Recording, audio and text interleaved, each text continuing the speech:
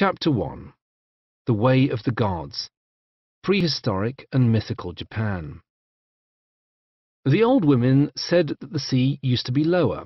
There were bays and inlets that had once been flat ground but were now steeped in salt water. It was getting harder to find deer. There used to be all sorts on the wide plains. The old women said that they were good meat. The old women had plenty of stories like this, but the young only knew what they could see themselves. The men hadn't caught a deer for months, but there was always food. Down by the shore you could pull shellfish from the shallows. One day one of the girls pulled up something else, a bone knife.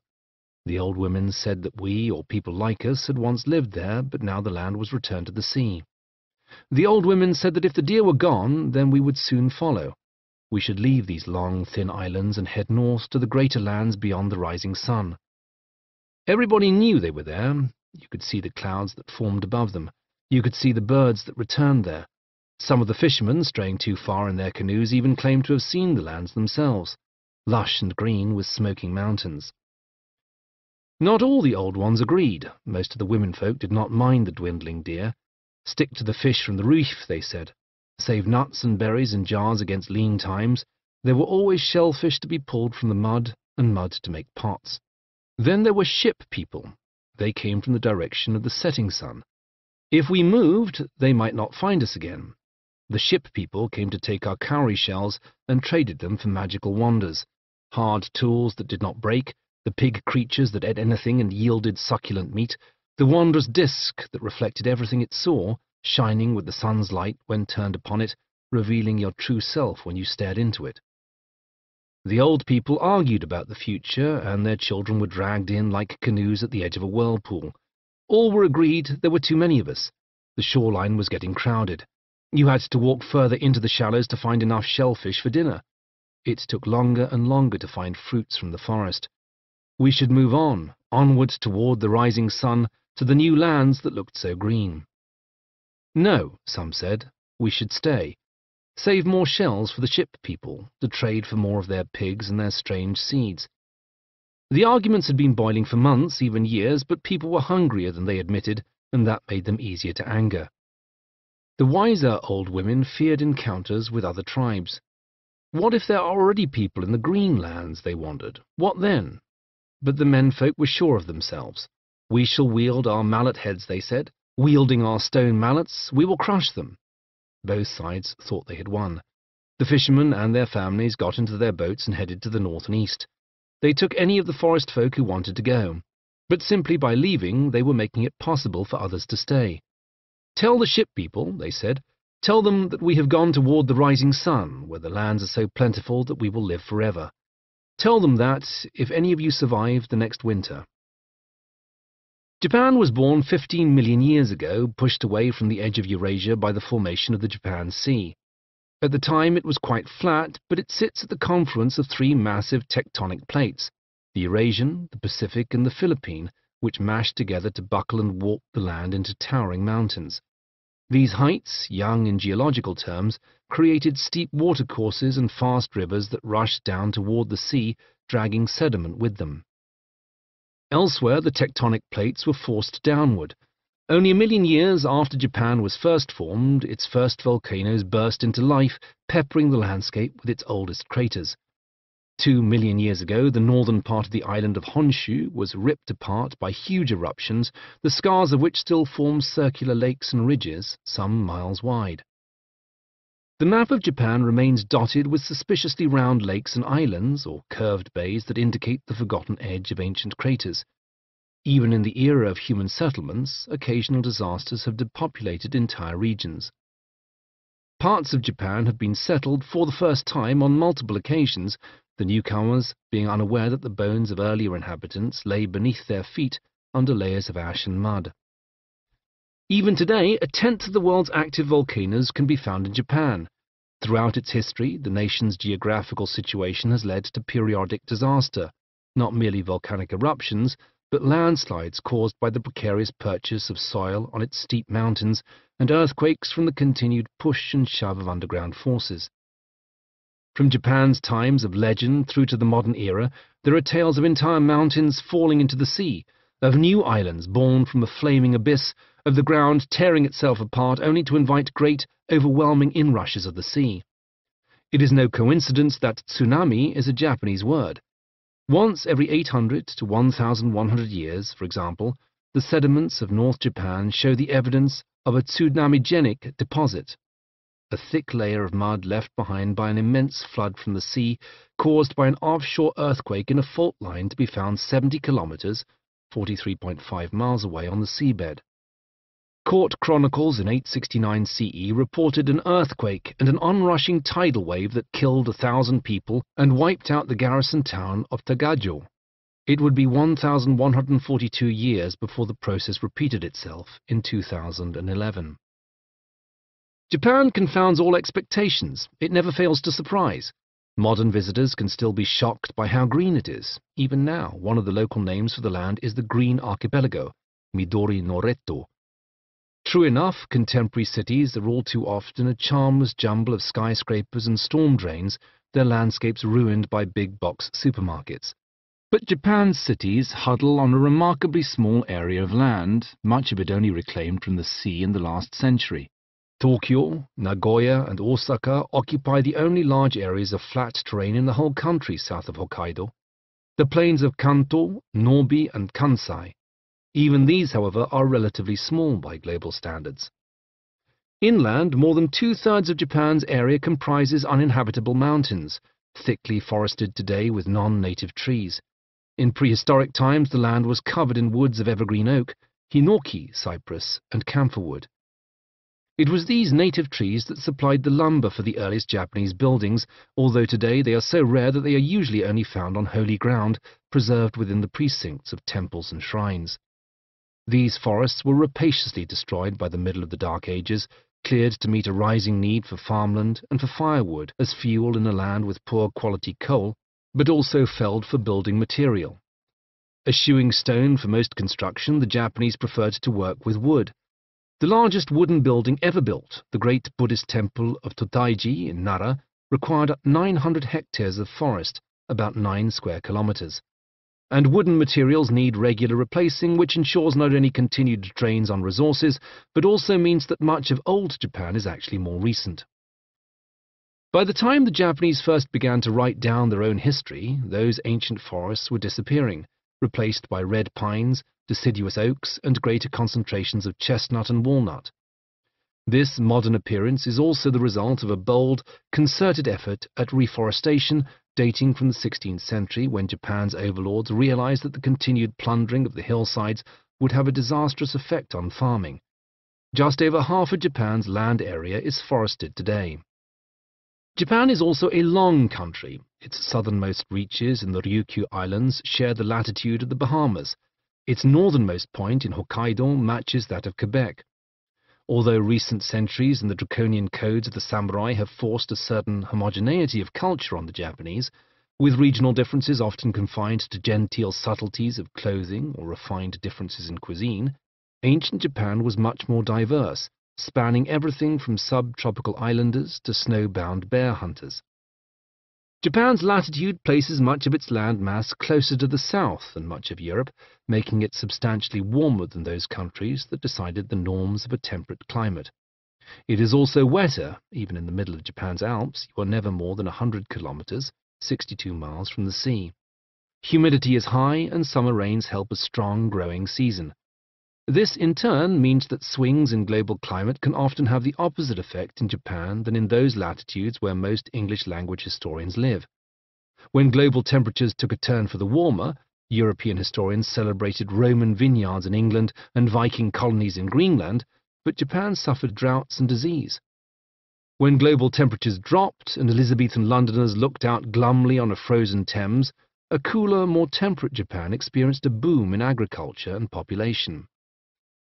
One of the most crucial elements of Japanese geography has been the size of the Korea Strait, known in Japan as the Tsushima Strait, so named for the island in its middle, that separates it from mainland Asia.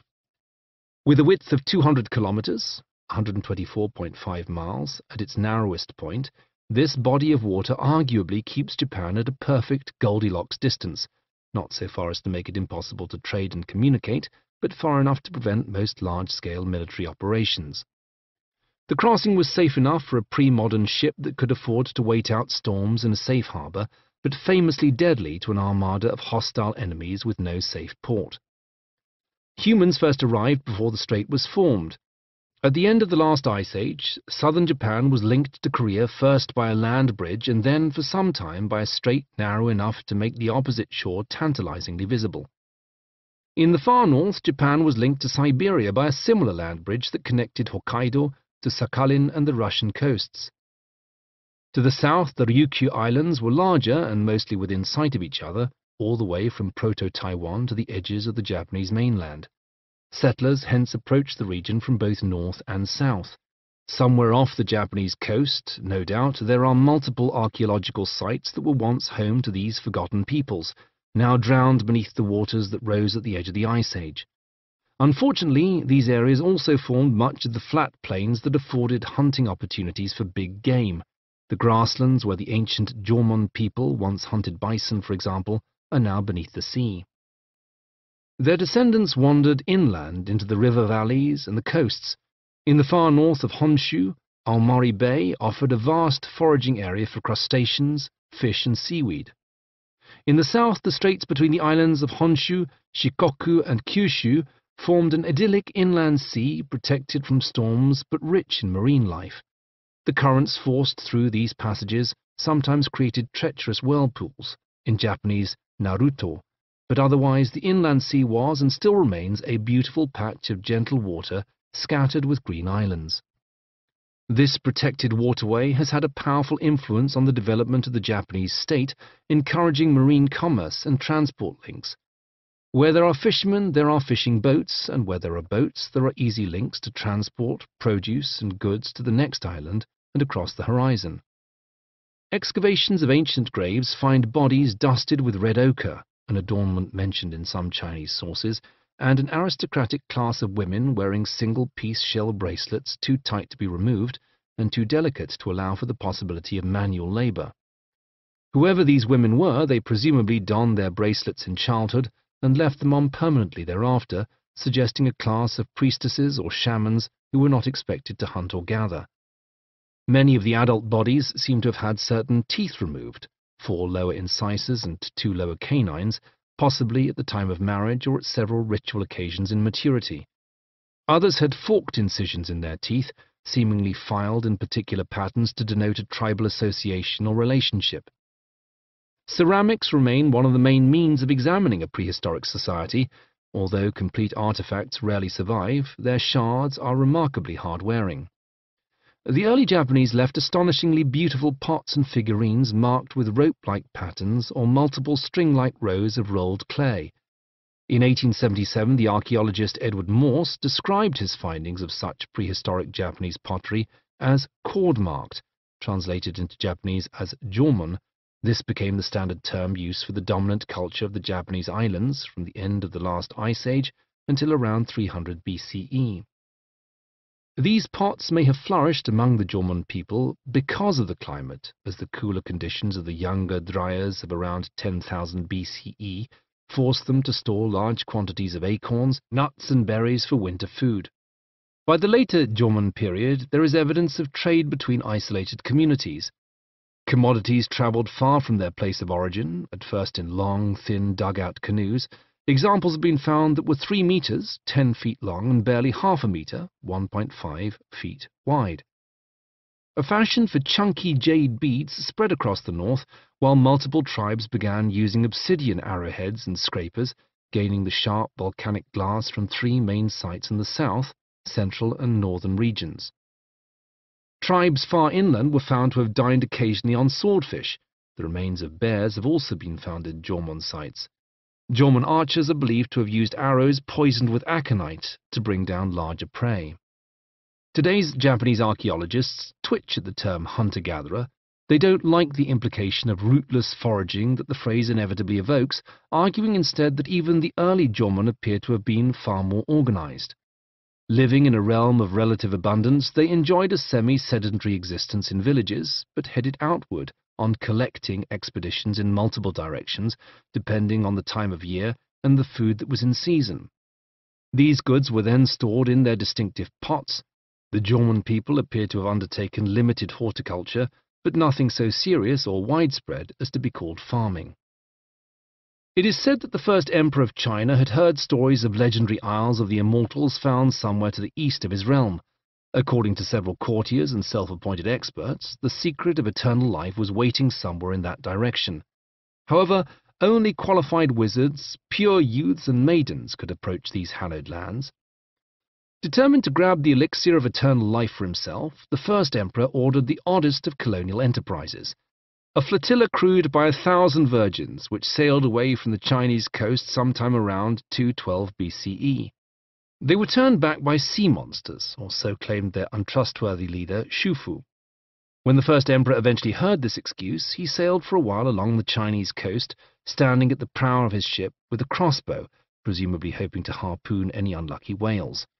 Shufu's virgin fleet set off again 2 years later, sailing into the sunrise, never to be seen again. There's no direct evidence that the sailors of the Virgin Fleet, if it even ever existed, reached Japan. If they did, they would have cut a strange dash amid the tribes of the later Jomon period. But the story of the first emperor's venture has often excited Asian novelists and poets who have wondered if one of the many tribes that made up ancient Japan was really a Chinese colony. Sometime after the era of the first emperor, the gazetteer known as the Classic of Mountains and Seas, Shanhai Ding, made what may have been the first written reference to the land of Hua, somewhere out in the northeastern sea beyond what is now known as Korea. This claim sits amid a bunch of here-be-dragons type suppositions, including giant crabs, a salamander with a human face, and a tribe of mer people that apparently lived in the ocean nearby. However, the term Hua would come to be used to refer to the Japanese islands for the next few centuries. There has been much speculation about the origins of this name, including some fanciful ideas, that it was a mistranslation of Japanese attempts to say our country, Waga Kuni, that it is a mangling of the name of Duke Ngwa, a legendary chieftain sent from what is now the Shanghai region to colonize the seas, or that it is perhaps intended to mean vassal.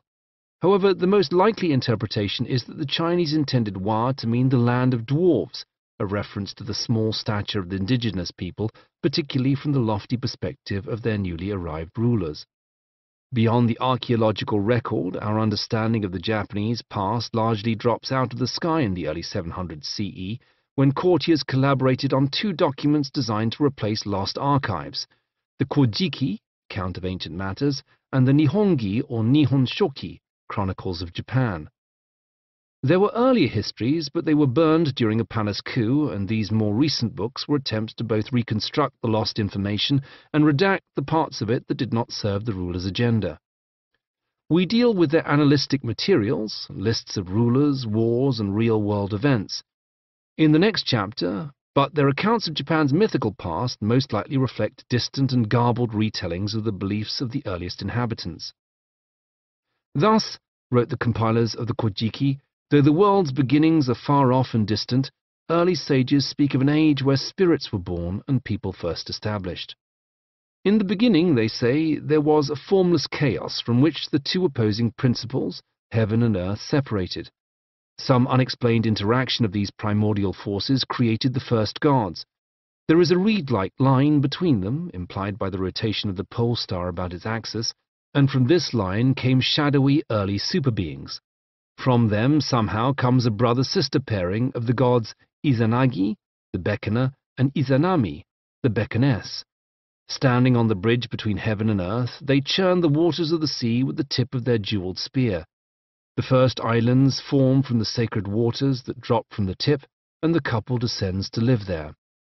Very quickly they realize that their bodies are different and seek to cancel out these differences by sleeping together. They arrange a marriage ceremony in which they approach each other in a circle around the Pillar of Heaven, central roof postings being a feature of Yayoi period architecture, and greet each other. Their first 2 children are deformed and disowned. They burn bones to attract the advice of their divine ancestors, and are told that Izanami has botched the ceremony by speaking first, something a woman should never do. They restage the ritual, this time with Izanagi speaking first, and the happy couple's union produces a set of islands, seemingly a prehistoric rundown of Kyushu and its environs, the inland sea and the lower part of Honshu. In addition to their brood of geographical features, they also spawn a number of gods, kami. The last is the personification of fire, which kills Izanami in childbirth. Death in the time of the gods is not necessarily a permanent condition, however. Even Chinese chroniclers in the Dark Ages noticed the odd Japanese custom of leaving a body in state for 10 days on the off chance that it might spring back to life. Resolving to retrieve his wife from Yomi, the land of the dead, Izanagi travels there only for her to tell him that he is too late.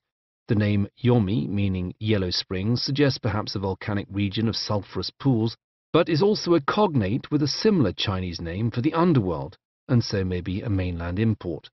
The dead may only be retrieved from Yomi if they have never eaten its food, but Izanami has already dined.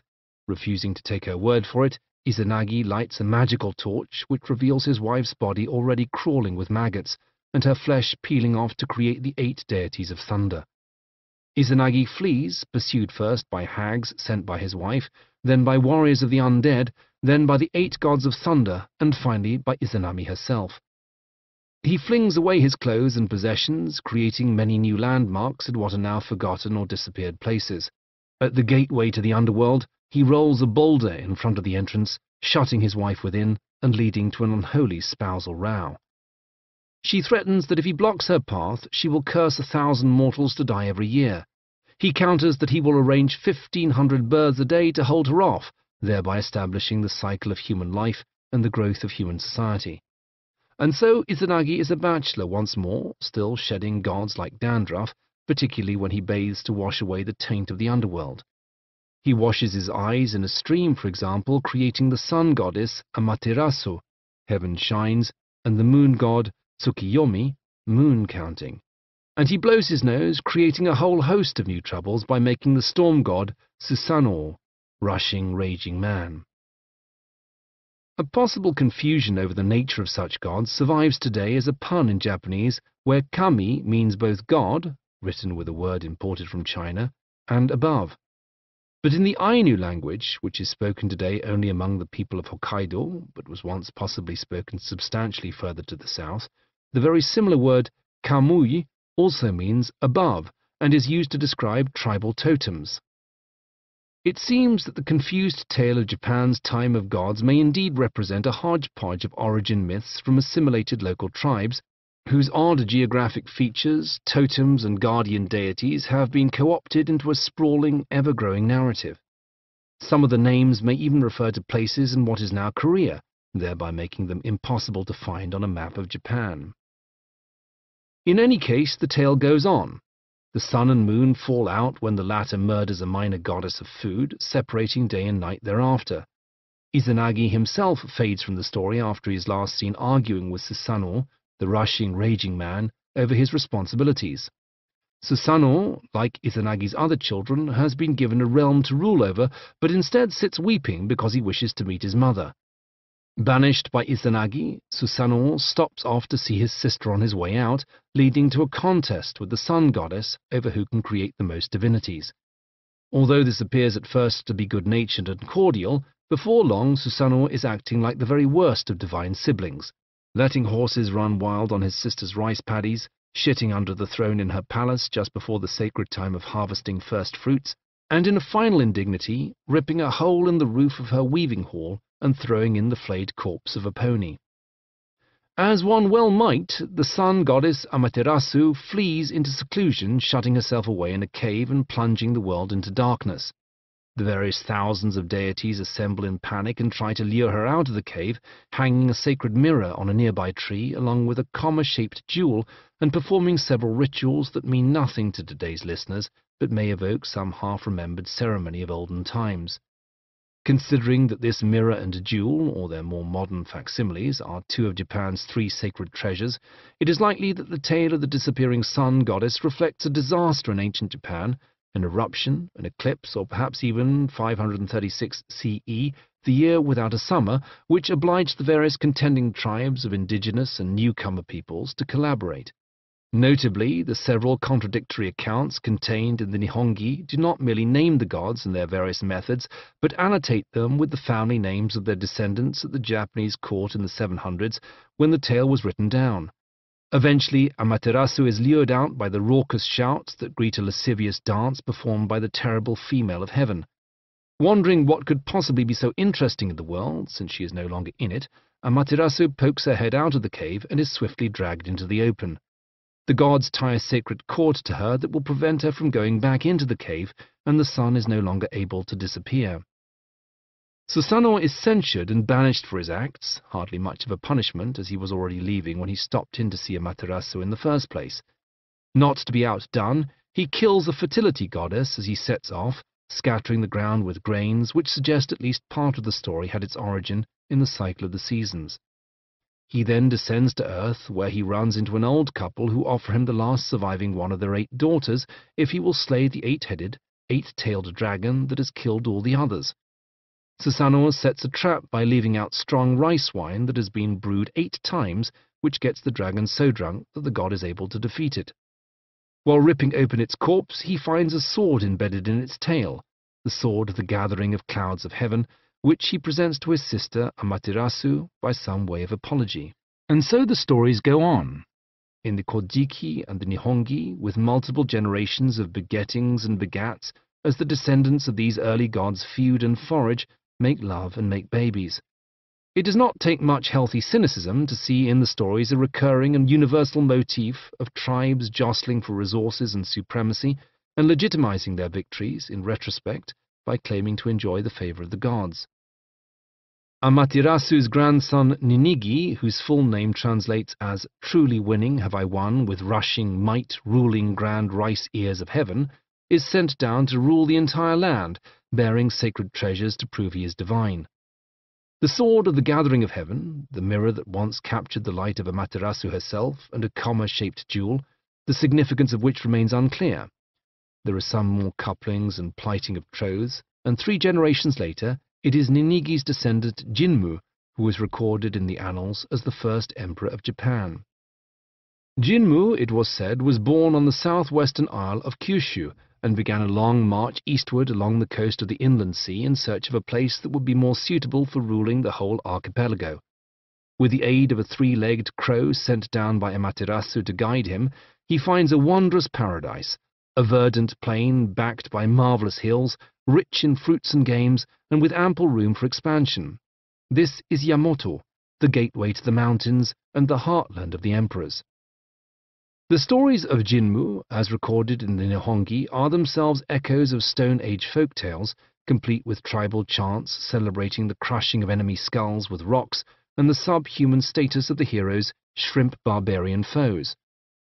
Jinmu himself springs into song to inspire his men, but it is not clear if he is composing new war chants or is simply the first to be recorded performing verses that date even further back into ancient times.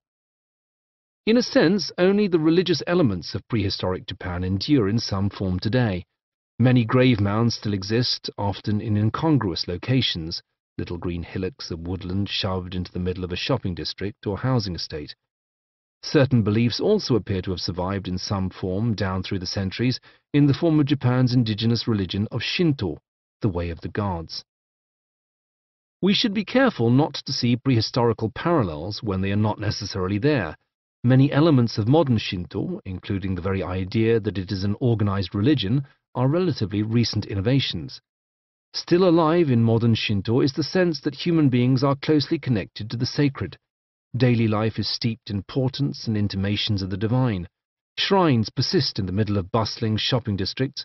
One rarely has to wander far from the roadside before bumping into a rock tied with sacred rope or some similar such indicator of reverence for nature spirits.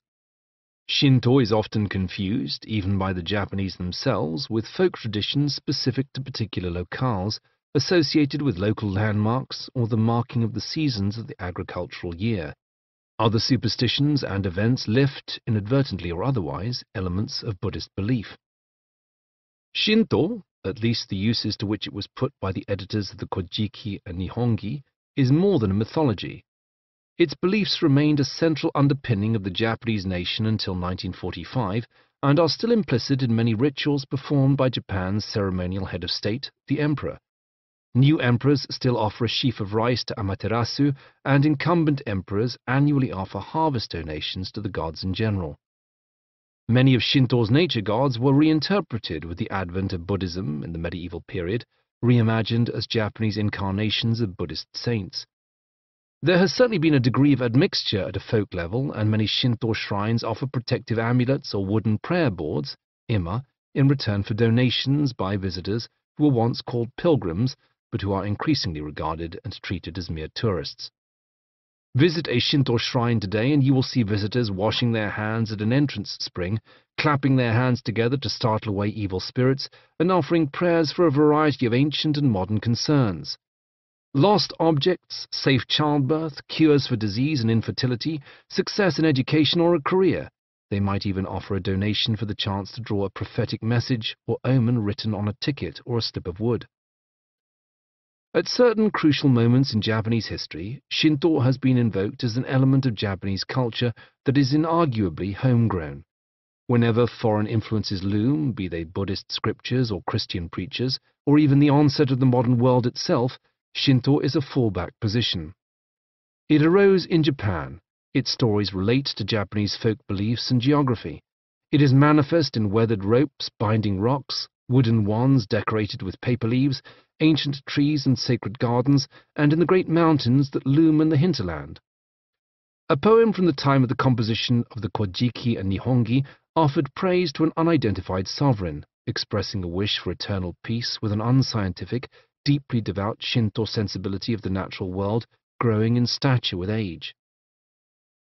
May your reign last for 1,000 upon 8,000 years, until mere pebbles grow into mighty rocks, thick with moss.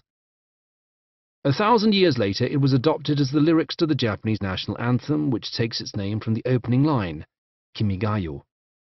Every day, Japanese schoolchildren, sportsmen, and politicians rise to their feet and sing lyrics invested with an ancient, atavistic power. Emperor Jinmu's three-legged crow still flutters on the flag of the Japanese Football Association, an extra limb presumably being a great advantage in soccer. Chapter 2. Through the Keyhole, the People of Wa. Not even Japan's two most ancient chronicles can agree what happened to the 14th emperor, Chuai. The simplest account in the Nihongi is that he was overseeing a war against a rebellious tribe, the Bear people in Kyushu, when he was struck by an arrow and died. The Kojiki, however, has a far more supernatural tale to tell. Near the edge of his island domain, it is said, Chuai was part way through his campaign against the Bear people, resting in one of his subsidiary palaces, plucking idly at a musical instrument, when one of his wives, known to posterity as Jingu, began speaking with a voice that was not her own.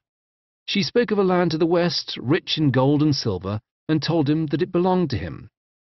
Chuai was plainly irritated by her comments and stopped playing. He had stood on the cliffs and faced the west, he told her, and there was nothing there. But instead of taking the hint and staying silent, Jingu uttered a deathly curse. "You will no longer rule all under heaven," she spat. "Now turn in your final direction."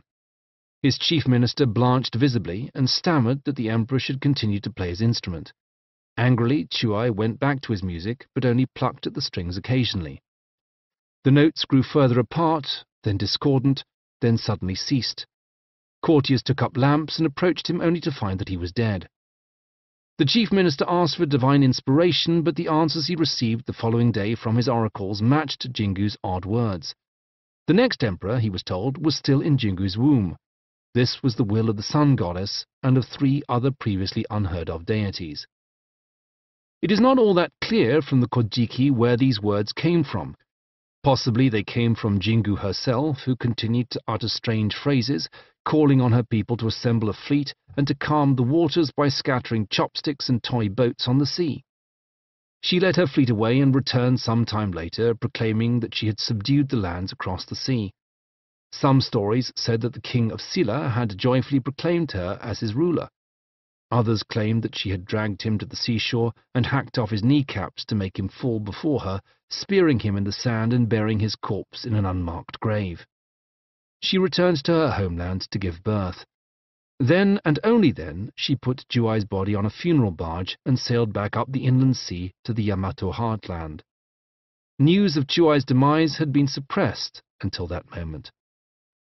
Her stepsons plotted to overthrow her. One climbed a tree to scout the distance, but his perch was uprooted by a giant boar, which ate him. His younger brother laid in wait for the funeral barge, but as he prepared to attack, the boat disgorged a company of armed soldiers. The two forces fought to a standstill, at which point the leader of Jingu's forces told his enemies that there was no point in fighting, for Jingu was already dead. To show his sincerity, he took his knife and cut his bowstring. The stepson's forces responded in kind, only to discover that the man's act had been a ruse. Jingu was still alive. Her men had hidden spare strings in their topknots, which they swiftly used to turn their bows back into deadly weapons. Something fishy was certainly going on. Juai had left for Kyushu alive, but had come back dead. Jingu had returned from an unknown land, claiming to have carried Juai's heir in her womb for 3 years, still communing with the voices in her head. She had turned on her stepsons and now proclaimed that her supernaturally conceived son was the new emperor. The days, said the Nihongi, were dark like night. The bad omen terrified the people, but was eventually dispelled when it was discovered that 2 priests had been buried in the same grave. When their bodies were separated, the sun reappeared. Down at the water's edge, the bay was full of beached dolphins. Some called it a feast sent from the gods, but the dolphins' bodies were already rotting and their blood stank. The prince was still a child, but Jingu agreed to serve as his regent until he was of sufficient age. She ruled for 69 years before dying, at which point the aged emperor Ujin finally succeeded his odd mother. He died when he was 110 years old. The era from around 300 BCE to 250 CE, Japan's Iron Age, is known to modern archaeologists as the Yayoi period, named for the Tokyo district where its most famous remains were uncovered in 1884. Its origins, however, lie across the sea in Korea, from which several 100,000 new migrants would cross the straits in search of a safe home. Asides in the earliest surviving chronicles of the Japanese suggest that these travelers first made their home in Kyushu, but advanced over several generations along the inland sea until they found the best of possible locations at the gateway to the mountains, Yamato, near what is now Nara. These new arrivals hailed from a world that, if it was not openly Chinese, at least aspired to emulate Chinese civilization. They brought with them knowledge of the Chinese writing system, which was used inexpertly and inaccurately in early attempts to transcribe the words and concepts of the Japanese islands. They also brought new technology and materials, most notably metals and the potter's wheel, as well as a culture steeped in patriarchal Confucianism. Whereas the archaeological record and ancient legends speak of chieftesses and warrior women in what may have been a society where women either held the reins of power or shared it with the men in complementary roles, the newcomers swiftly marginalized the womenfolk. Denied many of their former occupations, women in powerful positions were soon found only in relation to shrines and ceremonies, a position which would be further undermined in subsequent centuries by the advent of Buddhism. In the world of the newcomers, dominated by a Confucian tradition wary of female influence, women were usually seen merely as wives, mothers and daughters to be wed, appeased or traded. There were occasional throwbacks, like the axe-wielding Empress Jingu, but even her power base seemed shakily founded on her husband's importance, or perhaps her family's desire to keep hold on power until her son was old enough to wield it. It is in her time that we last hear of female shamans that, in the words of J. Edward Kidder, are oracular and battle-tested. The earliest written record of Japan's ancient myths dates from the Kojiki, completed in 712 CE, by which time they had plenty of chances to be half forgotten, reinterpreted and embellished. Although certain elements are liable to form a relatively accurate list of kings and queens, or a gazetteer of notable events, others may have been added simply to serve the interests of later figures. Others may simply relate half-remembered accounts of ancient enmities, but are worth repeating for a glimpse of the stories the Japanese tell themselves about themselves. Although the later Nihongi is presented as a straight chronology of 1,000 years of wars and deeds, it is far more likely to offer a cluster of separate family lineages that originally happened concurrently. The king lists of old Yamato, the sagas of the ancestors of the Kyushu nobility, the last legends of once proud clans now invisible beneath new names and alliances. At some point, many may have once regarded themselves as kings of one part of Japan or another, Kyushu perhaps, the coasts of the inland sea, and the Yamato foothills. The line from the sun goddess did not merely descend through the emperors, but through some 19 other clans that claimed descent from her children. It may even conceal subtle differences between different kinds of newcomers. We can place no single great cataclysm that may have led to the largest influxes of migrants, but if there were several waves, it is very likely that they came from different Korean kingdoms, particularly Baekje and Silla, depending on which one had the upper hand. There are numerable dynastic spats, usually justifying the accession of a younger heir above his brothers, or more usually half-brothers. We might hear these incidents as indicators of the tussles behind the scenes between powerful families seeking to influence the next emperor by trying to ensure that his mother comes from their bloodline. If the right fair maiden from the right clan attracted the emperor's eye at the right time, his eldest son might be easily ousted in favor of the infant child of a new favorite, suitably steerable to ensure further influence at court. Certainly, in the ancient tales of sophisticated gods from heaven locked in battle with snarling, belligerent gods of earth, we have all the indicators of a story told by the winners in war for control of Japan. But we also have many signs of a story that has been mangled in transmission. With the benefit of digital archives and internet searches, I can tell you the details of my own ancestors stretching back just over 100 years, but I can tell you of nothing before then save a few misty allusions and rumors. How much harder was it for the chroniclers of the 8th century, describing events up to a millennium in the past, with nothing to go on but hazy memories of lost scrolls. For generations to come, lineages of the Japanese nobility were divided into 3 categories: immigrants, the descendants of emperors, and the descendants of the gods of heaven and earth. Perhaps the 3 sacred treasures of Japan are intended to reflect this tripartite-structured Japan as mirror, sword, and jewel, the later arrivals of the mainland with their fancy Chinese mirror, the earlier invaders with their sword of conquest, and the indigenous people with their sacred comma-shaped jewel regarded as a symbol of wisdom. Tales related to Jinmu may have been the ancient legends and tales associated with the Otomo clan, whose ancestral turf was close to the mainland in Kyushu, and who were therefore liable to have been involved with the first of the conquering newcomers. But the tales of the 10th Emperor Sujin seem to draw on the lore of the Mononobe clan, a powerful family that was largely outmaneuvered in the politicking of the early Japanese state, and which appeared to have strong connections to assimilated indigenous peoples.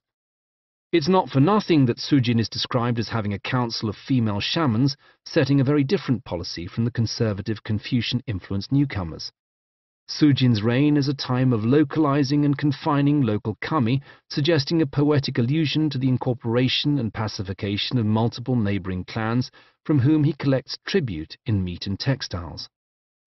Meanwhile, the tales of the 15th Emperor Ojin seem to cleave closely to the family traditions of the Soga clan, whose strong ties to mainland Asia are reflected in long tangents about diplomacy and cultural exchange. One day, someone may finally be able to reconfigure the Nihongi from its current single-strand 1,000-year epic form into 3 or more interlocking sagas, each spanning the same period of 2 or 3 centuries, leading up to the historically verifiable moment in 552 CE when Emperor Kinmei, 509–71, received a fateful gift of Buddhist treasures from Baekje. In its earlier pages, we see a muddled narrative of acculturation and conquest as mountain fortresses riddled with kami and demons yield to the march of progress or flee before it. We also hear of the indigenous people, first mentioned as far south as Kyushu, when Emperor Jinmu declares he has scared away the Aimishi.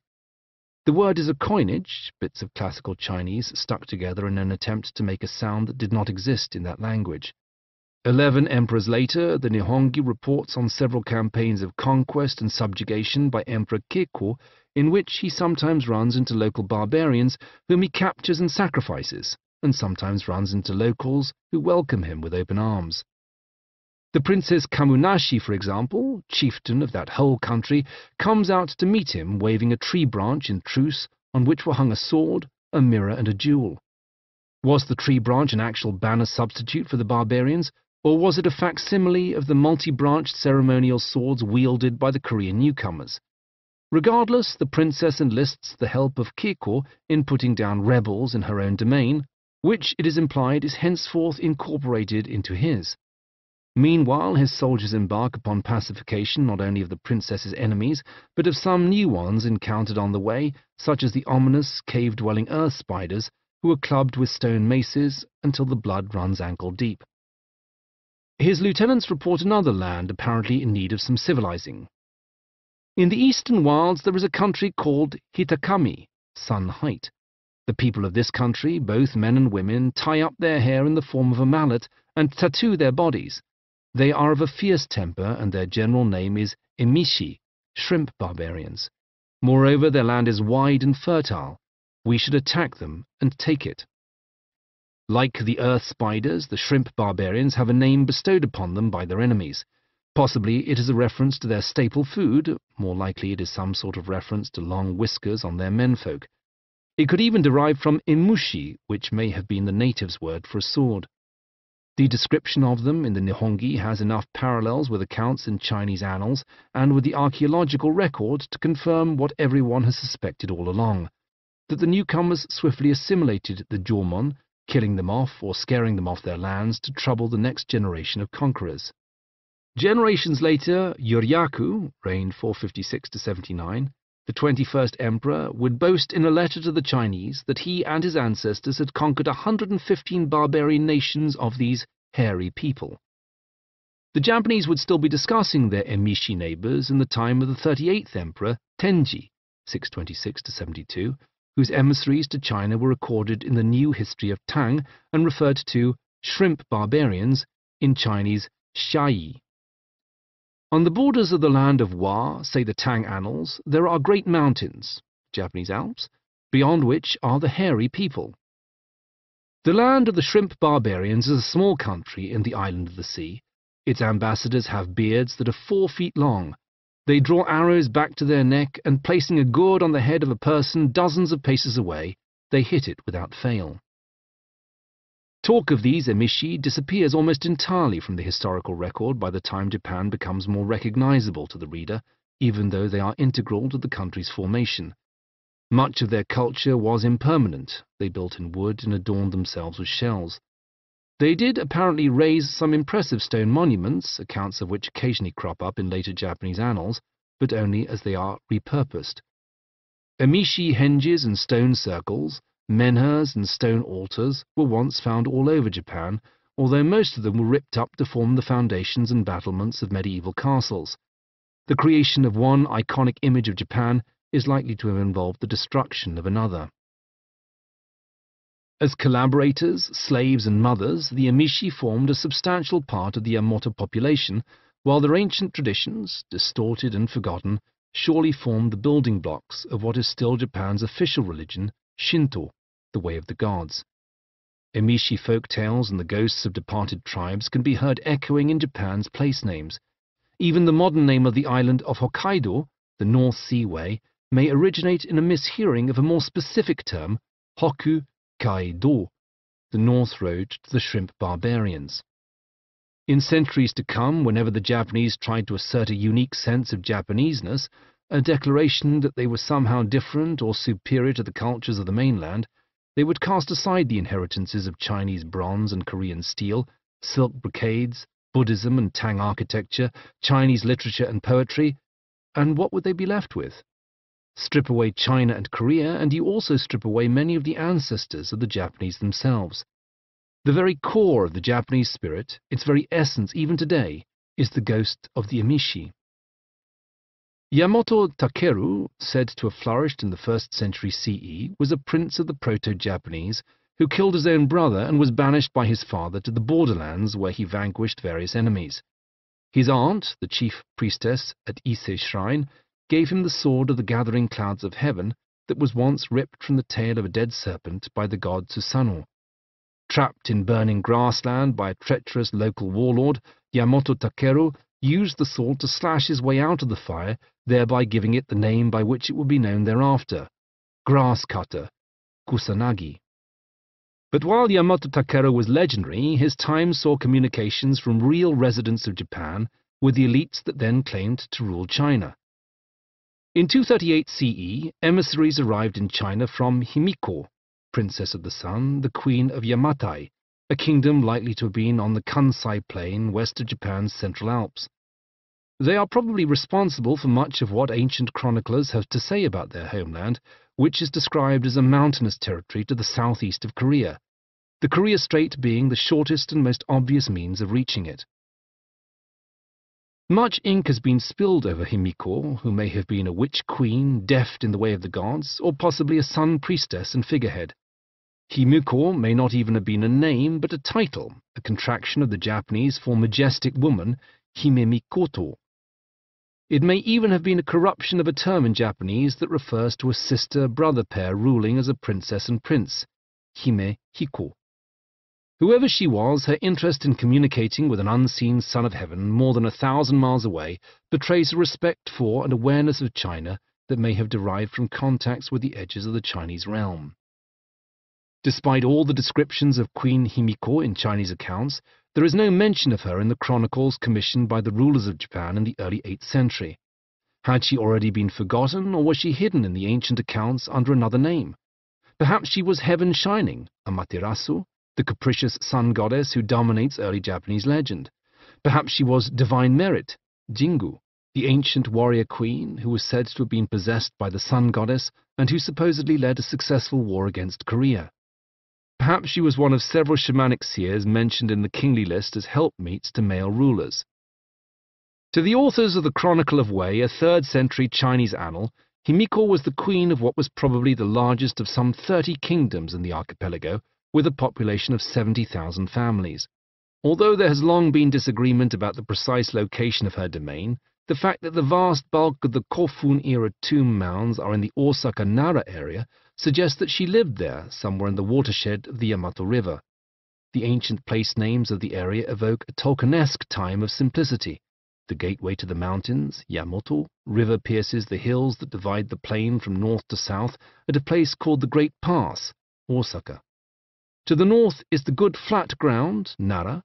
At the edges, mountain back, Yamashiro, the splendid land, Iga, and the sacred streams, Ise. The many rivers of the area flow down toward the riversides, Kawachi, where they meet the sea at the wave crest, Naniwa, and the clear coves, Suminoe. The Chinese chroniclers mention a veritable Scrabble bag of 20 other forgotten kingdoms in Japan, with names like Shima and Hihaki, Kokata, and Kanasana. These names seem to have been meaningless to the Chinese, assembled from characters that approximated the sounds in a language that was foreign to them, unless, that is, their informants really were referring to kingdoms with names such as Devil Slave, Kina, Naked, Luo, and Black Teeth, Hichi. Nor is there anything but the vaguest of schematics suggesting where these countries were. The discrepancy between the Chinese League, Li, and a far shorter Korean variant has left all distances impossibly confused, but a little triangulation of distances, geography and archaeology, suggests that Himiko's realm was somewhere near the Kansai Plain, the site of today's Osaka and Kyoto. Her biggest rivals in the kingdom of Kuna to her south, in what is now Wakayama, are described as fine swimmers and divers, habitually barefoot, with bodies and faces heavily tattooed to ward off sharks and dragons. Her envoys reached China confident that sorcery would keep them safe. They would travel with a bearer of mourning, a designated guardian tasked with remaining chaste, unwashed and ungroomed as a charm against their safe return. He would be richly rewarded if they came back unharmed, executed on presumption of failed duties if they did not. Amid the sparse prose of the Chronicle of Wei, there are several comments that would echo through the ages. The people of Himiko's realm, it said, were notably long-lived, often reaching 100 years old. When high-ranking persons walked on the road, commoners were expected to back away into the roadside bushes. Their archers held their bows below the middle, evoking images of the distinctive top-heavy Japanese bow. And when her people expressed assent, wrote the Chinese chroniclers, they said, "Hai," as they still do today. The ruler of the Chinese coasts was pleased to receive emissaries from such a faraway place and sent a typically condescending thank-you note in which he appointed Himiko as queen even though she already was one, and sent her multiple bolts of wool and silk, including some crimson brocades decorated with dragons, 100 bronze mirrors, and 2 long swords. The bearer of mourning plainly did his job because the ambassadors made it home, returning with another letter from Himiko sometime later that thanked the Chinese for their gifts. The Chinese were asked to arbitrate in a dispute between Yamatai and Kuna, although it is unclear whether a letter from a distant, unseen potentate would have any effect on the local dispute. Himiko then died. Classical Chinese is so terse that proximity can imply causality. The text may be intended to suggest that she died because of the dispute, meaning that the emperor's decree was useless and led to her execution in a coup. Or she may have just died before the message arrived, being notably old by this point. Either way, she was replaced by a teenage girl, confusingly recorded as a priestess of Himiko. The Chinese chronicles dispassionately report that 100 women were sacrificed at Himiko's funeral. Over the next few centuries, later Chinese chroniclers would occasionally write about the land across the sea, but it is unclear to what degree they were merely embellishing the assertions made in the Chronicle of Wei. The book of the later Han returned to the topic of Himiko long after her death to describe her as a shaman queen with 1,000 female attendants and a single male squire who served her food and drink and communicated her words. This text also openly assumed that the Japanese aristocracy were descended from the Chinese first emperor's legendary expedition, an account that was plainly believed by at least some contemporaries. Further confusion has been caused by the compilers of the Nihongi, who seemed determined to make their narrative fit those few moments of the historical record that could be confirmed through comparison with Chinese chronicles. Excited by tales of the witch queen Himiko, these compilers appear to have taken the accounts of Empress Jingu, for example, and shoved them in several chapters earlier than they really should have been mentioned, so that a female ruler of Japan would appear in the same period in which such a figure was reported by the Chinese. Archaeology offers further evidence of the life and culture of these Yamatai peoples. Excavations all over Japan, not merely in the south, point to a culture of foragers initially living close to the coasts and rivers, where their seasonal diet relied heavily on marine produce in the winter months. The seafood, however, would suddenly decline. The late Jomon period saw a drastic fall in the number of indigenous inhabitants, caused not by war, but by a drop in temperature that restricted access to the 2 main foodstuffs that sustained them in the winter, shellfish and nuts. Northern Honshu, in particular, seemed to have suffered an apocalyptic decline in population from which it took centuries to recover. The population elsewhere rose again thanks to an increased focus on the cultivation of grains, particularly a new arrival from the mainland, rice. The period from 250 to 700 CE, roughly concurrent with Europe's Dark Ages, is known in Japanese climatology circles as the Kofun Cold Stage, a dip in temperatures substantially worse than that known in Europe as the Little Ice Age.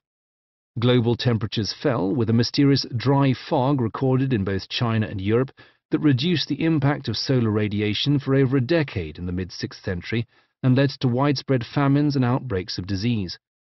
Japanese weather, too, turned colder and wetter. Several archaeological sites have been preserved because they were abandoned after floods. This period dealt substantial damage to the surviving indigenous peoples of Japan, but allowed the more technically advanced immigrant communities to flourish. By 200 CE, the arrival of iron had brought swift changes to the Japanese realm. The locals continued to build with timber, but were able to access far more of it with the new efficiency of metal tools. Just as modern Japanese cutlery reflects a scarcity of metal, knives and metal implements are used in the kitchen but not at the table, most of the Yayoi people continued to work with wooden tools, attesting to the rarity of early iron objects. However, many of these wooden tools themselves, such as shovels and rakes, became more widespread and efficient because of the availability of iron tools to make improved versions. Architecture, too, became straighter, as fences and beams were hewn with truer blades. Land was swiftly cleared, and the primeval forests were decimated in the quest for materials, but this also allowed for the development of agriculture on a larger scale. The trees stayed on the mountainsides, where they kept the soil in place and allowed for reliable amounts of water flowing down the slopes into the new rice paddies. Japan's volcanic soil was relatively poor for agriculture, but could be tricked into producing higher yields by flooding the fields. Communities that could grow their own food could forge ahead, as could those that stored surplus produce for evil years. The Ise Shrine, one of the most sacred sites in Japan, is particularly useful for understanding the ancient country. Ever since the shrine was first rededicated by Empress Jito around 692 CE, it has existed in two forms: the original wooden thatch-roofed building and a copy under construction alongside. The shrine is rebuilt as an exact copy of itself every 20 years, echoing a similar narrative of demolition and renewal that seemed to accompany changes in omens or dynasties among the Japanese of the distant past. It also gives us a clue as to the architecture of ancient Japan. Sturdy constructions of cypress wood above a ground of white pebbles and around a sacred central pole with extended finials that give each roof a crossed, horned profile. It is possible that many of the buildings of the ancient Japanese capital looked like these before developments in technology and materials dragged them away from the original plans. The Kofun period, however, takes its name from a different kind of architecture, the massive, ancient graves, kofun, that dot the Japanese landscape. The simple, square burial mounds of the Yayoi period give way during the 3rd century CE to huge tumuli featuring a distinctive combination of a rounded top connected to a trapezoid mound. From above, this makes them appear to be shaped like keyholes, and indeed they are often referred to as keyhole tombs. Their oldest examples date from the Nara area, but in the ensuing centuries they proliferated elsewhere, implying a dominant aristocracy that took its manpower and customs further and wider. The contents of the kofun would surely have much to tell us about this period in Japanese history, but their sacred status as the resting places of ancient Japanese emperors keeps them largely off limits to archaeological exploration. There are, tantalizingly, several similar keyhole-shaped tumuli to be found in Korea, in the Yongsan River basin, in what was once the state of Bikji, implying strong cultural connections between the builders of both. Although Japan was already occupied from end to end, the narrative in the Yayoi period takes on a new tone. The story of what would become Japan is not now told by the Jomon peoples, and possibly not even by their most impressive inheritors, the Yamatai. Instead, it becomes a story told by people whose arrival from the mainland is indicated in the form of a large mound burial in the 1st century BCE in Kyushu, the island closest to Korea, and a gold seal from around the same time found in the Fukuoka region. Chinese chronicles report disturbances in Wa around the middle of the 2nd century CE, as these new arrivals, armed with iron that cut down both enemies and forests, began to push ever further up the coast. The corpses in their Japanese graves are notably taller than the locals, perhaps explaining why dispatches back to the mainland referred to a land of dwarves in the first place. There is a palpable break in the line of Japanese kings around the late 4th century, possibly related directly to unrest on the mainland that saw the collapse of the Kara state, with up to 1 million refugees arriving in Japan. These migrants, however, appeared to be arriving with their wealth intact and were soon interfering with and influencing the politics and power struggles of local kingdoms. Some of the indigenous Jomon people fled north to escape the newcomers, while others seemed to welcome them, even as they were swamped by their numbers. The archaeological record reveals a double impact, first of a huge influx of these new bloodlines, forming 73% of the population in some areas, and then of the inevitable increase of the newcomers' numbers as they bred both among themselves and with the locals. Where Chinese chronicles once described everyone on the islands as barbarians, now there is a new narrative of civilization in the hands of these fresh arrivals, pushing back against the barbarians of the periphery. For centuries thereafter, there would be a frontier in the north, a place where young men might carve out a career on the marchland, where barbarians on the edges were divided into the good ones who had assimilated and the bad ones who pushed back. The long march northward would only come to an end in the 19th century when the Japanese staked their claim on the last stretch of wilderness in the far northern island of Hokkaido. There, the local Ainu people bore an unsurprising resemblance to the original inhabitants of Japan in many of the accounts from the ancient past, now eking out an existence on the very edge of the land that was once theirs. By the early 3rd century, the keyhole tombs had made it as far as the Kansai plain, the heartland of Queen Himiko's legendary kingdom. Notably, they contain very few shell bracelets. The old ruling class had been supplanted. Mainland technology and genes soon wormed their way into the local elites. Deforestation rapidly escalated as these newcomers pursued new housing, new land cleared for crops, and new social projects such as dams and dikes. It is likely that the confused historical record obscures a dual struggle for influence as the old kingdoms jostled for power and the newcomer elites fought for recognition not only in the community of local kingdoms, but also back on the mainland, where they intervened in Korean politics. Owing to the muddled condition of Japanese annals, the real dates are impossible to determine. Chroniclers, like readers, are apt to be confused by repetitive accounts of wars across the straits and kings begetting heirs, and are frustrated even further when a quick count soon establishes that these sovereigns appear to have superhuman lifespans, coming to the throne in adulthood and still somehow managing to rule for over a century. Your guess is as good as mine as to how historical a figure the dragon slayer Yamato Takeru was, probably not all that much, although his son Chuai is another generation closer to the time when the annals were set down. It was the biographers of Chuai's widow, Jingu, however, who really muddied the waters. The Kojiki reports her setting sail for Silla on the Korean peninsula with an invasion fleet which speeds across the strait, borne on the backs of helpful fishes and a generous tailwind. The ruler of Silla, seeing this unlikely entourage approaching, does not even bother to fight, but swears allegiance to Jingu, pledging himself as a mere stable boy to the sovereign of heaven and vowing that, each and every year, for as long as heaven and earth remain, he will send ship after ship in a constant rotation of tribute, specifically in horses. The whole story is foggy with poetic license and so racked with portents and sorcery, along with strange turnabouts of fate, that one might just as easily interpret it as an account of a Korean invasion of Japan, but it does not seem to bear a much closer resemblance to Japanese attitudes substantially later than the chapters in the Kojiki. Move the stories of tribute and alliance later, to say 369 CE, and they suddenly bear a much closer resemblance to cross-straits actions reported in Korean annals, as well as in the attitudes and proclamations of the man who was supposedly Jingu's long-lived grandson, Emperor Nintoku, reigned 313 to 99, who apparently died at age 145. Nintoku was a particularly powerful sovereign who commissioned a number of large public works, including dams to divert troublesome rivers. He also famously permitted his subjects a 3-year moratorium on their duties, allowing his own palace to fall into ruins, its thatched roof leaking, while the rest of his country prospered. Such a story sits at odds with the material evidence of huge public projects, not least the 2,000 labourers who spent 16 years building his supposed gravesite, the Daizen-ryo Kofun, the largest of all the keyhole tombs in what is now Osaka. The Daizen-ryo Kofun is, in fact, supposedly one of the 3 largest tombs in the world, matched only by the famous grave of the first emperor of China and the Great Pyramid in Egypt. Today it is set in a central pond that is itself ringed by 2 additional moats. Like many other surviving Kofun tombs, it cuts a lush, viridian shock of the ancient past into the modern landscape.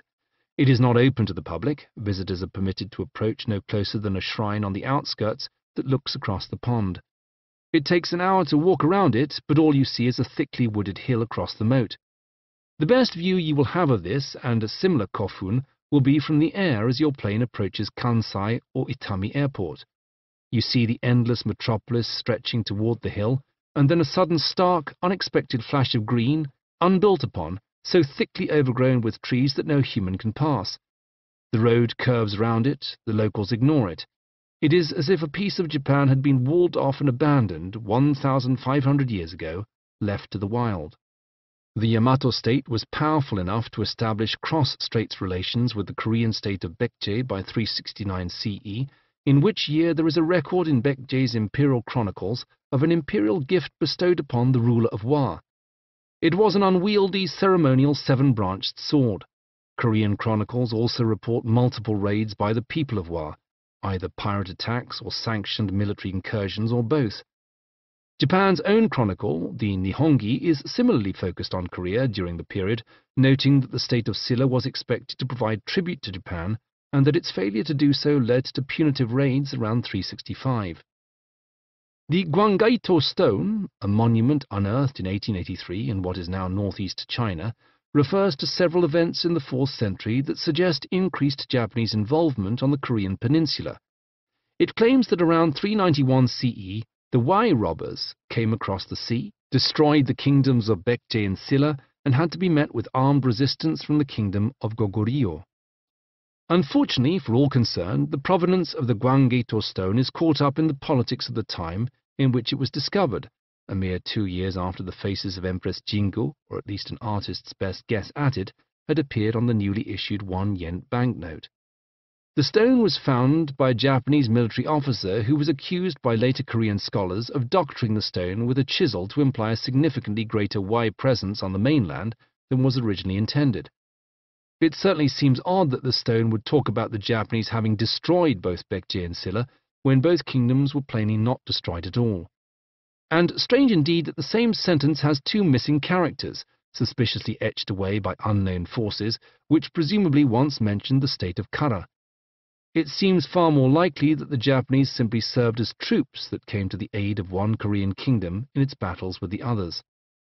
The stone goes on to record some 24 castle names, each presumably the site of a battle, before Baekje formed a new alliance with the Wai in 399 in an attack on Silla, for which Goguryeo was called in to the rescue. This would seem to dovetail with Baekje's own annals, which record that King Asin's eldest son, Prince Jeonji, Straight Branch, had been sent to Yamato as part of a hostage exchange. This Jeonji would return home in 405 after his father's death with an honor guard of 100 Japanese troops, which turned out to be more than merely ceremonial when the prince discovered that his uncle had seized the throne. Jeonji and his Japanese escort then camped on an island, waiting for matters to take their course. During this interval, in an odd moment of historical inaction, the populace of the kingdom then killed the usurper for him. The same story, in a garbled form, appears in the Japanese Nihongi, but 120 years too early, adding further fuel to the idea that the dates in that narrative are all over the place. In repositioning the life of Empress Jingu, the compilers of Japan's chronicles seem to have also dragged the lives of her son and grandson far away from their original placement. The Kodiki similarly has a lot to say about Korean matters, seemingly out of chronological order, noting, "Also, many people came across the sea from Silla, thus the Mighty One conscripted them to build dikes in the manner of overseas, and thereby made Baekje Pond." The story matches neatly with the tales of dam building and large public works in the realm of the Emperor Nintoku, who died in 399, but similarly places them over a century too early. Also placed way too early in the Kodiki is the account of a Korean prince called Sunspear, arriving in Japan with strings of jewels, mirrors, and scarves with magical powers. The Baekje annals are a veritable Yamato love-in during King Jeonji's reign. In 409, the Yamato court sends King Jeonji a gift of night shining pearls, thought to be a poetic term for any kind of glittering gem. In 418, Jeonji sent Yamato a gift of 10 rolls of white silk, and horses, always horses, a promise backed up by the archaeological record of Yamato graves. Although imperial graves may not be opened, some were stumbled across by accident and subjected to rescue archaeology in modern times. Early tombs from this period contain peaceful items, comma-shaped stones denoting authority, forked ceremonial swords, and mirrors from distant China. Some of the latter may even have been the self-same mirrors mentioned in the Chronicle of Wei, passed on as heirlooms and eventually buried with particular aristocrats. But from around 500 CE, the contents take a turn for the warlike. We suddenly find aristocrats buried with axes and swords, armor and helmets. From the 450s onwards, the graves of Japanese aristocrats are also found containing saddles, bridles, and other items associated with horses, both horses and cattle having been introduced from the mainland. Nor should we assume that the newcomers considered themselves to be forever free of their mainland attachments. There is evidence in chronicles from both sides of the Korea Strait that the Yamato people traded with their cousins for military manpower, scribes, and ironware. Yamato's Hanzei Emperor, reigned 406–11, applied to the Chinese court to be officially called the Supreme General, who maintains peace in the east, commanding with a battle axe all military affairs in the 6 countries of Wa, Baekje, Silla, Imna, Mimana Kara, Tinhan, and Mokhan. This suggests that, for a moment at least, a Japanese ruler considered himself to be the overlord not only of Japan, but of much of southern Korea. The Chinese fobbed him off with just plain general who maintains peace in the east, but did eventually grant a similar title to his son, the Ingyo Emperor, reigned 412–53, shortly before his death. By the 6th century, the administration in Yamato was robust enough to plan ahead for disaster relief. The first reference to public granaries in the Nihongi dates to 536 CE, the year in which the European chronicler John of Ephesus wrote, "The sun became dark, and its darkness lasted for 18 months. Korean chronicles spoke of a decade of wars and invasions. In Japan, the aged Senka Emperor issued a telling decree. Food is the basis of the empire. Yellow gold and 10,000 strings of cash cannot cure hunger. What avails 1,000 boxes of pearls to him who is starving and cold?" His words in the Nihongi allude to starvation conditions on the Korean mainland and the prospect of a new refugee crisis calling for food supplies to be sent to North Kyushu. Soon afterwards, the Japanese annals record ambassadors from the mainland offering tribute and conversations among the Yamato courtiers about the prospect of seizing the opportunity to invade the mainland. In 552, the king of Baekje caused a stir by sending some special gifts across the strait: a bronze statue of Buddha chased in gold, along with attendant banners, and a stash of sutras, the precious Chinese translations of the original Buddhist scriptures. This was not the first time that Buddhist items had reached Japan, but previous missionaries or contacts had achieved little. This king was looking for some serious cooperation in his quarrels with the neighbouring kingdom of Silla, and plainly hoped that Buddhist artifacts would go down well overseas as emblems of belonging to some sort of club. Buddhism, of course, was all the rage in China now, and was seen as a symbol of contemporary sophistication.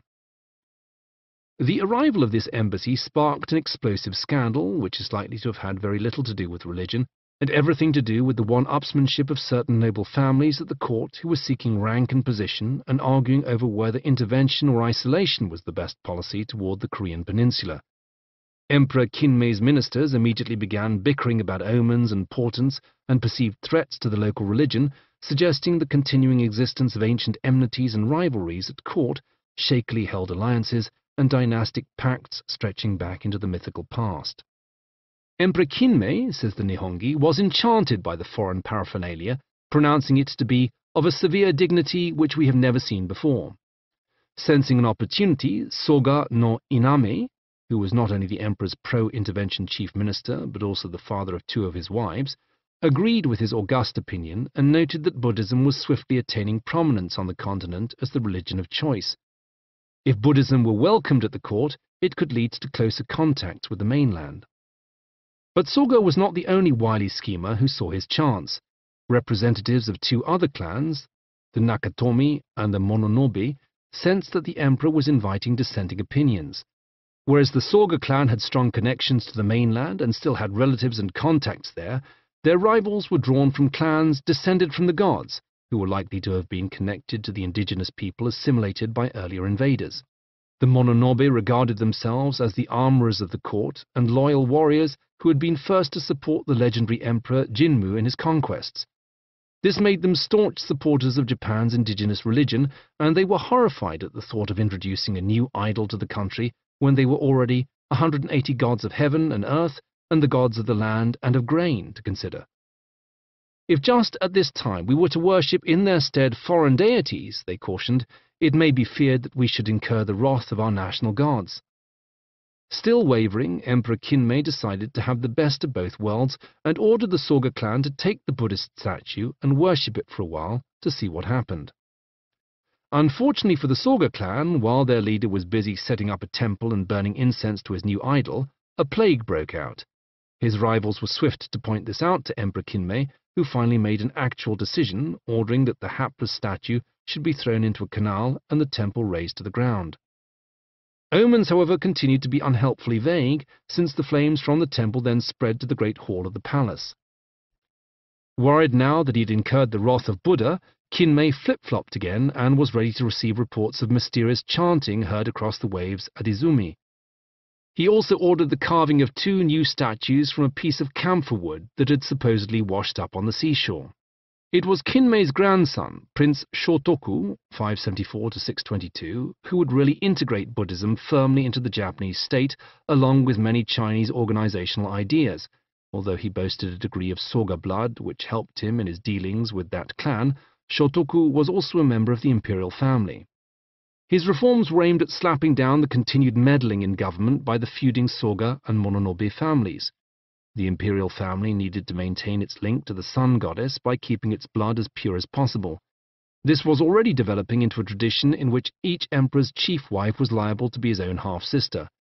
Many emperors hence only had a single imperial grandfather, with inbreeding often even closer, depending on the families of the grandmothers. Such dangerous family planning seems to have been designed to keep non-imperial relatives from exercising undue influence, although instances inevitably arose when a direct line heir was not available, occasionally presenting the threat of outsider bloodlines sneaking in.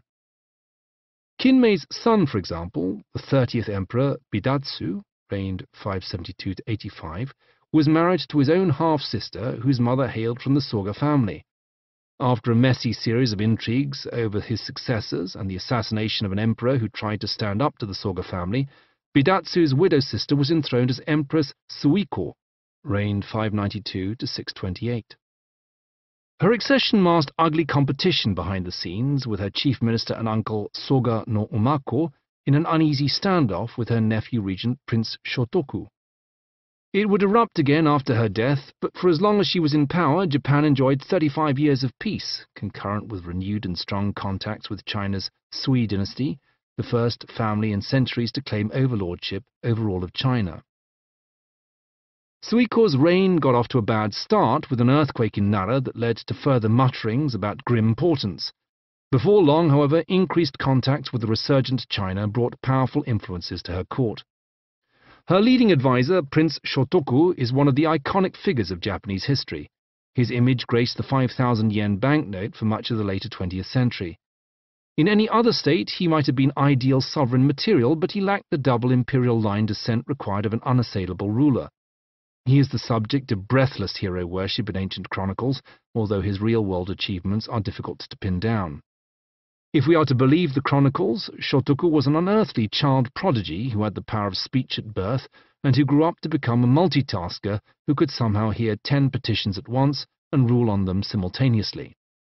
Shotoku was intimately associated with the arrival of Buddhism in Japan and also with the establishment of firmer contacts with China.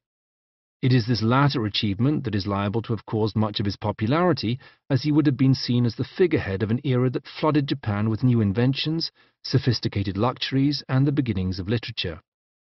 Chinese civilization, previously glimpsed only in the form of mirrors and tall tales, seems to have spread throughout Japan at a fast rate, spearheaded and remembered today as Buddhism, but likely to have been associated at the time with uncountable trade goods, new toys and fads. Buddhism itself offered a radically different set of beliefs from those previously practiced by the locals, not the least with its offer of a concept of salvation rather than a nebulous, unappealing eternity in the underworld. Shinto, which seems to have been only adopted as a term at all around this point in order to distinguish it from the new import, was still very much concerned with reverence for spirits and the placating of supernatural forces. Buddhism, however, introduced the notion of karma and the idea that all living creatures were living a cycle of life after life, the state of their being largely determined by whatever merit they had won for themselves in their previous existence. To new aspirants, such claims might be misread as the offer of eternal life and an improvement in personal circumstances. For women to be reborn as men, for men to return wealthier or more powerful, so long as they appeased the Buddhist deities, soon to be seen as incarnate within the many new temples springing up all over the country. None of this had much to do with true Buddhist philosophy, but, as in China itself, translation errors and philosophical misunderstandings would characterize much of Buddhism's early dissemination. Meanwhile, Buddhist practices would override much of the old order.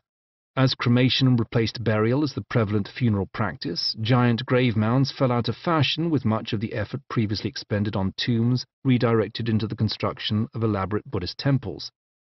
The very architecture that defined the era became a matter of temple precincts and palaces inspired by Chinese designs. Shotoku's love of things Chinese also extended to managerial strategies. It was under his tenure that the archipelago stopped being an inefficient, haphazard federation of occasionally hostile states and was transformed into a single, unified polity with a reigning sovereign. The old tribal rivalries and ethnic tensions would, arguably, endure for another 1,000 years, but they would henceforth happen below the throne, acted out as a matter of loyalty to the emperor. It was Shotoku's reforms, inspired by China and aimed at reducing the powers of the great families, which truly forced an organizational structure on the Japanese state. He established a court ranking system with a dozen grades which clearly stipulated that positions were not hereditary. Henceforth it would theoretically be easier to keep nepotism from the government. He also introduced a 17-point constitution which was less a blueprint for government and more a set of requirements for loyal courtiers. Drawing heavily on Confucianism, Shotoku insisted that courtiers avoid open conflict, adhere to their job descriptions, and offer true and full obedience to imperial commands.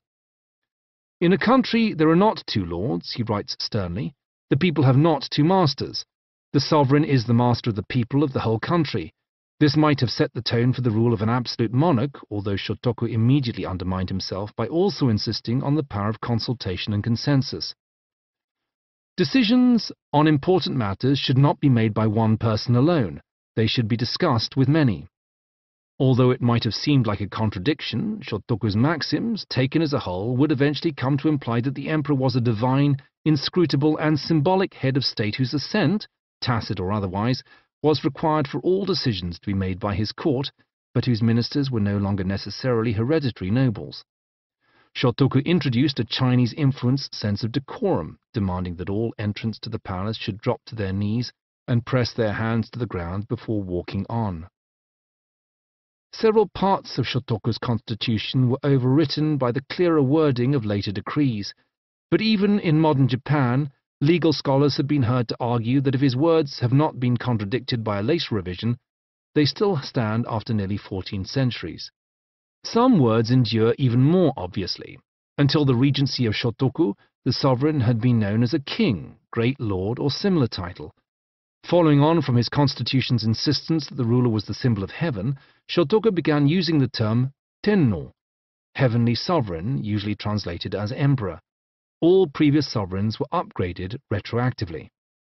Shotoku also wedged Buddhism firmly into the state organization by demanding that officials recognize the three treasures, not the mirror, sword, and jewel of ancient legend, but the Buddha, the law, and the Shinto priesthood, establishing a tripartite appeal to divine authority. Shotoku promoted further contacts with Chinese Buddhists, inaugurating several major temples and offering tax breaks to selected artists who were able to paint devotional icons.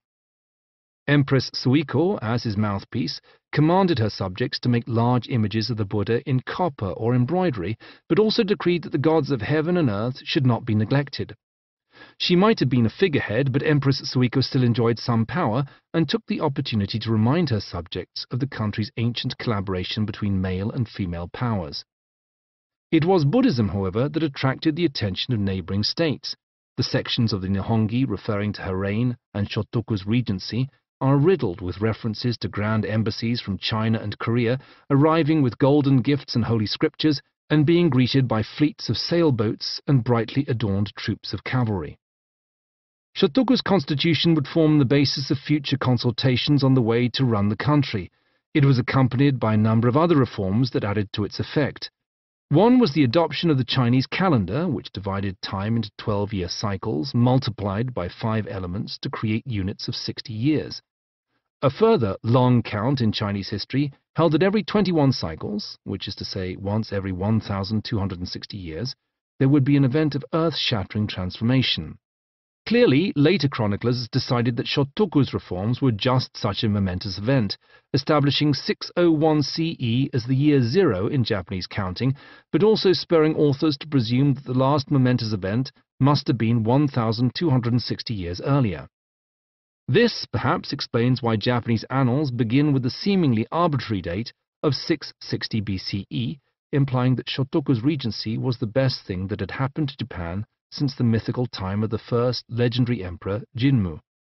A prophet might foretell that something similarly momentous would happen to Japan 1,260 years later, around 1861 CE, and by chance such a prediction would only be a few years out. One of the first acts of Shotoku's new nation was to pack an ambassador off to the Chinese to ask them to stop calling his people dwarves. The idea of a land of Wa, the prince thought, was insulting and belittling, and he would really much prefer it if the Chinese started referring to them with a little more respect. An embassy sent to China decided to put this into effect in 607 by pointedly ignoring a previous missive that had hailed the ruler of Wa. Instead, it extended an ill-advised greeting from the Son of Heaven in the land where the sun rises to the Son of Heaven in the land where the sun sets. This scandalized the Chinese not only for the implication that the island nation was somehow rising and ahead of China, but for the claim that the ruler of the islands was an emperor of equivalent standing to theirs. Considering Japan's position on the eastern horizon relative to China, and the country's claim as the chosen home of the descendants of Amaterasu, Prince Shotoku's ambassadors regarded the land where the sun rises as a far more suitable name for their country, in Japanese, Nippon. In modern Mandarin, this is pronounced Riben, but in Tang Dynasty Chinese, it would have sounded more like Yatban. 1,000 years later, misheard as Chipangu, put through a Portuguese mangle into Spanish as Japon, it would give us the name by which we know the country today. From this point on, the land was called Japan. Chapter 3. The Shining Prince, Medieval Japan. The guest protocols of China were elaborate and complex. All foreign visitors, even kings, were obliged to perform a series of actions designed to show that the sovereign of China was the ruler of the world, and they his loyal subjects. The Japanese, 1,000 miles from home, from a land that was little more than a fairy tale, were no exception. The gifts they presented would be vetted by imperial flunkies, and anything deemed offensive or worthless to the Xuanzong emperor would be tossed aside in advance. As was customary, Xuanzong would receive his visitors in the small hours of the morning. In the heat of the Chang'an summer, this was probably a mercy, but Otomo no Furumaru, the vice-ambassador from faraway Japan, was less keen when the event occurred on New Year's Day. Awake before dawn, his breath freezing in the air, he made his way with his entourage to the majestic Daming Palace in the north of the great city of Chang'an, entering through the southern gate and crossing the vast square of the outer court. Hanyuan Hall towered above him to the north, sitting atop a mountain of twinned dragon-tail staircases. It was designed to impart the feeling that visitors were literally ascending into the sky to commune with the ruler of the world. The assembled dignitaries waited in silence in the cold. In earlier generations, some might have chatted or joked, sneaking warm buns out of their sleeves, or shaken their limbs to keep warm. But the officers of court ceremony had become increasingly strict and threatened to punish any who deviated from the correct ritual. Even when Xuanzong was not present, protocol demanded they should act as if his spirit was among them. Just to make their position abundantly clear, foreign diplomats were housed for the ceremonies in tents pitched in the courtyard, surrounded by the pomp of the Chinese court, antiquated war chariots, ranks of Chinese guardsmen with fearsome halberds, lines of bells, drums, and chimes. The Xuanzong emperor would arrive in a palanquin, clad in striking scarlet robes, with his face partly obscured by the curtain of beads that hung from his crown, while his court musicians played the music of grand harmony. The music stopped when he sat on his throne. A new melody would start up, the music of leisure and harmony, signalling that the dukes, princes, and kings of subordinate countries should take their positions. A herald then commanded them to fall to the floor and kowtow twice to the emperor. They were obliged to perform such obeisances every time they received anything from the emperor, be it a kind word or a cup of wine brought by scurrying servants. Otomo no Furumaru had been briefed about all of this and was ready to play the game, although as he arrived that cold winter day, he was scandalized by what he saw. An ambassador from a Korean state was in the prime position, directly beside the emperor's throne. In the quiet of the courtyard, while they waited for the emperor's arrival, Otomo whispered in disapproval at General Wu Huaishi, who had the misfortune to be standing nearby. "Silla pays tribute to Japan," he hissed. "Since ancient times, Silla has been a vassal of my ruler. But you put their ambassador closer to the emperor and us on the wrong side of them. How is this righteous?" General Wu was a swift tactician. He had to be, not only on the battlefields of his younger days, but in the intricate placements of court ceremony. The rules of the Chinese palace had to reflect the positions of the world, with the Chinese emperor central and his subjects aligned in proper order of protocol. Some might have regarded Ortamor's complaints as disruptive and rude, but General Wu saw them as earnest entreaties that the ceremony should proceed according to the truth of all under heaven.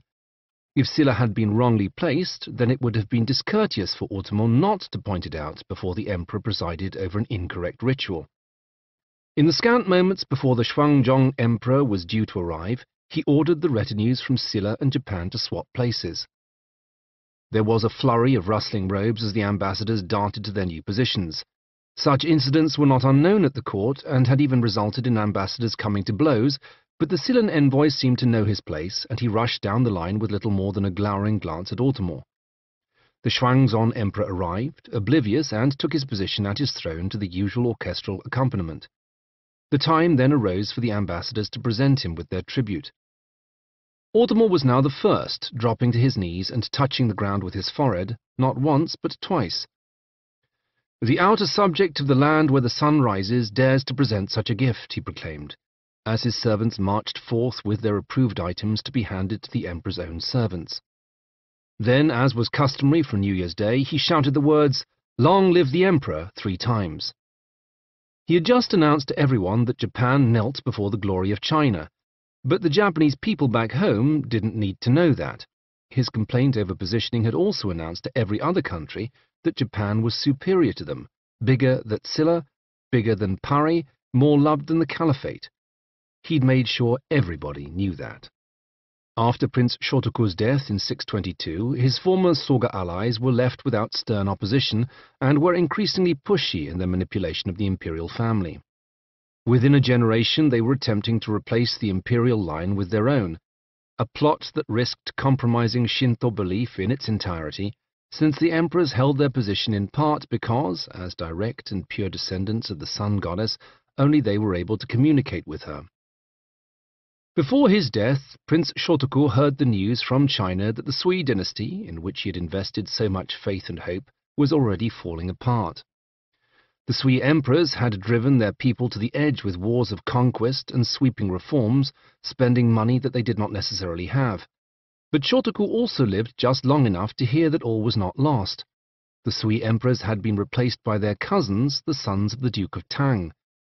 This new Tang dynasty would be substantially more enduring and would lead to many more contacts across the strait. A strong, unified China, however, could mean a China with a greater interest in political expansion. Sure enough, it was not long before the Tang Chinese were interfering in the squabbling kingdoms of the Korean peninsula, forming an alliance with Silla and allowing the small state to push against Japan's ally, Baekje. Back in China, the poster boy of the early Tang dynasty was the Emperor Taizong, reigned 626–49, supposedly the second ruler of his line, but actually so proactive in his father's revolution that he was just as much the founder of the dynasty. Although he was not his father's eldest son, Taizong had secured his position in the succession by declaring war on his own brothers and leading armed soldiers against them in a palace putsch. It should perhaps come as no surprise that the story of his palace coup would reach Japan, along with all the more genteel elements of Chinese civilization, such as Buddhist statues and sutras. Although there was a precedent for such behavior in Japanese history, and the country had no need for Chinese inspiration, the story of Taizong may have been a template for the enemies of the Soga clan. Prince Shotoku's constitution did not prevent enemies of his clan from having his son murdered, but in 645 the long domination of the Soga family was brought to a crashing halt by a Japanese prince who barged into his mother's throne room to murder a Soga paterfamilias at the imperial court. When his assassins hesitated, Prince Naka-no-Oe took matters into his own hands, badly wounding the hapless Soga leader in front of the empress before pleading his case. When the shocked Empress Kogyoku backed out of the room, supposedly to consider his appeal, the prince's allies finally plucked up their courage and hacked their victim to death. Kogyoku was a widow on the throne, powerless without the support of the Soga, who were outnumbered now by her son's allies among the Nakatomi clan. She tried to abdicate in favor of her son, but the prince instead made her put her brother on the throne so that he could continue to run things without the burden of ceremonial responsibilities. It was under his regency that Japan received another basket of radical decrees, the Taika reforms, taking Shotoku's constitution out of the realm of airy theory and into more concrete, practical solutions. Taika means great change. Although the reforms were credited to a specific emperor, they derived much of their power from the observations and ideas of an entire generation of Japanese scholars who were newly returned from 2 decades of studying in China and involved in the establishment of a university in Nara. A series of proclamations issued on New Year's Day of 646 established that all land was now the property of the emperor, and that its administrators ruled it merely on his sufferance. This was perhaps the most revolutionary change, although many of the provinces didn't notice for a while. The reformers did not dare to unseat local headmen, but instead rebranded both of them and their responsibilities. Instead of running their own autonomous holdings, the headmen were now obliged to send quotas of tribute to the court. Census takers and record keepers were appointed to keep tabs on the use of what was now understood to be imperial land. As appointees, long-term rulers of various districts could now be fired if they failed to fulfill their duties, which now included the sending of taxes and conscript soldiers. This last item was to prove to be the most controversial and seems to reflect a growing fear among the Japanese that they would soon face conflict in Korea and a possible invasion from the mainland. Able-bodied men between the ages of 20 and 59 were registered as soldiers, although this was often the sum total of their military service, and they returned home again to their fields. The new rule was so unpopular that many young men effectively abandoned their homes in order to avoid being drafted. 10 years later, upon the death of her replacement, Kogyoku would be placed back on the throne and renamed Empress Saimei. It was only with her death in 661 that her murderous son finally ascended the throne himself after a generation of ruling from behind it. Now in his 40s, the former Prince Nakano-Oi adopted the imperial name Tenji, reigned 661 to 72. As Japan's 39th emperor, Tenji faithfully adhered to the codes set by his predecessors, largely because he had been their secret instigator. The Taika reforms are remembered as being acts of his mother, even though he was instrumental in their imposition. The kingdom of Baekje fell in 660, embroiling the Japanese in a long scheme to back their allies on the mainland by lending military support to an attempted restoration. Empress Saimei had in fact died at a temporary capital in Kyushu while supposedly overseeing the plans for the Great Expedition. Tenji was only crowned after bringing his mother's remains back to the central plain. In August of 661, Tenji sent out a fleet carrying 5,000 soldiers ready to support the restoration of his chosen Baekje pretender. Several months later, another 37,000 soldiers were committed to the operation, which would at least explain what happened to all the conscripts netted in the Taika reforms. It was, however, arguably to be the biggest military disaster in Japanese history until the Second World War. Despite vastly outnumbering the ships and men from Silla and Tang China, the Japanese armada wasted its manpower on ill-judged assaults and was soon boxed in on the river Jium, where its numerical advantage was squandered. Accounts differ as to the scale of the defeat, but mainland chronicles estimated 10,000 Japanese dead and 400 ships lost. The flames and smoke rose to scorch the heavens, reads one of the last entries in the Baekje annals, while the ocean's waters turned as red as cinnabar. Baekje was gone, drowned beneath the onslaught of Silla and Tang China. Although an end had finally been made to the destruction caused by war, observe the Baekje annals, every household in the land had been touched by tragedy, and corpses still lay strewn about like scattered straw. There is nothing more to be done, reads the Nihongi. This day the name of Baekje has become extinct. There are those who believe that the people of Baekje and the people of Japan had such a close ethnic and linguistic affinity that they were indistinguishable from one another. The fall of Baekje led to one last influx of several thousand refugees from the mainland, including the surviving members of the Baekje royal family, who were welcomed as noble relatives. Their ranks were carried across to the Japanese court, and their descendants formed a new clan in Japan, the Kings of Baekje, Kudara no Konishiki, whose leaders would be significant players in Japan's subsequent northern frontier wars. Thereafter, however, Japan was cut off from its main source of mainland culture. Several decades of absorbing every aspect of Sino-Korean society came to a sudden halt, while the Japanese considered the likelihood of a counterattack from across the Korea Strait. In fact, and not for the last time, the breadth of the Korea Strait proved just wide enough to prevent military actions, and the Japanese were left in peace. By the 670s, Silla and Tang China had gone to war with each other. Silla had forced the Chinese out of Korea, and the flashpoint lay between those two powers on their shared border rather than being directed across the Korea Strait at Japan. The Japanese, however, took more than 20 years to work this out and spent the next generation making preparations for an invasion that never came. In 667, Emperor Tenji moved his capital up to Otsu on the western shore of Lake Biwa. The Japanese capital moved 15 times in the 7th century, in part because early Japanese towns relied heavily on wood as building material and fuel, and the depletion of nearby forests may have made it more economical to simply switch locations every few years. But Tenji's move, which took him into the ancestral heartland of Korean émigré clans loyal to the throne, may have also been a strategic move, creating a more defensible position to ward against possible invasion from the mainland.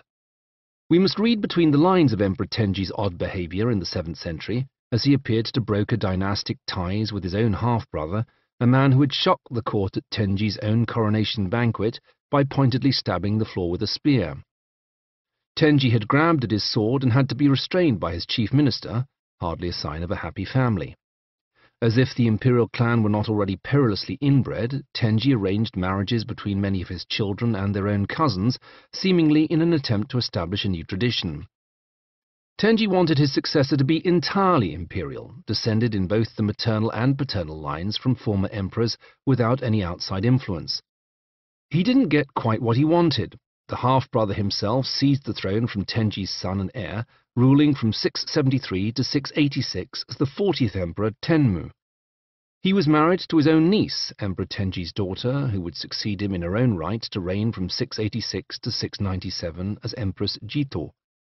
Under their reigns, Buddhism was pushed even further onto the Japanese people, in part as a new means of establishing control in the outlying regions. Temples were set up, repeated rituals that also emphasized the power of the sovereign were promoted, and the copying of sutras was promised. By the time Empress Jito died, her court was directly funding 545 temples in the Yamato region. The Tang dynasty did not merely inspire Japanese princes to take matters into their own hands and Japanese empresses to rule in their own name. It also led to one of the farthest-reaching and longest-lasting cultural impacts upon Japan.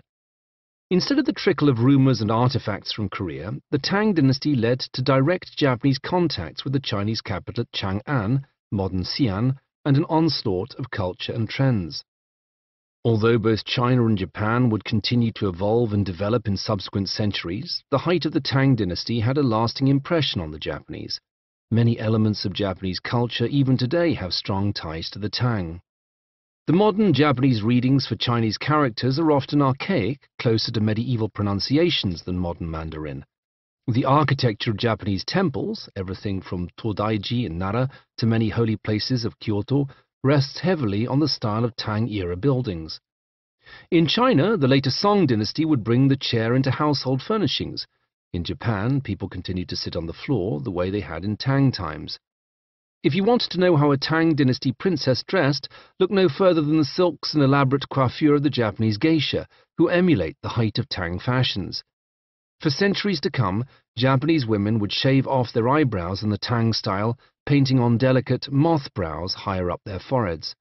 They augmented this look in a more particular Japanese way by dyeing their teeth black with a cocktail of iron filings dissolved in vinegar.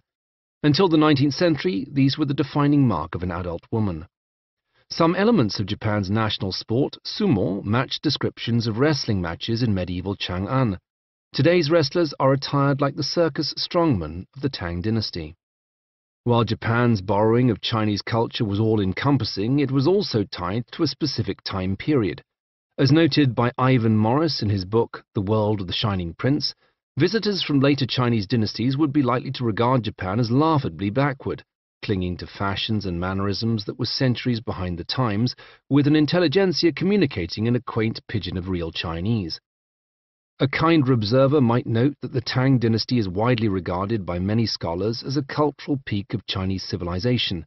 Maybe the Japanese decided that if it wasn't broken, there was no point in fixing it. In 684, Emperor Tenmu issued a proclamation that would have repercussions for centuries to come, establishing that local rulers needed to maintain a militia that could be put to use in the service of the throne. The arts of war are necessary for heavenly governance. All civil and military officials should employ soldiers and learn to ride on horseback. Be careful to provide an adequate supply of horses, weapons, and articles of personal costume.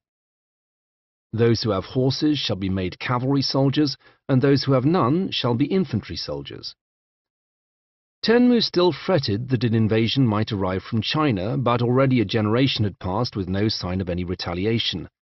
Regardless, his reforms established the first glimmerings of a military class that was, if not professional, then certainly in possession of some semblance of uniform training and ability. Among the clans of the outlying regions, and even closer to the capital, the nature of fighting men began to diverge into the relatively poor farmer soldiers who left their fields to fight as commanded, and an equestrian elite that could afford the maintenance and operation of horses. A knightly class was beginning to emerge. Further afield, provinces that still appeared to be on the edge of barbarism were urged to send symbolic tribute to the sovereign, sometimes in the form of food, but also occasional singers, dwarves, and jugglers.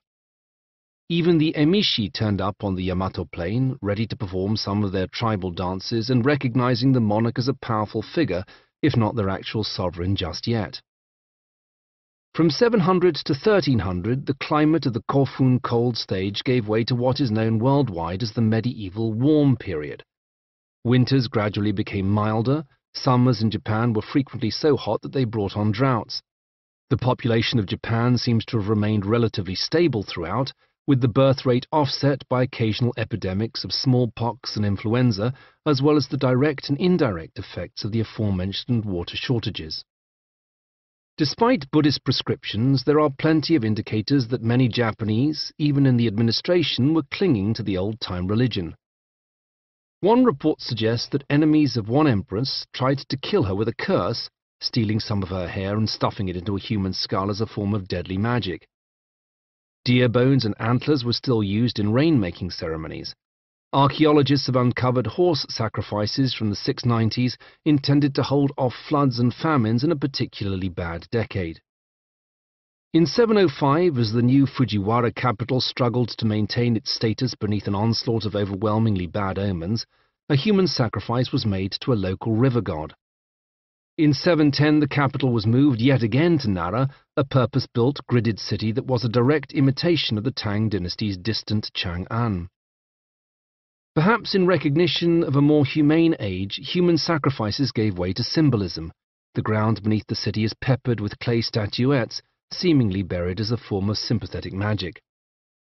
Conditions favored the conversion or reconversion of wilderness into arable land, allowing for an increase in population, but also the development of rapid wealth and power for anyone at the periphery overseeing the repurposing of such tracts of land.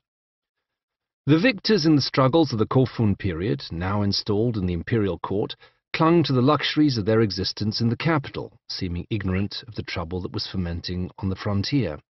A particularly damaging smallpox epidemic from 735 to 737 severely depleted the rural population, prompting the government to relax land redistribution schemes.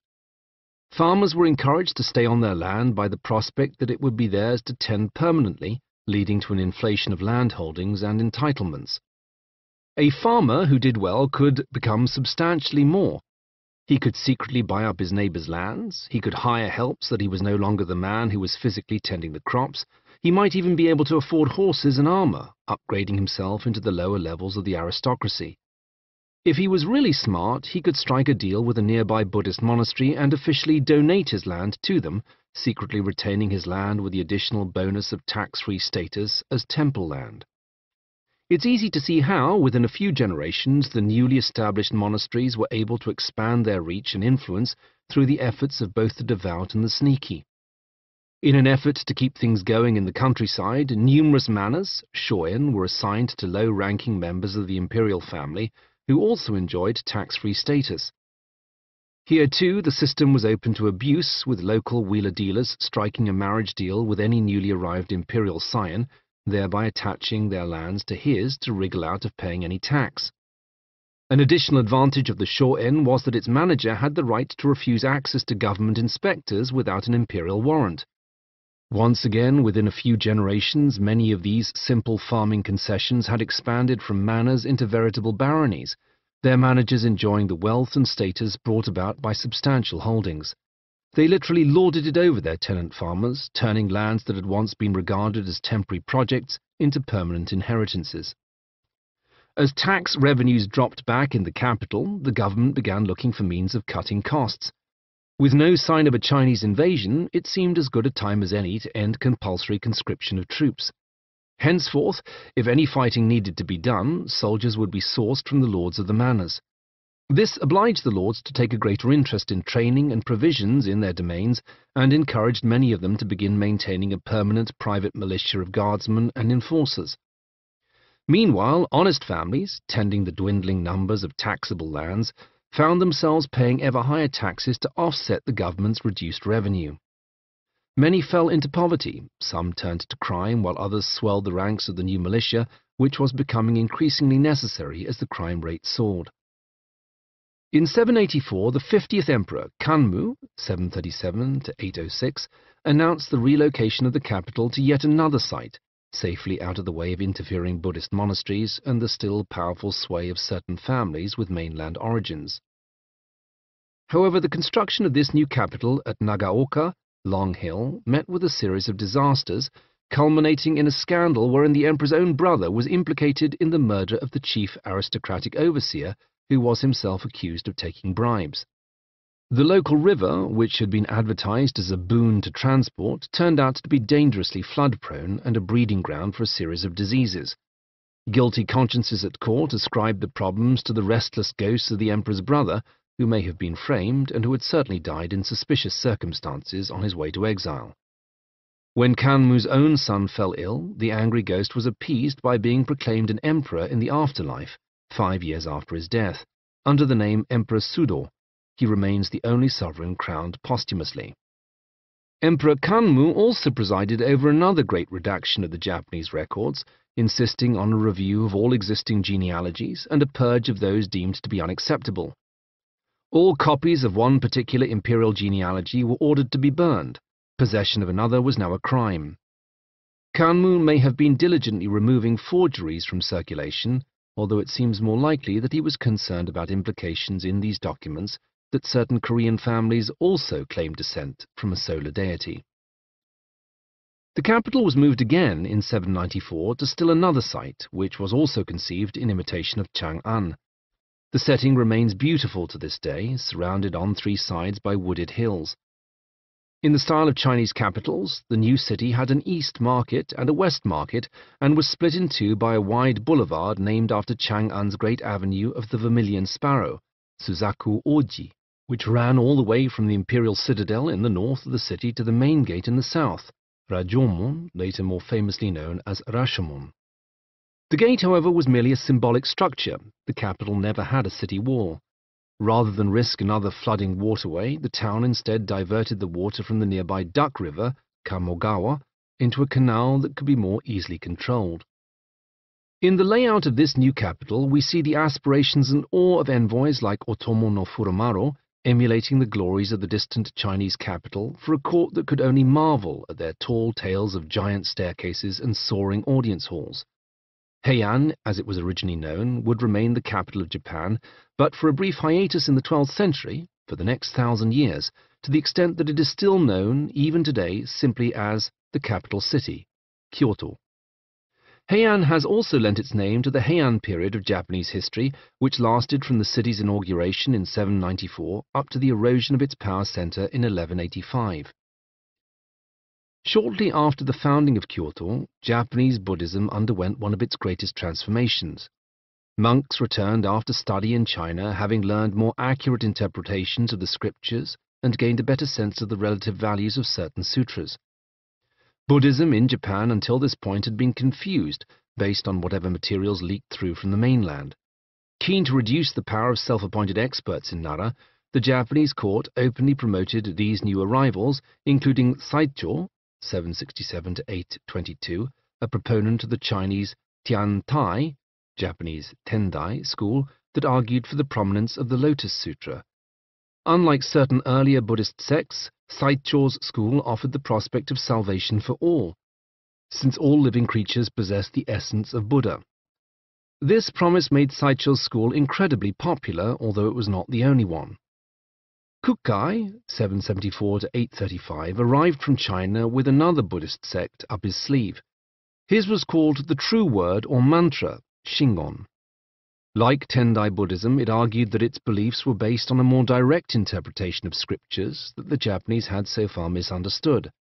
But Shingon's version of this truth was a world away from Tendai's, instead focusing on the first and greatest of all Buddhas, the Dainichi Nyorai, whose powers supposedly trumped those of all subsequent incarnations, and through whom the path to enlightenment could be invoked by the use of cantrips and spells, the aforementioned true words.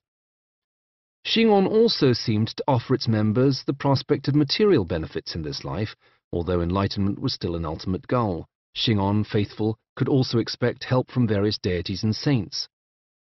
Precisely who or how is difficult to say, since Shingon jealously guarded many of its inner teachings. Ironically, both these forms of Buddhism took root in Japan as they were being purged and persecuted in China, where the Tang Emperor Wuzong had launched a massive campaign to cast out an unwelcome foreign, i.e. Indian, religion. This is liable to have contributed to a sudden rise in newly arrived Chinese scriptures, giving Japanese monks more to translate, interpret, and disseminate. The Japanese did not initially have a written language of their own. Like almost every other nation in East Asia, they instead used Sinitic, summarizing their thoughts by using Chinese characters to represent them. Both the Kojiki and the Nihongi, for example, were written in Chinese, or rather, they used Chinese characters to fix on the page the ideas and stories of the ancient Japanese. At one level, this led to a continent-wide common language. One could write a letter in Vietnam and expect it to make sense to a reader in Japan, even if neither correspondent spoke the other's language. At that time, and ever since, this meant that words in Japanese could have multiple possible pronunciations. Words on a page can prove slippery with two possible meanings or more. The Japanese tried to fix this problem as time went on. The men largely clung to Sinitic writing as a mark of status and learning. Shorthand fixes were dismissed as women's writing. As a result, the men largely kept to their aping of Chinese forms, while women flourished because the shorthand version was more flexible and suitable to Japanese. Heian women, writing for private publication and hence untroubled by the use of abbreviations and slang, wrote their diaries in a cursive, truncated script that threw away the Chinese characters and replaced them with symbols that represented the actual sounds of the Japanese language. This writing system became known as hiragana, smooth letters, and its use is a fundamental, transformative moment in the development of Japanese culture. Before long, someone realized that hiragana could be used not only to inform readers of the correct pronunciation of a Chinese symbol, but also to conjugate it. So a simple verb like go, which would be written with the Chinese character that the Japanese read as I, could now gain suffixes that put it in the present tense, ikimasu, or the past ikimashita. Instead of being a sophisticated foreign code awkwardly grasped by the Japanese, Chinese ideographs were adapted into the service of the Japanese language. To this day, written Japanese remains a combination of Sinitic and hiragana, the swirls of the native syllabary augmenting and clarifying the complex alien hieroglyphs, some 2,136 of which are still required in order to make sense of a newspaper. Modern language learners usually memorize the hiragana as a set of sounds: a, I, u, e, o, ka, ki, ku, ke, ko, sa, shi, su, se, so, and so on. In olden times, however, the Japanese used a mnemonic device. Much as "the quick brown fox jumps over the lazy dog" is a sentence that contains all the letters of the alphabet, the medieval Japanese wrote the hiragana syllabary down as a poem, which is usually known by its first three sounds, I, ro, ha. In its entirety it reads, "Even the blossoming flowers will eventually scatter. Who in our world will not change? Today we cross the deep mountains of karma, but we shall not have transient dreams, nor shall we be deluded." Just to complicate matters, Japanese monks developed a third writing system, largely to be used in explaining the pronunciation of terms from Buddhist sutras. Using fragments of existing Chinese characters, hence the name katakana, broken letters, this additional system also remains in use today, mainly to transcribe foreign words and the noises made by beasts. Read into that what you will. The development of a literate, literary aristocracy led to an outpouring of written records, many of which survive today. We do not merely have access to the doubtful yet informative chronicles of the Kojiki and the Nihongi, but also to personal diaries, pillow books, and anthologies of thousand-year-old poetry. Many examples of such writings have survived, giving us an invaluable glimpse of the worldview of the extreme upper class of Japanese society. One male diarist from the 900s left an account of what was expected of a Fujiwara nobleman, mixing moments of mundane grooming procedures with arcane rituals that relied on complex astrological calculations. On waking, he should begin his day by whispering 7 times the name of his patron star. He should wash his hands, take a toothpick to his teeth, and then turn to the west to offer homage to Buddha and whichever local kami was his. Porridge for breakfast, and then, once every 3 days, a comb through his long hair. Fingernails to be trimmed once every 12 days, toes too. A bath once every 5 days, but only if the omens were good. For fun, he might settle down to gaze at a Yamato-e, a highly decorated scroll that sometimes included annotations but was sometimes purely pictorial. The Yamato-e was intended to be unwound in stages, the left hand unrolling and the right hand winding back up, creating a slowly panning tableau in front of the reader's eye. Any story was revealed in a linear fashion, as if the reader were walking alongside and slowly overtaking a temple procession, for example, or glimpsing a movie that unfurled in a single long take. Many modern museums, out of necessity, exhibit such scrolls entirely unrolled as single elongated pictures. This rather removes the dramatic possibilities of unwinding it oneself and the sense of recognition and discovery as certain characters arise and reappear. One of our most valuable records of life in the Heian court comes from a chatty, contrary, vulnerable lady-in-waiting whose habit of writing topical lists and musings often makes her come across like a modern blogger. Common to the etiquette of the day, her true name remained unspoken in public and is hence lost, although she is usually referred to by her nickname Sei Shonagon, Lesser Counselor of State Kyo's woman. Some of her diary entries even appear to be what we might now call memes, snickering about a cat treated as a royal personage, or a long-forgotten in-joke about a spindle tree, enduring today as nothing but an unintelligible punchline. Sei Shonagon loves getting letters. She derives a nerdy joy at finding books she hasn't read before. Rude people piss her off. She can never find a truly good pair of tweezers. She hates that moment when you splash ink on a book you are copying out, that moment when you wait up all night for a man who doesn't show, or when he does and then snores loud enough for your neighbours to know what's going on. She hates going to bed alone and burning fine incense that makes her feel like she is a class act if there's no man to notice. When she looks in her Chinese mirror and the burnished bronze is a little cloudy, it makes her fret that she too is losing her looks. When an evening letter arrives from her lover, she can't wait to find a lamp and uses tongs to snatch a lump of red charcoal from the nearby brazier, squinting in the half-light, heedless of the fire hazard. Sei Shonagon hates it when she hires an exorcist to deal with someone's spirit possession, only for the guy to turn out to be a drowsy charlatan. She swells with childish pride when the Empress addresses her and she accidentally says the right thing in response. When her carriage travels down a narrow woodland lane, she reaches out to touch the trees. Haters still hated. Murasaki Shikibu, the wisteria girl of the Ministry of Ceremonies, a fellow court lady who also kept a diary, couldn't stand Sei Shonagon, but had to put up with her scribblings. 1,000 years later, we are immensely fortunate to have access to the writings of both these remarkable women, who not only wrote beautifully and evocatively about their lives, but did so at the same time and place. Somewhere, sitting in a bar not far from you right now, there is a pair of frenemies just like them, one bubbly, chatty and sensual, the other shy, plainer but smarter. Sei Shonagon is the hot, flirty one with a ready comeback.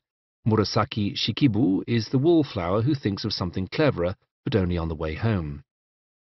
Widowed at a young age, Murasaki was introverted, introspective, icily witty, but faintly repulsed by human contact, particularly with Sei Shonagon, whom she regarded as insufferably smug, airheaded, and with an inflated sense of her own literary merits.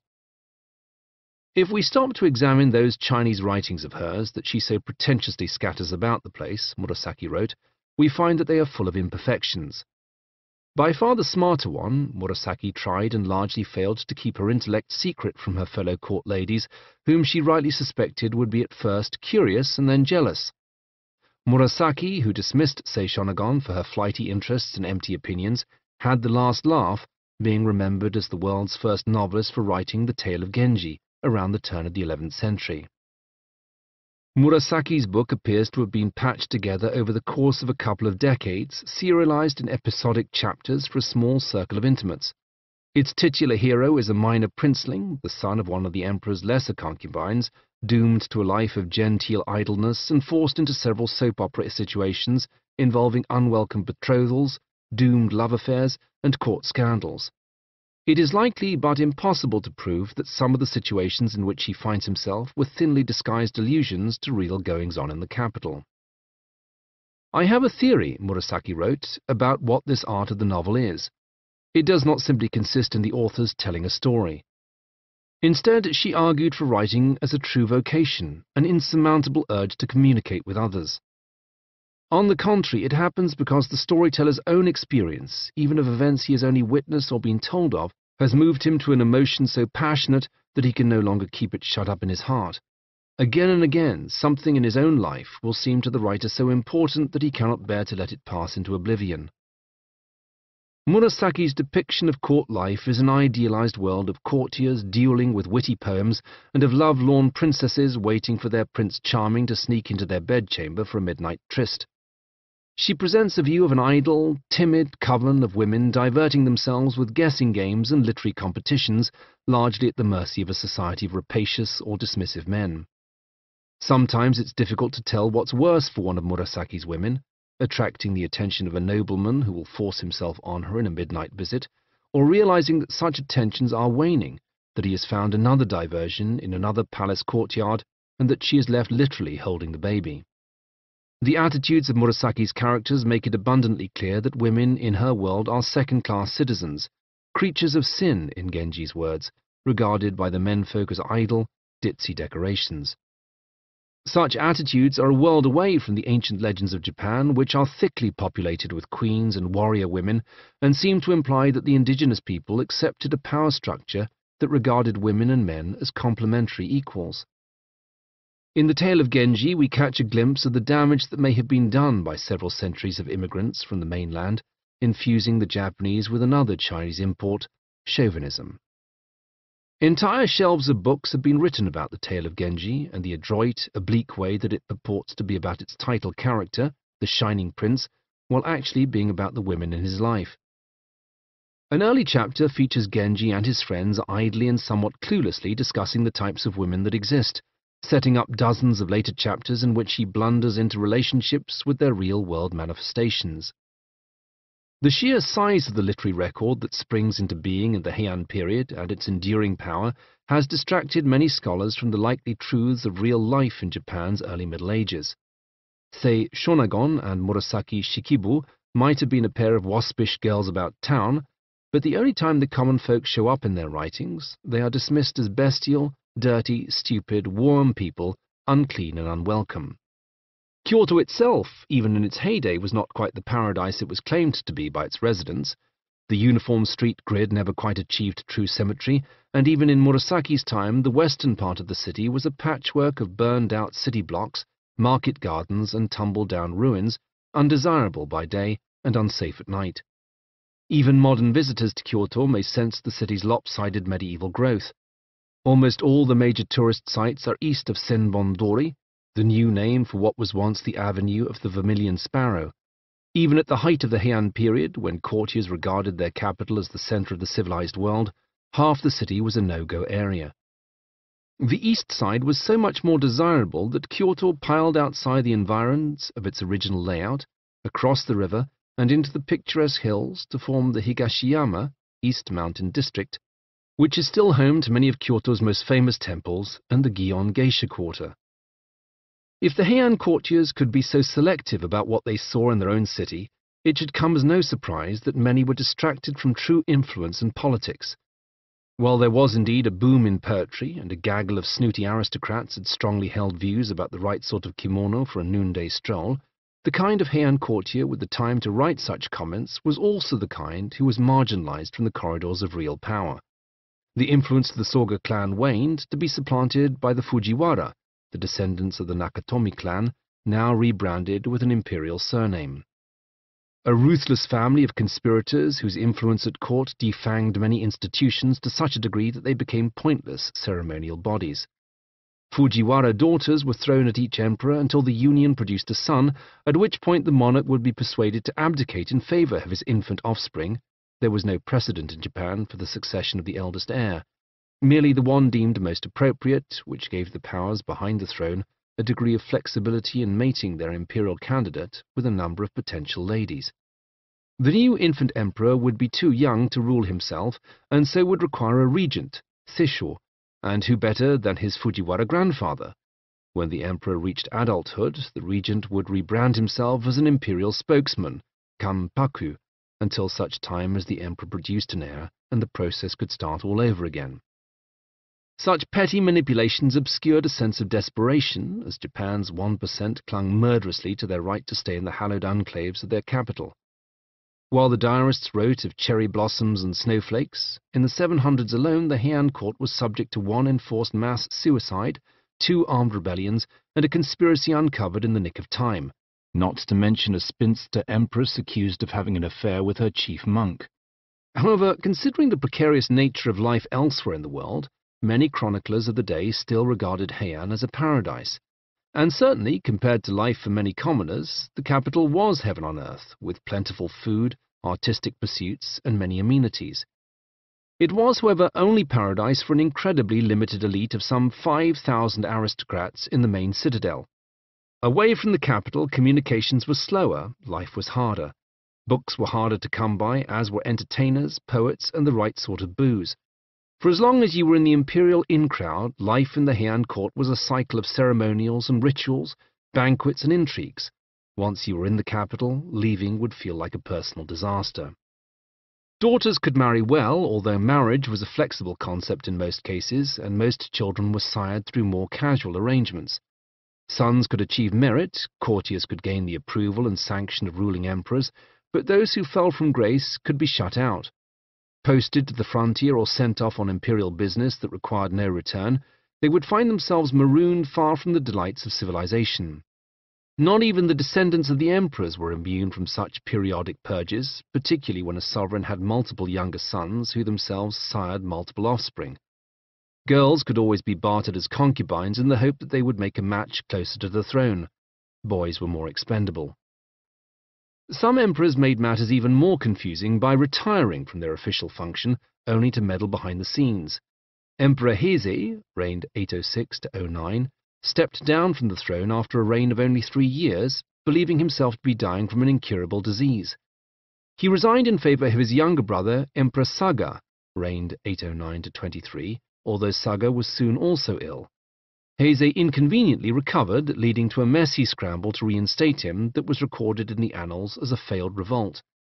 Henceforth, Japanese history would gain an entire new set of players, retired emperors, each with their own entourage, their own capricious changes of heart regarding their favorite bedmate, and their own opinions about which of their grandchildren would make the most suitable sovereign. Around 814, Emperor Saga tried to save the court some money by downgrading some of his unruly brood of 49 children from courtiers to commoners, bestowing them with the new surname of Minamoto, house of origin, and further increasing the number of new Shoin manors in the countryside. Several subsequent emperors similarly lopped off their minor family branches, also rebranding them as Minamoto. In such pruning, we see the outer manifestation of intense politicking at court and the aftermaths of dozens of forgotten love affairs, promises made and broken, or favourites proclaimed and disowned among both wives and sons. Unlike the Christian world, where an eldest son was usually a clear-cut proposition, the Japanese court featured a whirl of competing eldest sons from different mothers. Imagine the spousal Sudoku of King Henry VIII multiplied tenfold by a far more pragmatic attitude toward marriage and legitimacy among an entire entourage of pushy families, every one of them hoping that the next emperor would be a child of their clan. Both emperors Heise and Saga, however, placed a high value on the chief of their personal guard, a man called Sakanue no Tamuramoro, who had won fame for himself on the borderlands fighting against the Emishi. In that role he had been appointed as the emperor's barbarian-suppressing supreme general, or Seitai Shogun. A relatively new post, Tamuramoro was only the second to hold it. This title allowed a general to enjoy sweeping powers on the frontier so that the court could be spared the hassle and time-wasting of communicating with representatives several days' ride away.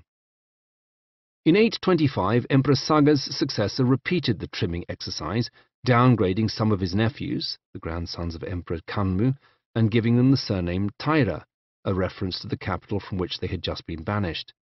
Several of his successors also added to the House of Taira over the next few decades, creating a new class of younger, hungrier subjects with chips on their shoulders and a desire to clamber back up the ladder. The Minamoto and the Taira were soon out in the provinces hoping to make a name for themselves, fighting in the ongoing frontier clearances that Emperor Kanmu had set in motion, jockeying over who might be appointed to military positions that could lead to re-ennoblement. It may come as a surprise that the Emishi, dismissed in so many accounts as dumb barbarians, should need all that much suppressing, but the size of the military response managed by Tamuramoro and several of his colleagues points to a substantial, powerful presence at the edges of the growing realm of Japan. In fact, the period beginning in 774, in the time of Emperor Kanmu's father, through to 812, partway through the realm of Emperor Saga, includes not only the toing and froing over the establishment of 3 different capitals, but an entire generation of conflict on the borders, known in Japanese as the 38 Years' War.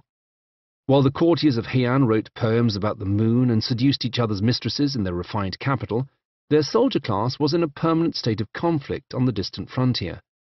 There were fortunes to be made. Whereas southern Japan was a patchwork of small counties, the provinces of the north show up on maps as substantially massive additions.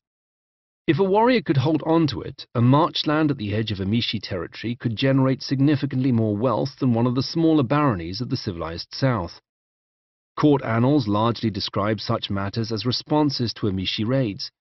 This, however, was far from the truth, as Japanese settlers were pushing into Emishi lands. Some Emishi fled north to Hokkaido. Others accepted the new arrivals at their word that they were peaceful farmers who would cause no trouble. These farmers would arrive with a military presence in a nearby fort and wasted no time into classifying the locals into peaceful Emishi, who cooperated and coexisted with the new arrivals, and wild Emishi, who fought back. Such tensions are liable to have characterized every step of the Japanese advance up the archipelago from the moment that mainlanders first arrived in Kyushu in prehistoric times. The only difference with these last conflicts is that the historical record is slightly clearer about the situation. Peaceful Emishi were regarded as subjects of the emperor, an assumption that could serve to drag the invading warriors even further into local politics, with some Emishi undoubtedly allying themselves with the new arrivals in order to gain some military muscle in settling local scores. Others would enjoy the benefits of trade only to go wild some time later when a local commandant informed them of their previously unmentioned or misunderstood tax obligations. Such complexities rarely made it back down south, where the situation in the borderlands was merely reported as a matter of raids by wild Emishi against peaceful Japanese settlers. Nor were the Emishi easy targets. They had an intimate knowledge of the local land and access to good weapons. They were accomplished archers and excellent horsemen, and some of their leaders ran rings around the stiff stratagems of the Japanese generals. One of the most famous Emishi leaders, Aterui, scored a crushing victory at the Battle of the Koromo River in 788, where, although only some 24 Japanese soldiers fell in an ambush, more than 1,000 drowned as they tried to retreat through the river. In fact, it was the conflict with the Emishi, coupled with the geographical conditions of Japan's frontier, which largely created the enduring image of the Japanese warrior. Over the course of many decades, not only of warfare but of far longer periods of peaceful interaction, the Japanese and the Emishi substantially cross-pollinated each other. You might say that by the time the fighting was over, it was difficult to tell them apart. Old-fashioned Chinese military technology simply wasn't suited to Japan. There was rarely enough flat ground for chariots. Crossbows fell into disuse, lacking adequate spare parts or maintenance. The emishi preferred curved swords that allowed for better slashing from horseback, and the Japanese started using them themselves. Shields, more like portable planks that archers would erect in front of them as a form of cover, were next to useless on rough terrain, particularly in forests where the enemy was not playing by any recognized rules of engagement. Components of metal armor, both the plates and the wires that held them together, would rust and chafe in the humid climate. Instead, the Japanese began to adopt a lighter, more flexible protection that used interlocking pieces of hardened leather and lacquer with boxy shoulder guards designed to impart a degree of the old shield coverage even when a rider on horseback was drawing back his bowstring. The helmet, meanwhile, was given a hard lacquer top and a flared neck guard in order to offer the maximum protection against enemy archers when charging straight for them, head down on horseback. Eventually it became clear that there was no Chinese counterattack coming from the mainland. Military conscription was suspended in the south by the end of the 8th century. The only battlefields for several generations were found in the north, entirely transforming the Japanese idea of warfare to an emishi-focused mode. If there was any fighting to be done, it was usually in the hands of a provincial officer favored by court officials, more often than not a taira or minamoto cousin, who would be expected to supply his own manpower to deal with any problem. This motivated the provincial leaders to maintain their own armies. Such manpower was usually divided between a permanent entourage of full-time warriors and an outer labor pool of farmers and vassals who lived in the surrounding area but could be called upon in times of need. Soldiers were withdrawn from the frontier to serve as watchmen and constabulary. 10,000 friendly emishi, the sons and relations of numerous pacified tribesmen, were scattered across the south, sent there as hostages. They brought with them their light, boxy armor, their top-heavy longbows, and their curved swords. This, it was soon understood, was what a warrior looked like. The taira and the minamoto, those spare sons of remote branches of the imperial family tree, married into the emishi much as their ancestors had clearly done with the native peoples in the south. Taira and minamoto sons were born with half emishi blood. Emishi son-in-laws were given the taira or minamoto surname in order to obscure their lowly origins. They grabbed large holdings of land for themselves and became veritable lords on the remote and uncivilized borders and newly cleared marchland. Although the sophisticated courtly life stopped at the Uji Bridge outside Kyoto, there was some sense among the courtiers that they had distant cousins on the far-off frontier grubbing out a harsh existence at the edge of the world. Such men and their families were largely forgotten and ignored, although a lucky few, like Tamuramuro, returned to the capital, where they were feted for their achievements and rewarded with noble titles and court positions.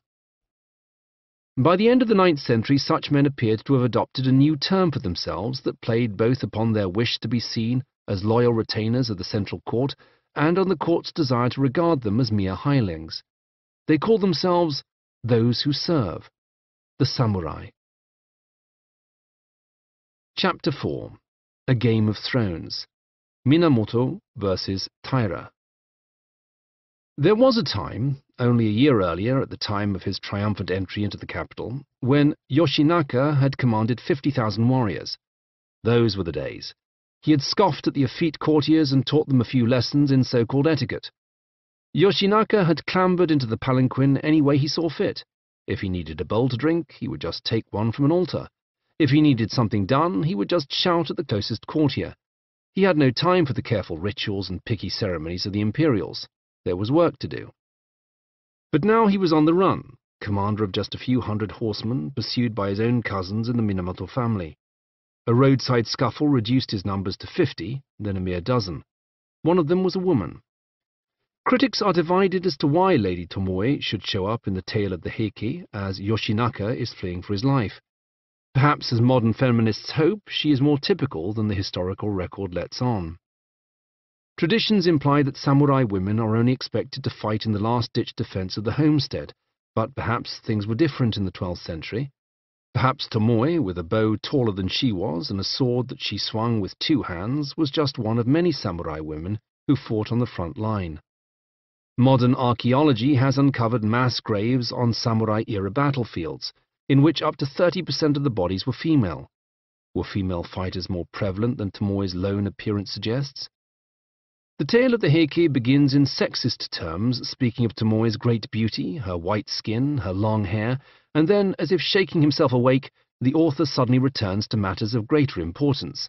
Her skill at archery, her abilities at breaking in horses and riding on rough terrain, the fact that, even though she was a woman, she was a front-line captain in Yoshinaka's forces. She was a warrior worth 1,000, says the tale of the Heike, ready to confront a demon or a god. The awe with which the teller of tales appears to have regarded Tomoe does not come across in Yoshinaka's own dialogue. As his forces decline and he finds himself leading little more than a fugitive platoon, Yoshinaka knows that his days are numbered. He knows that he is not going to make it out of the forest alive, and so he turns to Tomoe and tells her, "You are a woman, so be off with you. Go wherever you please. I intend to die in battle or to kill myself if I am wounded. It would be unseemly to let people say that Yoshinaka kept a woman with him during his last battle." Yoshinaka has already been presented as a buffoon committing a series of ridiculous gaffes in his brief sojourn in Kyoto. Perhaps Tomoe is included as an example of just how clueless he is, letting a woman fight on the front line? What savages these Minamoto clansmen must be, if even their womenfolk wrestle in the mud for trinkets of power. Why does he want Tomoe to run away? It is usually assumed that he still has some unreconstructed macho sense of honor, the first stirrings of Bushido, what would be later known as the Way of the Warrior. It would be dishonorable to die with a woman present. Perhaps Tomoe was just a plaything. Perhaps she was one of the shirabiyoshi, sword dancers, military-themed strippers who enjoyed something of a fad in the age of the samurai. Or perhaps Yoshinaka cared for her deeply. The wording of his command for her to leave is open to interpretation. You are a woman, so be off with you. Go wherever you please. In other words, anyone and his henchmen will be sure to recognize a male warrior on the run, even if he cast up his armor, even if he threw away his sword. They will see who he is from his haircut and his scars. But you, Tomoe, you can melt away into the forest. With a dab of mud and a switch in clothing, you'll look just like any other peasant girl, and the enemies will be none the wiser. You'll have a shot at living. There is no need for me to cause your death too. An alternate version of the same story has him actively threatening her with punishment beyond the grave. If she does not do as he says, he tells her, he will revoke the bonds that join lord and vassal for 3 iterations. In other words, if she obeys him on this occasion, he promises they will be reunited in the next life, perhaps with their roles reversed. But if she refuses to leave, their souls will never meet again. Tomoe allows her horse to slow, dropping back in the party of fleeing samurai. Before long, she and her mount are alone on the forest path, the sound of Yoshinaka's squadron already faded away in the green distance. Sadly, Tomoe wishes for one last battle. Then she hears the thunder of hooves. A troop of 30 horsemen is in pursuit, chasing after Yoshinaka, led by the samurai Morishige. As he passes, Tomoe rides her horse straight into his, grabbing the surprised leader and dragging him across her saddle. She draws her dagger and knifes Morishige in the neck, savagely twisting his head from his shoulders. Spattered in warm blood, she holds his head aloft, a trophy that in better days would have been retained to show to one's lord for rewards and prestige. But Tomoe has no lord anymore, not in this life, so she hurls the head into the trees and whirls her horse around to gallop away. The tale of the Heike does not say whether Morishige's men gave chase or not. Do they break off the pursuit of Yoshinaka, or do they even notice that one of their men is down? Regardless, Tomoe and her horse fly between the trees as she tears off the bulky, blood-drenched panels of her armor. She throws her helmet into a ditch, she loses her sword. By the time she rides out of the forest, she is merely a woman on a horse. Then she loses the horse, washes in a stream, and fades into the countryside. Yoshinaka was right. He would never make it out of the woods. His horse gets stuck in the mud, and he leaps off with his own sword into his mouth to guarantee he won't hit the ground alive. As for Tomoe, some say she was unable to stay away from the battlefield and would become the wife of another samurai and the mother of a famous strongman in the following generation. Others said that she went into seclusion and died in her 90s as a Buddhist nun. Another story claims that she hunted down Yoshinaka's pursuers, stole back her lover's severed head, and was last seen cradling it in her arms, walking out to sea. In 1068, the Fujiwara were successfully played at their own game. The 71st Emperor of Japan, Go-Sanjo, 1032–73, was the first emperor in 170 years not to have immediate connections to the Fujiwara family. Consequently, his career was initially blocked by the Fujiwara faction at court, but the death of his predecessor without a direct heir suddenly propelled him to the throne. He immediately set about annoying the Fujiwara clan, overriding his kanpaku, spokesman, and calling for an audit of shoin estates and provincial governors. Inconveniently for the Fujiwara, the constitution set in place all those years ago by Prince Shotoku and his successors made this all reasonable, and the threat loomed that Go-Sanjo might sweep all the Fujiwara from the court with a single edict. He was only headed off when the Fujiwara effectively threatened to go on strike. There were so many of them that their complete removal would have rendered the state powerless and unable to function. Quitting while he was ahead, Go-Sanjo abdicated while still in his 30s, leaving the throne to his adult son, who had a Fujiwara mother and might thereby be expected to run things more in accordance with the wishes of the shadowy power brokers. But Go-Sanjo was young enough to be able to interfere himself, and his chosen successor, the 73rd Emperor Shirakawa, 1053–1129, was demonstrably old enough and able enough to require a regent. Go-Sanjo's run of luck ended with his death at the suspiciously young age of 40, shortly after taking holy Buddhist orders. Shirakawa, however, would continue to play his father's game, himself abdicating only 14 years later, and then entering a monastery to embark upon his own scheme to steer events from behind the throne. Owing to the location of his hideout, this process became known as cloistered rule, inse. It would be used by many of his descendants. For Shirakawa and his immediate heirs, cloistered rule was a success. More by luck than judgment, Japan enjoyed a period of peace and prosperity, and the stranglehold of the Fujiwara on government appointments was broken. But in divorcing his descendants from collusion with the Fujiwara, Shirakawa cut the imperial family off from its main supplier of muscle, and cloistered emperors had no army of their own. In order to secure their position with force, many of his descendants would lean upon the loyalties of their hungrier, less established cousins from the frontier, the likes of the Minamoto and Taira clans, long excluded from court life, but always keen to find a way back in.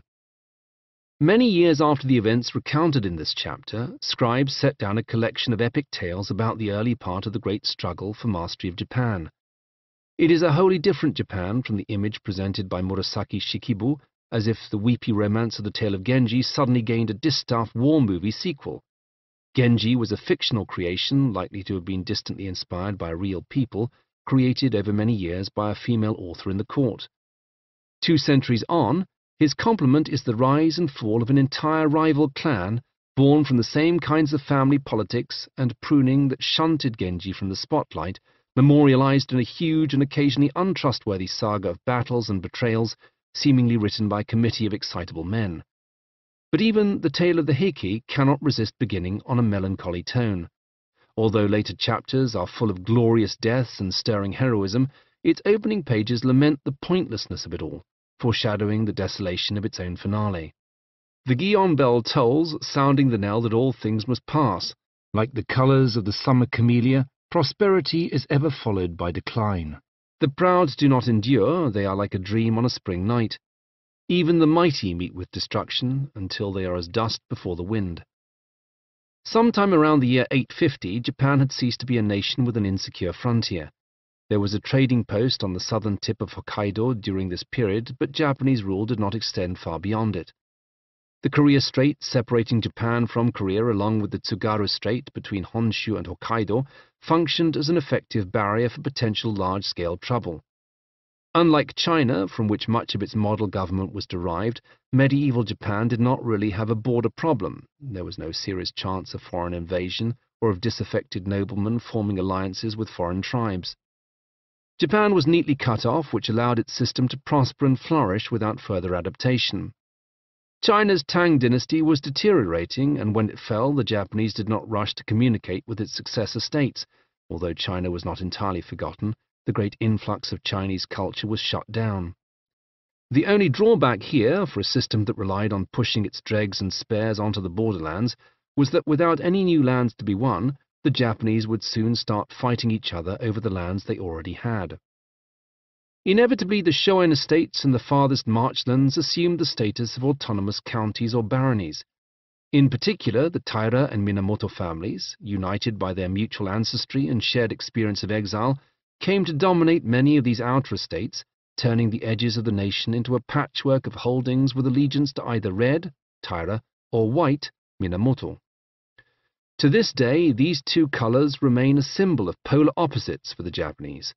Teams in game shows are divided into red and white, and the colors of the Japanese flag even represent the standoff. From the 10th to the 12th century, these two clans experienced a series of huge reversals and resurgences in an era that some commentators call feudal Japan. Others vigorously deny the classification. It is easy to see elements of feudalism in medieval Japan, but the term is unpopular with many historians. There is an easy temptation, particularly in popular accounts such as this one, to over-translate all terminology into European equivalents, talking of Japanese dukes and viscounts, barons and knights. British parallels are particularly alluring. An island kingdom at the edge of a continent with a monarch ruling by divine right over contending noble houses. But even though the samurai pledged allegiance to a semi-divine emperor, each emperor's real-world power was highly limited. European schoolchildren might learn about the deeds of their great kings and queens, but Japanese school books often gloss over the emperors in favor of the real rulers, the regents who held power through several reigns, the shoguns who effectively ran the country in the name of their bosses, or the relatively lowly princelings who achieved something concrete while their imperial siblings were kept busy with rituals and ceremonies. It was, in theory, possible that any lord might lose his manor overnight and be ordered to hand over the keys to a successor newly appointed by the government. The real question in Japan, as ever, was who the government actually was. All orders were given in the emperor's name, but true power resided in the ability to gain that particular stamp of approval.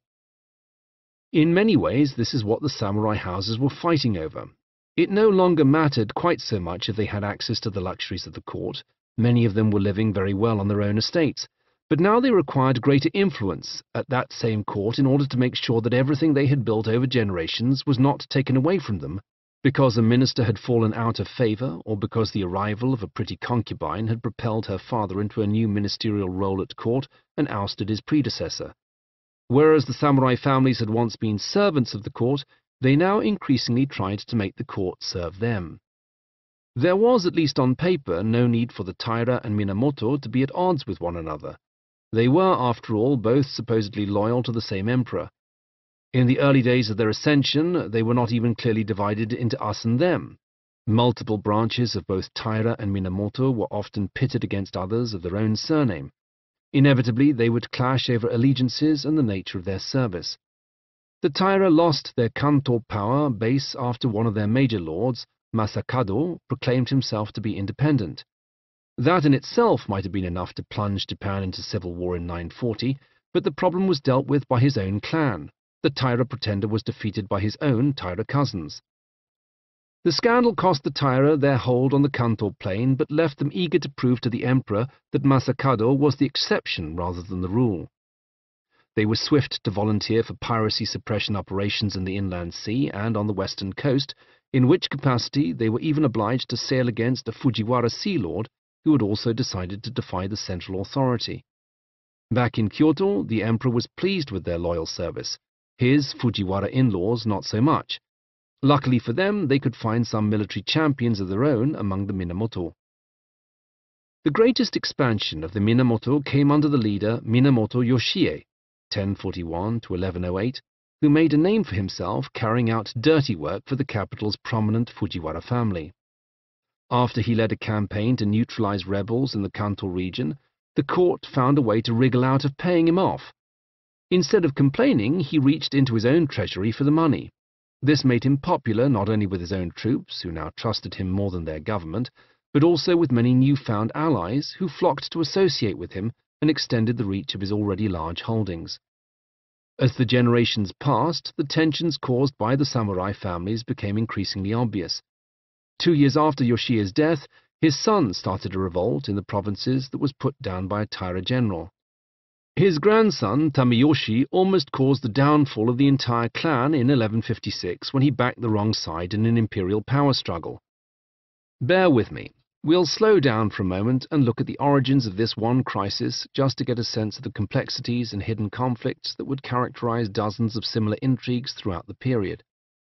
We won't do this for the next 30 emperors, many of whose situations were no less confusing, but the roots of what became known as the Horgen insurrection are a textbook case of the intricacies of court politics, a multi-sided standoff with half a dozen factions. The conflict dated back to the 74th Emperor Toba, 1103–56, who spent his whole childhood and teens as the ruler in name only, while his retired grandfather ran the state from a monastery. At age 20, Toba himself retired, leaving the throne to his own infant son, the 75th Emperor Sutoku, 1119–64. With up to 3 imperial predecessors still at large, Sutoku stood no chance at all of making his own decisions. He passed a frustrating, boring 20 years as emperor in name only. He, too, looked forward to the day when he could skip the court with his own entourage, but his father was still very much hands-on. Retired Emperor Toba was still only in his 30s and had recently become a father again. Favouring the new child's mother, a Fujiwara, over Sutoku's, another Fujiwara, Toba shunted his son off the throne and had the new successor Konoe, 1139–55, crowned as Japan's 76th emperor. Stories would be told about the incident for centuries afterwards. Later authors would create an entire supernatural scandal around the events, claiming that Toba had been bewitched and cursed by an evil twin-tailed fox spirit. The spiteful creature had originally come from China, where, in the glamorous form of a famous beauty of ancient times, it had caused the downfall of an ancient king. It had moved on to India, where it had similarly caused havoc among impressionable men. Now it was in Japan, where it adopted the sensual form of a tamamo no mae, an impossibly beautiful servant girl at Toba's monastery. Toba, who was at least officially a monk now, engaged her in conversations about philosophy, in which her replies came with citations from ancient scriptures no human girl should have known. Toba fell ill, and his condition progressively worsened, until a bold fortune-teller said the words no other courtier would utter, that his mistress, with her odd mastery of scripture and her propensity to glow in the dark, was not a Buddhist saint at all, but a malicious demon who intended to kill Toba and supplant him. Tamamo no Mai supposedly disappeared at this point, leading to a savage cull of foxes in the surrounding countryside until Toba regained his health. I repeat the story here not for its historical accuracy, which is non-existent, but for the glimpse it offers of the whispers and petty jealousies of Heian life, with bedroom companions influencing political decisions and courtiers hiding behind coincidence and innuendo in their fox-shaming campaign against some poor concubine. Tamamo no Mai was never seen again, although her angry spirit was said to influence many of the scandals that followed. Even in the afterlife, it seems, there were intrigues and scandals, dead emperors and wronged courtiers who might be persuaded to avenge forgotten insults. It was, some said, the curse of Tamamo no Mai that brought down Toba's young proxy, Konoe. The young boy was always sickly and reigned for barely more than a decade, dying at the age of 17 before he had the chance to sire an heir of his own. The year was 1155. Retired Emperor Sutoku hoped to regain the throne, but retired Emperor Toba still had seniority and managed to recommend that his own 14th son, Sutoku's brother, should be crowned as Japan's 77th Emperor, Go Shirakawa, 1127–92. Sutoku had hence been passed over in the succession 3 times, forced to abdicate against his will and then replaced by 2 of his siblings when he regarded himself as a prime candidate for restoration. There was also a scurrilous rumour, never quite discounted, that Toba hated Sutoku because he wasn't really his son at all, but the secret love child of Toba's father, sired on Toba's wife in some tawdry incident. If all that looks confusing, it's only half the story, since these feuding emperors were themselves merely the outward manifestation of another conflict underway over who got to be the emperor's chief minister. In fact, it hardly mattered who the emperor was. The real issue was who his mother was, with the various fallings in and out of imperial favour masking internal conflicts within the Fujiwara family, which had supplied most of the brides and concubines, and hence most of the regents. Nobody dared challenge the decision directly, and the new emperor, Go Shirakawa, a man who had never expected to be emperor and rather seemed taken by surprise by the whole thing, endured a tense first year on the throne, ending in the summer of 1156 with the death of his father Torba. Torba had taken 2 months to die, on a sickbed attended by hushed whispers and intense conferences in a mansion guarded by stern samurai. It was Torba who had held everything together and whose factions had crushed any resistance. With him gone, Sutoko was the new senior retired emperor, and he was ready to pounce. Emperor Go-Shirakawa knew trouble was brewing. 3 days after his father's death, his officials were ordering samurai to steer clear of the capital. 2 days after that, known associates of retired Emperor Sutoko were directly ordered not to recruit troops.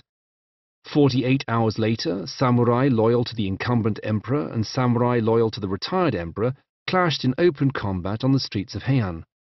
It was a landmark moment. The intrigues of the court had erupted into open violence and had done so not at the border but within the very capital itself. That at least was how things felt to the court at large.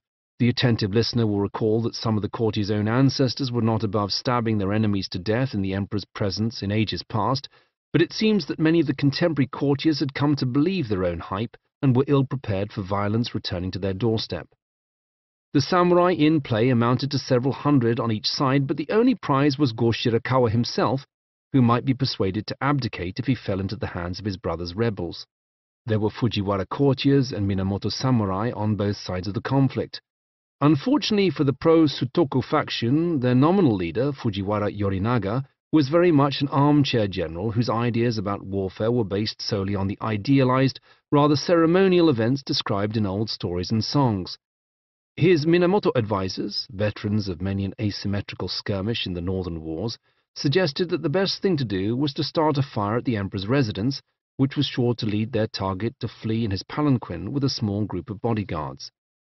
They could then overwhelm the guards, seize the palanquin, and thereby obtain control of the only figure who could order the enemy to stand down.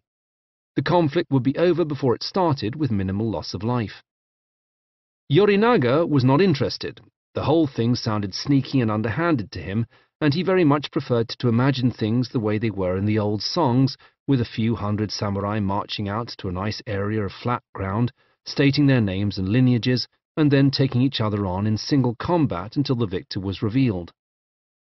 It does not seem to have occurred to Yorinaga that if his own samurai had come up with the idea for such a ruthless surgical strike, then the enemy, whose samurai hailed from a different branch of the same family, was liable to have a very similar idea. In fact, his enemies had already apprehended one of his men, who had spilled all their plans, leading the incumbent emperor to authorize the siege and search of Yorinaga's house. At dawn on the 11th day of the 7th lunar month, 1156, the emperor led his court in prayers while his loyalists converged on Yorinaga from 3 directions, with several hundred mounted men. Within an hour there were flames and smoke in the east of the city. The battle was bloody but brief, although its aftermath would stretch on for 2 generations. Several of the rebel leaders were killed in the skirmish. The pretender, Sutoko, was packed away into monastic exile on a remote island, where he lived for another 8 years, muttering curses against his enemies, and it was said forming a malicious faction in the afterlife with the fiery fox spirit Tamamo no Mai. In subsequent years, his angry ghost would get the blame for many famines, earthquakes, and misfortunes, becoming one of the great bogeymen of Japanese history. For centuries, the Kyoto aristocracy had boasted of the civilized nature of their capital. It was a mark of the drastic changes in attitudes and expectations that the uprising ended with a round of beheadings. Courtiers had prided themselves on the peaceful capital for the last 3.5 centuries. Nobody had been executed in Kyoto since the failed coup of retired Emperor Heizei in 810. Now Sutoko's surviving supporters were executed, sometimes in cruel situations in which their own relatives were ordered to carry out the task. In the most infamous case, the Minamoto loyalist Yoshitomo was ordered to behead his own father. He was unable to carry out such a terrible command, but one of his lieutenants, seeing that a Minamoto would die at the hands of a Taira unless he took action, did the deed himself. Shortly after he had spared his lord from committing patricide, the loyal lieutenant killed himself in contrition. It was by no means the first reference to suicide in the tales of the samurai, nor even in the events of the Hogen insurrection. But it is during this failed rebellion that the chronicles of the samurai first start referring not only to suicide, but to a particular kind of suicide. The cult of the samurai had already begun to take on certain new elements. One was the desire to wear flashy armor, decorated with striking icons or tied with distinctive color strings, in order to make it clear who was winning fame on the field of battle. Samurai helmets in particular became notorious for their ostentatious adornments. These have included, among many other things, a giant snail shell, insect's wings, antlers, devil horns, sunbursts, and rabbit ears. The samurai had started to develop a sense of themselves that placed them on a hierarchy of bravery and battle prowess, and that meant it was necessary for their victories to be obvious to all. A side effect of this ease of identification was that it would also be clear who was running away. The distinctive nature of samurai battlefield adornments promoted a gung-ho sense of always charging, never retreating. There were times when victory was impossible. Samurai might be surrounded with no possible retreat. They might be disarmed, they might find themselves just about to fall into enemy hands, where they might suffer the further shame of being used as hostages, or bargaining chips, or tortured for information. Or, like Yoshitomo's lieutenant, they might find themselves in an impossible situation, where they had done the right thing by their lord, but could not possibly be expected to go on living after having done so. Instead, they chose to kill themselves, but not with the throat-slitting or defenestration favoured by women in search of a quick death. Instead, they killed themselves in the most painful way imaginable, by slicing open their own abdomen as a mark of their bravery and inner strength. The belly was thought to be the seat of the soul, and hence also a mark of sincerity. Cutting the belly, seppuku, more vulgarly harakiri, was a one-way trip to agony. There was no cure, only a slow, lingering death. The decision to slice open one's abdomen was also a get-out clause for one's underlings. They would not dare lift a finger against their master, but would be justified, once he had voluntarily wounded himself in such a fashion, in ending his suffering by beheading him. Over the years, seppuku would take on new rituals. Samurai would wear a white kimono, symbolizing death and purity. They would write a death poem, ensuring that parting words, criticisms, or curses were encapsulated in repeatable form. The nature of the wound would become deliberately cruel, with tradition demanding 4 cuts through the abdominal muscles, shi, meaning 4, being a homonym for death, but also demanding incredible determination and strength of purpose in the self-harming samurai. Seppuku started as a battlefield compromise, a last resort by besieged men in burning castles, determined not to surrender to enemies who would torture and humiliate them. But once it became enshrined in tradition, it became the default means of repentance and even criticism. It faded out after the era of the samurai, but still occasionally returns to haunt the country. If this seems shocking to the modern listener, we should bear in mind that religious belief played an important part. Buddhism had taken hold, but with a certain nihilistic angle. The concept that all life is suffering had been embraced by the Japanese with a melancholy sense of poetry, as well as a certain sense that the end of the world was nigh. Certain Buddhist scriptures predicted the rise, peak, and subsequent fall of the Buddha's teachings. 500 years of struggle for success, 1,000 years of worship and achievement, and then 5 centuries of worsening conditions as things fell apart. It was hence widely believed among the medieval Japanese that they were living in the latter days of the law, Mappo. Any natural disasters, reversals of fortune, or atrocities could be written off as further evidence that the teachings of Buddha were under attack, and that any ends available would justify the means of sustaining them. One particular Buddhist sect, the Essence of the Pure Land, Jodo Shinshu, gained ground in medieval Japan. Pure Land Buddhism regarded the country's troubles as yet another example of the latter days of the law, in which it was almost impossible for anybody to engage in correct Buddhist devotion. In a sense, Pure Land Buddhists all but gave up trying, instead paying a new form of devotion to Buddha that recognized that things were terrible. People were trapped in cycles of toxic karma, eating meat, drinking booze, fornicating, and otherwise coping with the onrushing end of the world, but that it was still possible to at least make it obvious to Buddha that you bore him in mind. You would do this by chanting Namu Amida Butsu, I take refuge in Amida Buddha, as often as possible, as a little spell to hold back the worst of the world. Most importantly, Pure Land Buddhism was a sect that offered the chance of rebirth in a Buddhist paradise to absolutely everybody. It was not restricted to monks or the rich who could afford costly demonstrations of devotion. Literally anyone could find refuge in the Pure Land even warriors. Buddhism was actually abundantly clear about killing people being a sin. A disciple of the Buddha, said the 5th century Sutra of Brahma's Net, should not possess swords, spears, bows, arrows, pikes, axes, or any other fighting devices. Even if one's father or mother were slain, one should not retaliate. It was, however, the Zen flavor of Buddhism, originating in the Shaolin Temple in China, which achieved prominence among the samurai. Yes, killing people would bring about bad karma, but what about standing up for what was right, if that involved breaking a few heads? What about killing an assassin hell-bent on killing one's lord?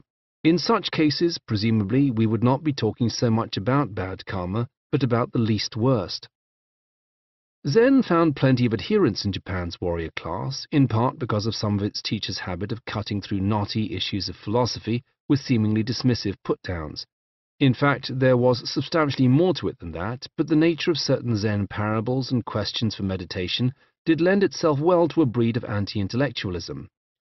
The Chinese Zen master Lin Ji, for example, once famously said, "If you see the Buddha on the road, kill him."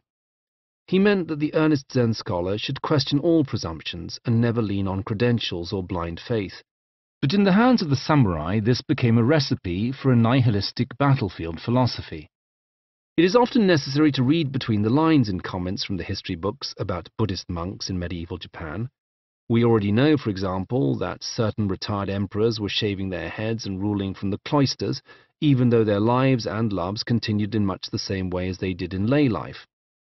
We also know that wily landowners were evading their tax responsibilities by donating their lands to Buddhist monasteries.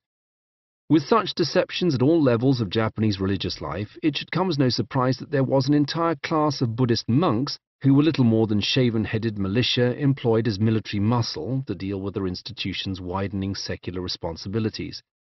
Even legitimate temples got in on the act, employing mercenaries to protect them from their newly proactive rivals. Despite prescriptions against violence in other areas of Buddhism, and indeed within Zen itself, the interpreters of Zen among the samurai came to regard it as a warrior's creed. Meanwhile, monasteries of doubtful provenance, some established as tax refuges, were prepared to offer prayers for the soul of a samurai who killed in the name of justice.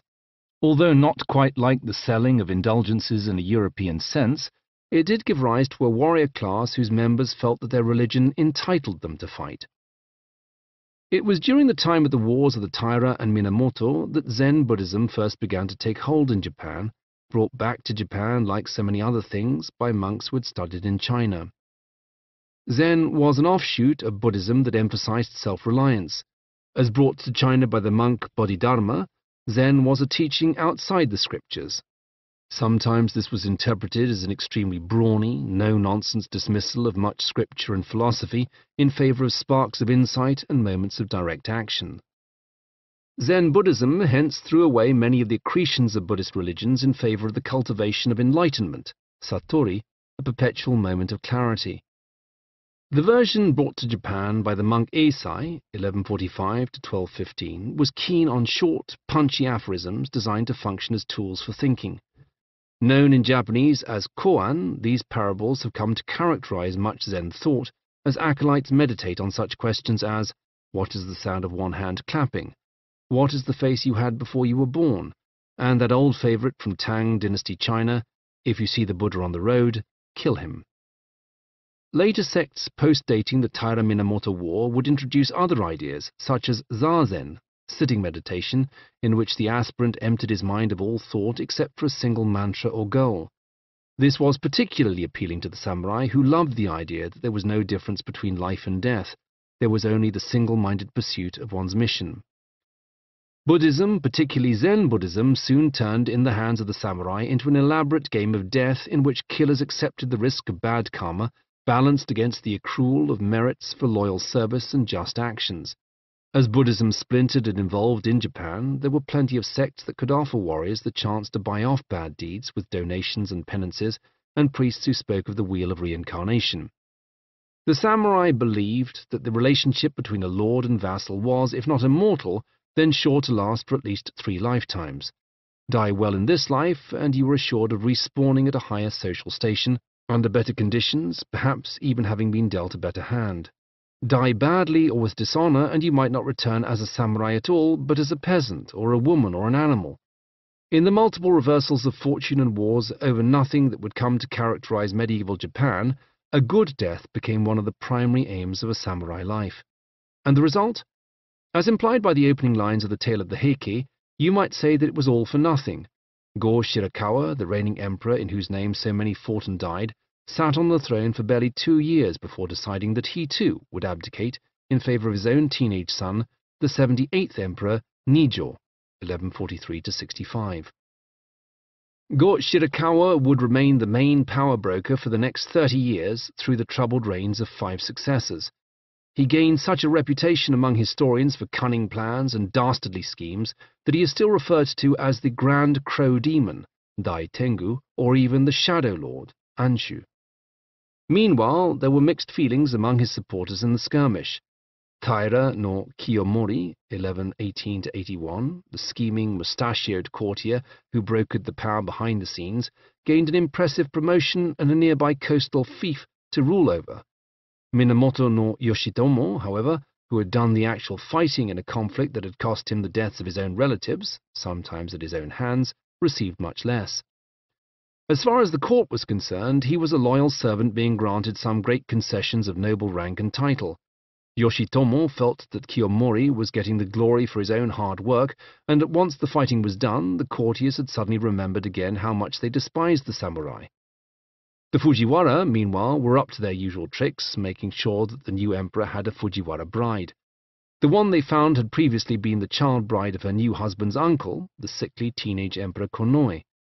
Kiyomori made sure one of his own daughters was married to the new emperor's chief minister and, it seems, dismissed Yoshitomo's complaints that he was not getting what he deserved. Yoshitomo took action in January 1159, waiting until Kiyomori and his cronies were on a pilgrimage. His men snatched both Emperor Nijo and his father Go Shirakawa, who were then obliged to sack many of their ministers and replace them with appointees favorable to the Minamoto clan. This was by no means the first time such a power grab had occurred, but the outcome was different. It used to be that whoever had lost the upper hand would run for the provinces to lean on their power base there. But Kiyomori had observed the fate of such former figures. Absent from the capital, they had been branded by the captive administration as rebels, which led all loyal samurai to take arms against them. Kiyomori had seen several such examples in recent memory, and was determined not to be another one. Accordingly, instead of running for the coast of the inland sea, he rode straight back to Kyoto, daring his enemies to make their move. Kiyomori and his Taira samurai were unable to act for as long as commands were issued in the name of the emperor. The confidence of the samurai had yet to achieve that arrogant tipping point whereby they acted out of regard for what the true emperor's orders might be. Instead, the capital endured a tense 10-day standoff of messengers and conferences with a substantial number of samurai at battle readiness. 4 years earlier, the troops fielded had numbered in the hundreds. Tellingly, there were now thousands ready to strike. The impasse was broken through subterfuge. 2 aristocrats switched sides and doled up the teenage Emperor Nijo in makeup and women's clothes, sneaking him out of his palace in disguise and whisking him away to Kiyomori's compound in the middle of the chaos caused by a convenient fire at the palace. Go Shirakawa was even bolder, sneaking from the palace by simply dressing in commoner's clothes and riding out the gate. Now the power shifted once more.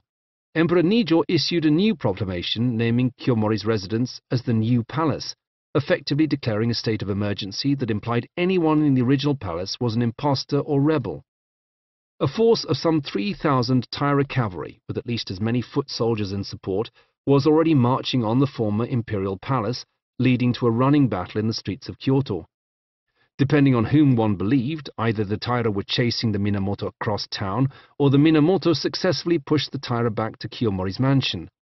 Either way, Yoshitomo's only chance of survival was to snatch back his imperial bargaining chips before they could officially declare him to be an enemy of the state.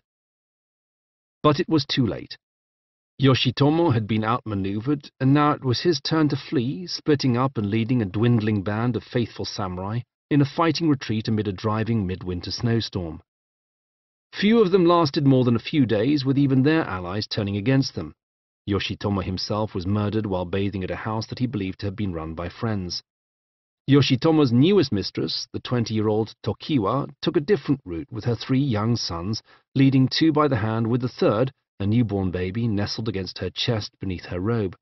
She was soon apprehended and brought before Kiyomori, who informed her that the menfolk of the Minamoto were being purged from the earth. He did, however, have an offer for her that she could not refuse. Her 3 sons would be spared if she sent them away to a monastery, and agreed to become Kiyomori's concubine. The Taira were appalled that Kiyomori could even consider such an offer. His own stepmother warned him that Yoshitomo's children were sure to grow up with a desire to avenge the fall of their clan. But Kiyomori was arrogant in victory, utterly convinced that he had stripped the Minamoto of all their power. Raping their leader's woman would be the final insult. Tokiwa would live another 3 decades, although Kiyomori soon tired of her. She ended her days married to a Fujiwara courtier. Kiyomori meanwhile achieved all his desires and was the first samurai to be made chief minister in 1160. Not long afterward, his sister-in-law attracted the eye of Go-Shirakawa, fell pregnant, and persuaded the retired emperor that the child of their union should be the next infant sovereign requiring a regent. The boy was crowned as Emperor Takakura in 1168 and would eventually marry Kiyomori's daughter. Kiyomori then retired from his official posts, enjoying the glory but rejecting the responsibilities that might actually be required to carry out those roles. What could possibly go wrong? In fact, things had already started to go wrong on a dark, snowy night when Emperor Takakura's regent, Fujiwara Motofusa, found his retinue's path blocked by a bunch of teenage samurai. The regent's men demanded that they move, but the samurai, celebrating after a day's hawking and hunting, told them to shove it. The regent's men dragged them from their horses, and the lead teenager, another of Kiyomori's grandsons, went home and whined to his dad about it. His father, wise to court etiquette, immediately apologized to the regent, but Kiyomori had other ideas. He rounded up 60 country samurai with allegiance directly to him and ordered them to avenge the insult to his grandson. They lay in wait for the regent's entourage, ambushed their target on the road, wrecked the carriage, and cut off the hair of the captured guardsman. The humiliated regent arrived at the palace in a cart dragged by one of his retainers, the oxen having been cut loose. In the aftermath, the grandson was packed off to the provinces, and the perpetrators of his vengeful drive-by were dismissed. But the incident had made Kiyomori ample enemies among the Fujiwara. The fateful nuptials of Emperor Takakura and Kiyomori's 15-year-old daughter were only a few days later.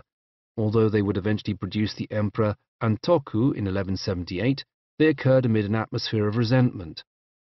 The child Emperor Antoku was the culmination of all Kiyomori's scheming and also the seed of his downfall. From being stripped of imperial status, the Taira were just about to supply Japan's next ruler. In bundling Antoku onto the throne, Kiyomori made a permanent enemy out of retired Emperor Go-Shirakawa, who was far too wily a politician to say anything in public. Instead, Go-Shirakawa got his own son, Prince Mochihito, to proclaim that Antoku was a usurper and that he, Mochihito, was the rightful heir, and to call on any samurai with a sense of justice to come to his aid. In the beginning he had few supporters. In fact, he spent the remainder of his short life on the run, protected by a small group of loyal guardsmen and warrior monks, some of whom were former Minamoto who had taken holy orders to avoid persecution in pro-Taira times, pursued out of Kyoto by samurai loyal to the Taira. He made it as far as the bridge at Uji, falling off his horse 6 times. His men pulled up the planks on the bridge to delay their pursuers and commandeered the nearby Phoenix Hall temple to give the pretender a rest. It was, however, a fatal delay. The pursuing enemy samurai plunged straight into the rushing waters of the river. 200 men and horses were swept away by the current, but plenty made it to the opposite bank, their fellow samurai providing cover with a hail of arrows from the far side. One warrior, the fighting monk Jomyo, did not bother with the river but made an acrobatic barefoot assault across the scaffolding of the bridge. The tale of the Heike reports him reaching the other side ready for action, firing off all 24 arrows from his personal supply, killing 12 men and wounding 11, even a breathless story allowing for 1 miss. He then grabbed his spear, killing another 5 men before it broke. Drawing his sword, he dispatched another 8 opponents before snapping his blade on the helmet of another and dropping it into the river. Then he drew his dagger, at which point the tale of the Heike appears to lose count. It does, however, return to Jomyo when all the fighting is done, counting 63 arrow dents in his armor, 5 of which have pierced the leather, although none of them seriously. The fighting spread to the Phoenix Hall, with many of the Minamoto loyalists choosing to make a last stand, dooming themselves in order to allow Prince Mochihito to escape. The tale of the Heike offers a catalogue of last stands and acts of seppuku, although at least one samurai lived to fight another day. The warrior monk Taiyu Gengaku somehow fought his way back to the bridge, jumped into the river, and hit bottom in his heavy armor before clambering out on the Kyoto side, hurling insults at his enemies and commencing the long, damp trudge back to the capital. But all the heroism amounted to nothing.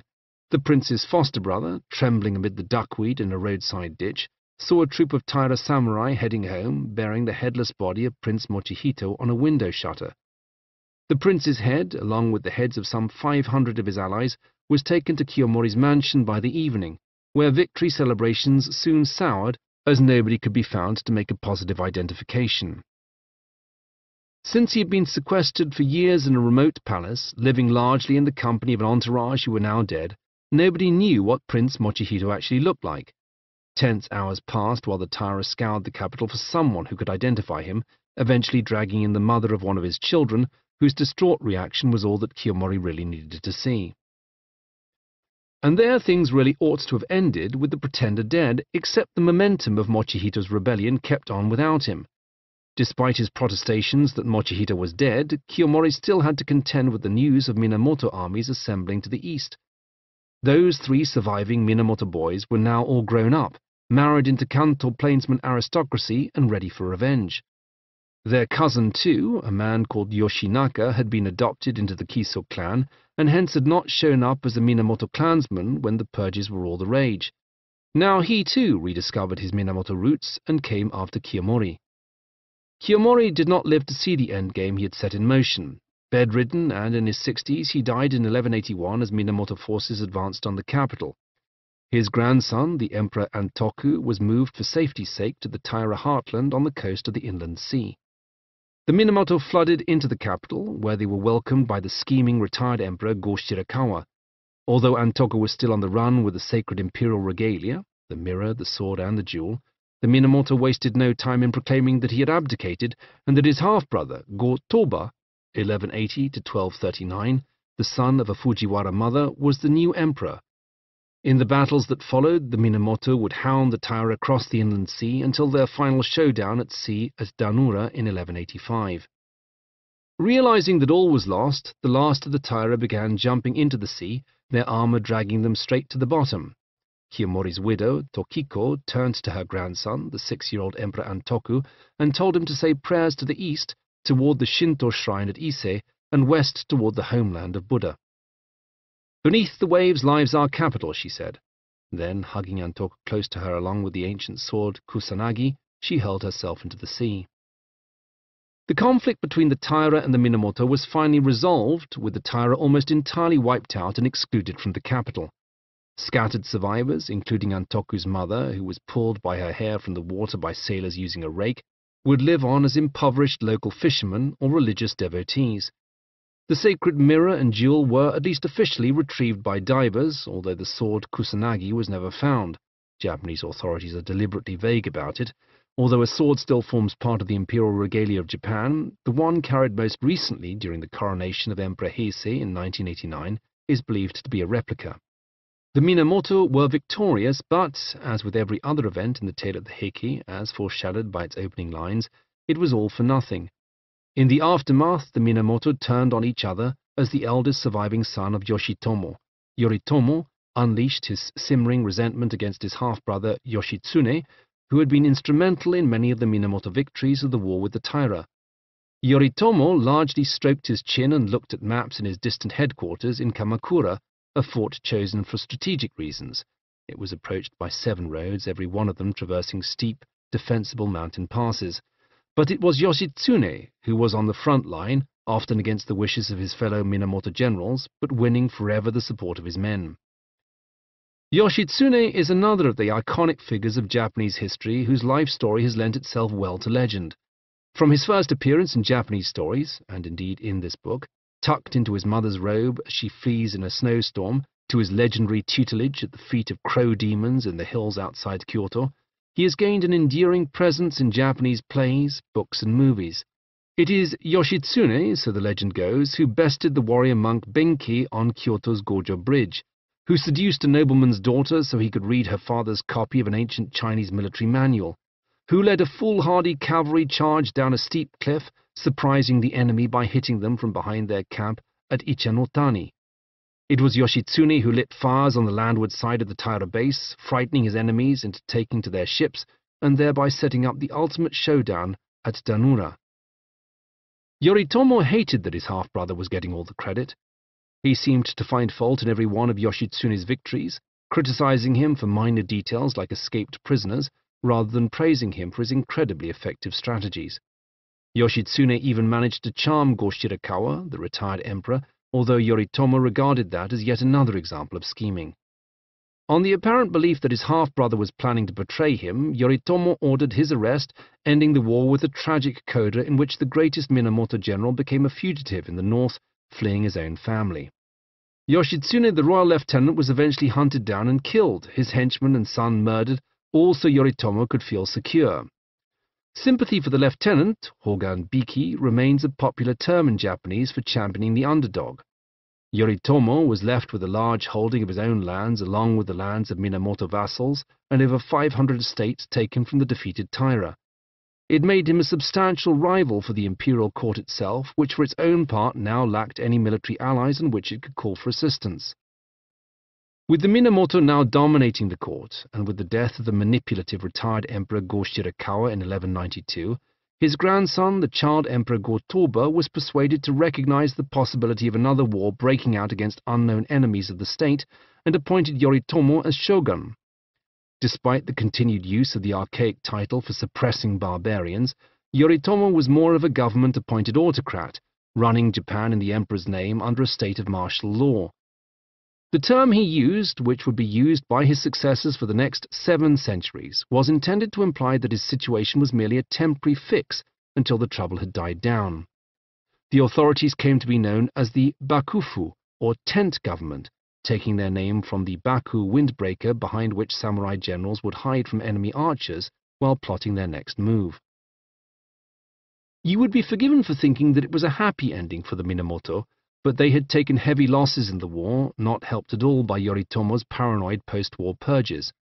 Ruling Japan from Kamakura, Yoritomo became the first leader of the Kamakura shogunate, who would technically run Japan in the emperor's name for the next 200 years. Except much of his military success had been funded by his father-in-law, Tokimasa, leader of Kamakura's Hojo clan.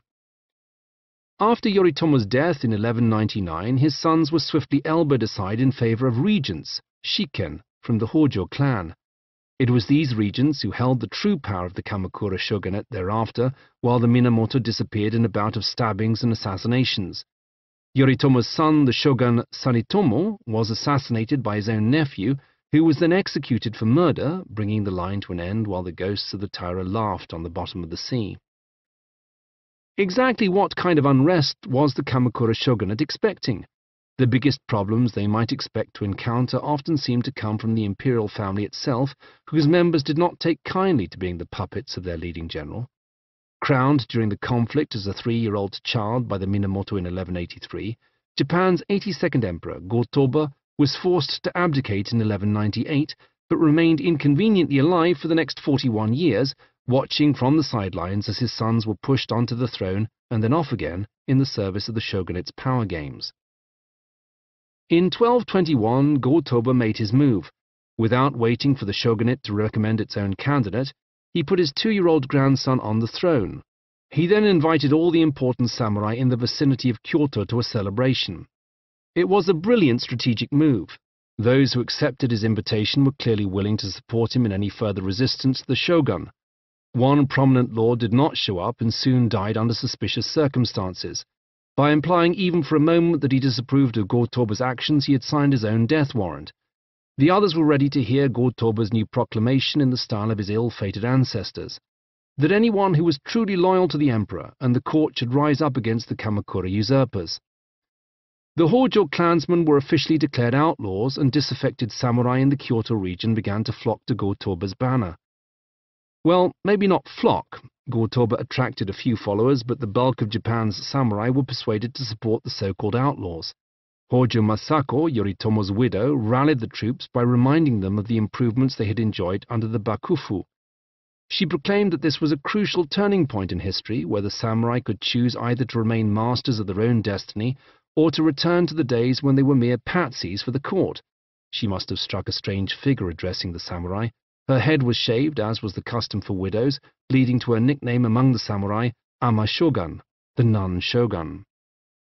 A Kamakura army marched on Kyoto, scoring a string of successes against the lesser numbers of Go-Toba's followers. Go-Toba went to the fighting monks on nearby Mount Hiei, pleading for them to come to his aid, but they refused, unwilling to take on the shogunal forces. The imperial forces made their last stand at the bridge over the river at Uji before giving up and fleeing. Kamakura forces occupied Kyoto and Go-Toba, and his retired sons were exiled to remote islands. The grandson became known as the dethroned emperor, having ruled for barely 2 months, the shortest reign in Japanese history. He was not even recognized as an emperor at all until the 19th century.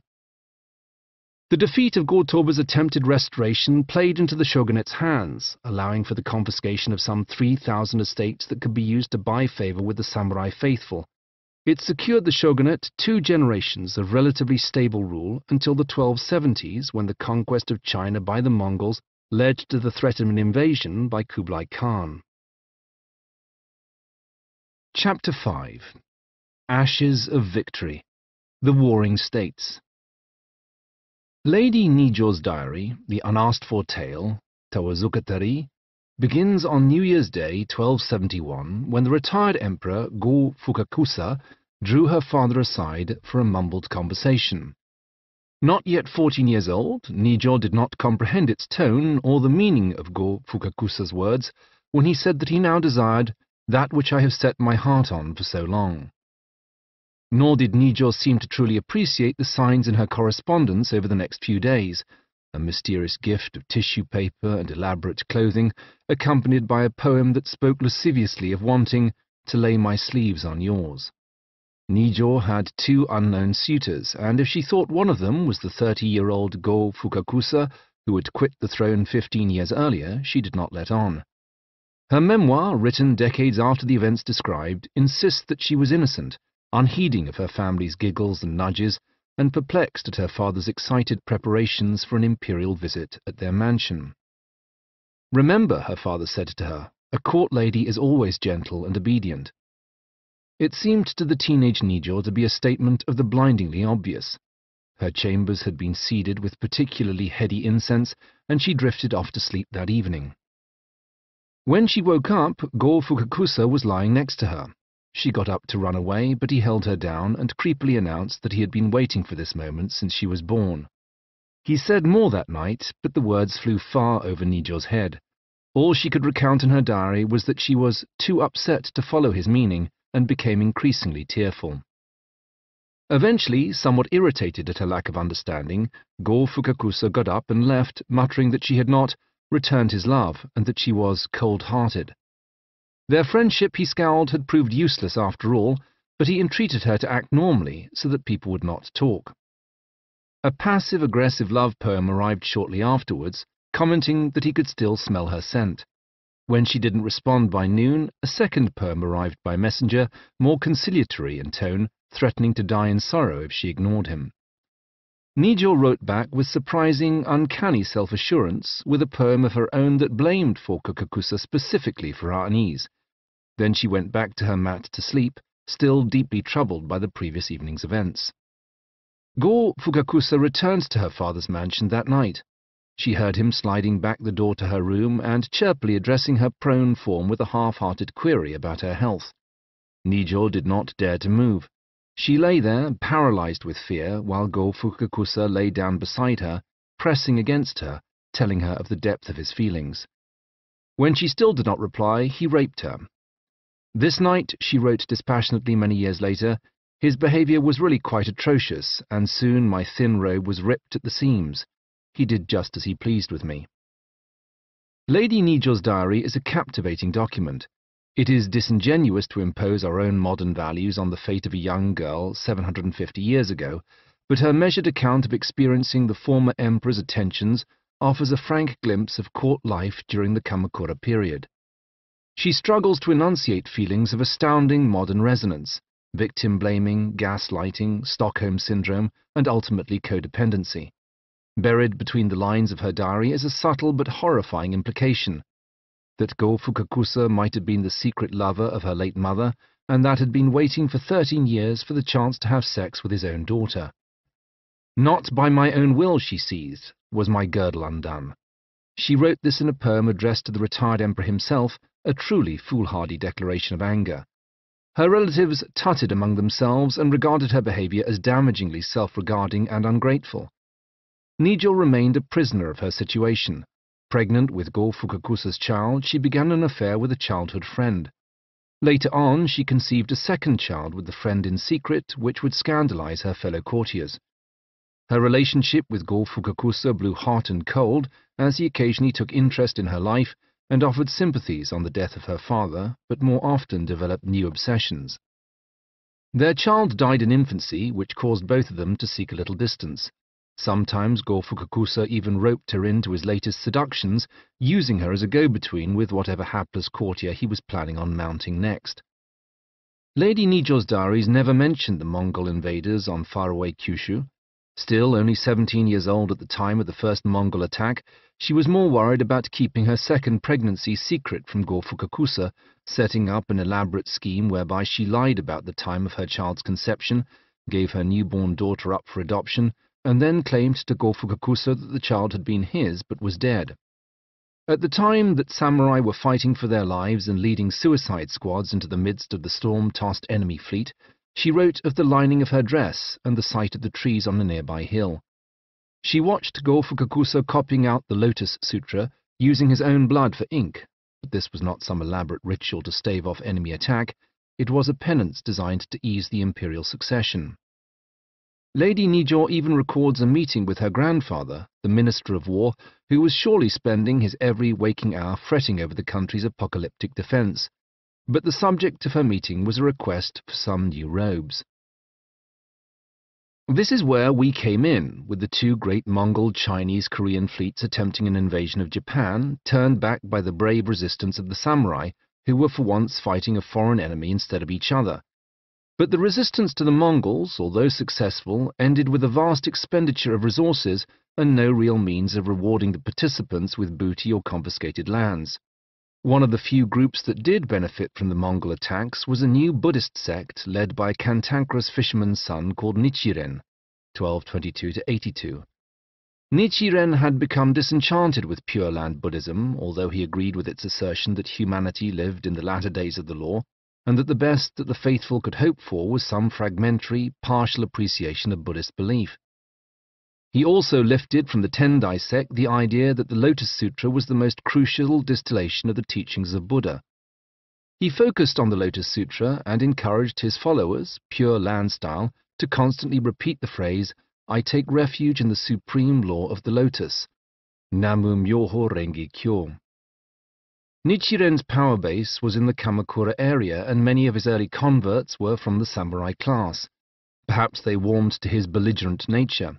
Nichiren saw himself as a reincarnation of a demigod of action, and was something of a blood and thunder preacher, ever ready to denounce other Buddhist sects as purveyors of false religion. "In the beginning of the latter days of the law," he wrote, "slanderous priests will fill the entire world, so that all heavenly gods will be enraged, and comets will appear in the sky, and the earth will shake like the movement of huge waves." Nichiren was arrested on several occasions and exiled twice. He was even slated for execution, only for his would-be killers to be spooked by what seems likely to have been a passing meteor in the dawning sky, shortly after he had prayed for deliverance at a shrine to the war god Hachiman. Japan, he predicted, would face even worse troubles unless it adopted his version of Buddhism as the one true faith. Nichiren foretold that unless the shogun beheaded his religious rivals, Japan would fall prey to foreign invaders. "Nichiren is the pillar and beam of Japan. Doing away with me is toppling the pillar of Japan. Immediately you will all face the calamity of revolt within one's own domain, or strife among yourselves, and also the calamity of invasion from foreign lands. Not only will the people of our nation be put to death by foreign invaders, but many of them will be taken prisoner."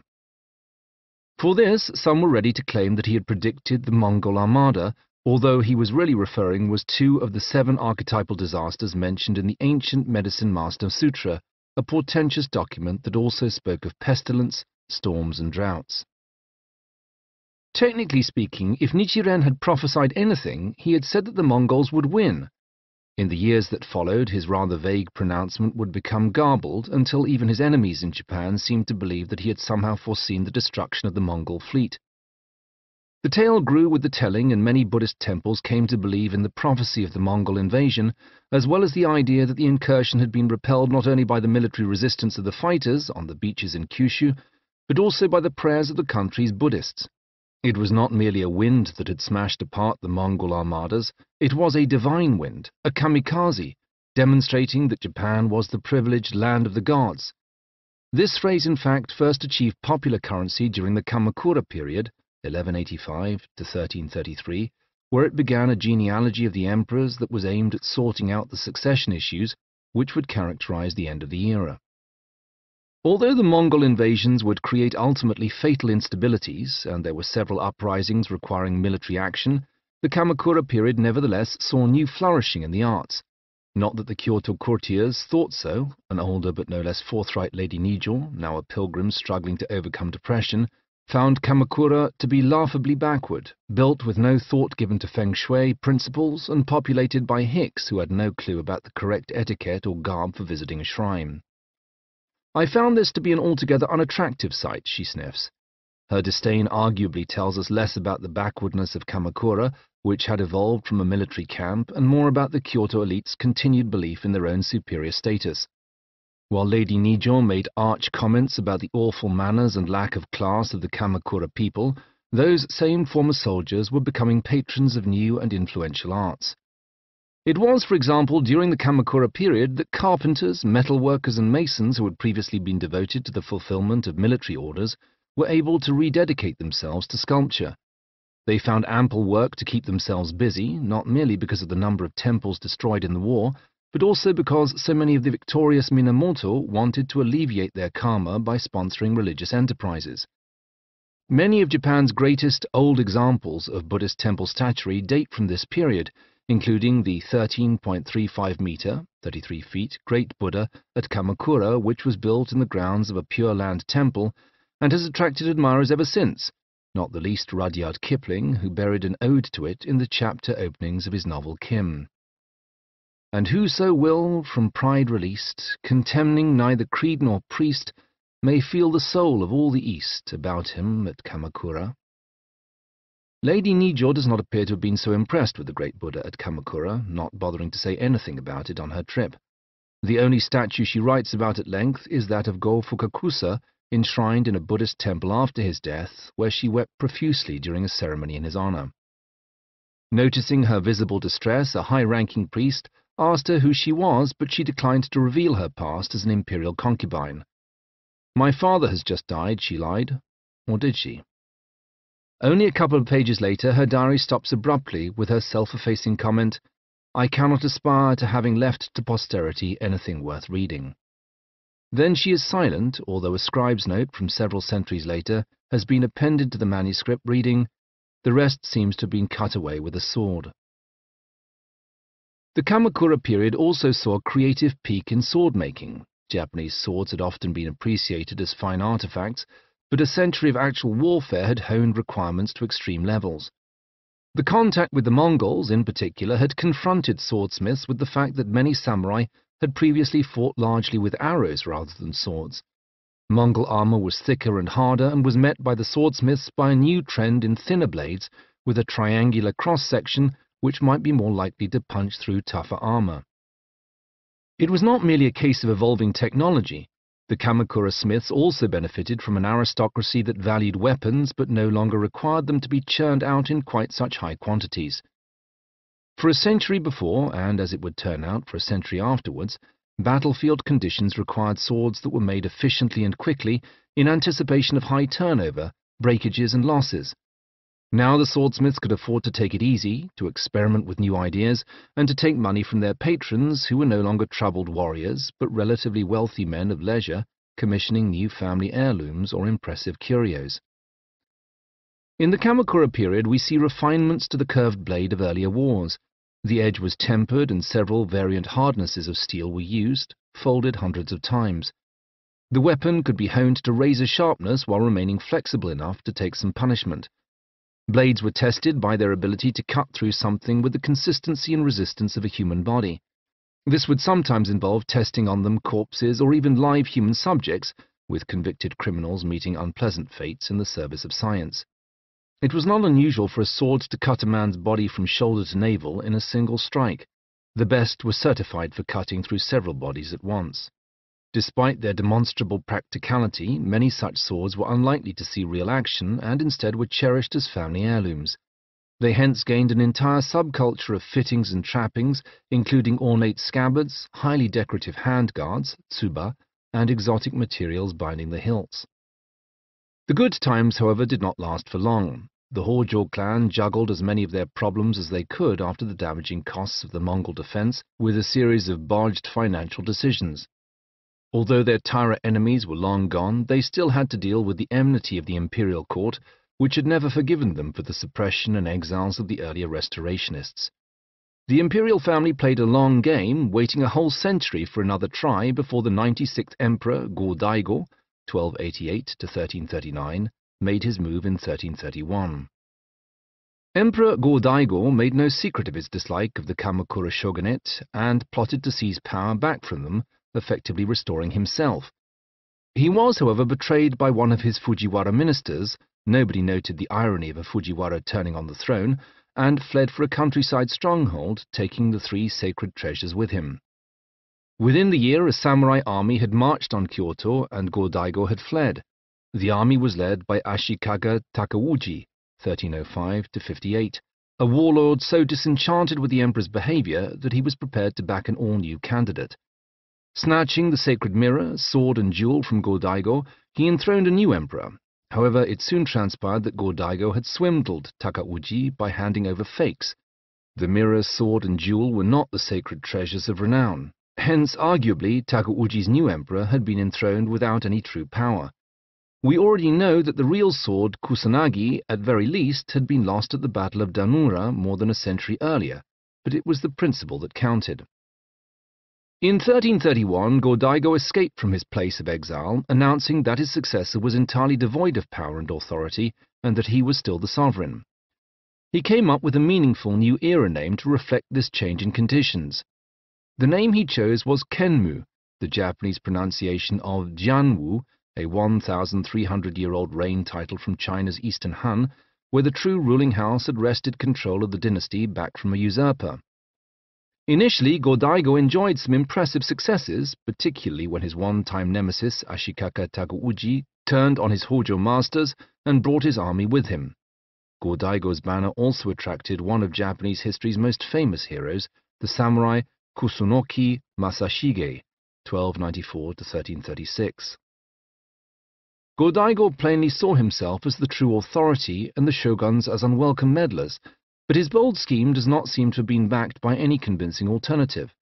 He began with a bout of decrees that seemed intended to re-establish ancient notions of protocol, hoping to restore imperial authority to a time when emperors were truly in charge, an era only really known in legends. But he still needed the support of the samurai to enforce any of his decisions, and he does not appear to have appreciated how fickle they could be. He parceled out a few pieces of land confiscated from the Hojo clan, but nowhere near enough to secure the necessary support. In his most foolhardy move, he tried to levy an extra tax on the samurai in order to pay for improvements to his own court.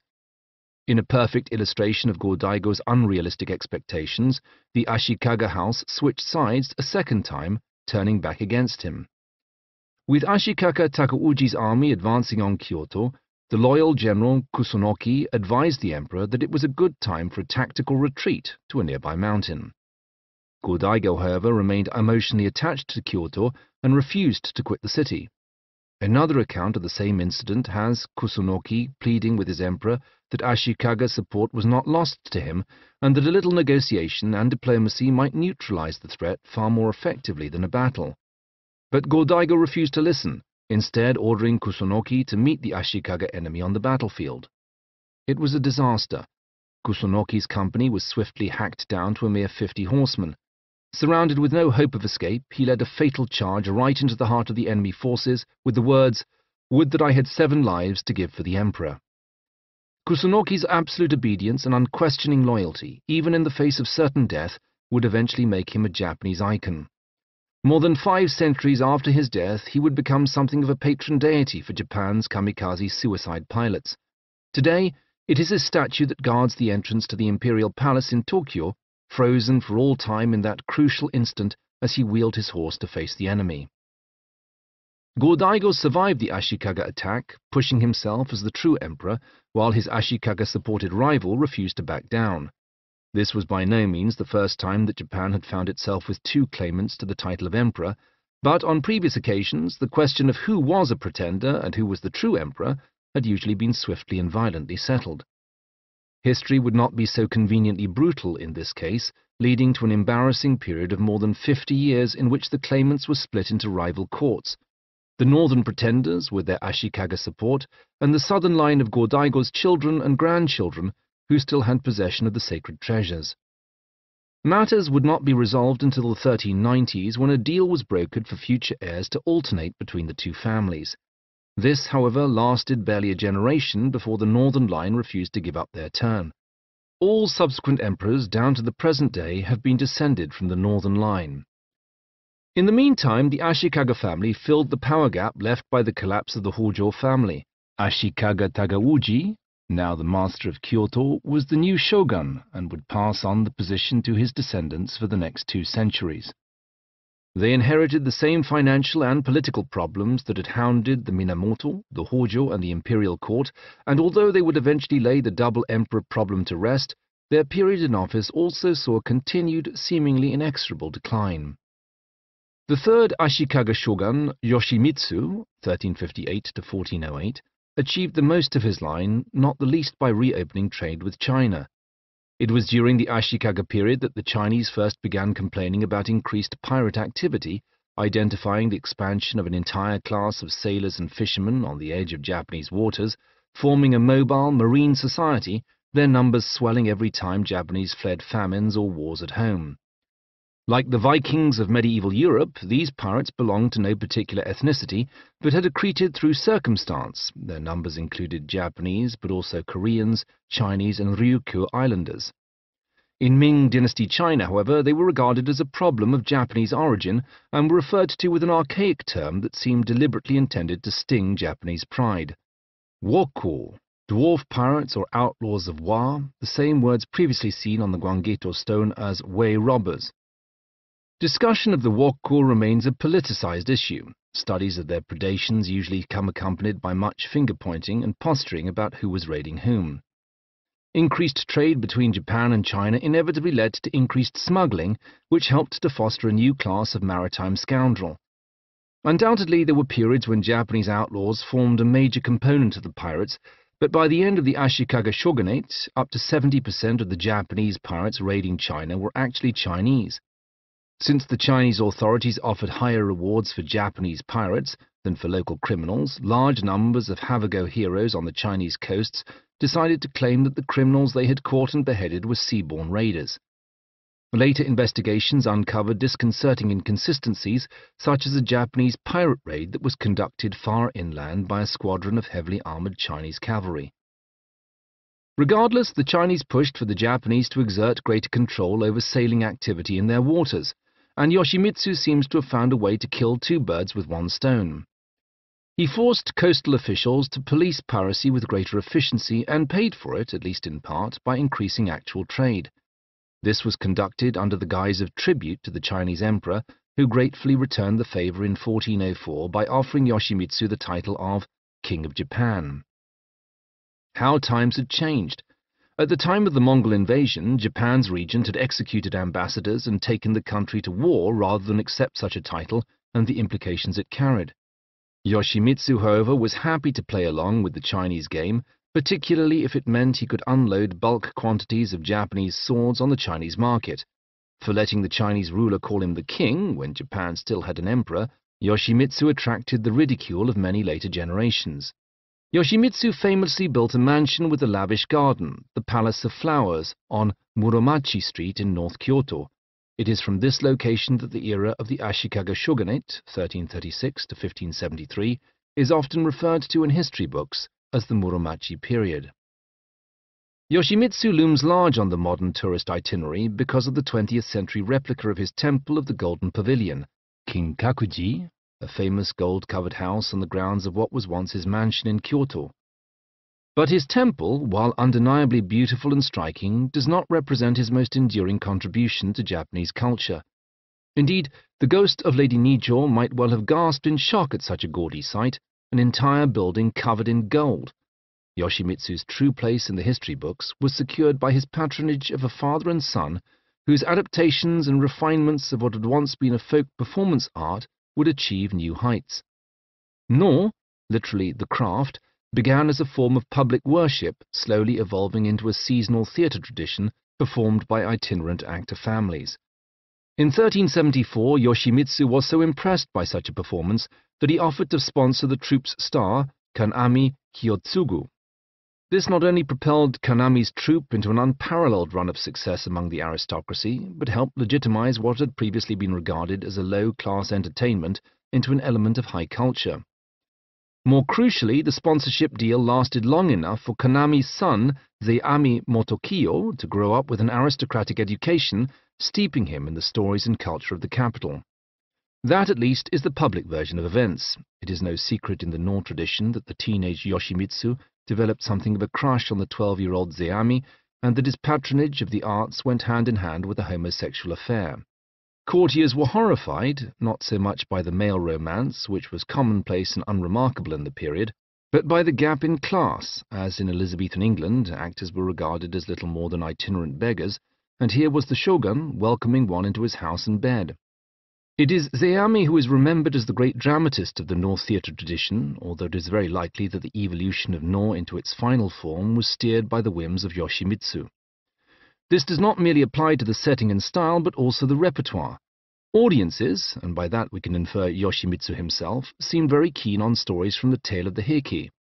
They were presumably eager to hear tales of the glory days of the samurai before they found themselves as frustrated accountants administering a failing economy. We can talk about the final form of Noh because it seems to have changed little since Zeami's time.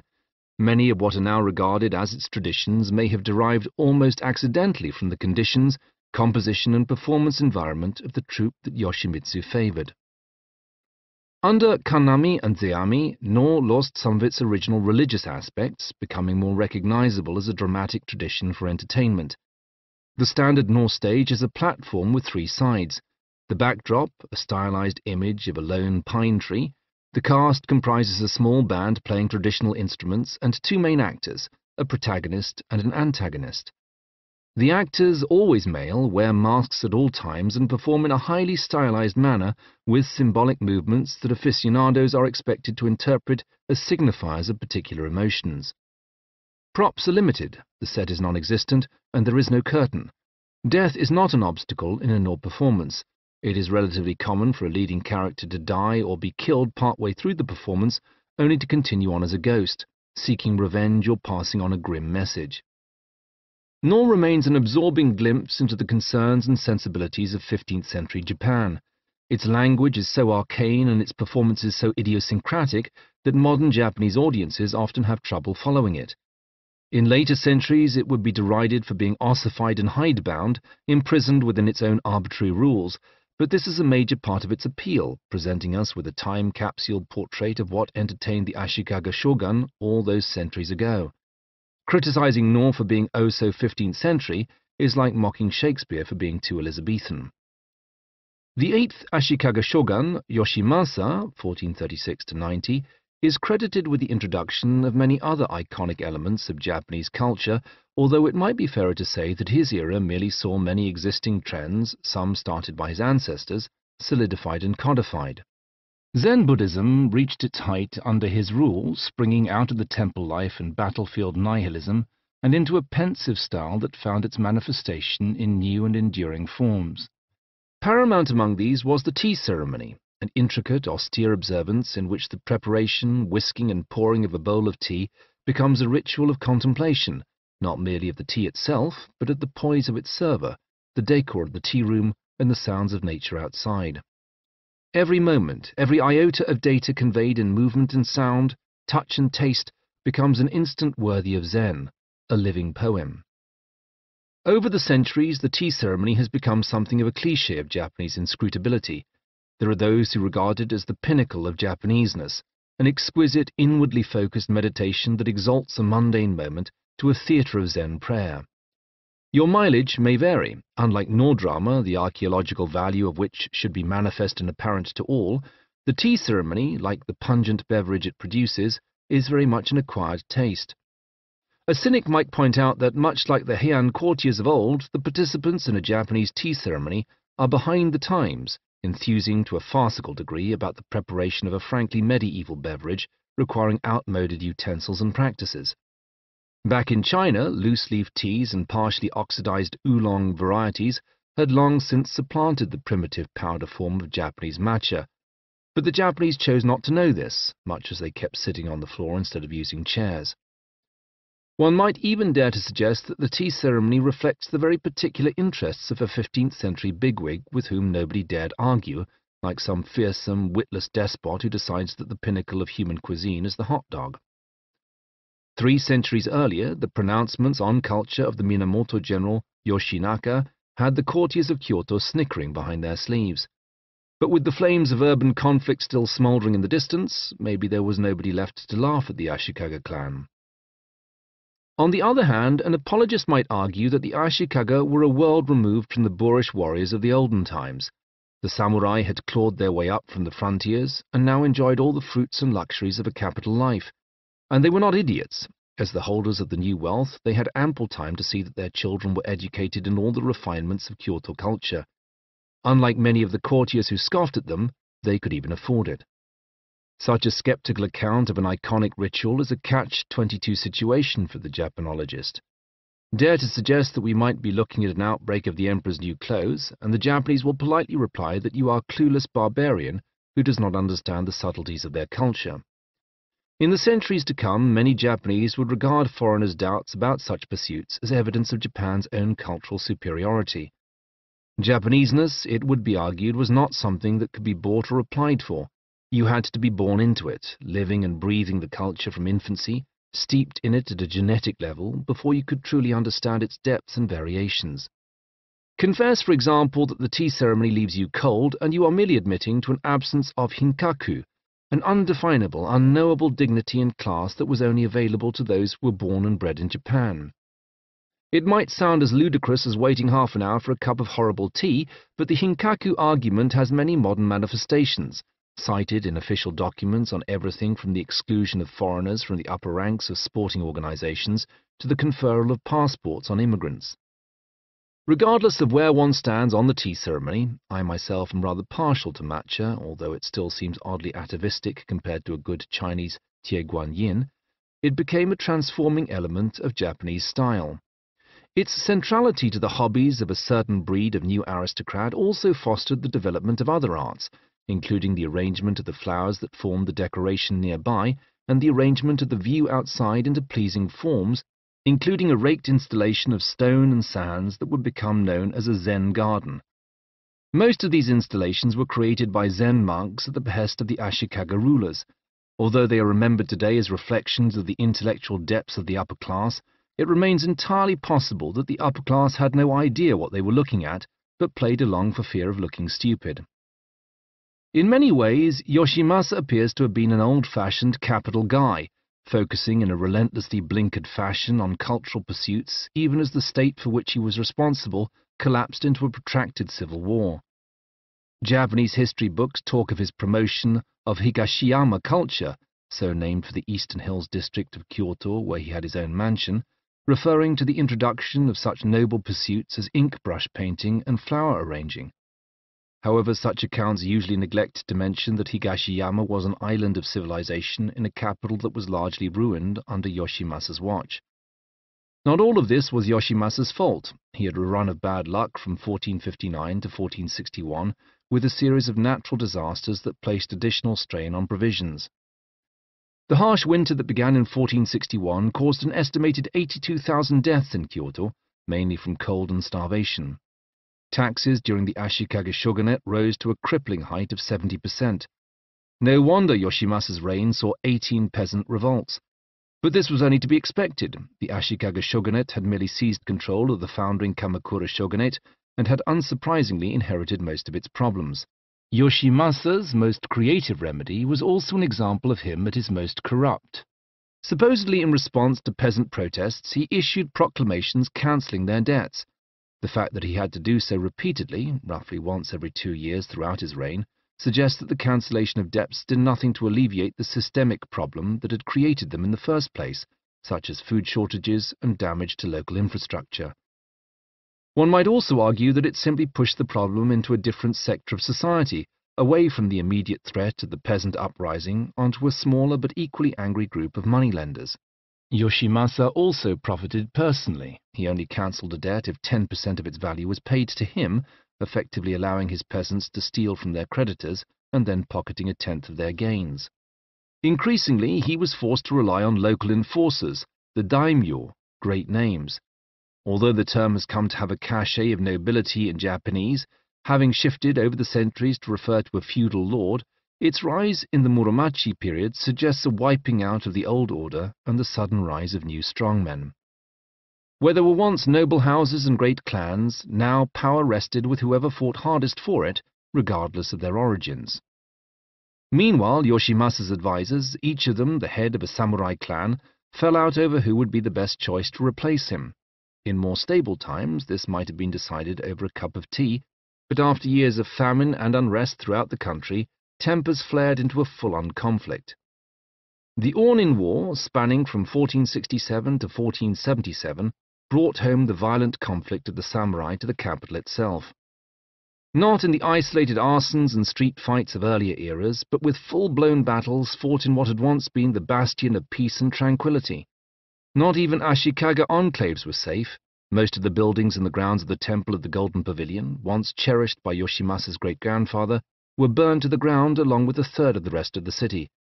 It effectively ended the Ashikaga shogunate, since Yoshimasa's successors would all prove to be puppets of other clans. But it also ended Kyoto for decades to come, leaving the city a burned-out husk infested with roving gangs of looters. The Ornin War also marks the beginning of Japan's protracted civil war, plunging the country into a period of unrest that would not truly come to an end until 1615. Japanese history books call this the Sengoku Jidai, deliberately using a term that alludes to the warring states of China in the ancient past. The term first crops up in comments made by the aristocracy of the day and seems to reflect their belief that, like China in olden times, Japan was stuck in a cycle of endless conflict, awaiting the rise of a great leader who could hammer the country into a unified whole. The term also rather implies that the monarch is entirely powerless and that only a new system can solve the problems the country faces. The shock and awe of the Ornin War partly derives from the terrible irony that after centuries of fighting to get back into the capital, the samurai had successfully done so only to ruin it. It also reflects the fact that most of the chroniclers of the disaster were monks and literati based in the Kyoto region who felt its ruination most keenly. However, the fall of Kyoto was merely the most obvious sign of a general nationwide collapse.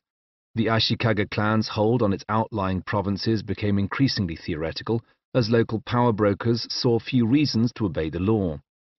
Many became increasingly assertive, and the wiser Ashikaga leaders learned not to issue any orders unless they were sure their underlings felt like obeying them.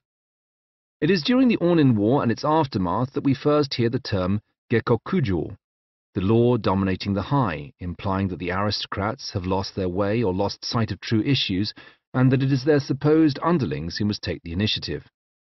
This situation led to many coups on the outlying provinces, propelling a number of minor clans into power on many of the semi-independent estates. The later Ashikaga could not even control the provinces close to Kyoto, hardly surprising when these were the same places supplying their advisors. The last few Ashikaga shoguns were not even allowed in Kyoto. They ruled the city that was supposedly their capital from another town. Just like the emperors, they were forced to abdicate before they were old enough to do any good, serving as shogun in name early on, while the toughest of their advisors held the real power. Such reversals of fortune, switches in sides, and double crosses would forever change the nature of Japan's version of chess, the board game shogi. Until the Middle Ages, it had been a relatively tame variant of the great strategy game. During the Warring States period, it transformed, as did so many imports, into something uniquely Japanese. Whereas pieces in traditional chess are considered dead once removed, in shogi they are merely captured and can be restored to the game on the side of their new master. Shogi pieces reflect this by all being of the same color. Their loyalty is revealed only by the direction they face. A shogi game can appear all but lost, only to be saved by the sudden arrival of turncoat pieces leaping into the fray in an unexpected location. This change in the rules is attributed to Japan's 105th emperor, Go-Nara, 1495 to 1557, who presided over many of the worst reversals, betrayals, and flip-flops of the Warring States period. There were parts of Japan where nobody paid heed to the local lord at all. Several regions where a particular brand of Pure Land Buddhism reigned supreme, unified along religious lines. In these areas, local samurai banded together with Shinto priests and powerful local Buddhist monasteries to form mutual defense organizations. Effectively, this turned parts of the country into independent states outside the authority of emperor and shogun, ruled by councils of commoners. Deriving their name from their single-minded, Ikko faith, they were known as Ikko-Iki, leagues of one mind or federations of purpose. History, as always, is told by the winning side. Japanese history until the 20th century is very much a tale told by the samurai about the samurai. Although there were undoubtedly samurai who rose up from the common population to become aristocrats, they did so by accepting and embracing the rules and protocols of the elite. But the Ikko-Iki was something different, best described perhaps as religious enclaves pushing a radical alternative. Born from peasant mobs, rejecting both the disdainful emperors and the predatory samurai alike, the Ikko-Iki was seen as dangerous experiments that had to be wiped out before the virus spread. Fanatics loyal to a Buddhist patriarch who promised, or at least appeared to promise, an afterlife in paradise. Kaga, for example, on the west coast of Japan, enjoyed almost a century as the peasants' province, after a collective of monks and farmers first supported a local warlord during the Onin War, and then ousted him shortly afterwards. The area became a haven for rebels and outcasts and was embroiled in several factional disputes over the ruins of Kyoto, where its priestly rulers had originally come from. However, Kaga backed the wrong side and was wiped out in the Warring States conflict. The nemesis of the Ikko-Iki was Oda Nobunaga, 1534–82, the first of the three Japanese generals who would eventually unify the nation. Nobunaga had lost two brothers in battles against the Ikko-Iki and was merciless in his war against them. His samurai were seen hunting Ikko-Iki members for sport in the forest, where once they had chased wild boar, they now hunted down pockets of peasant rebels, executing men, women, and children. In the course of his ascent to power, backing one faction in the struggle over the last Ashikaga pretenders and eventually supplanting them, Nobunaga would also destroy the Ikko-Iki fortress at what is now Osaka in a prolonged multi-year siege. In his later years, with half of Japan united under his rule, he built himself a wonderful castle overlooking Lake Biwa at Azuchi near Kyoto and made plans to bring the rest of Japan to heel. He was, however, brought down by one of his own generals who ambushed him at a Kyoto tea ceremony, leading to his angry seppuku as the building burned down around him. The most famous story of the three generals, Nobunaga, Hideyoshi, and Ieyasu, was not told until the 1800s when it appeared in the compendium Kashiyawa, Night Tales of the Kashi era. There is no indication how many years the story was told and retold before it was set down in its enduring poetic form, but today it is so ingrained in Japanese culture that it tends to appear as a simple three-line proverb without any mention of who is speaking. If the cuckoo does not sing, kill it. If the cuckoo does not sing, coax it. If the cuckoo does not sing, wait. Barely 10 years separate the birth dates of the three generals who would finally end the constant warring in Japan. It is hence entirely feasible, although rather unlikely, that all three of them might have been present one day in a garden or an orchard and noticed a hototogisu, or lesser cuckoo. When the cuckoo fails to sing, it's Oda Nobunaga, the tyrant of Japanese history, who speaks first. A violent man who saw his first battle at age 13, He had supported the last Ashikaga shogun only to overthrow him when he outlived his usefulness. It was Nobunaga who declared war on the fighting monks of Mount Hiei when they threatened his Kyoto power base and ruthlessly conquered half of Japan by the time he was assassinated by one of his own generals. It is hence Nobunaga, the force of nature who lives only for war, who is heard to decree that the cuckoo must die. Toyotomi Hideyoshi, 1537–98, speaks next. A new-made man who had risen swiftly through Nobunaga's ranks as a foot soldier and a specialist in siege warfare, his nickname in his younger days had been the Monkey, for his simian face. Nobody would dare call him that in later life, as he avenged Nobunaga's death and carried his campaigns to the edge of Japan and beyond. It was Hideyoshi who would unite all of Japan in his campaigns of conquest, and who would begin the efforts to demilitarize the nation with his sword hunts, confiscating weapons from peasants who would surely no longer need them. It was Hideyoshi who organized a census in 1590, confident that all Japan was his and that the time had come to turn a machine of military conquest into one of national government. Under Hideyoshi's rule, the value of any lord's holdings was determined in rice, the tonnage it was expected to generate in a given harvest, a portion of which had to be paid to him. As his reign proceeded, he tore down castles in pacified areas, issued new coins, and proclaimed his ownership of the land's silver and gold mines, as well as strict controls over foreign trade. Faced with a huge faction of idle samurai, it was Hideyoshi who cunningly shipped some 158,000 of them abroad, for it was Hideyoshi who proclaimed Japan's new frontier in Korea, declaring that his forces would cross the Korea Strait, seize control of the entire peninsula, and then ultimately march on China. It was a ludicrous and unlikely enterprise, but one into which the samurai threw themselves with gusto in 1592. Historians are still divided as to whether Hideyoshi had gone insane and wanted to proclaim himself the ruler of the world, or whether his grand scheme was the ultimate in political calculation, pushing the deadly energies of the samurai class into a foreign war that would keep them busy for years. Unlike the Kamakura shogunate, which had failed to reward its warriors with new lands, Hideyoshi offered them the rest of the world and packed them off to die fighting for it. An entire generation of samurai that might have turned on Hideyoshi instead spent the next 6 years plotting, maneuvering, fighting, retreating, and counterattacking, while Hideyoshi went into quiet retirement and built himself a lavish palace at Momoyama in Kyoto. The endgame of the Warring States unrest from 1573 to 1600 is sometimes called the Azuchi Momoyama period, named for the residences of Nobunaga and Hideyoshi. Owing to Hideyoshi's common origins, he was never proclaimed shogun. And so in the folk tale about the bird that will not sing, it is Hideyoshi who suggests that they should just offer it the right encouragement, leaving only Tokugawa Ieyasu, 1543 to 1616, the man who would reap all the rewards of his predecessor's campaigns.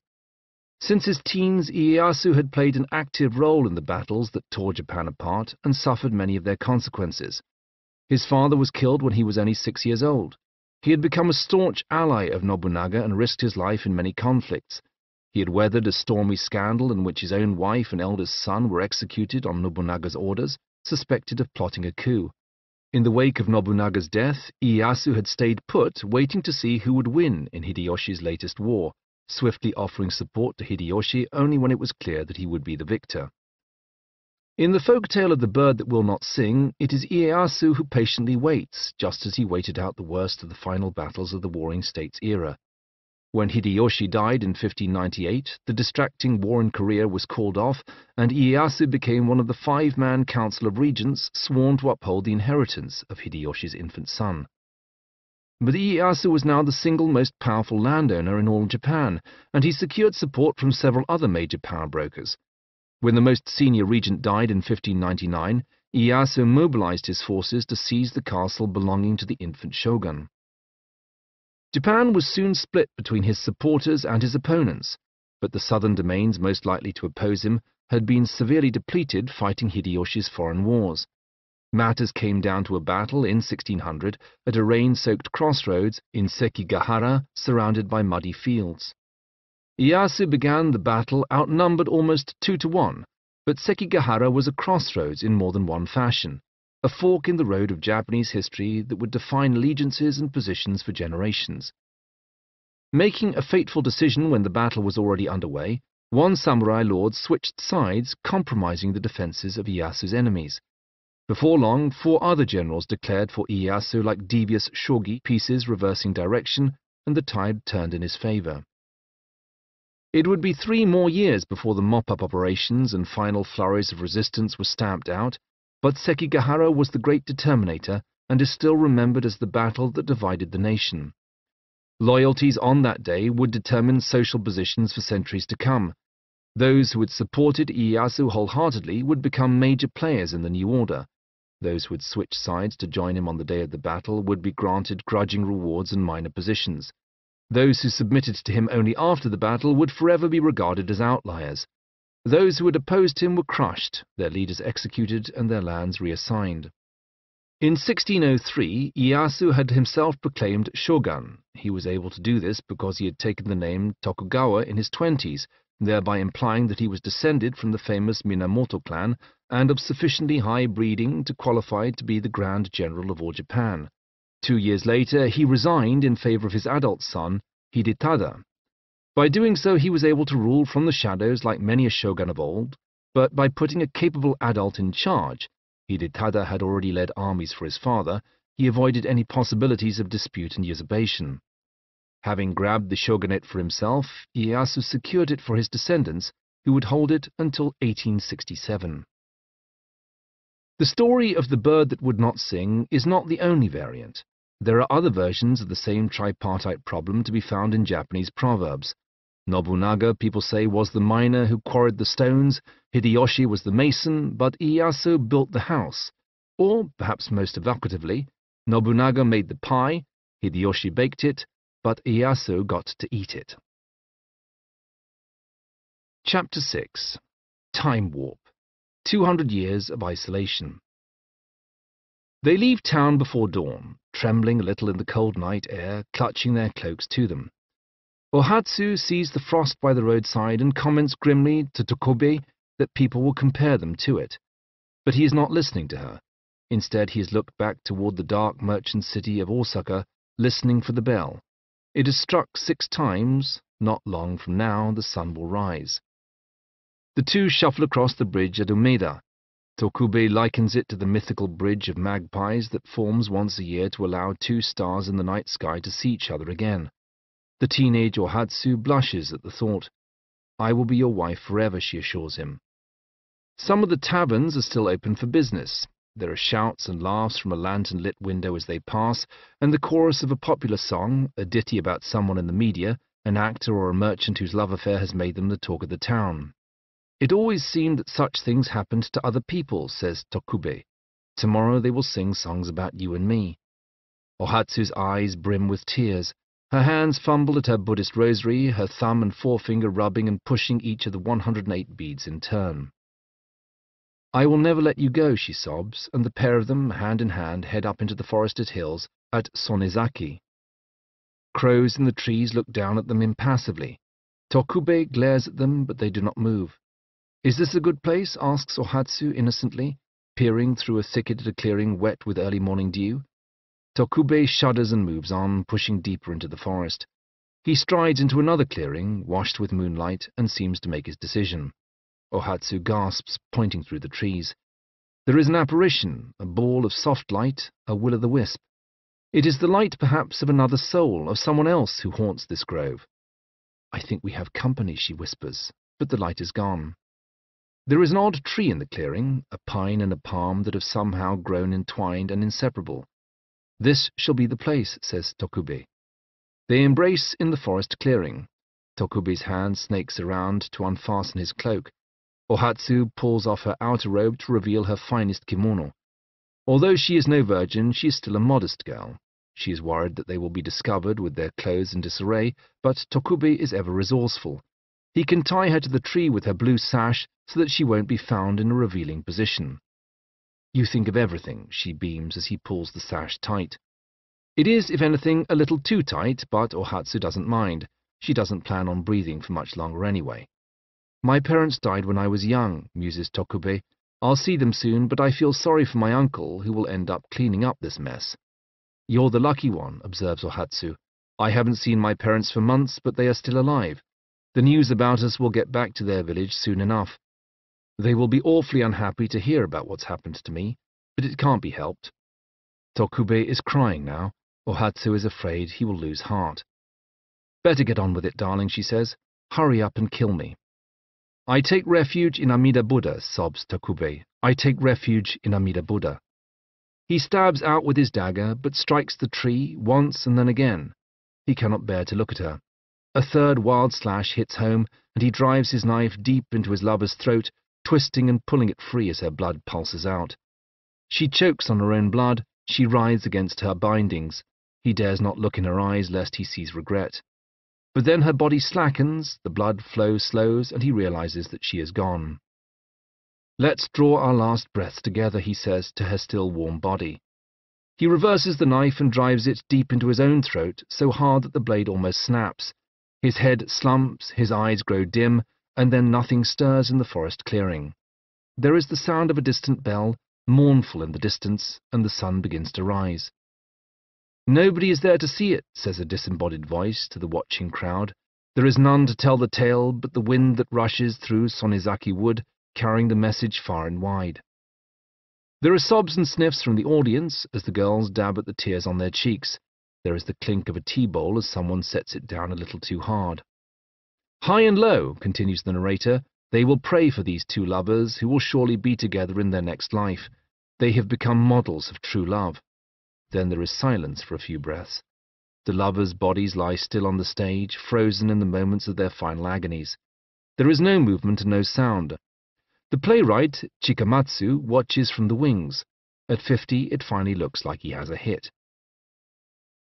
The samurai war machine, running almost constantly for a century, suddenly ground to a halt. Matters that had been in flux for decades, such as one's position in the hierarchy, and indeed who the shogun was, were now fixed and immobile. But for the disinheritance of Hideyoshi's son, which led to a flurry of infighting and the siege of Osaka in 1615, the outcome of Sekigahara settled matters for the next 2 centuries. Loyal lords who had been on the winning side at Sekigahara were known as Fudai, legacy daimyo, part of Ieyasu's inner circle. Lords who had only switched sides with reluctance or on the day were Tozama, outer daimyo, regarded with a degree of mistrust and either fobbed off with remote domains or put in charge of small baronies closer to the shogun's headquarters. The prolonged period of subsequent peace helped Japan's population double from its level in 1600 to 31 million in 1721, after which point it stabilized, having reached the limits of sustainable agriculture and technology. Oddly, one of Ieyasu's first acts on becoming shogun was to inaugurate a new office intended to oversee and promote the study of Go. This deceptively simple game, in which black and white counters attempt to encircle and neutralize each other on a grid, had arrived from China centuries ago, but appears to have been a particular favorite of Ieyasu. His decision to institute an official Go office and 4 competing houses of Go that would contend annually for the championship can be seen in retrospect as an early intimation of much Tokugawa policy, grabbing the skills of the battlefield and repurposing or redirecting them, however haphazardly, to function in a time of permanent peace. Ieyasu also put his subjects' loyalty to the most severe of tests by shuffling many of their responsibilities. He switched a number of domains like pieces on a game board, forcing even some of his longest-serving generals to permanently quit their ancestral lands and relocate where they were needed. Local ties established over generations were cut. Christian domains suddenly found themselves with unchristian overlords. Men who once ruled entire provinces suddenly found themselves running one-horse towns at critical road junctions and vice versa. Once Ieyasu had finished, his family and its branches controlled 15% of the land in Japan, and his close allies another 10%. Nor would the Tokugawa family relinquish its hold on power. Ieyasu swiftly established a hereditary shogunate, and he would be succeeded over the next 2 centuries by 14 descendants. In 1615, shortly before his retirement in favor of his adult son, Ieyasu presented the samurai with a new code of conduct for a military aristocracy in a time of peace, the various laws for the military households, buke shohato. These laws would be amended and augmented several more times by his successors, forming the new basis of samurai existence. In recognition that peacetime was a time of relative plenty, the various laws commanded the samurai to live frugally, to wear appropriate clothing for their status, and not to go crazy with entertainments. They should not shirk their military obligations, but should set aside time for training the all-important arts of archery, swordplay, and horsemanship. Domains, meanwhile, were subject to increased scrutiny by headquarters. Lords could not even marry their children to each other without shogunal approval. Rebels and fugitives, which is to say anyone assigned that status by the shogun, had to be expelled or apprehended. Each domain imprisoned its residents, and lords were permitted no interaction with their neighboring daimyo without shogunal approval. To discourage false flag actions, even if there was a peasant uprising in a friendly neighboring domain, a daimyo had to wait for the order to come from Edo before he could cross his own borders with a task force. As the great barbarian-suppressing supreme general, Ieyasu and his successors as shoguns still had a primary responsibility to keep Japan safe from foreign attack. In doing so, they would initiate a series of decrees and initiatives that would result in the effective isolation of Japan from the outside world, particularly the European missionaries and traders who had been making inroads into East Asia. During the time of the Warring States, European contacts had been useful to certain generals, not least the warlords of Kyushu, who traded silks and precious metals for foreign firearms. One of the great game-changers of the Warring States period was the arquebus, a primitive matchlock gun that first reached Japanese hands on the southern island of Tanegashima in 1542.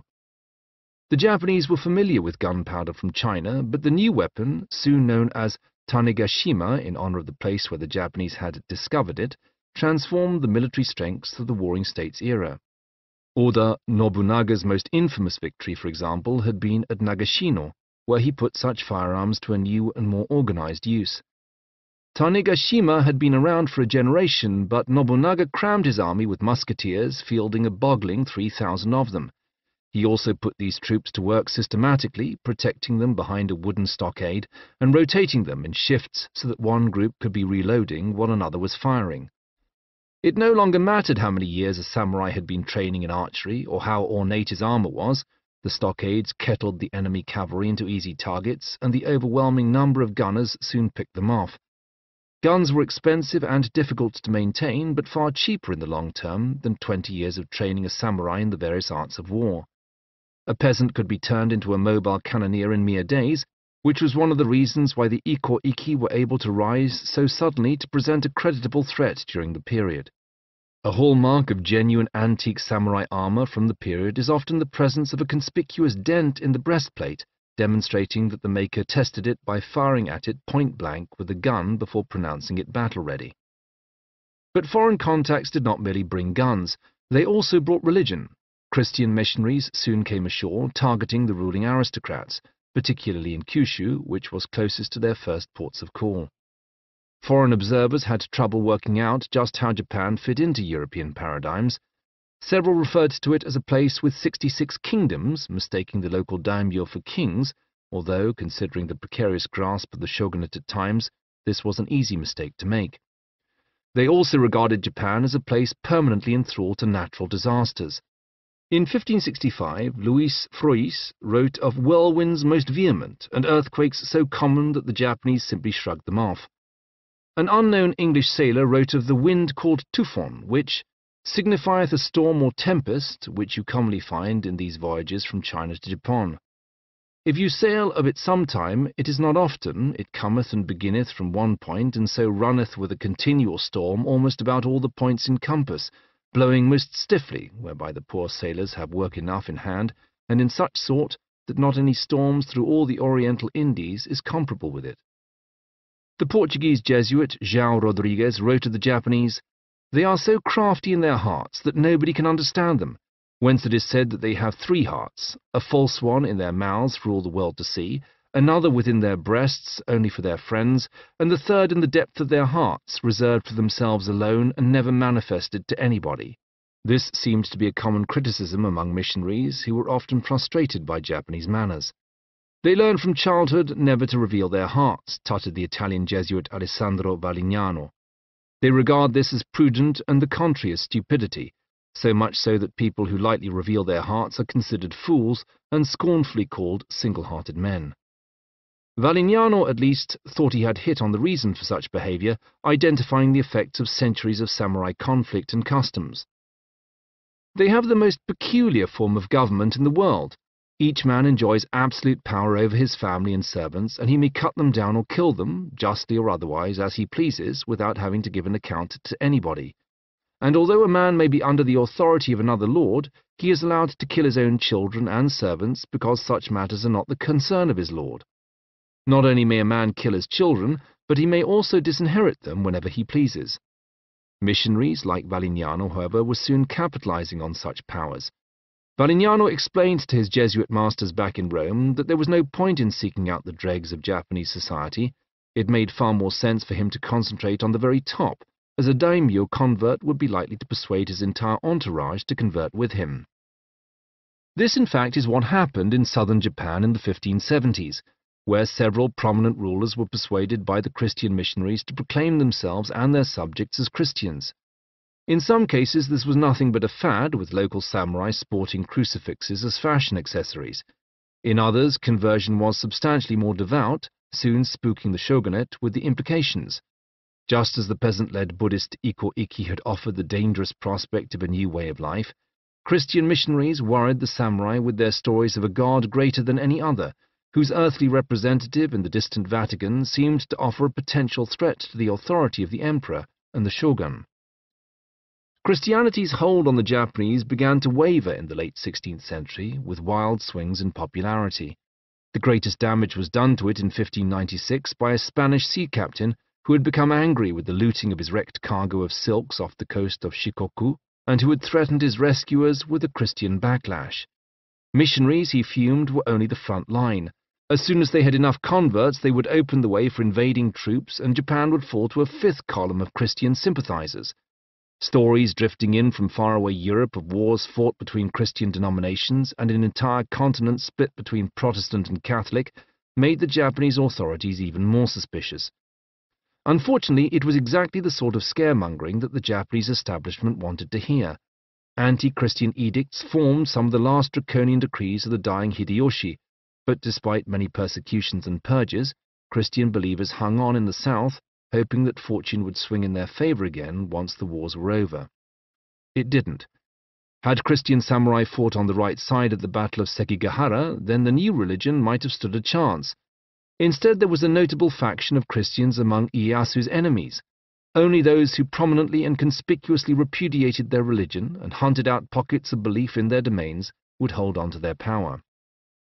With the rise of the Tokugawa clan, Hideyoshi's suspicion of the Christians was reiterated. The Tokugawa clan would not be reversing his policies. Instead, they pushed them harder, throwing out foreign missionaries and persecuting native believers. The gains made in Japan's Christian heartland, in Kyushu, were swiftly stamped out.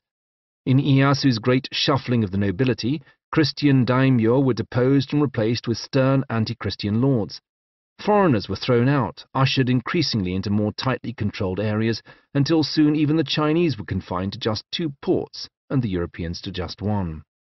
In 1634, European traders were restricted to Dejima, a quarantine island in Nagasaki harbor.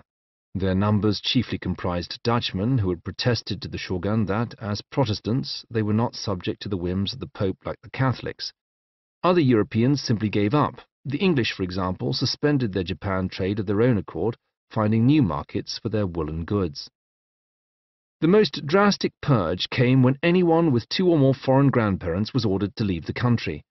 Where there had once been a sector of Japanese society with connections to foreigners, all these people were now ordered to leave. Families were split apart. Half Dutch daughters were sent to friends or relatives in Jakarta, half Chinese sons were forced to relocate to the mainland.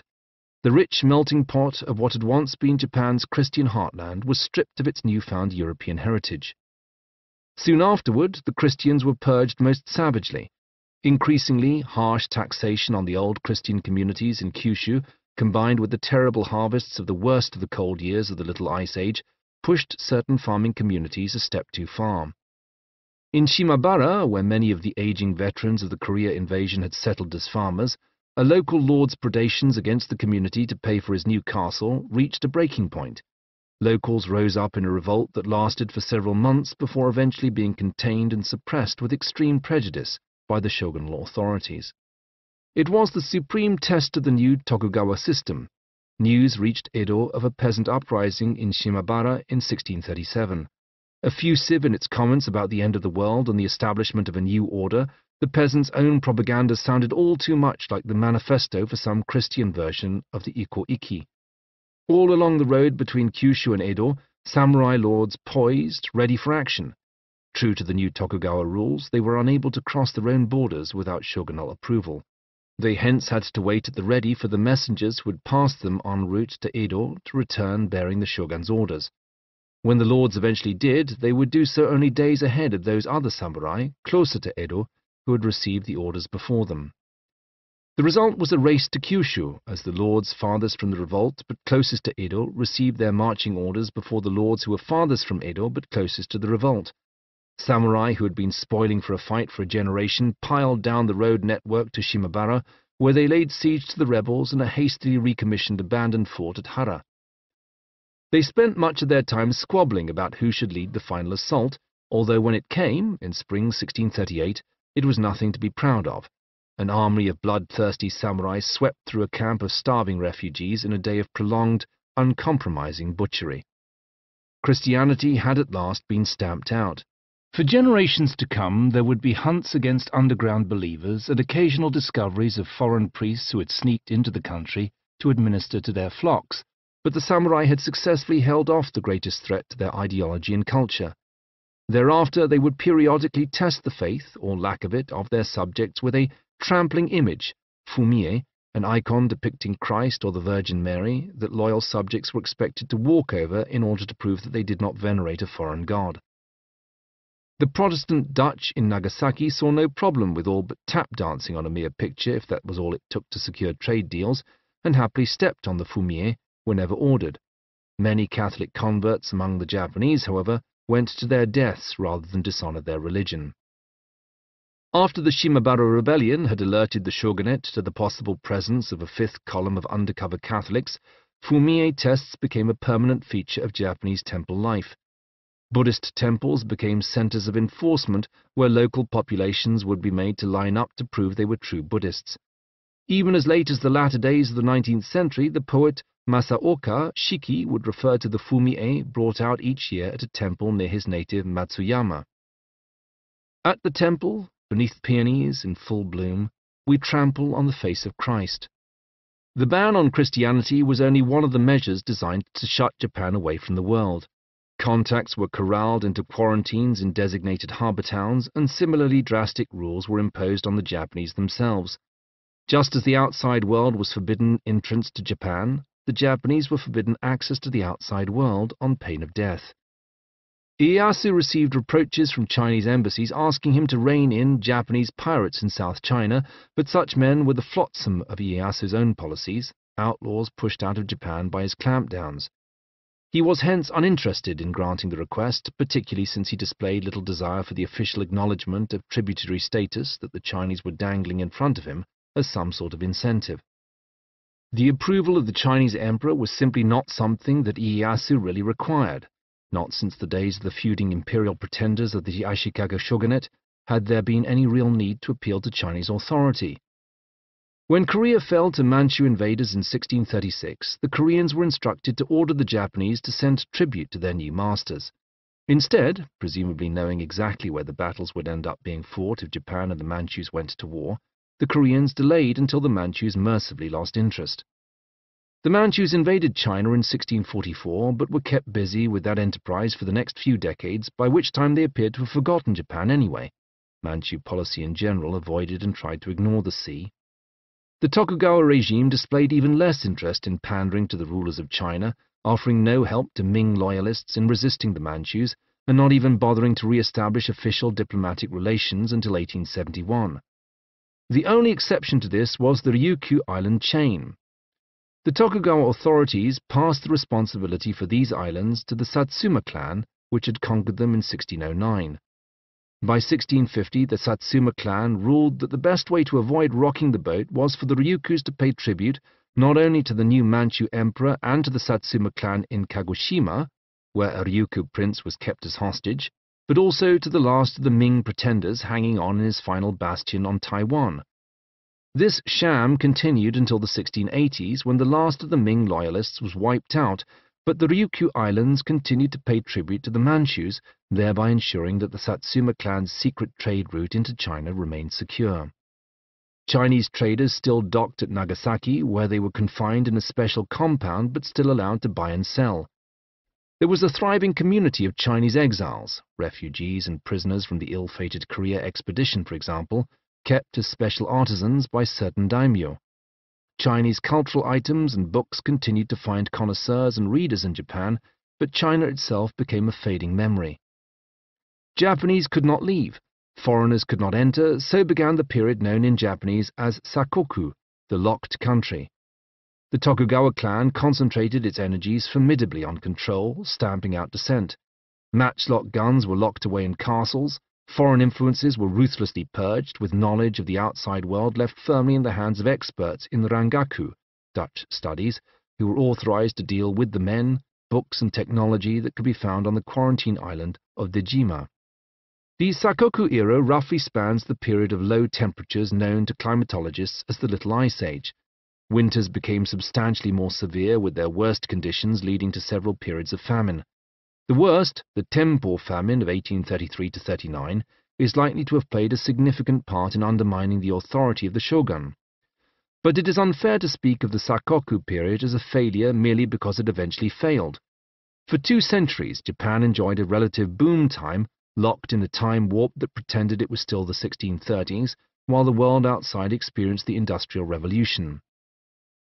With peace formally declared, the samurai truly transformed into a hereditary class comprising some 6% of the Japanese population. They were imposed upon every town as an administrative sector. They dressed like the warriors of old, and the lucky ones still got to live in castles, although before long each domain was forced to reduce its castle count to a single headquarters and to dismantle and decommission any other strongholds. The basic unit of assessment and payment was rice, or rather the amount of rice that one's domain was expected to produce. A koku of rice was subject to certain fluctuations in official size, but was essentially equivalent to 2 or 3 wheelbarrow loads, enough rice, it was thought, to feed a man for a year.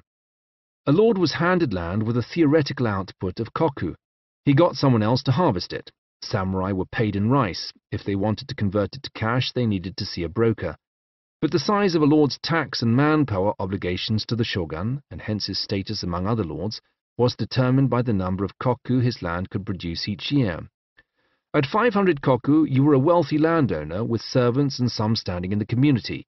At 10,000 koku, you were low-ranking aristocracy obliged to contribute 100-foot soldiers to a notional battle. At 100,000 koku, you were a battalion commander expected to marshal forces of some 750 pikemen, musketeers and cavalry.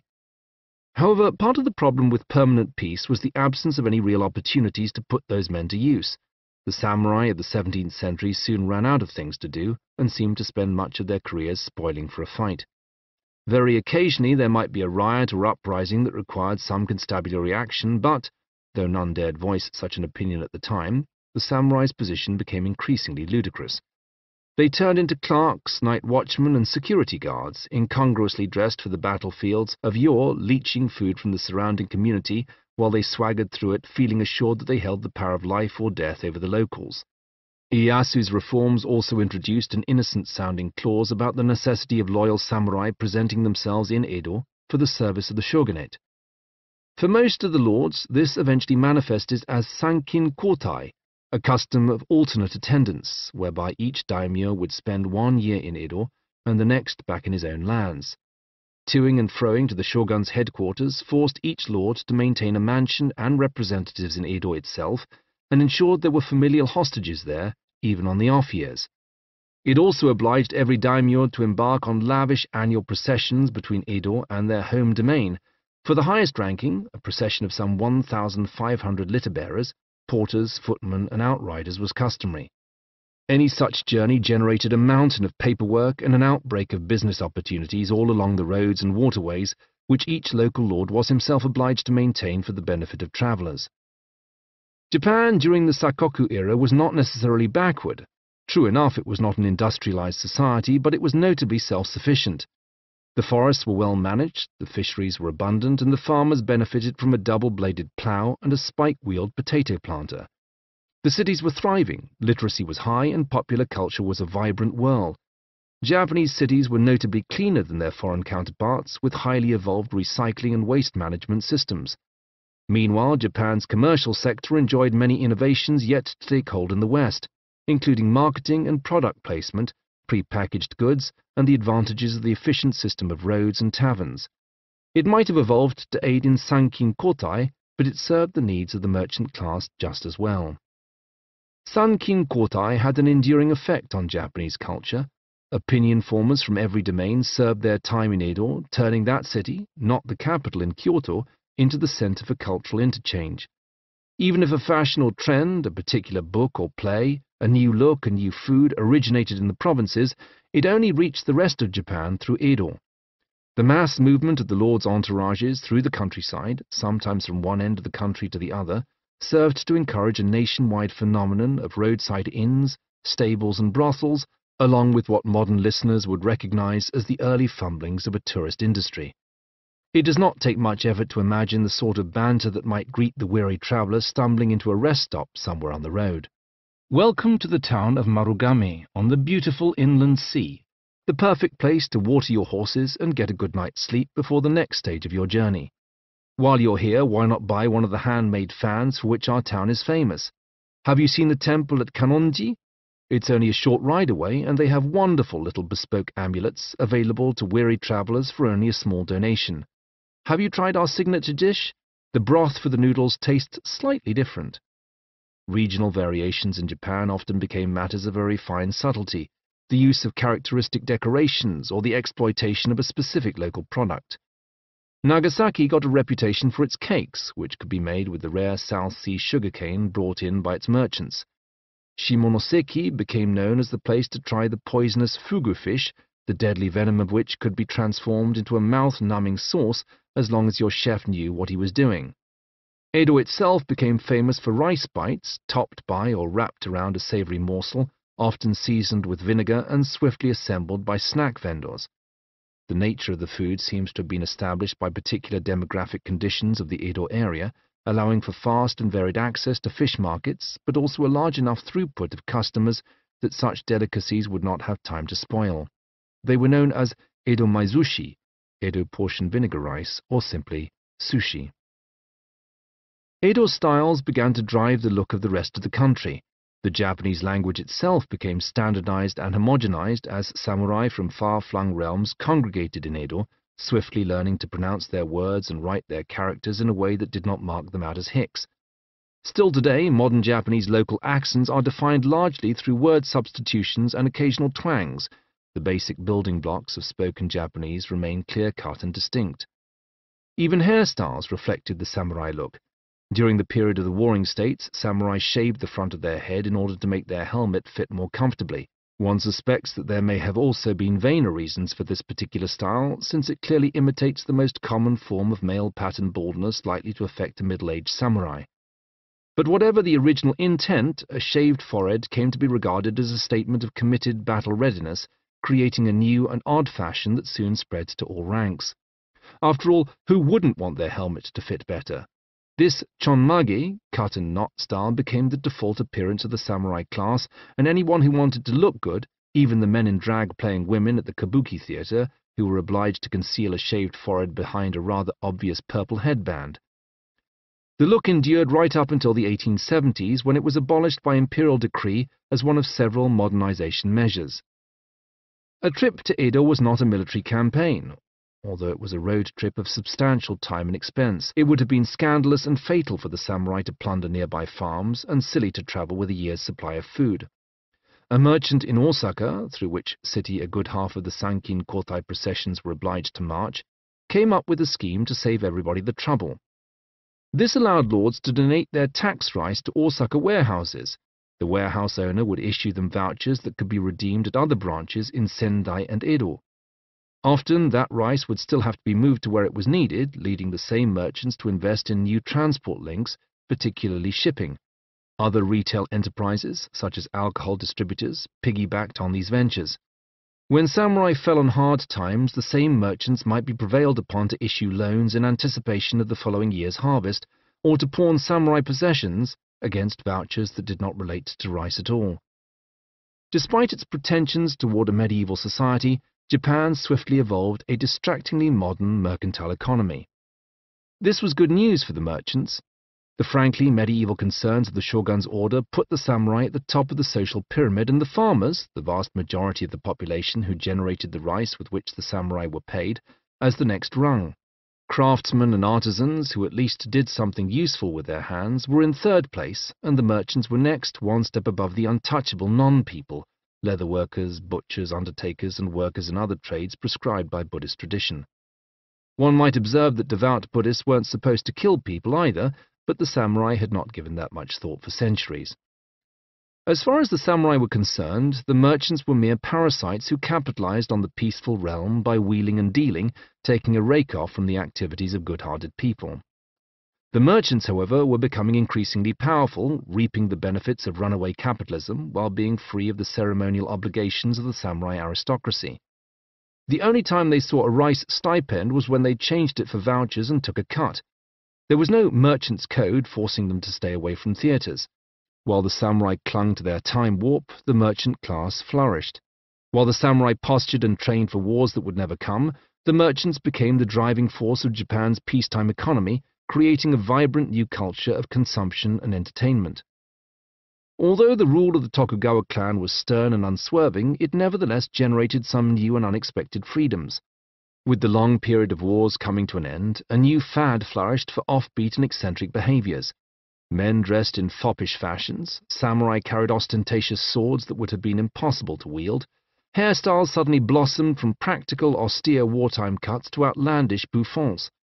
There were incidents of drunken samurai turning on each other in tavern brawls, of cross-dressing pranks that scandalized court society. It was an age of braggarts and outlaws, who were decried by conservative society as kabukimono, eccentrics. A leading figure among such hipsters was the dancer Izumo no Okuni, a semi-mythical figure about whom no definite facts are known. According to legend, she was a blacksmith's daughter and sometime shrine maiden in the late 16th century who drifted into a new kind of performance. Reflecting the irreverent times, she would put on parody versions of old temple dances and creative interpretations of the old Kyogen comedies that had previously run in between more serious Noh plays. Even off stage, she dressed like a loon, in Portuguese pants and hat, carrying a golden sword and sporting the ultimate in exotic fashion accessories, a crystal rosary with a shiny gold crucifix. Perhaps Okuni genuinely was a shrine maiden fallen on hard times and perverting the rituals she had only half learned. Perhaps she was a prostitute with a series of attention-grabbing gimmicks. She soon achieved nationwide fame, putting on shows in which she reenacted stories about her late lover, a possibly fictional samurai called Nagoyo Sanzaburo, whose many great deeds were soon spun into increasingly tall tales. In a crowd-pleasing twist, the ghost of Sanzaburo would suddenly leap out of the audience and dance with her, turning her grand finale into an exorcism of evil spirits and a celebration of love beyond the grave. At some point, someone cracked a joke that played upon Okuni's eccentric nature. Her performances, it was said, were kabuki, a pun on their eccentricity, but also on kabuki, the words for song, dance, and prostitute. Kabuki theatre caught on like wildfire. Free of the constraints of Noh, it continued long past the death of its supposed founder in the early 1600s, swiftly evolving into an exciting new tradition of theatre. Performers dropped the masks of Noh, instead painting their faces with garish makeup, donning flamboyant costumes that bulked them out and accentuated their strangeness. The onstage orchestra would belt out popular songs using innovations like the samisen, three-stringed banjo newly imported from the Ryukyu Islands. The Tokugawa shogunate didn't like it. Kabuki was becoming a nexus for an entire subculture of entertainment and consumption, with the theatre as the centerpiece for tea-houses, taverns, and brothels.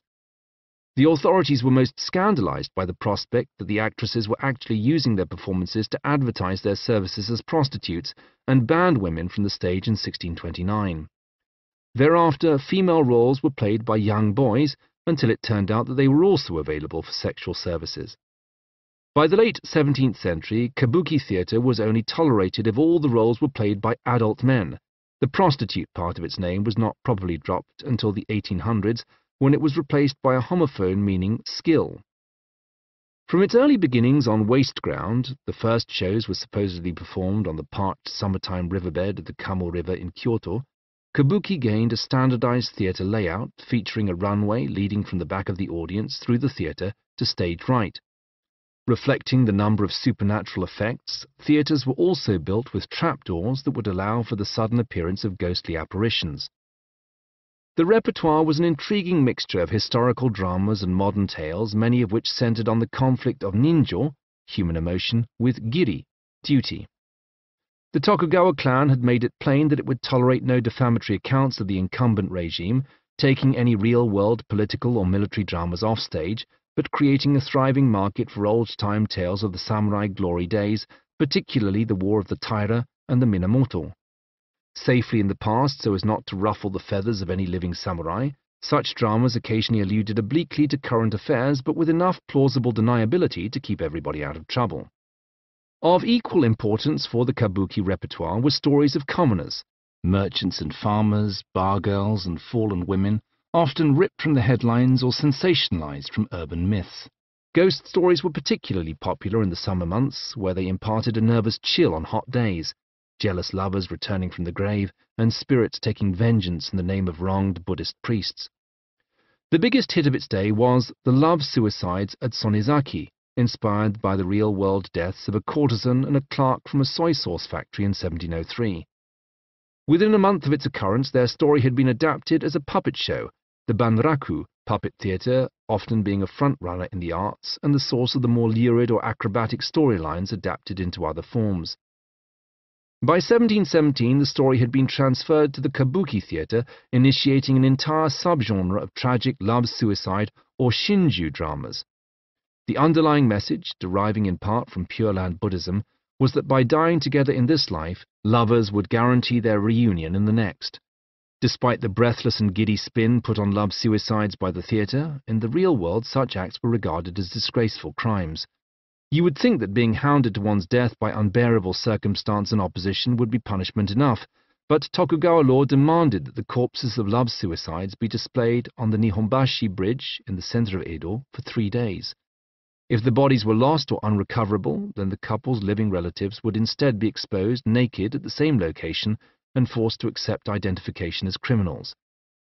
If this was intended as a drastic measure to dissuade would-be suicides from disgracing their families, it failed. Japan was plagued by a rash of copycat suicides, themselves seemingly inspired by numerous theatrical rip-offs of the original story. In 1723, the shogunate banned love-suicide stories as a dangerous fad, although within a generation they sneaked back on stage. Kabuki stars were the celebrities of their day, idols for rabid fans, sought after for product endorsements for everything from medicines to women's cosmetics, and the subject of lurid and occasionally pornographic speculation in the gutter press. In a triumph of what would be known in our era as mansplaining, the female impersonators, or onagata, became the default authorities on femininity, lecturing women on the right way to apply makeup, wear their hair, or use a fan. Older Japanese portraits often show aristocratic women taking pride in waist-length or even floor-length hair. In the Edo period, kabuki performers and courtesans began to favor an upswept chignon called a shimada hairstyle. Other women soon began to copy them, even though such hairstyles were often wigs for the original wearers. The hairstyle is most apparent in Edo period prints, particularly of geisha, who were often distinguished by a larger number of clips in their hair. Where an aristocratic lady might have 1 or 2 hairpins, a high-ranking courtesan would have a veritable sunburst of bright yellow bobbins, all the better to attract attention and make it clear that she and her servants had taken the utmost care over her appearance. Most crucially, she would make sure to display the nape of her neck, an erogenous zone which was regarded as erotically intimate. Our best glimpse of Edo's vivacious urban culture, as well as its fashions and street views, can be found in the books and prints of the period. Whereas artists had previously relied on the patronage of the aristocracy, military or religious orders, the Tokugawa period saw the rise of mass-market publishing, which created new readerships among the merchant and artisan classes. The low end of the print trade was cheap and cheerful. The images would cost no more than a bowl of fast food noodles, and the pictures themselves might be destroyed in the manner of their display, moistened and pasted to a paper wall, for example, and hence liable to be gone within a season. Some such pictures do survive today, although their appearance has often been distorted by the actions of time. Organic colours, such as reds and yellows based on vegetable dyes or crushed cochineal beetles, have faded, leaving only mineral-based hues like the imported Prussian blue. The erotic art known as shunga, spring pictures, was a particularly impressive genre of Tokugawa publishing. Ironically, the fact that it was often cherished and kept hidden was a contributing factor in the survival of so many such works. Popular belief held that shunga carried by a samurai would be a charm against death, or that possession of such images might serve to ward off fires. The subjects of Japanese erotica offered glimpses of the sexual lives of famous courtesans for those who could not afford them in the flesh. There were fictional or gossipy pairings of famous actors, both in and out of costume. Some purported to have medical value, offering practical introductions to the various sizes and shapes of sexual organs. Straightforward depictions of sex were accompanied by subtle references to historical personages or events, or poetry that evoked erotic illusions. In a style that sought to accentuate the focus of the participants while zooming in on the most crucial elements of an artistic scene, the genitals would often be drawn oversized. The book world enjoyed a similar boom in novels, travel books, Confucian classics, philosophical tracts, and how-to guides. After a brief flirtation with movable type, printers returned to a reproduction method that cut the text into a single block of wood. Unlike the Western world, where movable type separated and then downgraded the importance of illustrations to the world of print, the concentration on woodblock engraving kept text and image closely related in Japan. The nature of woodblock printing also allowed for certain titles to be customized. A basic mass-market edition would be produced in black and white, and a more expensive edition with extra color and better paper would be available for the connoisseur. Many editions were made for rental, peddled from door to door by traveling book dealers. Publishing of the Tokugawa period embraced every conceivable element of the printing spectrum, from flashy, fantastic penny dreadfuls to masterful editions of poetry, samurai war stories, and religious classics. The actual wooden blocks took up a lot of storage space, but the smarter publisher, with an eye for the long term, would sit on the wood blocks for as long as possible.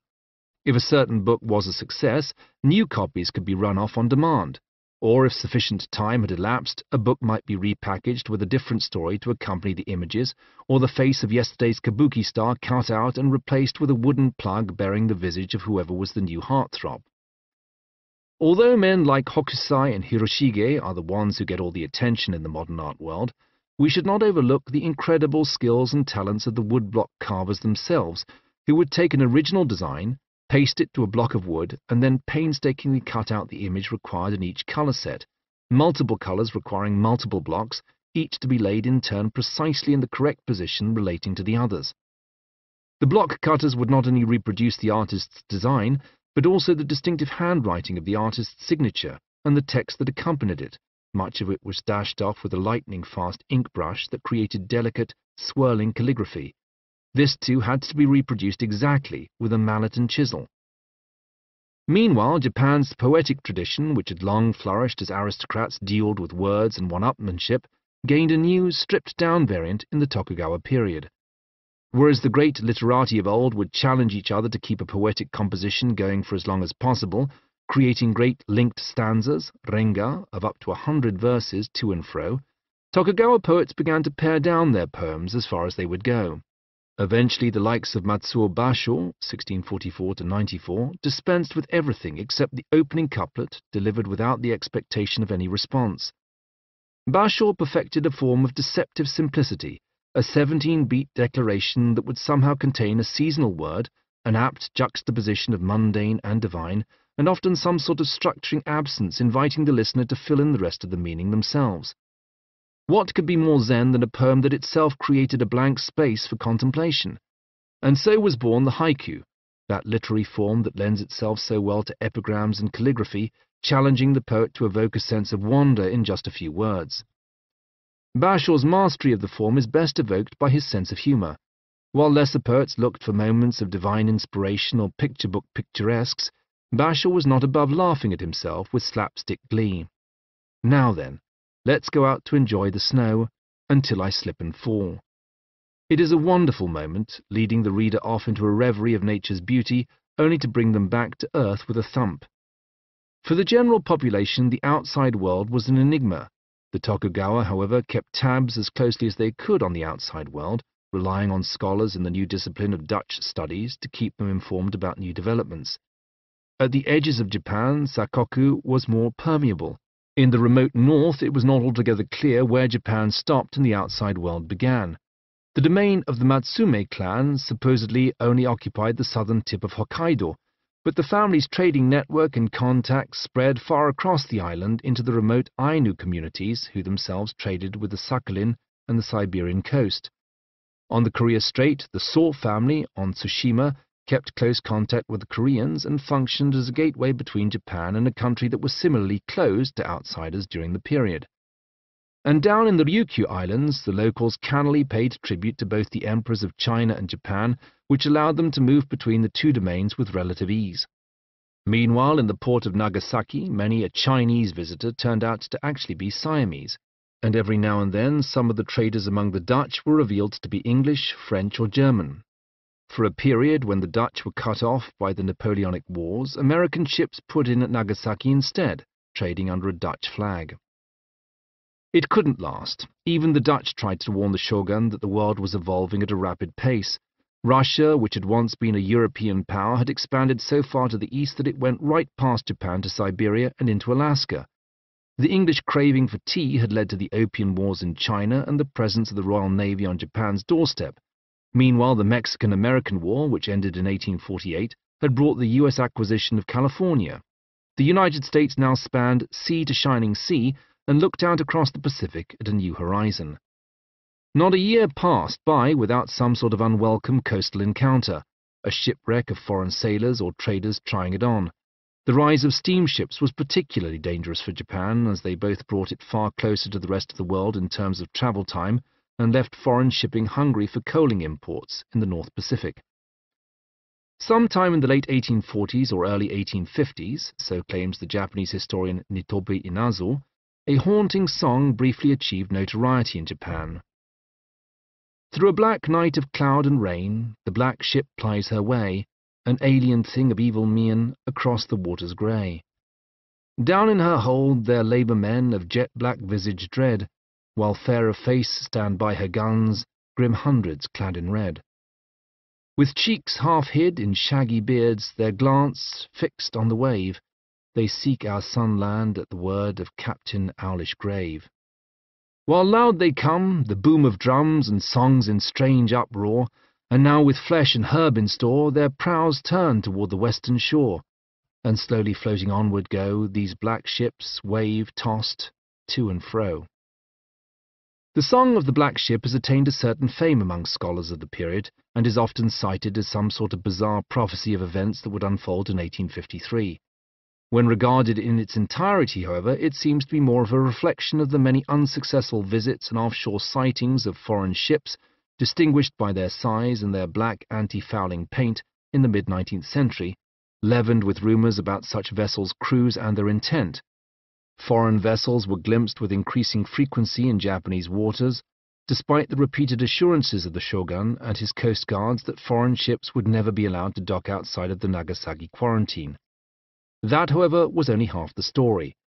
Behind the scenes, the shogunate was increasingly worried about incursions by foreign shipping. There were suspicious increases in the number of shipwrights at Japanese ports and a sudden application of greater diligence on the coastal forts and gun batteries. Although the authorities in Japan continued to assure their emperor and people that all was well, there was trouble on the horizon. Chapter 7. The Stench of Butter. Restoration and Modernization. It began as an unplaceable thrumming sound. When the waves were hushed, when the birds were sleeping, fishermen on the Sagami shoreline heard a new, unknown sound in the darkness. It hummed, a distant growl, as they might have imagined a tiger would sound if its growl went on forever and somehow came from beyond the sea. But it did not come closer. Instead, it passed and faded. It took daylight for the source of the noise to come into view, moving close enough to the shore that the black clouds of its smoke were visible, first as a haze, then as belches of sooty particles. By the time the sea air was spiced with the smell of coal tar, the ships were visible. Some of the people of Edo Bay had heard of foreign whaling ships. Some claimed a friend of a friend had seen them, but none wanted to be too specific. Familiarity with foreign ships implied familiarity with foreigners, and that was still a capital offence. Watchers on the hills spoke agitatedly of a fire on the seas, only to realize with mounting distress that they were watching the approach of the state-of-the-art in foreign naval might, 4 American warships. They were like no ships most of the Japanese had ever seen before. Their sails were rolled up, but somehow they were still making headway against the wind. Their coal engines churning great paddle wheels at their sides. The flagship, the Susquehanna, was 25 times larger than the largest Japanese vessel afloat. People called it a castle upon the water. The ships were as large as mountains and as swift as birds. If the Japanese had been a little more clued in, they might have noticed a few asides. They were too caught up in the size of the flotilla to notice that 2 of the ships were actually being towed. Not every vessel was high-tech. The commander, Commodore Matthew Perry, had hoped to stage a more imposing arrival, but several of his squadron's most striking ships were elsewhere undergoing repairs. Regardless, he steamed on ahead, ignoring the shouts from irate coast guards in tiny boats, including one group that held up a sign proclaiming, in French, that he should turn away and not dare to drop anchor. Perry dropped anchor. It was July 1853. It turned out that there was nothing that the Japanese could do about it. Shore batteries were silent. Samurai stared from the shore. Perry sent word ashore that he was seeking an audience. The shogun had known he was coming for months. The Dutch in Nagasaki had forwarded comments from their own viceroy in India that an envoy would be arriving with a letter from the President of the US for the Emperor of Japan, and that he would be returning some Japanese castaways and asking for the opening of some Japanese ports. Perry had studied the Japanese obfuscations over previous approaches, and his arrival in sight of the shogun's headquarters was a calculated show of force.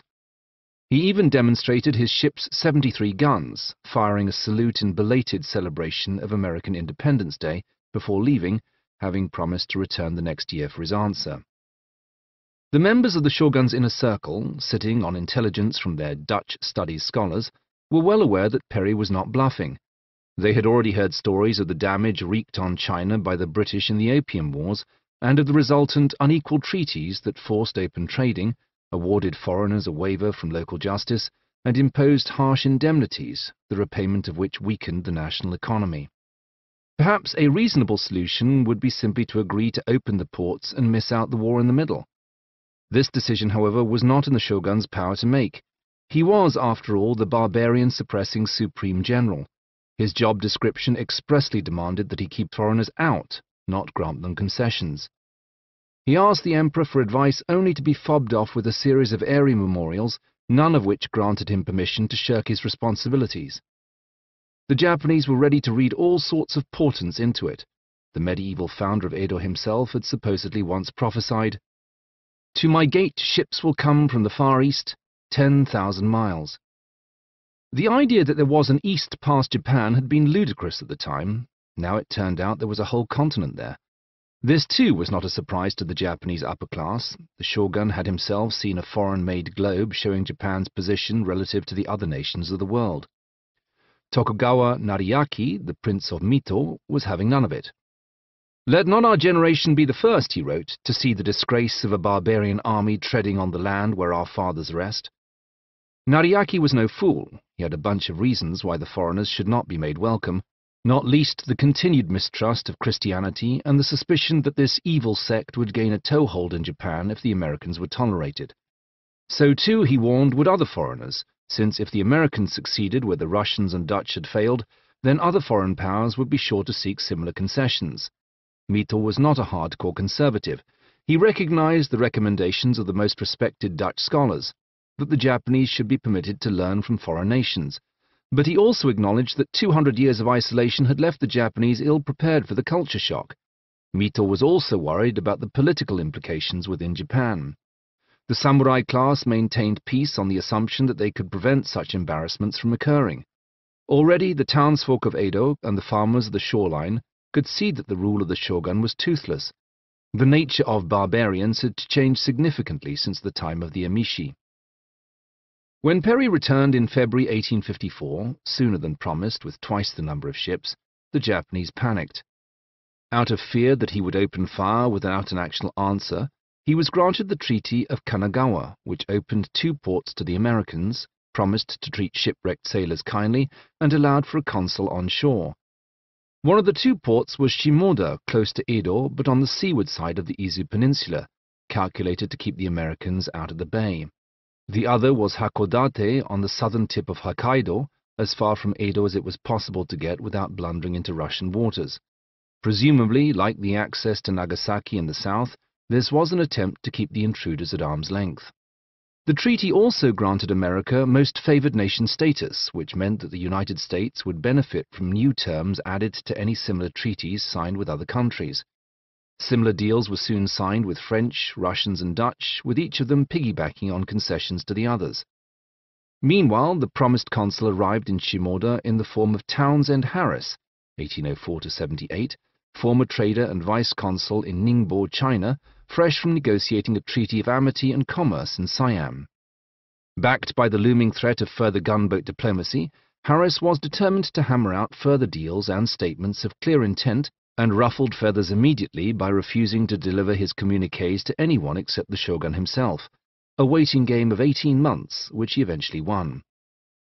In negotiations with the shogun's officials, he eventually got the Japanese to agree to another treaty of amity and commerce that promised diplomatic exchanges and some fluff about low tariffs on imports and exports, and yet more treaty ports to be opened in the next couple of years. Kanagawa, Yokohama, and Nagasaki, then Niigata and Hyogo by 1863. Harris's treaty also allowed for freedom of religious expression among American residents, which would inevitably lead to the construction of forbidden Christian churches on Japanese soil. He also inserted a clause guaranteeing extraterritoriality, that is to say, the right of Americans to be tried by their own courts. The Harris Treaty ensured that by 1863 foreigners in Japan were no longer a rare, exotic mystery in distant Nagasaki, shut off from the rest of the country. Instead, they had become an everyday sight in 6 Japanese harbors, along with their scandalously visible crucifixes, a symbol once punishable by death, now openly flaunted, and a swaggering sense of entitlement born from the knowledge that even if they committed a crime in Japanese eyes, they would only be tried by the forgiving courts of their own land. Or lands, since the most favored nation clause in everybody's documentation ensured that all concessions granted to the United States would also be granted to the British, French, Russians, and Dutch. The foreigners arrived in numbers in Kanagawa and Yokohama, wrote the British diplomat Ernest Satow, and affronted the feelings of the haughty samurai by their independent demeanor, so different from the cringing subservience to which the rules of Japanese etiquette condemned the native merchant. The Japanese reacted to these impositions in a variety of ways. Almost all were in agreement that Western incursions were a dangerous development. What differed was the nature of the response. The educator Fukuzawa Yukichi, 1835–1901, a former Confucian scholar and Dutch studies expert, returned from a fact-finding trip to Europe and the US convinced that it was in Japan's interest to modernize and effectively westernize as soon as possible, rather than remaining mired in the traditions of the Confucian past.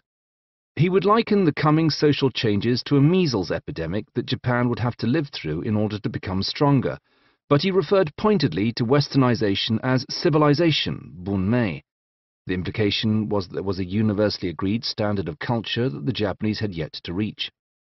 Selected bakufu students were sent abroad to learn about the West. They would return, sometimes years later, armed with ideas for reforms and improvements. Meanwhile, several of the larger and more devious domains also smuggled young representatives abroad without shogunal approval in order to see for themselves and obtain prized foreign contacts and technology. But all was not well. There was no way to put a healthy spin on the shogun's surrender to these terms. He had failed in his duties. There were already bellicose samurai domains who thought they could do a better job, not only among the Tozama outliers, but even among the branches of the Tokugawa clan, such as nearby Mito domain, although its lord dare not say so in public. Some of their rank and file, however, would make their feelings plain. In August of 1859, barely 6 weeks after the first diplomats were installed, 2 Russian sailors were cut down in public. That November, somebody murdered a Chinese servant of the French vice-consul. If there was any belief that these incidents were occasioned by misunderstandings, affronts, as Ernest Satow put it, to severe Japanese etiquette, there was soon more evidence to the contrary. In December 1860, the Illustrated London News bragged about the reception of the British envoy Rutherford Alcock, 1809–97, at the Shogun's castle, noting the proud panache of Her Majesty's ambassador and remarking how different it was from the days when the Dutch had to crawl on their hands and knees with their heads to the ground. Within a month, Alcock's Japanese interpreter had been stabbed in the back at the legation entrance. Foreigners and the Japanese who worked for them were being targeted by shishi, men of high purpose. The culprits were rarely apprehended, but many of them seemed to hail from Satsuma and Choshu, the 2 outlying domains with the greatest resentment for the shogun. This, they seemed to be saying, was how you expelled the barbarians, if necessary, one at a time.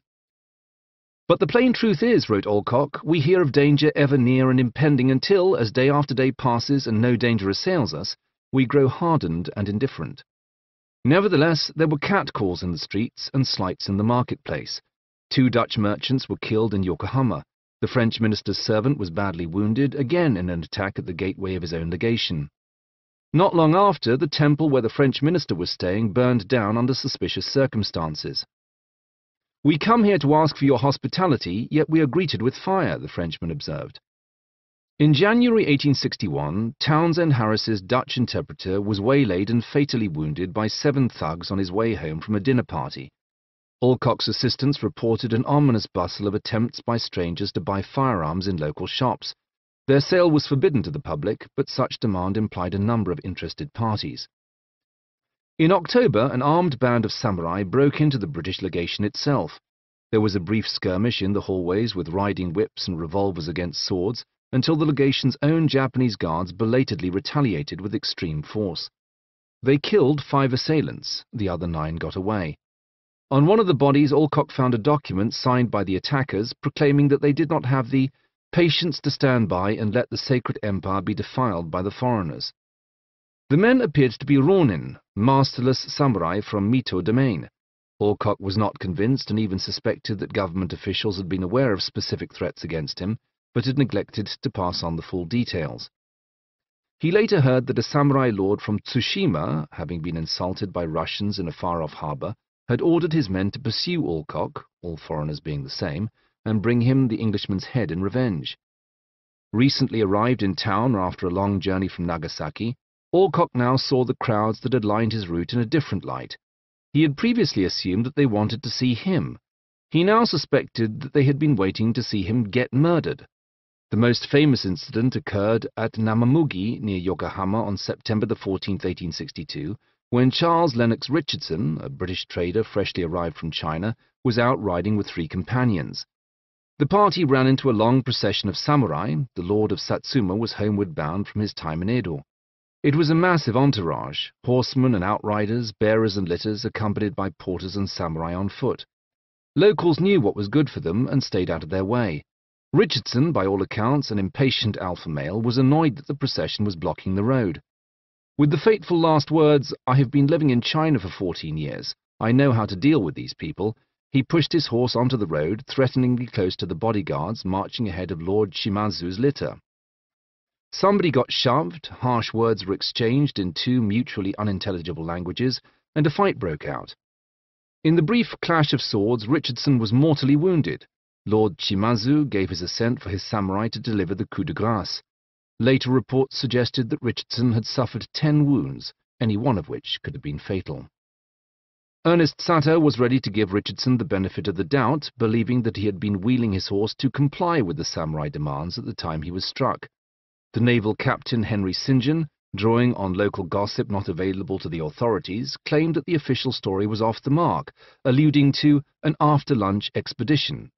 In other words, reading between the lines of his Victorian prose, the British men were drunk, and that the tragedy was caused by a wilful lady, suggesting for some reason that Richardson had been goaded into action to impress the only woman in the party, his friend's cousin Margaret Borodai. Whatever the reason, it was the worst possible test of all the treaties already signed. If Richardson had been Japanese, his behavior would have been regarded as a foolhardy assassination attempt, and nobody would have faulted the bodyguard's reaction. It did not help his case that another foreigner, Eugene Van Reed, had been earlier seen to dismount and bow, which had been the correct response in Japan since the time of the Chronicle of Wei over 1,000 years earlier. Regardless, under the rules of extraterritoriality, this decision was not in the power of the Japanese to make. The chargé d'affaires demanded compensation of £100,000 from the shogun, a ridiculously high sum equivalent to a third of the annual budget of the bakufu. The best defense the shogun could hope for was for some carefully worded memorial from Emperor Kome, 1831–67, ordering him to do what he had already done, and thereby ensuring that his acts were seen as loyal to a new consideration of the imperial will. Back in landlocked, sleepy Kyoto, surrounded by a clique of ignorant advisers, few of whom had any appreciation of the shattering changes going on in the harbours, the emperor made his position inconveniently clear. He commanded the shogun to do his job with the order to expel barbarians of March the 11th, 1863. The shogun was given 8 weeks to comply. This was simply not possible. Either the emperor was placing the shogun in an intolerable situation in the hope he would resign, or the emperor really was terribly misinformed about the scale of the foreign threat and the impotency of any likely Japanese response. As ever in Japanese history, one must look behind the immediate players to their advisers. There were samurai who rather hoped that the emperor would sack the shogun, so they could put themselves forward as his successor. Satsuma was undoubtedly one of the domains with the biggest grudge against the Tokugawa, which helps explain the shogun's reluctance to take responsibility for any of their mistakes. The samurai of the southern domain of Choshu decided to show the shogun how it was done, waiting until the deadline had expired and then opening fire on several Dutch, French and American ships in the Shimonoseki Strait. Both the French and Americans sent retaliatory strikes against Choshu's gun batteries, but without the ability to land a sizable force of armed men, they were unable to shut down the Choshu interference. The strait was effectively closed to foreign shipping. In July, with the shogun pleading his case to the emperor in Kyoto, his representatives came aboard a French warship to pay the British debt. Satsuma, however, still owed £25,000 itself, and Lord Shimazu was refusing to pay up on the grounds that this would not even be an issue if the shogun had done his job and kept the barbarians out in the first place. In August, a squadron of British ships left Yokohama to head down the coast to Satsuma. They arrived offshore at the city of Kagoshima on August the 11th and presented a demand to comply within 24 hours.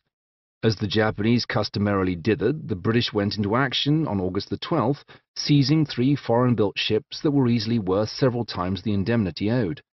As they did so, however, Kagoshima shore batteries opened fire. The British ships fired back, eventually setting fire to 500 houses in the town and destroying several Ryukyu vessels in the harbour. Leaving the city in flames, they steamed away again, considering their message delivered. The samurai of Kagoshima were left standing waist-deep in the water, yelling after the departing ships that they were crewed by cowards. Some of them maintained that since the British had not landed, the Satsuma samurai had won. The city had been evacuated before hostilities began, leading to remarkably few casualties among the Japanese, just 5 dead, whereas the British lost 13. To say that Satsuma was suitably cowed would be a misrepresentation. The domain did pay the British their £25,000, but only by borrowing it from the shogun, and never paying him back. Impressed, as only another bully can be, by the tactics of the Royal Navy, Satsuma soon sent envoys to Europe with orders for some ironclad ships of its own. That still left Choshu. On September the 4th, 1863, a force of English, French and Dutch ships, with a tag-along vessel flying the Stars and Stripes to make it clear that the US approved, opened fire from the sea. The Choshu batteries retaliated only to suffer a series of daring and damaging raids by parties of British and French Marines, who spiked many of their guns and chased the enemy into the forests. The following day, a larger Anglo-French party of Marines seized strategic points among the batteries, while the Choshu samurai sniped at them from the trees. Despite continued heavy small arms fire, the landing party proceeded to demolish, dismantle or remove all the Choshu shore guns. "I have satisfied myself," wrote Admiral Kupper, a veteran of the bombardment of Kagoshima, "that no batteries remain in existence in the territory of Prince, Choshu, and thus the passage of the straits may be considered clear of all obstructions." As in Satsuma, the Choshu samurai drew an entirely unexpected lesson from their defeat, deciding that the best course of action was to adopt the technology and tactics of their enemies as soon and as swiftly as possible. The smoke had barely cleared before Choshu agents arrived in Nagasaki at the home of Thomas Glover, a Scottish merchant, demanding that he help them buy some warships of their own. Within 2 years of what it called the War in Japan, the London Illustrated News was reporting the presence of Japanese soldiers in Western garb, carrying rifles and drilling like European soldiers. This required the assistance of European military advisors. Choshu's new modern army was largely trained by the French, Satsuma's by the British. A smart shogun might have pitted them against each other, but by 1866 diplomatic overtures from the domain of Tosa had persuaded the upstart domains to join forces. Behind the scenes, foreign powers chose their own sides in what looked like a civil war in the making, the French offering tacit support to the 14th Tokugawa shogun, the British secretly supplying arms to the would-be rebels. Some enterprising Japanese businessmen sold arms to both. Although there had been several skirmishes and punitive expeditions, these were regarded as government policing actions. Open war broke out in January of 1868 with a cluster of rebel domains led by Satsuma and Choshu seizing the imperial palace in Kyoto and proclaiming that the power of the teenage Emperor Meiji had been restored. Many of the battles that followed were resolved with admirable lack of violence, although the country was nominally split between the emperor's forces, i.e. the rebels, now with imperial backing, and the shoguns. All proclaimed themselves to be loyalists to the emperor. The fight was merely over how that loyalty might be interpreted. The emperor's forces marched with the banner of imperial authority, the sight of which unfurling on the front line was often enough to persuade the shogun's men to capitulate. After all, they could hardly charge upon the flag of the sovereign they claimed to serve. The shogun himself, knowing that all was lost, ordered his men to offer no resistance. He did so in the knowledge that even after being downgraded to a mere daimyo, his family holdings would still leave him as one of the most powerful lords in the new order. However, ever since the Middle Ages, samurai had been apt to interpret their lord's orders in terms of what he might say, rather than what he actually had. There were consequently pockets of armed resistance, particularly in North Japan. In a last-ditch effort to hang on to their pride and the old order, the shogunal loyalists retreated to Hokkaido, proclaiming the short-lived samurai republic of Ezo, headquartered at the five-sided fortress of Goryokaku in Hakodate. It fell in 1869, ending the war and marooning many of the most steadfast samurai in the far north. The south belonged to the supporters of the teenage Emperor Meiji, who swiftly arranged a series of proclamations to dismantle the Tokugawa regime that had run Japan for 2 centuries. Modernization was now the key word, starting with the moving of the capital from Kyoto to Edo, the city that had been the de facto center for 200 years. The emperor's new home, where he took up residence in the departed shogun's castle, was soon given a new name by which it is still known today, the East Capital, or Tokyo.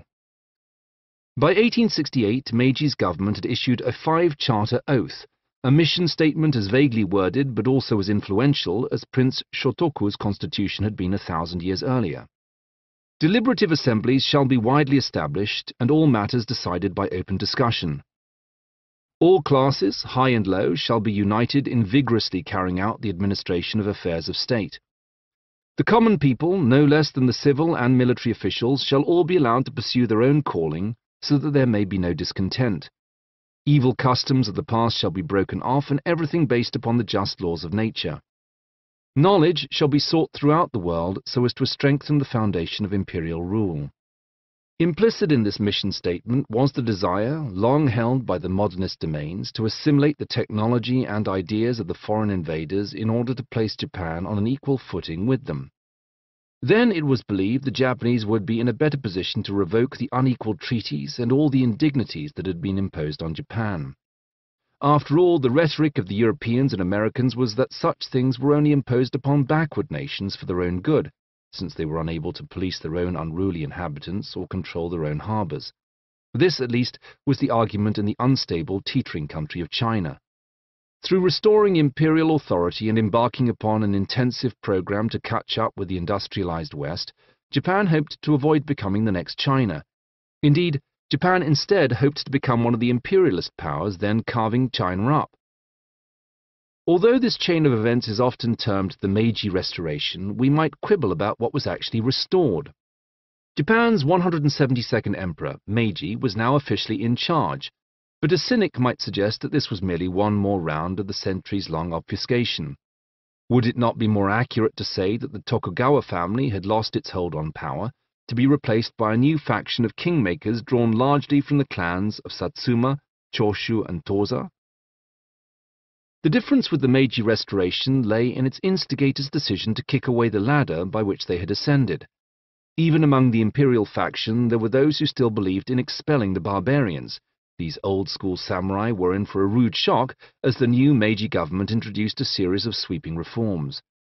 The samurai themselves would be effectively abolished within a decade, as the removal of the shogun proved to be more than a shuffling of those in power. It was the opening act of an entire modernization process. At first, the victory seemed to follow predictable lines. Possessions of the Tokugawa family, which included many cities and prefectures, were returned to imperial control, which, in days gone by, would have been the prelude to the division of spoils and the dispersal of new noble titles. However, a year later in 1869, even the emperor's supporters were ordered to return their lands to the throne. Eventually, every domain in Japan, whether it had been pro- or anti-restoration, was ordered to hand its powers back to the emperor. The entire system of feudal authority was dismantled and replaced with a system of prefectures with state-appointed governors. This was not quite the great redistribution it might first appear. Many of those governors were drawn from the old samurai families, and former lords gained the right to enjoy a tenth of their old income as a form of compensatory stipend. Most of the old daimyo and their fellow aristocrats were rebranded with a set of noble titles in 1884 in imitation of European nobility, creating an entire class of dukes and marquises, counts and barons, the kazoku, or glorious houses. Such titles were based on a set of deeply traditional criteria, including the highest rank held at court by one's ancestors and the highest revenue in koku that a lord had been receiving prior to the Meiji Restoration. More than 1,000 years after their ancestors had first wriggled their way into court life, the leaders of the 5 branches of the Fujiwara family were hence rebranded as modern dukes. The rulers of outlying regions, such as the Hosokawa family that had once ruled Kumamoto, or the Sho family that until recently had been the kings of the Ryukyu Islands, were now marquises. As an indicator of how things were likely to go from now on, the lords of Satsuma and Choshu received a slight promotion from their likely rank, being made princes in recognition of their contribution to the Meiji Restoration. There would be similar promotions for other noble houses in the decades that followed, with even the ousted Tokugawa getting some upgrades by the early 1900s. They might have been on the losing side, but they were still close relatives of the imperial family. The 5 Charter Oath might have appeared at first glance to push a notion of universal democracy, and indeed after 1945 the Japanese would decide that was exactly what it had been intended to do. However, at the time of the Meiji Restoration, the reforms still clung to many elements of the old order.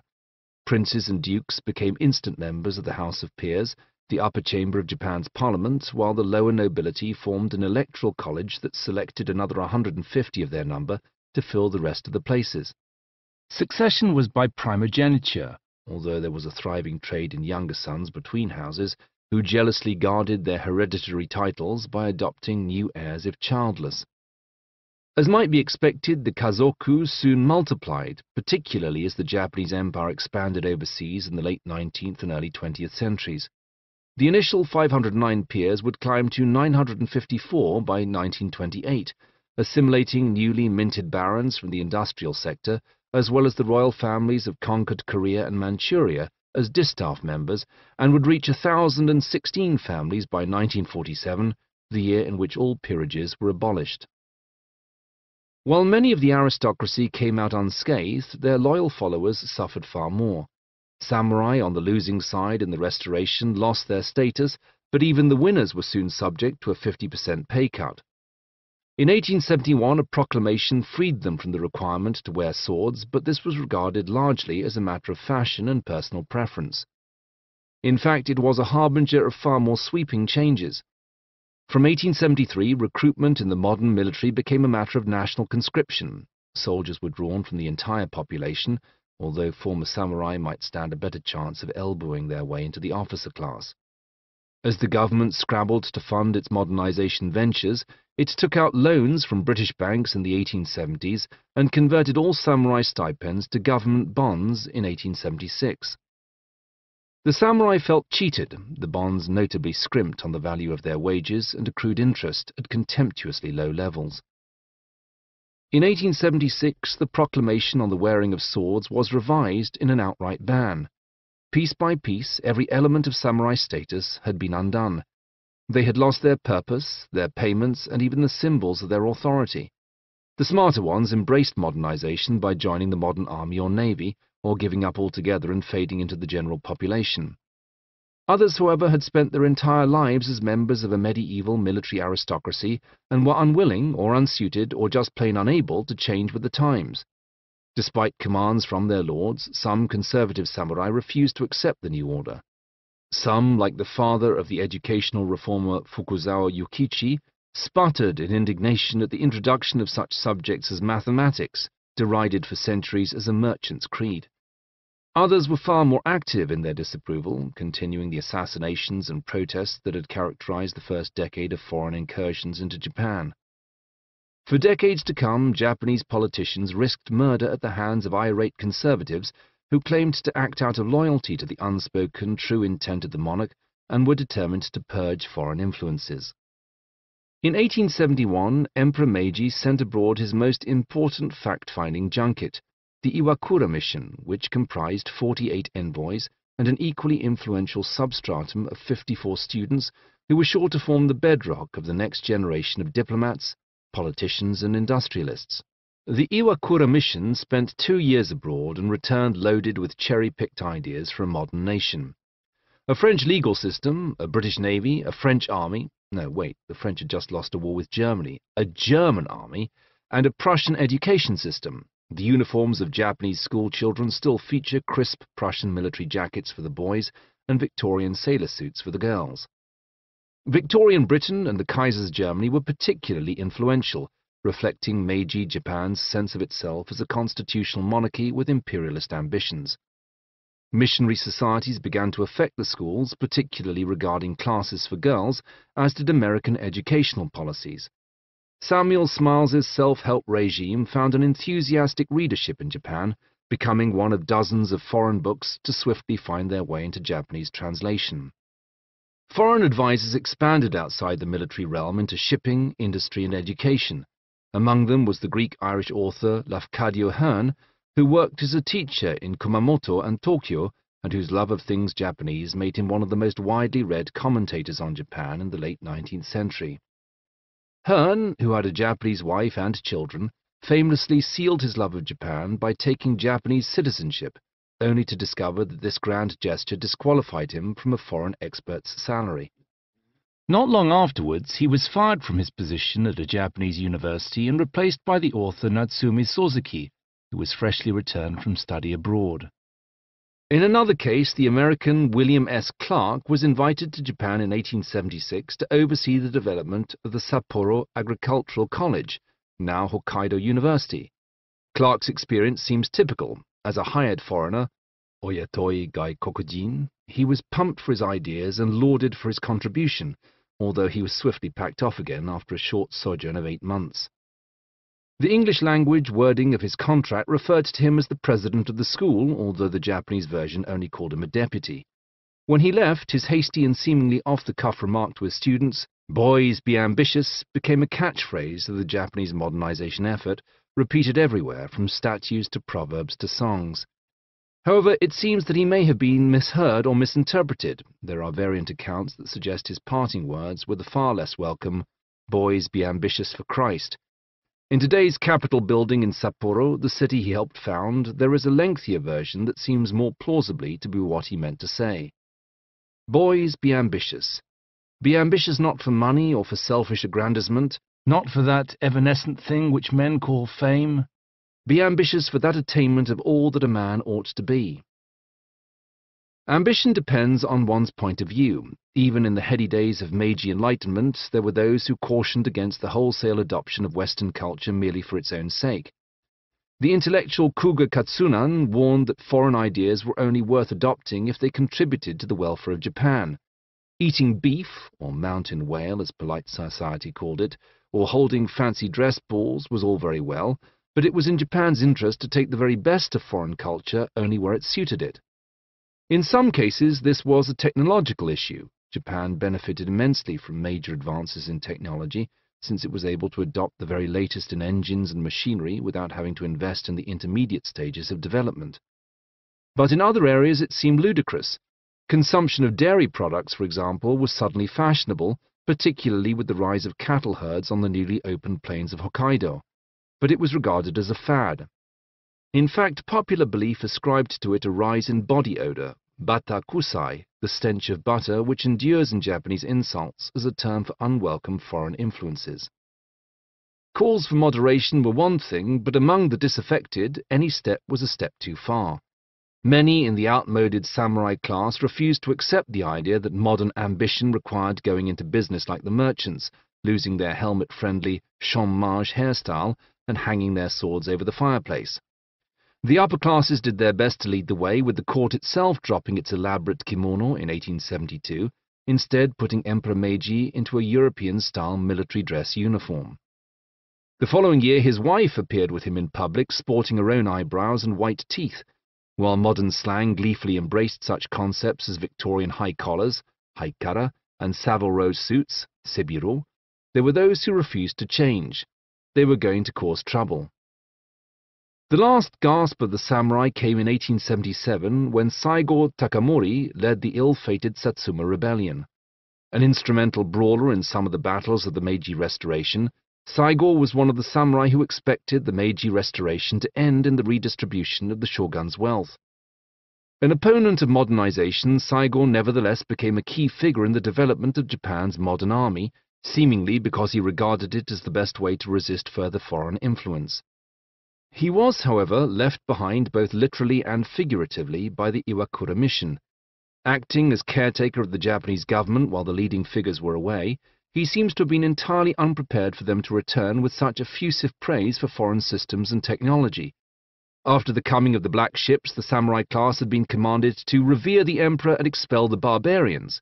Saigo argued that even his own domain had only accomplished the first part and had entirely ignored the second, instead welcoming the barbarians in such numbers that the country was veritably flooded with them. Saigo was up to something. He had set up several suspicious martial arts schools in his native Kagoshima and was subject to investigations by government officials. They were jumpy because there had been other uprisings by disaffected samurai in other parts of Japan, and they were worried because the notion of expelling the foreigners and turning back the clock to a time when there were no clocks might sound ludicrous to modern ears, but was effectively what the Japanese had achieved once before during the Tokugawa era. The threat, however remote, of a samurai rebellion, particularly from within the ranks of the victorious rebels themselves, was a real and present danger to the Meiji authorities, who resolved to shut down Saigo's activities. As had happened so often before in the wars of the samurai, the result was a conflict between two opposing concepts of duty: the imperial forces loyal to the modernizing Emperor Meiji, and Saigo's rebels loyal to the conservative commands of Meiji's late father, the Emperor Komei. Saigo's plan was to march up the country from Kagoshima on Japan's southwestern tip to ask questions of the government in Tokyo. By doing so, it seems, he hoped to rally former samurai to his cause, and if his experience in Kumamoto, where his numbers were swelled by local recruits to an impressive 20,000, was any indication, he stood a fair chance of whipping up a dangerously powerful force by the time he reached the capital. His rebellion, however, made it no further. Despite his growing support, Kumamoto Castle held out just long enough for imperial reinforcements to arrive.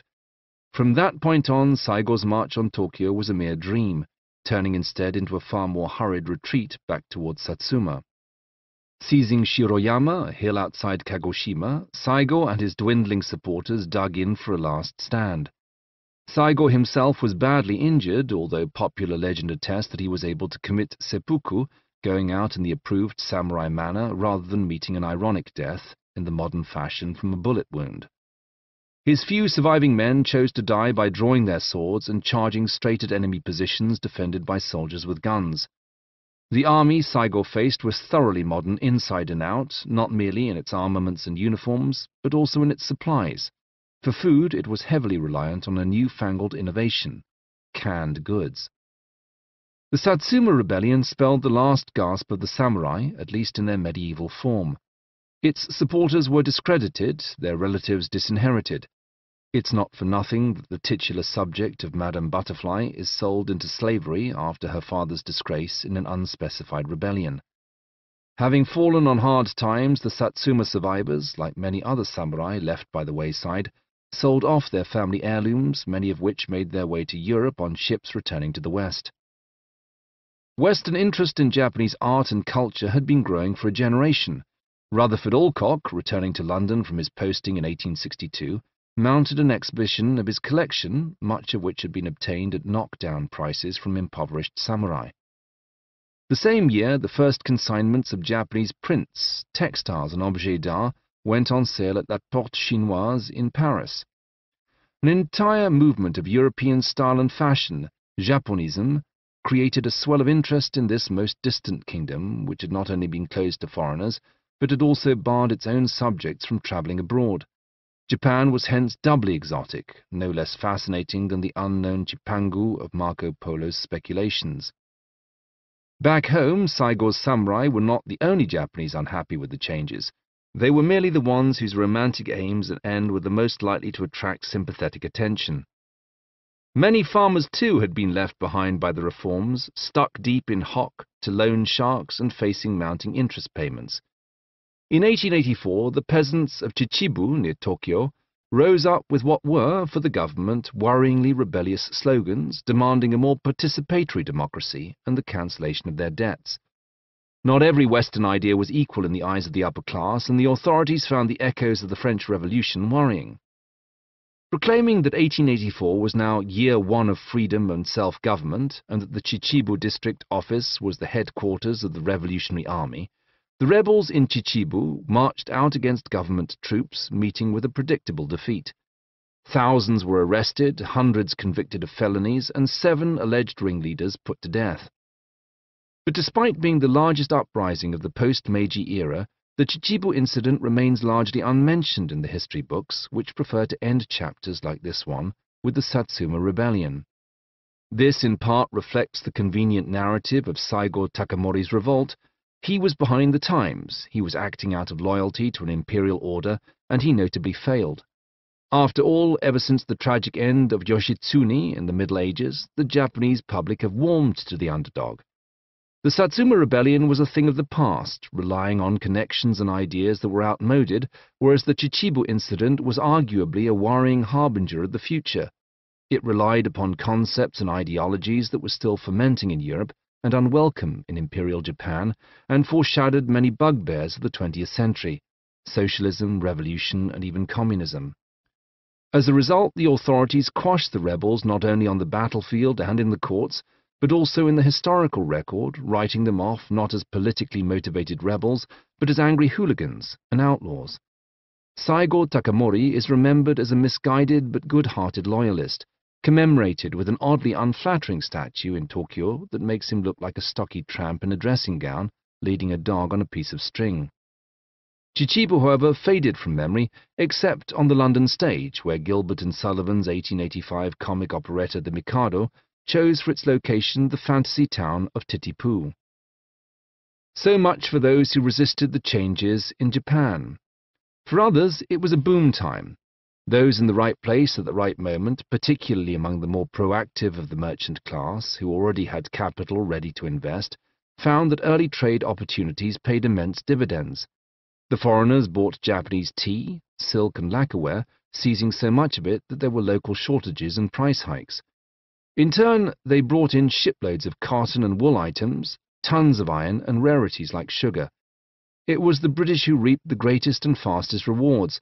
They represented 4/5 of Japan's foreign trade for the next decade, thanks to a heavy maritime presence already in China and India that meant only a few hundred miles needed to be added to established routes in order to ensnare Japan within their trade patterns. For those who were already embedded in the merchant class or ready to exploit these new opportunities by joining it, there were fortunes to be made. The Sumitomo trading house swiftly capitalized on the availability of foreign technology to increase its copper smelting and smithing output. Reinvesting its dividends from the modernization boom, it set up ventures in lumber, machinery, warehousing, and banking. The presence of a Sumitomo bank encouraged preferential treatment for Sumitomo's sister companies, creating an interlocking federation of corporations, many holding shares in one another and beating the competition by offering favorable prices to each other for raw materials, rentals, and loans. The result was a powerful block of companies known in Japanese as zaibatsu, or financial clique. Sumitomo was merely the first of these corporations. Another Edo period company that reoriented after the Meiji Restoration was Mitsui, founding the Mitsui Bank in 1876 and similarly becoming the focus of a nest of related industries. Others capitalized on the new opportunities and gaps in the market. The Mitsubishi Corporation began as a shipping firm in 1870, but soon reinvested its booming profits into coal mines to reduce the price of fuel, shipyards to reduce the price of repairs, and ultimately ironworks to reduce the price of ships. Other, more diversified industries soon followed, creating a third zaibatsu of related companies. There were others, such as the Yasuda conglomerate that grew out of currency speculation and tax farming in the post-Meiji world, as well as many smaller unions, but it was the largest of the zaibatsu that would come to dominate Japanese trade and industry in the post-Meiji world, particularly in their lobbying for better access to raw materials and their increasingly lucrative fulfillment of military contracts. In decades to come, the one would often aid the other in a spiral of increasing militarization. Chapter 8. The Empire Strikes Back. The Road to Pearl Harbor. The fun part of their trip was all but over. Nicky still nursed the aftermath, a hangover from the previous night's rice wine binge and a throbbing pain in his right arm, where an elaborate dragon tattoo still smarted. The work of a master tattooist in distant Nagasaki, it had taken 7 painful hours. Nicky and Cousin George had met with 8 Japanese naval officers in Nagasaki, each of whom had a Japanese wife. Nicky fancied the idea himself, although he blushed to record it in his diary. The Japanese people were so nice and welcoming, so many of them spoke passable Russian. Daytimes had seen a bunch of typically tedious functions, including a display of delicate ceramics and a visit to some temple or other, in fact the sewer shrine. Nicky and Cousin George had both read Pierre Loti's Madame Chrysanthemum on the long voyage and were determined to get a little geisha action themselves. Some of their Japanese liaisons were quietly scandalized that these European aristocrats should have got the notion in their heads that Japan's famous female entertainers were little better than prostitutes, but it was a common misconception among white folk. Nicky and George were tailed at all times by a flock of plain-clothes policemen who could have made their lives difficult. Instead, with customary Japanese indulgence, these authorities discreetly looked the other way when the 2 youths in their 20s sneaked off their shipboard accommodation for a party with their newfound officer friends. The officers brought real-life geisha who sang songs and dragged the Russian boys into dances.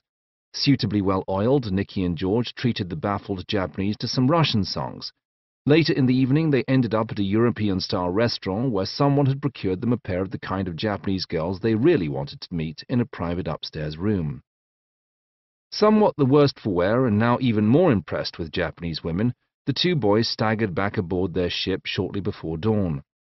By the time Nicky made it to Kyoto, he was so in love with Japan that he refused the European-style chambers that had been prepared for him at the Tokiwa Hotel, demanding a room with a futon instead. That night he surprised his handlers by demanding to be taken to see some Kyoto prostitutes do that dance thing again. He was duly taken to the Gion Entertainment District, returning to his hotel, after indulgences unspecified, at 2 in the morning. Crowds gathered to watch him watch Japan. His nocturnal pursuits forgotten, he charmed his hosts by asking repeatedly whether he should take off his shoes whenever he went into a new building. He watched a match of the old court kipi-api game Kemari and applauded at an archery display. Nicky blew 10,000 yen on souvenirs, while his hosts beamed in pasted-on pride when he put a mere 200 in the poor box at the Honganji Temple. On a warm day in mid-May 1891, they took their entourage up into the mountains outside Kyoto for a day at the picturesque Lake Biwa. This required an entire convoy of rickshaws, not just for them, but for their assistants and flunkies, their assigned bodyguards, and local bigwigs. The town of Otsu anticipated their arrival with a newly built wooden arch festooned with Japanese and Russian flags, and even a Greek one in honor of Cousin George. They poked around the lake, saw more exhibitions and local color, and flinched in surprise at a daytime explosion of fireworks. But before long it was time to go. Nicky clambered into his rickshaw, the fifth in the long line, with George behind him and their Japanese liaison, Prince Takehito, in the one behind that. If the Japanese authorities seemed a little jumpy, the boys did not notice. If Prince Takehito took occasional reports from frowning plainclothes officers, it did not trouble them. But as later events would show, the authorities already had some intimation that there was a security threat. Perhaps it was just a rumor. The rickshaw runners set off at a steady pace, turning off the main road and into a narrow street, kettling the rickshaws into single file. It was then that the would-be assassin struck. Nicky was too shocked to immediately register the sharp pain on the side of his head. He stumbled from the stationary rickshaw and saw a burly policeman, his curved Japanese sword clutched firmly in both hands, swinging at him for a second strike. "What do you think you're doing?" he yelled, forgetting for a moment the unlikelihood that the man would even understand him. The crowd was screaming and running in all directions. Nicky's hand went belatedly to the side of his face and came away wet with blood. The sword-wielding policeman charged straight for him, and Nicky finally worked up the sense to turn and run. The policeman kept coming at him, darting through the scattering crowd in silent, deadly pursuit. 10 paces down the street, Nicky hesitated at a street corner only to realize that the policeman was almost upon him. But as the officer raised his sword to strike the death blow, salvation arrived. Cousin George had also given chase and caught up in the nick of time, smacking the policeman in the face with a bamboo riding crop. The would-be assassin reeled to the side only to be tackled by Nicky and George's own rickshaw runners, who piled on top of him in a flurry of fists, snatching his sword. Only now appreciating what had happened, Nicky began to shake. He felt gratitude welling up inside him for the 2 semi-naked coolies who had saved his life. He leaned, trembling, on Cousin George, and only then began to wonder why nobody else in the crowd had come to his aid more quickly. Nicky had changed his mind about Japan. These people were no better than baboons, and one day, when he was the Tsar of Russia, he would make them pay. It was no longer feasible to ignore the unclaimed wilderness of Hokkaido. To do so invited Russian incursions. Even the shogun had been aware of this, with Japanese expeditions to shoo away Russian explorers mounted as early as 1808. Now it was time to formally incorporate the island into the Japanese state. The new acquisition comprised a vast area, 20% of the overall land mass of the home islands. This expansion officially incorporated the indigenous Ainu people into Japan, creating a new ethnic minority and a flood of breathless new noble savage literature about the bear-worshipping native tribes of Japan's new frontier. Americans were prominent among the foreign experts drafted in to open up the plains of Hokkaido, which only served to add to its Wild West aspect. Even today, Hokkaido tourism favors homesteads and cattle ranches, cowboys and 19th century architecture, at least until winter, when it's all about the snow. The Ryukyu Islands were similarly incorporated within Japanese territory, not as an outlying marchland, but as an official prefecture. This was accomplished with a series of wily diplomatic moves, beginning in 1871 when the crew of a shipwrecked Ryukyu boat was massacred by Taiwanese aborigines. Japan demanded reparations from China.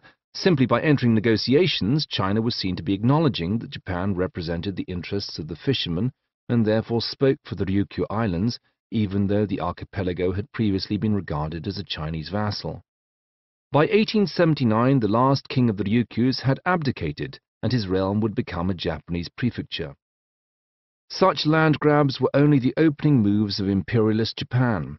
As the Chinese had claimed not to be responsible for the eastern coast of Taiwan, where the murderous aborigines could be found, Japan launched an ill-fated punitive expedition against them in 1874. This was intended as the first step in the seizure of Taiwan, but it was beaten back by disease. A newly outward-looking Japan took a substantially more active interest in the mainland. Qing dynasty China was stumbling under the impact of foreign interests, while Korea, a hermit kingdom supposedly operating under a similar seclusion policy to Tokugawa Japan, was under pressure to open up in the same way. Coveting Korean resources, particularly coal and iron, and wary of Russian interference in the country, the Japanese took to heart the words of a Prussian military advisor who announced that Korea was a dagger pointed at the heart of Japan. It was, after all, the location from which the infamous Mongols had launched their medieval attack. Whoever controlled Korea controlled the point from which Japan could be invaded. A food shortage in 1882 led to a military mutiny in Seoul, from which Japanese diplomats had to flee on a British survey vessel. Japan responded by sending a naval task force to protect Japanese interests. China responded to this with a similar squadron. Although matters were eventually settled diplomatically, Korea remained torn between pro-Chinese factions that emphasized the country's traditional role as a tributary state of China and reformists for whom modernization meant a strong role for the Japanese. An attempted reformist coup in 1884 led to a request from the Korean Queen for a Chinese military response, in which 40 Japanese residents were subsequently killed. In 1886, China showed off its newly acquired modern warships, including the German-built giants the Dingyuan and the Shenyuan, which put in at Nagasaki for a visit. The ships dwarfed anything that the Japanese had and gave the false impression that China was modernizing at a similarly swift rate. Chinese sailors on shore leave got into a fight with the Nagasaki police, leading to 80 deaths and further escalating tensions between the countries. A second onshore riot led to further deaths and Chinese protests that the Japanese police should not have been armed with swords. In recognition of the collateral damage, the Japanese authorities did disarm their constables, although behind the scenes the climb down concealed more enduring and useful works of espionage. Spooked by the sheer size of the new Chinese warships, the Japanese increased their own budgets for European-made shipping. This was in spite of a report by Captain Togo Heihachiro, a naval officer who had not only met with the Chinese commanders in uniform, but poked around the docksides at Kure while dressed in civilian clothes, and reported to his superiors that the Chinese sailors were slovenly and unkempt, their deck already scattered with junk, their guns used to string washing lines. A more enduring and useful spin-off from the unrest was the acquisition of a Chinese sailor's dictionary marked with odd numbers, which allowed the Japanese to crack the Chinese signaling codes. By the time China and Japan went to war over Korea in 1894, the Japanese were able to read all their enemies' coded communications. Troop build-ups in Korea by China and Japan did little to prevent an attempted coup by the conservative Dong-ak, Eastern Learning faction. Japanese troops put down the rebellion and then loitered in Korea long after it was supposedly suppressed. By July of that year, they had kidnapped the Korean king and forced him to annul all treaties with China, to proclaim a new, forward-thinking modernist regime, and to demand the withdrawal of Chinese troops. In the war that ensued, the Japanese successfully pushed the Chinese back across the Yalu River and pursued them into Chinese territory. A last-minute naval action by the aforementioned Captain Togo sped south to seize Taiwan in the last few days before a truce could be agreed. Although Japan was forced in later negotiations to hand back much of the land seized from China, it did retain its influence in Korea, as well as in Taiwan, which would remain a Japanese colony until 1945. As far as the Japanese were concerned, the victory over China was a sign that Japan was truly modern, carving out slices of Chinese territory for its own exploitation in much the same manner as the British, French, Germans, and other foreign powers had. The British plainly agreed, signing the Anglo-Japanese Treaty of Commerce and Navigation in 1894. It stated that from July 17, 1899, extraterritoriality would be suspended. British subjects accused of a crime in Japan would henceforth be tried by a Japanese court. Similar arrangements followed with other countries to meet the same deadline, dismantling one of the pillars of the unequal treaties. By 1900, Japan was an active participant in the suppression of the Boxer Rebellion in China, wherein a multinational task force marched on Beijing to come to the rescue of besieged foreign legations. However, Japan's land grab and interference on the mainland would also put it on a collision course with Russia. Some Japanese politicians argued that there was plenty of room for everybody in the ruins of China. Russia could have the rolling plains of Manchuria, for example, while the Japanese consolidated their interests elsewhere. But, as might be expected with a foreign policy initiative that relied on conquest and seizure of another state's territory, it was difficult to call a halt to such expansion. Could the Russians be trusted not to push against the Japanese? Did not all evidence suggest that the only way to deal with foreign powers was through the obvious and clear flexing of military muscle? Besides, why let the Russians have Manchuria? There was ample space for new farmland for crops, soybeans, sorghum and millet. The edges of the region were thick with valuable forests, and there were massive coal deposits. Why let the Russians have what the Japanese themselves could surely take? The Hawks won out, although plainly the Russian Tsar had worked out a similar plan for himself. Nicholas II had been merely the crown prince in 1890 when he had sailed out to Japan en route to Vladivostok for the inauguration of Russia's great Trans-Siberian Railway.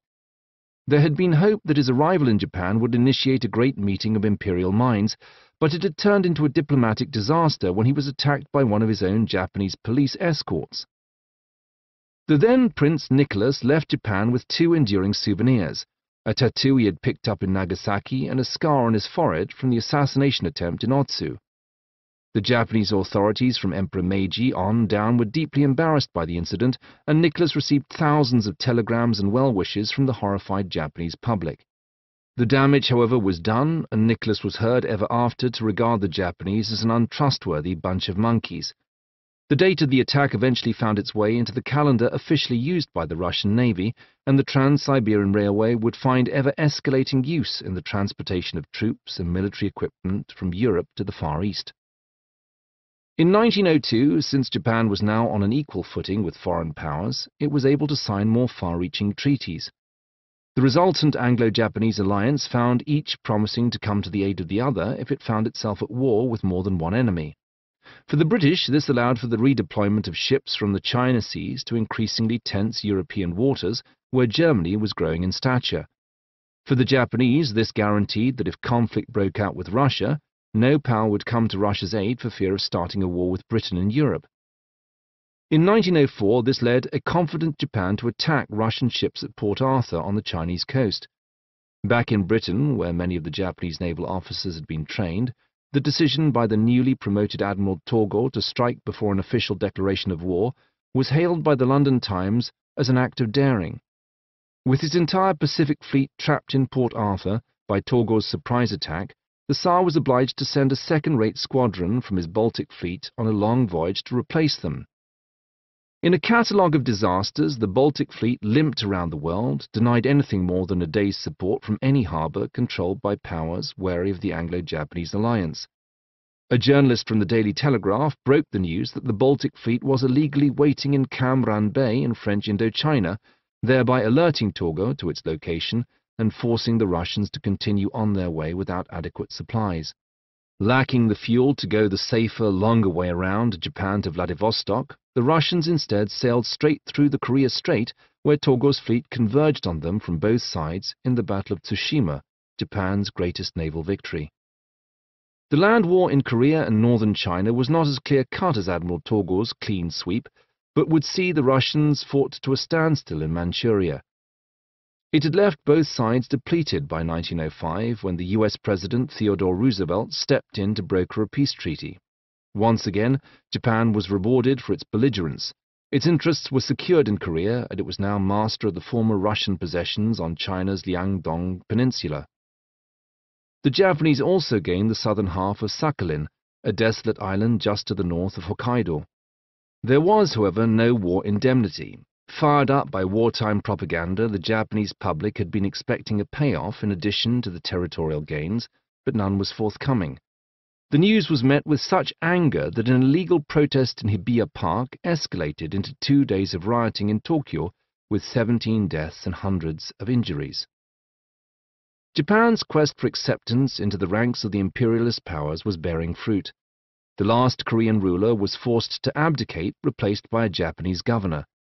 The Korean crown prince would study at the Japanese Army College, marry a Japanese princess, and eventually become a lieutenant general in the Japanese military. Japan took over Korea completely in 1910. Maps from the period show Japan and the Korean peninsula in the same color as a single realm. Japan regained the right to set its own tariffs in 1911, cancelling the last of the unequal treaties that had been forced upon it in the advent of Commodore Perry's black ships. Emperor Meiji died in 1912, marking a symbolic end to Japan's incredible era of modernization.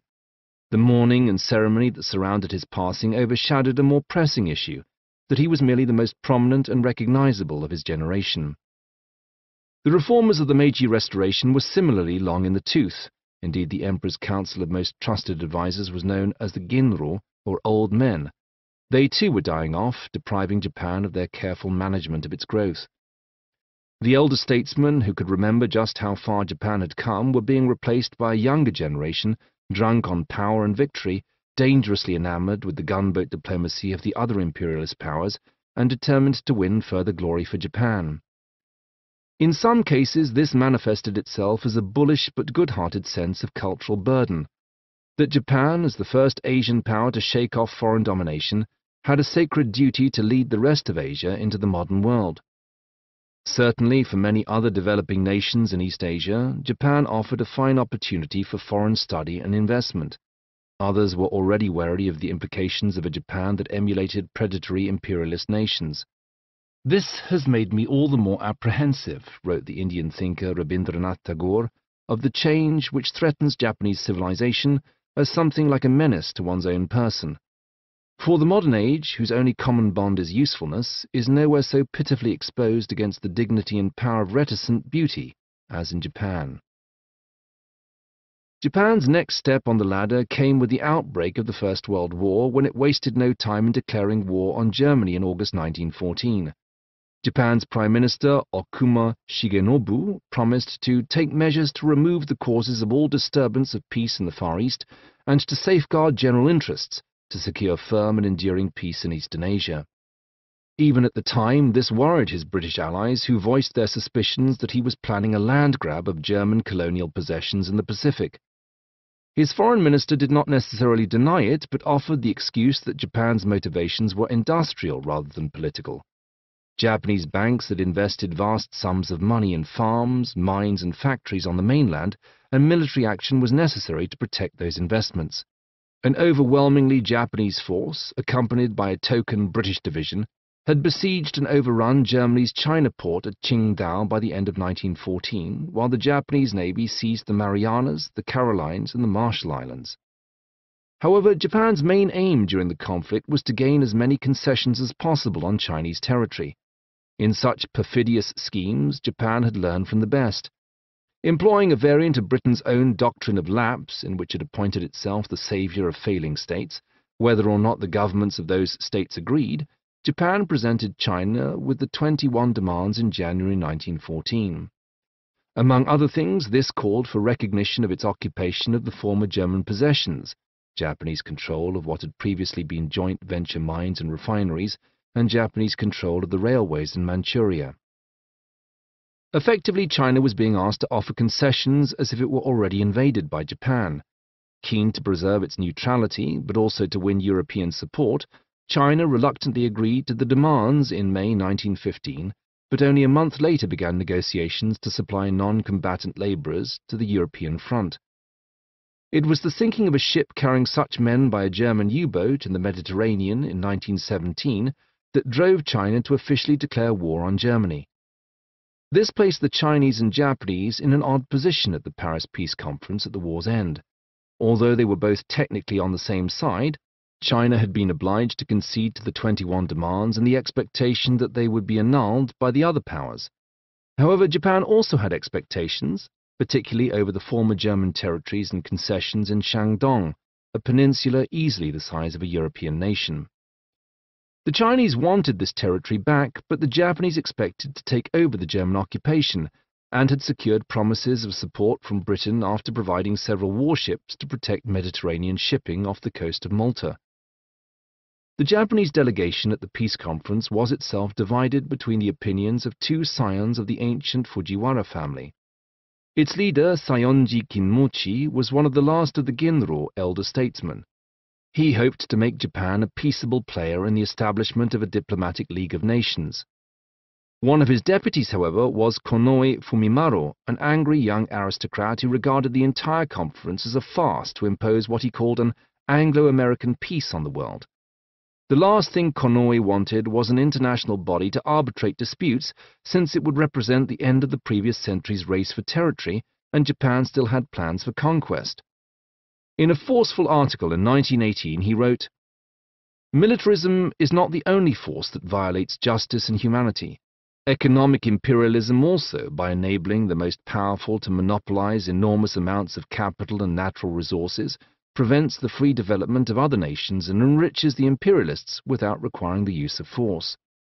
Should the peace conference fail to suppress this rampant economic imperialism, the Anglo-American powers will become the masters of the world and, in the name of preserving the status quo, dominate it through the League of Nations and arms reduction, thus serving their own selfish interests. Should their policy prevail, Japan, which is small, resource-poor, and unable to consume all its own industrial products, would have no resort but to destroy the status quo for the sake of self-preservation, just like Germany." Konoe represented a rising faction within the Japanese government, a hawkish group seasoned with a sense of inevitable economic pressure, already threatening that the same tensions that had led Germany to war in 1914 could force a comparably hard-pressed Japan to pursue a similar path. Had the Paris Peace Conference proceeded differently, the likes of Konoe might have been appeased and impressed by the ability of the diplomats to win concessions with words at a lower cost than military action. Instead, the consolatory give and take of the conference left the Japanese feeling overlooked and dismissed. True enough, they managed to cling on to Shandong, which angered the Chinese so much that they refused to sign the Treaty of Versailles, but they failed to insert a clause forbidding racial prejudice into the Charter of the League of Nations. Konoe argued, as did many of his rivals, that for Japan to fully participate in a peaceful international diplomatic council like the newly founded League of Nations, it needed to be an equal participant. This meant not only the suspension of the unequal treaties and extraterritoriality which Japan had already achieved, but also freedom of movement for Japanese migrants into California and Australia, where they were currently forbidden, and free trade for Japanese goods into other countries where they were often subject to import restrictions. It was, as one Japanese aristocrat observed, ironic that the Japanese Navy should have mobilized in the war to protect France, even though Japanese merchant shipping was forbidden to trade freely with French Indochina. During the intense negotiations, the Japanese even tried to quote from the American Declaration of Independence, with its famously self-evident truth that all men are created equal, only for the British delegate, Arthur Balfour, to scoff that it was an 18th century notion, applicable to all men in a particular state, but not to the universal equality of all races. It was a bad beginning for the League of Nations. Konoe's warnings seemed prescient. The Europeans and Americans were fearful of having the tables turned on them. The granting of free movement and trade to the Japanese risked opening the floodgates for a reversal of the old, most favored nation status. If the Japanese, why not the Indians, the Africans, the Chinese? The Americans and Australians were fearful of yellow peril immigration. The British had an empire that relied upon Africans and Asians knowing their place. A racial equality clause would simply not do. Konoe called it the end of idealism. It certainly made the Japanese merely half-heartedly participants in the newly founded League of Nations. The Paris Peace Conference left Japan still believing strongly that only military power would achieve anything, and now it had Shandong, with a railway line into the heart of China, as well as a series of mandates to manage former German colonies in the Pacific, affording the Japanese Navy refueling stations all the way to Taiwan and Palau and into blue waters. The rise of Japan's military came hand in hand with other troubles. Japan's new colonies in Korea and Taiwan were undercutting local rice prices, pushing Japanese farmers out of business. The global recession of the 1920s did not spare Japan. The country also suffered a natural disaster in the form of the 1923 Kanto earthquake, which leveled Yokohama and burned down half of Tokyo. The medieval concept of Gekkokujo, the low dominating the high, came back into public parlance. The last generation of the samurai had been co-opted into the army and the navy and trained up in modern warfare, and had inculcated its do-or-die attitude to younger officers with unprecedented access to military hardware. Many of these officers thought that Japan was not expanding fast enough and were ready to fight other officers for the chance to push the boundaries even further. Although there were many reformers and modernists in the leadership, they were outnumbered by a vast class of former samurai who were determined to scramble their way to the top in the time-honored fashion of their ancestors. Meanwhile, for the first time in 1,000 years since the frontier wars against the Emishi, the sphere of Japanese influence had an expanding border offering new lands to colonize. Instead of the relatively small-scale and insular conflicts over the reassignment of lands within the Japanese archipelago, Japan's new officer class had a whole continent of resources to fight over, an ever-expanding frontier that encroached upon China, Indonesia, and Manchuria. There were fortunes to be won and lost not merely by the military but by its industrial colleagues, cotton mills and brothels, coal mines and railway lines, and entire national infrastructures to be built and maintained. Sometimes this was even expressed in terms that turned the condescension of the European powers on its head. Japan suggested that while China was a failed state, that country's ideal future lay in Pan-Asianism, a reclamation of Asia for the Asians, and who better to spearhead this reassertion of Asian values than the great Empire of Japan? The Japanese Army and Navy exerted an increasing influence on Japan throughout the 1920s, eventually propelling the country into a constant state of conflict that would lead the period from 1931 to 1945 to be remembered as the 15 Years' War. While Japanese military conquests abroad fueled an ever-expanding and more vainglorious empire, the military at home became increasingly bold in its efforts to cram the government with its own agents. Where military sympathizers could not be appointed or elected, various factions began to pursue a policy of government by assassination, carrying out targeted murders to steer lawmakers in their favor. In 1931, a lieutenant colonel in the Japanese army attempted to mastermind a series of political assassinations and riots to set the stage for a military coup. In 1932, naval officers assassinated the Japanese Prime Minister. In 1934, cadets at a military academy were arrested in the final stages of plotting a military coup. On February 26, 1936, hundreds of soldiers mutinied in a Tokyo-wide series of assassinations and attacks on strategically important institutions. Their aims, though not entirely clear, were parsed as a Showa restoration, implying that the Emperor Showa, Meiji's grandson, later known as Hirohito, was somehow being ill-served by his administration. They presumably hoped to emulate the great reformers of the Meiji Restoration, but apparently this meant taking an even more belligerent stance. It is difficult to say for sure, because the Emperor was having none of it. Incensed by their claims on his behalf, he took the controversial and drastic step of ordering the troops to stand down in a decree that characterized their actions not as a noble uprising, but as an unwelcome rebellion. Emperor Showa's advisor, Saionji Kinmochi, who had been one of the intended targets of the rebels, was appalled by the emperor's action. Yes, it had worked, but if the troops had refused to command from the incumbent son of heaven, it would have propelled Japan into a constitutional crisis. In an act of foolhardy brinkmanship, the emperor had come within a hair's breadth of bringing down his own regime. On the mainland, his officers had already embarked on a prolonged experiment in the way that they felt Japan itself ought to be run. In northeast China, junior officers at first staged terrorist attacks and then responded to them with extreme force, overthrowing the local despot and installing a puppet sovereign.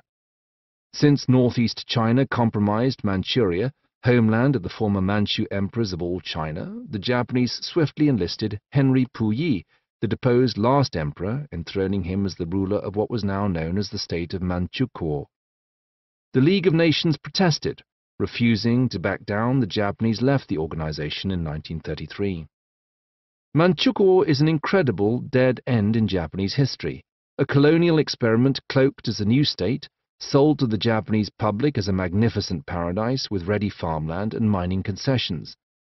It attracted over 1 million Japanese colonists, particularly from among those elements who had been left behind by the reforms. The families of former shogunal loyalists, for example, or farmers who had been bankrupted by the recession. For many in the military, it was an example of what could be achieved if the brakes on their activities were removed. Many of its leading figures would return home after the war to become instrumental in Japan's economic recovery. For the Chinese, it was an arrogant and oppressive regime relying on slave labor and the illegal trade in opium. Decades after its fall, Manchukuo remains a historical embarrassment. The terms Manchukuo and Manchuria are still taboo in Chinese. The region is now pointedly referred to as the Northeast, implicitly connecting it to a wholly Chinese center. Its monuments have been broken up, its cultural artifacts consigned to dusty archives. The residence of Henry Puyi still stands in Changchong, where it is called the Palace of the False Emperor. It sits next to a museum of the Japanese occupation of northeast China that pulls no punches, even in its Japanese language signage. By 1936, the Japanese military had outmaneuvered all home opposition. Japan's left-wing activists, including would-be Marxists, socialists, and union agitators, were suppressed. Ministers for the army and navy sat in the Japanese cabinet, where they enjoyed increasing powers of veto over any dissenting civilian politicians. The illegal acts of junior officers, whether they were preemptive military actions abroad or political assassinations at home, received ever lighter censure under the growing assertion that they were acting in the interests of the emperor. Although Emperor Showa had admirably shut down the attempted revolt of 1936, neither he nor his ministers dared to try a similar act when the army embarked upon its next grand scheme, the invasion of the rest of China. With Manchuria secure in 1937, Japanese troops on military maneuvers provoked an attack by the Chinese garrison at the Marco Polo Bridge on the outskirts of Beijing. Japanese forces also attacked Shanghai, beginning many years of hard-fought conflict in the Chinese hinterland. Chinese nationalist government held out for foreign assistance on the understanding that China was so vast and difficult to hold that Japan would have its work cut out for it. All too briefly, there was a degree of cooperation between the ruling Chinese nationalists and the communist insurgents to resist the Japanese invasion. For years to come, the communists waged a guerrilla war in the hinterlands. The nationalists retreated ever further away from the Japanese front line, and foreign powers offered what material aid they could to the temporary Chinese capital in Chongqing. In Nanjing, the Japanese attempted a puppet state modeled on Manchukuo with a quisling Prime Minister Wang Jingwei. This operation, however, was nowhere near as successful in quelling local resistance as it had been in Manchuria. The military's hold on the Japanese government became complete in 1938 with a national mobilization law that commandeered national industries and economic policy into a concerted war effort. Even political parties were suspended in 1940 on the understanding that the Japanese people were now all of one singular martial mind. Japan's Prime Minister was Konoe Fumimaro, who had predicted this very state of affairs 2 decades previously. He was also convinced that it was only a matter of time before Nazi Germany was the master of Europe. Accordingly, Konoe signed a tripartite pact with Italy and Germany in September 1940, scant weeks before the tide turned against Germany in the Battle of Britain, leaving the United Kingdom as a vital bastion for a counterattack. The year 1940 saw celebrations throughout the Japanese Empire to mark the 2600th anniversary of the founding of the Japanese state. Despite the legendary status of the Emperor Jinmu, his fairy tale campaign along the inland sea was remembered by a nation that included such myths in the history curriculum laid down for its schools. Myth as history was made manifest and acknowledged in a mass act of reverence, coordinated by radio signal, in which the imperial subjects of the empire all turned to face Tokyo and bowed in the direction of their sovereign. The implication remained that Japan was unstoppable, that it was divinely inspired, and that great conquests still awaited. There would indeed be some territorial gains in the following year, but they would be short-lived. America had not entered the conflict, although by 1940 it had stopped supplying Japan with anything that might serve military aims. Japan was running low on iron, steel, and oil. American sanctions left Konoe's conquest-fueled state with few options. To keep feeding its military engine, it desperately needed new sources of raw materials. This led to the invasion of Southeast Asia in July 1941, at which point the United States shut down all trade with Japan and froze Japanese assets. Japan had been on a collision course with America ever since its first postures of imperialism in the late 19th century. U.S. diplomats had been warning their government of this fact since at least 1918. At some point, Japan would need to secure the Pacific by the same means it had secured neighboring countries. In this endeavor, its chief strategist was Yamamoto Isoroku, 1884 to 1943, widely known as the Reluctant Admiral. Yamamoto, who had seen American industrial capacity for himself, warned his superiors that Japan would stand little chance against the United States, mobilized on a war footing. In order to protect Japan's flank while moving into Southeast Asia, Yamamoto outlined a plan to temporarily shut the US out of the Pacific. He planned a knockout blow on Hawaii, where the US Navy had its largest base, Pearl Harbor. In theory, such an action would buy Japan time to seize territory in the Western Pacific. But as Yamamoto struggled to make clear, there would be an inevitable and devastating counterattack. He tried to explain this to a right-winger. Should hostilities once break out between Japan and the United States, it would not be enough that we take Guam and the Philippines, nor even Hawaii and San Francisco. To make victory certain, we would have to march into Washington and dictate the terms of peace in the White House. I wonder if our politicians, who speak so lightly of a Japanese-American war, have confidence as to the final outcome and are prepared to make the necessary sacrifices. Yamamoto's warning was soon twisted by the simple expedient of leaving out the last sentence, turning it from a grim statement of impossible odds into a gung-ho exhortation for showing the Americans who was boss. Nevertheless, he did his duty in leading Japan's attack on Pearl Harbor on December 7, 1941. Supposedly, Yamamoto had expected his government to officially break off diplomatic relations beforehand, signaling that a state of war was likely. By accident or design, the message did not reach the US until after the attack, turning his assault into a replay of Admiral Togo's surprise attack on the Russians in 1904. This time, however, there was no praise from the English-speaking media. Instead, it was decried as a date which will live in infamy.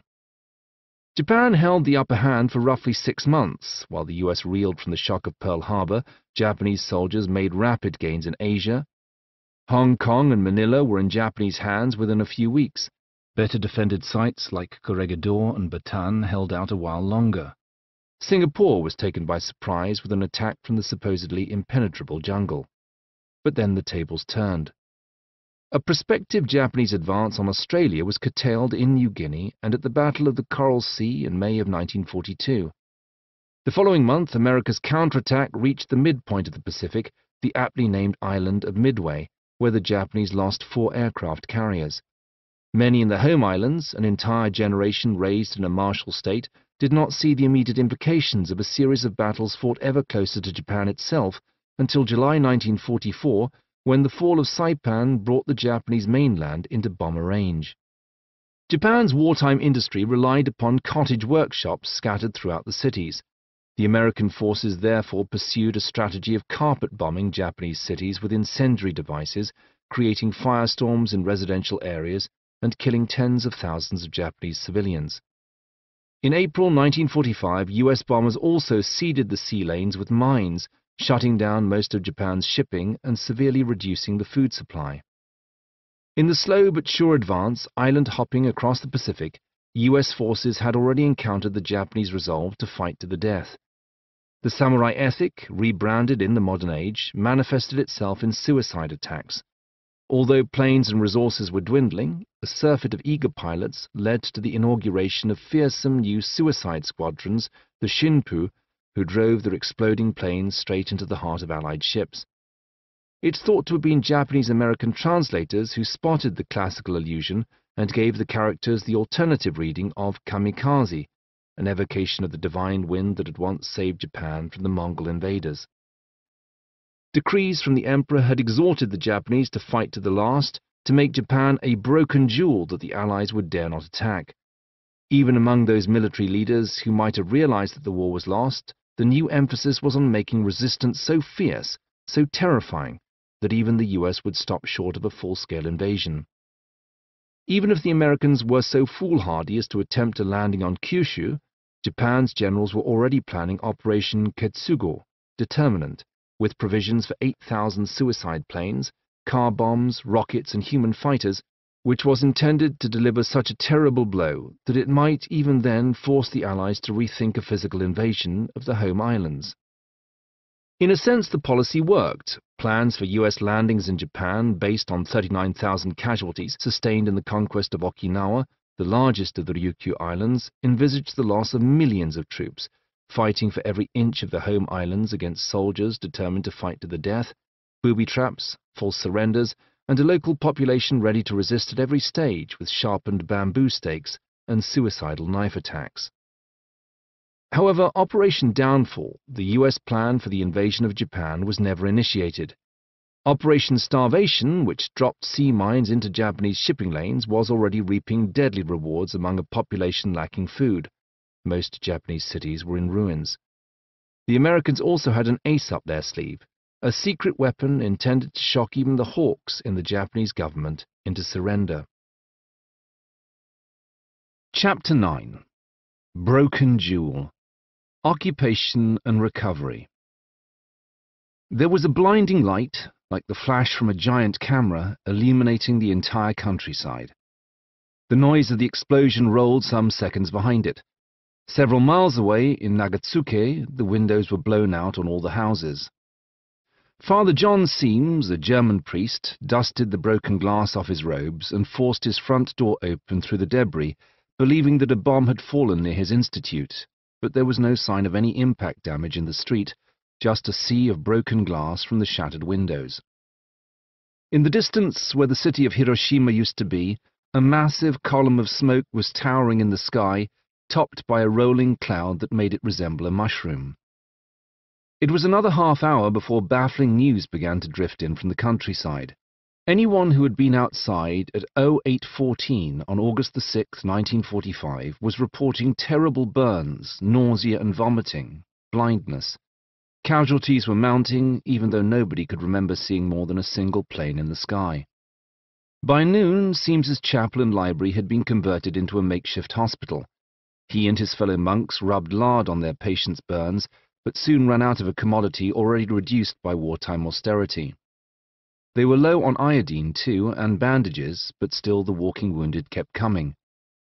Hiroshima, the new arrivals said, was on fire. A single huge explosion in the center of town had blown down almost every building. Only the very southernmost and easternmost edges of town had escaped total destruction, and these districts were now aflame, burning alive the survivors trapped beneath collapsed buildings. There were people shambling through the streets like the undead, blinded by the light, dotted with shards of glass, their flash-burned skins sloughing from their bones. The river was littered with the dead and dying. There were screams from the burning buildings, and nobody had the strength to come to the rescue. Late in the afternoon, news arrived that 2 of their fellow priests were in town, too badly injured to move. Seames and his colleagues set out into town, past long lines of wounded Japanese and a limping column of soldiers. There were garbled stories of a parachute. A parachute? These white men were enemy paratroopers. No, Seames explained. They were German priests on a mission of mercy. I saw a parachute, said one woman. It was on its own. It came out of the plane this morning and came slowly down toward the city. It was still way, way up in the air when it exploded. That was the big flash of light. Hiroshima had been relatively untouched by the war until this point. It had a series of air raid precautions in place. There were safe places, food dumps, shelters. All had been wiped out at once. Seames would later say that many of the deaths after the bombing could have been avoided but for the complete lack of services. There was no hospital to take the wounded to, no warehouse left standing with emergency provisions. Night after night, the area was lit by hundreds of funeral pyres. Many of Seames's own patients died. The fellow priests he had rescued from a nearby park showed signs of recovery, but suddenly weakened after a fortnight. Cuts on their bodies that should have healed after a few days remained open and bleeding. There was something weird about the bomb that had been dropped on Hiroshima, as well as its companion dropped soon afterward on Nagasaki. The Emperor himself, in a radio address on August the 15th, referred obliquely to a new type of bomb in an oddly worded speech that turned out to be a proclamation of surrender. The Japanese had been at war for 15 years, and suddenly it was over. But Seames's patients kept dying. American planes dropped leaflets in Japanese announcing that Hiroshima had been attacked by a Genshi Bakudan, an atomic bomb whose death toll was equal to that of 1,000 B-29 bombers. They neglected to mention that the damage from the bomb included invisible gamma rays that were driven deep into the bones and even the genes of their victims, triggering tumors and cancers for decades to come. The war was over at least, but the occupation was only just beginning. Japan's military leaders had been ready to lose 20 million lives in the defense of the home islands. They were even ready to weather a couple more atomic bombs on the understanding that the Allies could only have one or two. Emperor Showa had been pressing for surrender for some time. Even when he got his way, he was fearful of a last-minute coup and planned to tell the nation directly in order to ensure that no one would pursue the samurai custom of doubting what he might have meant. On the night before his address to the nation was broadcast, 2 guardsmen at his palace lost their lives protecting the recording from would-be conspirators. The Japanese emperor had never before spoken to his people through the radio. For centuries, the rulers of Japan had issued written decrees and quiet audiences. Emperor Showa was not a man accustomed to public speaking. The Japanese he spoke was so rarefied and archaic, swirling with circumlocutions and euphemisms, that many of his subjects still required a translation.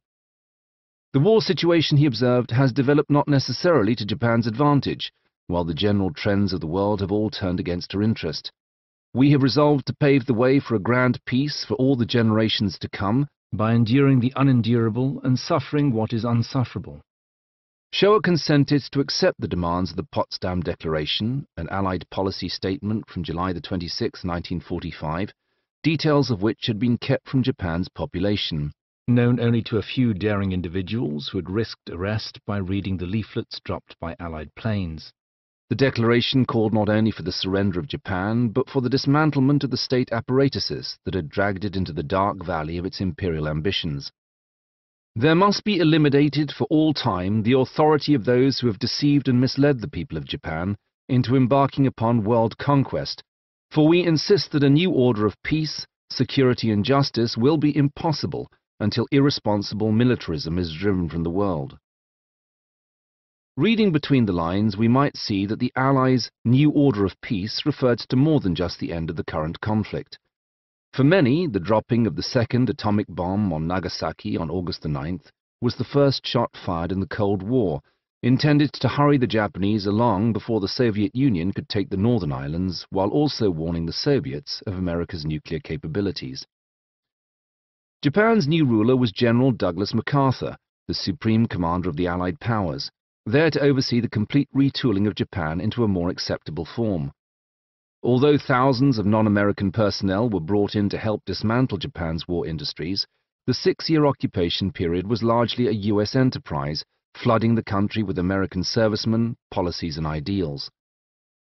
Wisely and controversially, MacArthur intended to do his work without entirely overwriting the old order. This was in part because of the language barrier. He needed Japanese collaboration in administering Japan, since even after the intensive hot-housing of interpreters at wartime schools, the Allies still lacked a substantial number of Japanese speakers.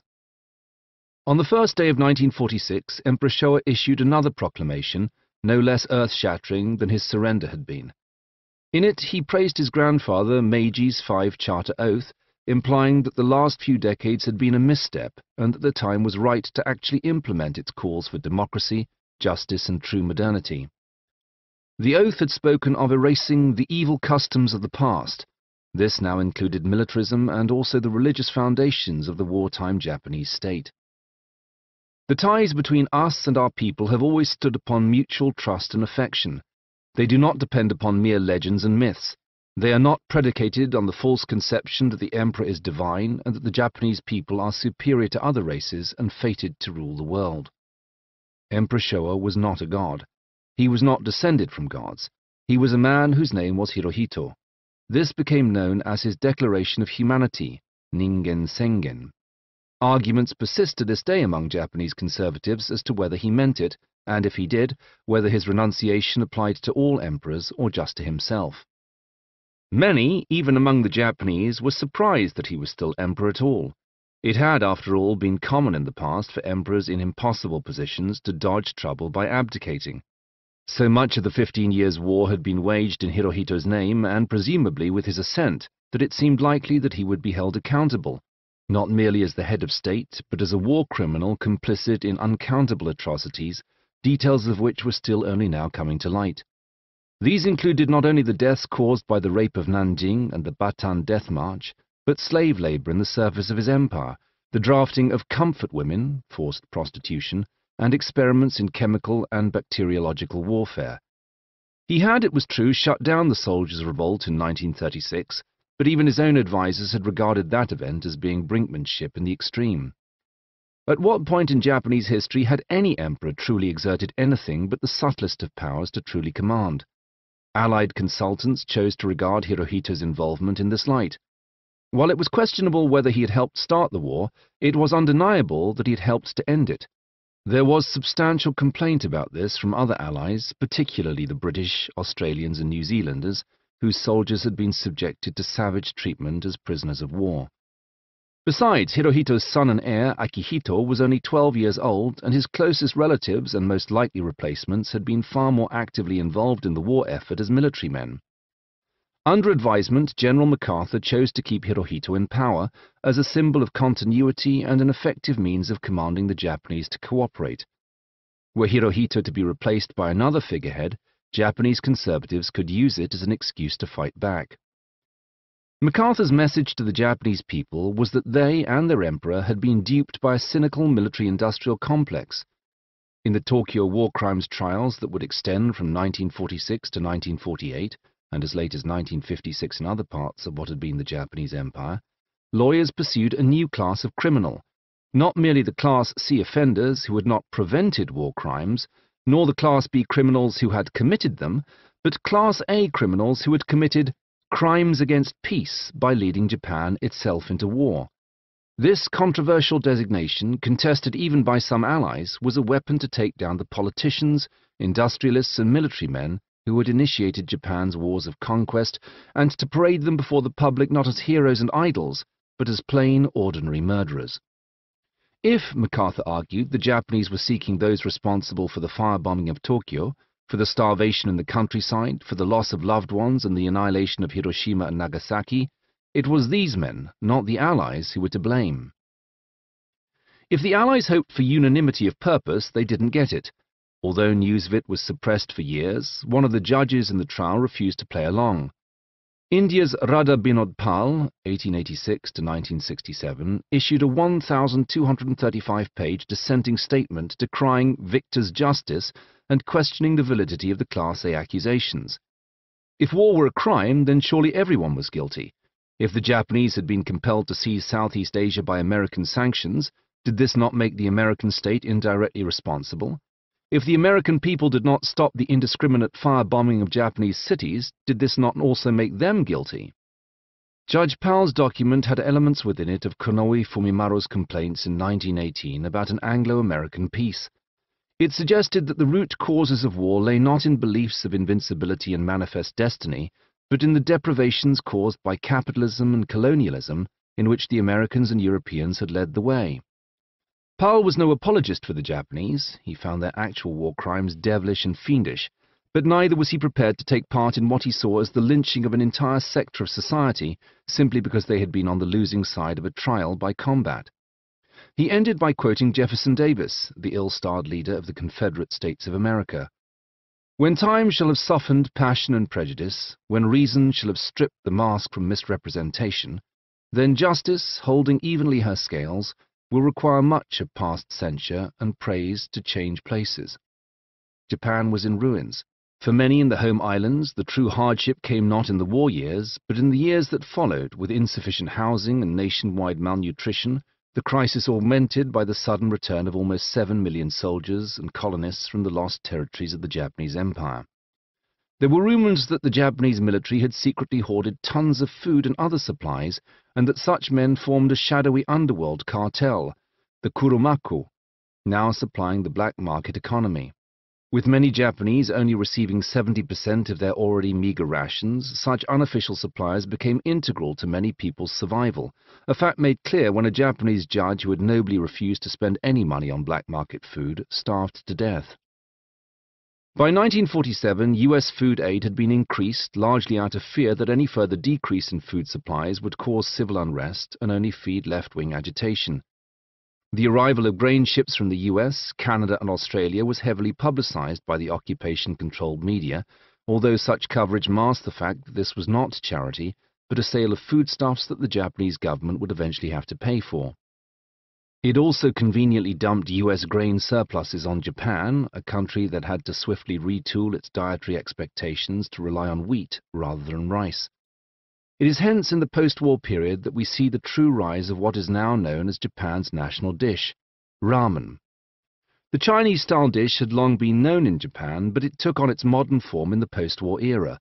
Wheat noodles in a lard-laced soup with scraps of black market meat, intended originally as a hearty filler for hungry industrial workers. The year 1947 also saw the activation of Japan's new constitution, which was knocked up in a hurry in 1946 by a committee of American lawyers, albeit with Japanese advice. Heavily influenced by the United States' own principles to the extent of repeating verbatim an assertion of life, liberty, and the pursuit of happiness, the new constitution abolished the old peerage and other undemocratic institutions. It established the emperor as a figurehead without political power and decreed not only freedom of religious worship but the exclusion of the state from religious involvement, thus ending the grip of the myths and legends of state-sponsored Shinto on the population and opening the floodgates for new religions and cults. Universal suffrage now extended to women who were no longer bound to obey their husbands in the home.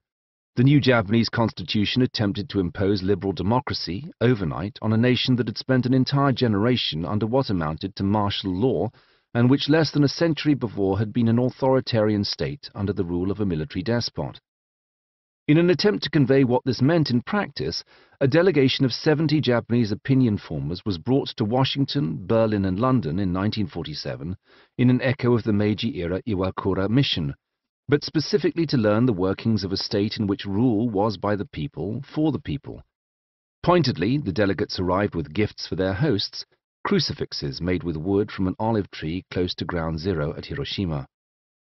The new constitution's most radical imposition was Article 9, which proclaimed that the Japanese people forever renounce war as a sovereign right of the nation and the threat or use of force as a means of settling international disputes. Article 9 has been a point of contention ever since its establishment, not least because even the occupation authorities swiftly came to regret it.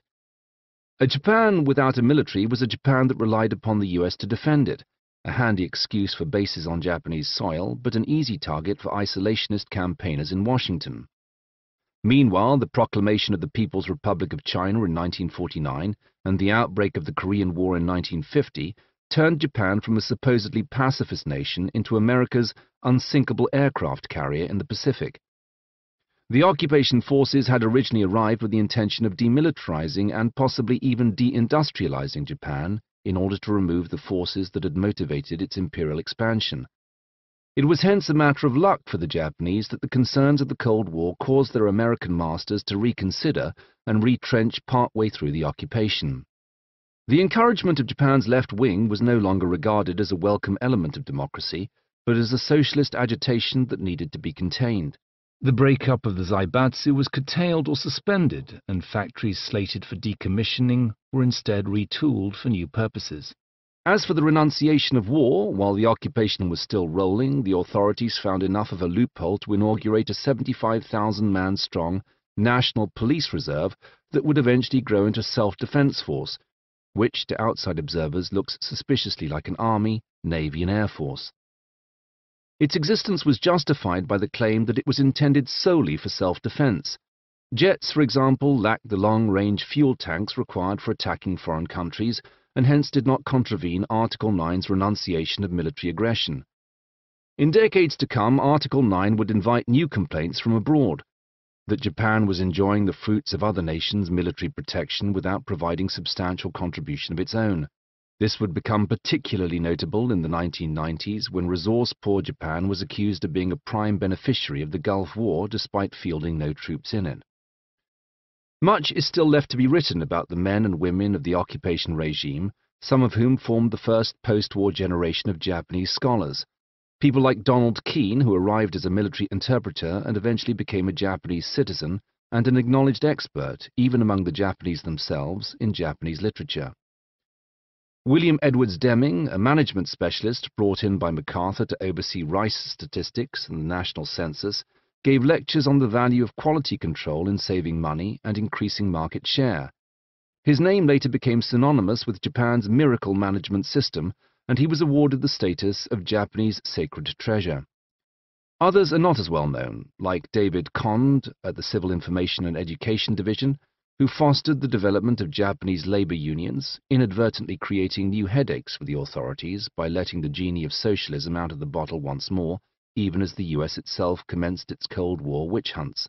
Few Japanese recognized the name of Beate Sirota Gordon, Order of the Sacred Treasure, although she was the American lawyer who wrote the clauses on women's rights into the Japanese Constitution. And whatever happened to Charles Egbert Tuttle, another Order of the Sacred Treasure, who spent 2 years in the occupation fostering the rebuilding of Japan's newspaper industry, and who had been encouraged to fill a niche in the educational market by first importing books for occupation personnel and ultimately translating them for the Japanese. Tuttle set up his own company to specialize in East-West publication.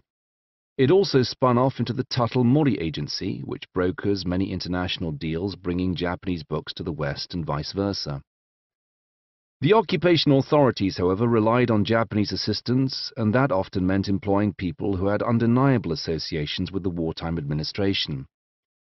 One of the war-era bureaucrats dragged back into service under the occupation and long afterwards was Kishi Nobusuke, 1896 to 1987, an economic planner who had been inspired by a 1929 visit to Soviet Russia under the sway of Stalin's first 5-year plan. Kishi had formerly served as Manchukuo's deputy minister for industrial development. In a country where the full ministers were merely local figureheads, this made him the business czar for the entire state. He masterminded Manchukuo's decade as a powerhouse of industrial development founded on slave labor, low wages, and a black market in opium, which he funneled abroad through connections to organized crime. A committed fascist and expert money launderer in his younger days, Kishi had been determined to turn Manchukuo into a military-focused state that could support a Japanese war.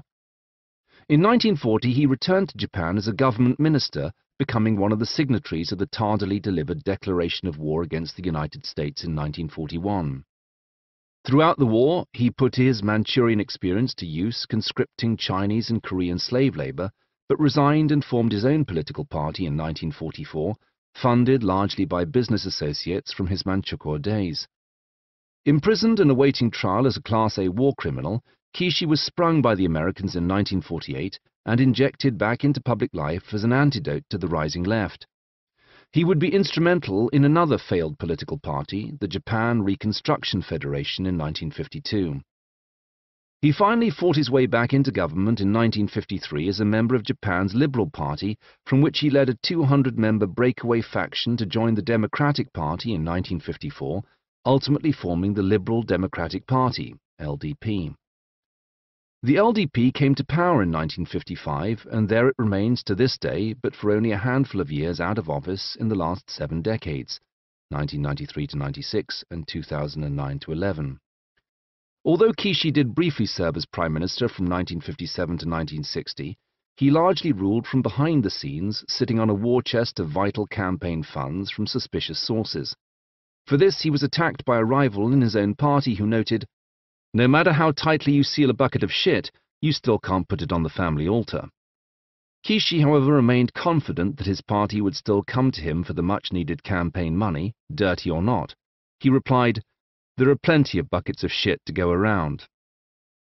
Kishi's Manchukuo contacts, now home after the breakup of the empire, helped him forge strong links with the captains of post-war Japanese industry, many of whom were snidely referred to as the Kishi Savings Bank, Kishi no Chokinbako. Rumors persist that there was in fact some truth to the legends of the Kuromaku, that the Japanese military had indeed hoarded secret treasure, but that this had fallen into Allied hands and was now administered as a secret Cold War resource, the M Fund, earmarked for holding off communism.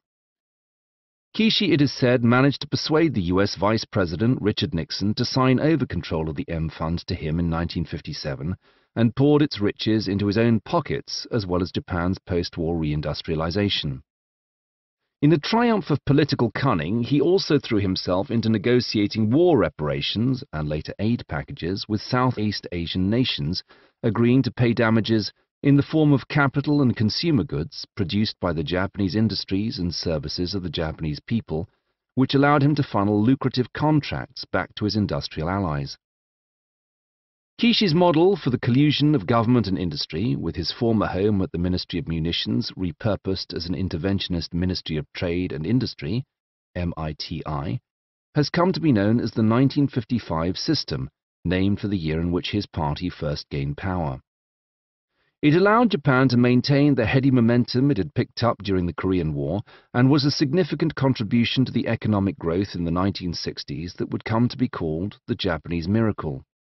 While Kishi faded from the spotlight, his brother Sato Eisaku, Kishi had been adopted as a child, hence the differing surnames, would be Prime Minister of Japan from 1964 to 1972. Kishi's grandson, Abe Shinzo, was elected to the same post in 2006 and 2012. Although the occupation officially ended in April 1952, America's hold on Japan would continue in many forms, not only through continued imports and trade agreements, but also through a controversial and unpopular treaty of mutual cooperation and security that allowed for a continued U.S. military presence on Japanese soil. Riots over the inauguration of the latter in 1960 were a contribution to Kishi's resignation as Prime Minister. It was also not until the occupation forces had left that there was any widespread discussion of issues that they had suppressed, such as the nature of collateral damage from atomic weapons. This became a cause célèbre in 1954 when a Japanese fishing boat, the Daigo Fukuryu Maru, Lucky Dragon 5, was caught in the fallout from one of the U.S. atomic bomb tests in Bikini Atoll in the Marshall Islands. It was not lost on Japanese conservatives that the Americans were using the hulks of Japan's once great navy and the islands that had once been Japanese mandates to test their doomsday weapons. When the radio operator of the Daigo Fukuryu Maru died as a result of complications from radiation sickness, he did so uttering, "I pray that I am the last victim of an atomic or hydrogen bomb." He was not. Unlike conventional weapons, atomic devices could affect their victims years or even decades later. Their damage might not even become evident until the birth of a new generation that was not even alive at the time of the original conflict. Details of such side effects had been censored by the occupation forces and only later came to public light, particularly when the U.S. Food and Drug Administration declared that tuna from the test area was unfit for human consumption. When the U.S. paid compensation to the fisherman's widow, even though it was careful to specify that it had nothing to do with radiation damage, the act opened the door for further discussion of Japan's hibakusha, the victims of the bomb, and would ultimately lead to a 1957 law providing for their medical care. Famously, the incident also inspired one of the box office blockbusters of 1954, director Honda Ishiro's Godzilla, which reimagined the threat of nuclear destruction as a giant monster marching on Japan's slowly recovering cities, unleashing a new menace. Godzilla, however, was not the face that the Japanese cinema wished to present to the world in 1954. That came in the form of Kurosawa Akira's Seven Samurai, an acknowledged masterpiece that formed part of the rehabilitation of the samurai class as the defenders of the poor folk rather than their swindlers. Neither film, however, won Japan's Academy Award that year. In an indicator of how different Japanese critical reception can be from either the popular vote or the foreign view, the award-winning film was Kinoshita Keisuke's 24 Eyes, a sentimental weepy about a schoolteacher on Japan's inland sea who watches as her class grows up and is ultimately dragged into the 15 Years' War. Just as American grain was dumped on the Japanese diet, American movies had initially filled the gap in entertainment. As cinemas rebuilt, Japan's movie industry struggled to get back up to speed. Early occupation policies exposed the Japanese to previously unseen scandals, such as the sight of two actors kissing, but shielded them from dangerously evocative elements such as swordplay, even in the Japanese release of The Mask of Zorro. Disney cartoons swamped the children's market until the release of Japan's first feature-length animated color cartoon in 1958. In popular culture, the occupation period also fostered many long-term changes. Kabuki theater, once renowned for ripping its stories from the headlines, swiftly reoriented itself under the occupation as an entirely traditional, old-fashioned art form clinging solely to its classical repertoire. It has remained so ever since, overwriting the era when kabuki actors would reenact the day's news in skits and adaptations written overnight, obscuring its former relevance and significance and rendering it as hidebound and outmoded as the North Theatre it once supplanted. Japanese publishing in the post-war years was hampered by a paucity of resources, both among publishers and their readers. Rental book libraries allowed entire communities to share a smaller print run in turn. Most notable in the period was the rise of comics, at first for all children, but then with a bifurcation into boys' and girls' markets. The aging of the readership and an awareness of new markets would eventually lead to truly adult comics for both men and women. The most enduring figure in the world of what has become known as manga is Tezuka Osamu, 1928–89, a prolific artist remembered fondly by the Japanese as the initiator of a cinematic sense in comics and the introducer of increasingly adult storylines. Tezuka, however, was merely one of an entire generation of artists whose work would form the bedrock of much post-war popular culture. Although his status as the god of manga is deserved, he is also the beneficiary of a literary estate that has brilliantly managed his profile since his death, keeping the spotlight on his achievements and confining his less publicity-savvy rivals to the shadows. Yokoyama Mitsuteru, 1934–2004, for example, who died in a house fire that presumably also destroyed the bulk of his archives. Other manga artists, despite their relative lack of fame abroad, initiated entire sectors of what is now regarded as Japanese tradition. Of particular note here are Mizuki Shigeru, 1922–2015, who not only retold many Japanese ghost stories, but also interpolated some of his own making, and Shirato Sanpei, 1932, who exploited the anti-samurai tone of early post-war culture to retell historical stories with new underclass heroes, the fictional shadow warriors or ninja. The post-war period saw a brief boom in the pre-existing tradition of kamishibai, or paper theatre, in which travelling storytellers presented street shows using rented picture boards held in place by a frame on the back of a bicycle. Anyone could watch for free, but only the children who bought candies from the storyteller could sit at the front. The kamishibai stories were often rented from a central company which supplied the adventures of Cold War spies, fugitive princes from Atlantis, and young boys catapulted into space, sometimes in serial form. Kamishibai, however, was soon a dying art form, pushed out of the public eye after 1953 by the rising interest in television. Here, too, America enjoyed an unexpected primacy since it was sitting on an archive of several years of product that could be repurposed for foreign audiences. Throughout the 1950s, it was cowboy stories, hospital dramas, and Superman that dominated the Japanese airwaves. Exotic new shows retained the untranslatable foreign name with a brief explanation to summarize the general theme. This policy is still common in Japanese broadcasting, leading not only to unwieldy titles such as Zany Theatre Abbott and Costello, Adam's Family of Ghosts, and Laramie Ranch, but local imitations such as Space Adventure Cobra and the world masterpiece theatre cartoon Girl of the Alps Heidi. The first Japanese TV broadcasts reached only a small audience of wealthy early adopters in Tokyo, but soon the sets spread to bars and public places. Then, as prices fell into middle and working-class homes, spurred by such landmark events as the marriage of Prince Akihito in 1959 and the Tokyo Olympics in 1964. By the time the people of Japan settled down in front of their new color television sets to watch the opening ceremony of the Tokyo Olympics, one of the most watched broadcasts in Japanese TV history, they were living in a country a world removed from the burnt-out ruins of only a generation before. Japan had entirely transformed. Again. Chapter 10. The New Breed. The Japanese Miracle. The Self-Defense Force Commandant at Ishigaya Barracks was a little jumpy around Mishima Yukio. This was, after all, one of Japan's most famous novelists, but also something of a loon, given in recent years to parading around mountainsides with his Shield Society, a group of handsome young men in snappy military uniforms. Nevertheless, General Mashita Kanetoshi humoured the visiting celebrity and his 4 young cadets, complimenting them on their bearing and manners.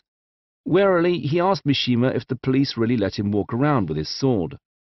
Mishima laughed and reached out for his weapon, explaining that it was a samurai blade made by a famous smith. That really didn't answer the question, but Mashita had little chance to protest, because Mishima was asking his assistant for a handkerchief. He was going to give the blade a little wipe and show it to the general so that he could examine the artistry of its manufacture for himself. No, he wasn't. The call for the handkerchief was a signal. The young men of the Shield Society grabbed the general, bound and gagged him, then jammed his office door shut with a pile of furniture. Politely and apologetically, Mishima then issued his demand that the general should order his soldiers to assemble outside beneath the balcony so that Mishima could address them on an important matter. If he refused, Mishima would kill himself. True to samurai custom, the soldiers ignored their general's orders, mounting 2 rescue attempts before they obeyed and only assembling beneath the office after some pushing and shoving at the barricade. Mishima stepped out onto the balcony at noon, half an hour later than planned, wearing a headband emblazoned with the motto of a Japanese hero, 7 lives for the fatherland, and faced the assembled ranks of the soldiers. He began his carefully prepared speech about the state of modern Japan, a Japan that was drunk on prosperity and falling into moral emptiness. Where, he wondered, was the real spirit of the samurai? Recalling the soldiers of the 1930s who were committed to purifying Japan, he argued that it surely lay in the self-defense force, that vestige of Japan's once proud warrior tradition, denied even the name of an army but still containing coiled military might, a sense of justice, the power to seize control and drag Japan back onto a course of righteousness, if only the soldiers below him had the will. It was, he argued, incumbent on the self-defense force to be the agent of constitutional change, because at the moment all of you are unconstitutional. Or at least it was something like that. Nobody could really hear Mishima properly because the soldiers were calling him an idiot. His hostage demands had called for them to be assembled, but they did not seem to have got the message about not interfering with his speech, and so they jeered at him, laughing at his attempts to be a tin-pot hero with pretty boy minions, calling for him to let their commandant go.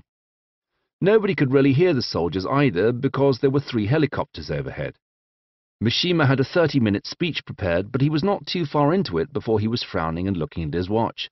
After 7 minutes, he gestured that his time was up. "Isn't there anyone among you fellows who will follow me?" he asked. He bellowed something at the troops below about the spirit of the samurai and how it was time to rise up and die, and then he was joined on the rooftop by his deputy, and it was said lover, Morita.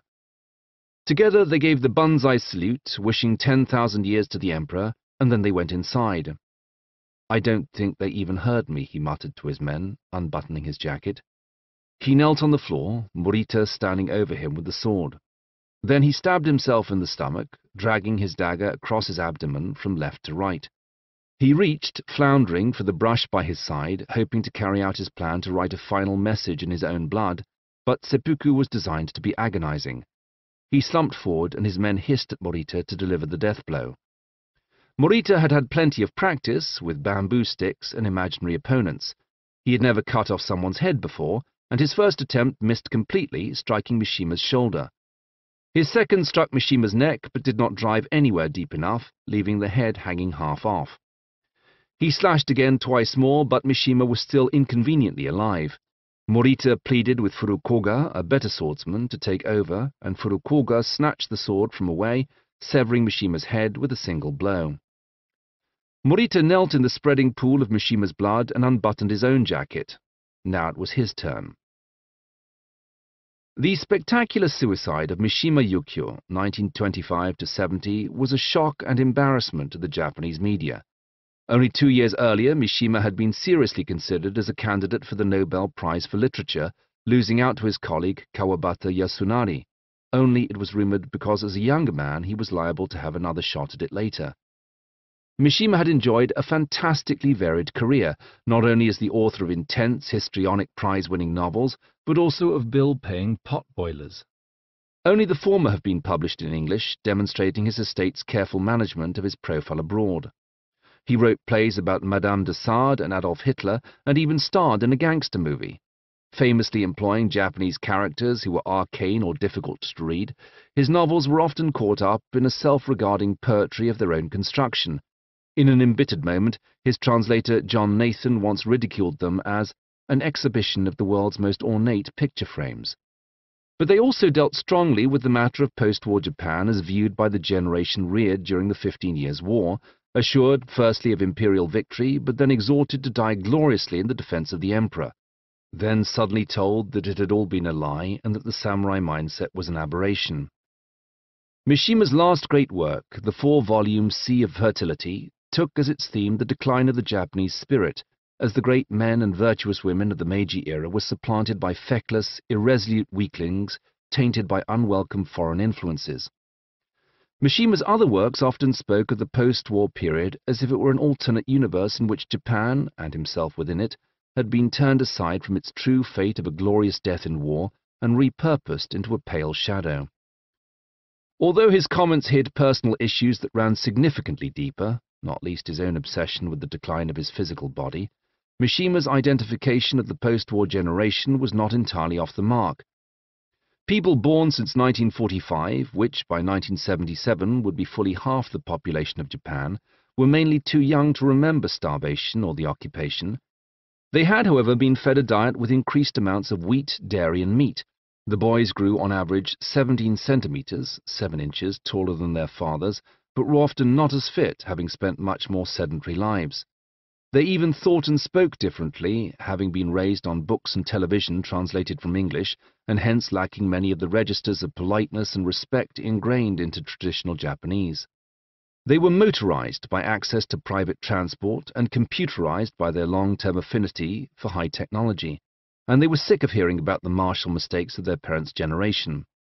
As the hippie trend filtered into Japan, this new generation observed the Vietnam War with a degree of teenage smugness, looking down on both their colonialist parents and Watergate-era America.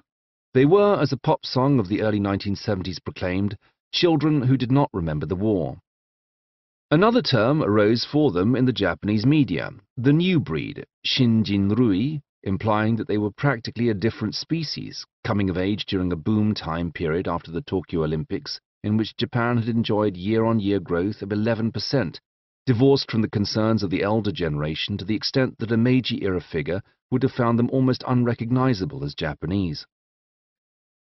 The Tokyo Olympics were a landmark event for Japan, beginning with the symbolic value of Japan's acceptance back into the global community. The sporting event had originally been slated for Tokyo in 1940, but was postponed due to the war.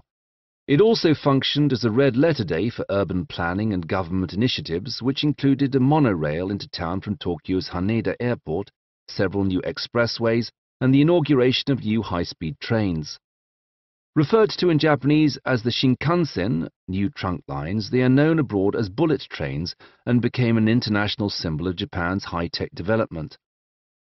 The Tokyo Olympics saw the first large influx of foreign visitors since the wartime occupation forces and the ever-present US servicemen, instilling in the Japanese a newfound interest in the power of tourism.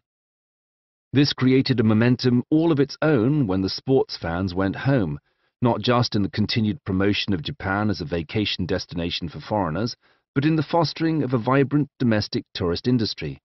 After all, why create all that infrastructure only to move workers and freight around when it could also move customers? Local authorities tried to find ways to make their own town more interesting than the next one. Japan enjoyed a boom in odd local museums, art installation boondoggles, landscaping, supposedly original local delicacies, and castles. The mid-1960s saw the sudden sprouting of castles all over Japan, restoring not only originals destroyed in the war, but also sites that had been burnt down in the Meiji Restoration or even decommissioned by the Tokugawa shogunate in the 17th century. Under the Tokugawa, castles in Japan had been famously restricted to a single one per province. Now, in some places, it was almost possible to see the battlements of one from the battlements of another. What town wouldn't want to restore a samurai-era fortification if there was even a whisper of one in an old chronicle? It would function as a town hall and museum. It would look good on the postcards, and it would add to the chances that a coachload of corporate workers on a management retreat would stop there for lunch. But who were these corporate travelers? They were a new army for Japan's post-war world who would become known as the Sarariman, salaryman.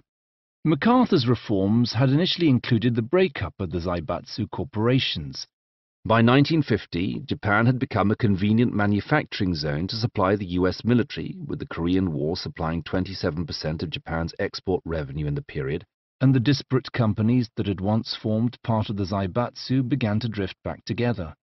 This was not a conspiracy as such, merely the inevitable outcome of having companies with similar names, often beholden to the same bank, with workers whose personal associations extended across the divide.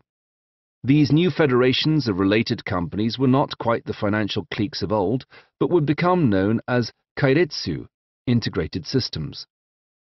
The railway companies soon discovered, for example, the immense value of real estate at the terminus. The transformation of Japanese workers into a commuter population guaranteed that every evening would see a mass of workers disgorged from their skyscrapers and heading off to catch the train home. But since they were sure to miss dinner on the average 2-hour commute, and there was liable to be little to do except sleep in a dormitory suburb or a soulless one-room mansion apartment, which comprised 25% of new Japanese housing by 1983, why not try to catch their attentions before they got on the train? Vast shopping districts and dedicated malls sprang up around the major junction stations and terminuses of the Japanese railway, jammed with department stores and hotels, theaters and cinemas, food courts and boutique restaurants. In many cases, preferential floor space was offered to companies within the same keiretsu. Japan's export economy continued to rise throughout the 1970s, despite the damage done to manufacturing by an international rise in oil prices. Early successes included cheap transistor radios and cameras that undercut foreign market leaders. By 1975, the car manufacturer Nissan, Datsun, had replaced Volkswagen as the leading exporter of automobiles to the US, the largest market for cars in the world. By 1980, Japan had outstripped the US as the world's largest producer of cars, a fact that emerged in the same year as the layoffs of 200,000 American auto workers, leading to accusations that Japan was exporting unemployment along with its automobiles. But the customer was always right, and many American customers favored the smaller, fuel-efficient Japanese compact, which was less likely to break down. A US government report from 1982 disagreed, noting that there was little that could be said to be superior about the technology of Japanese cars, merely about the management system that listened to the customer and inspired loyalty and commitment in its workforce.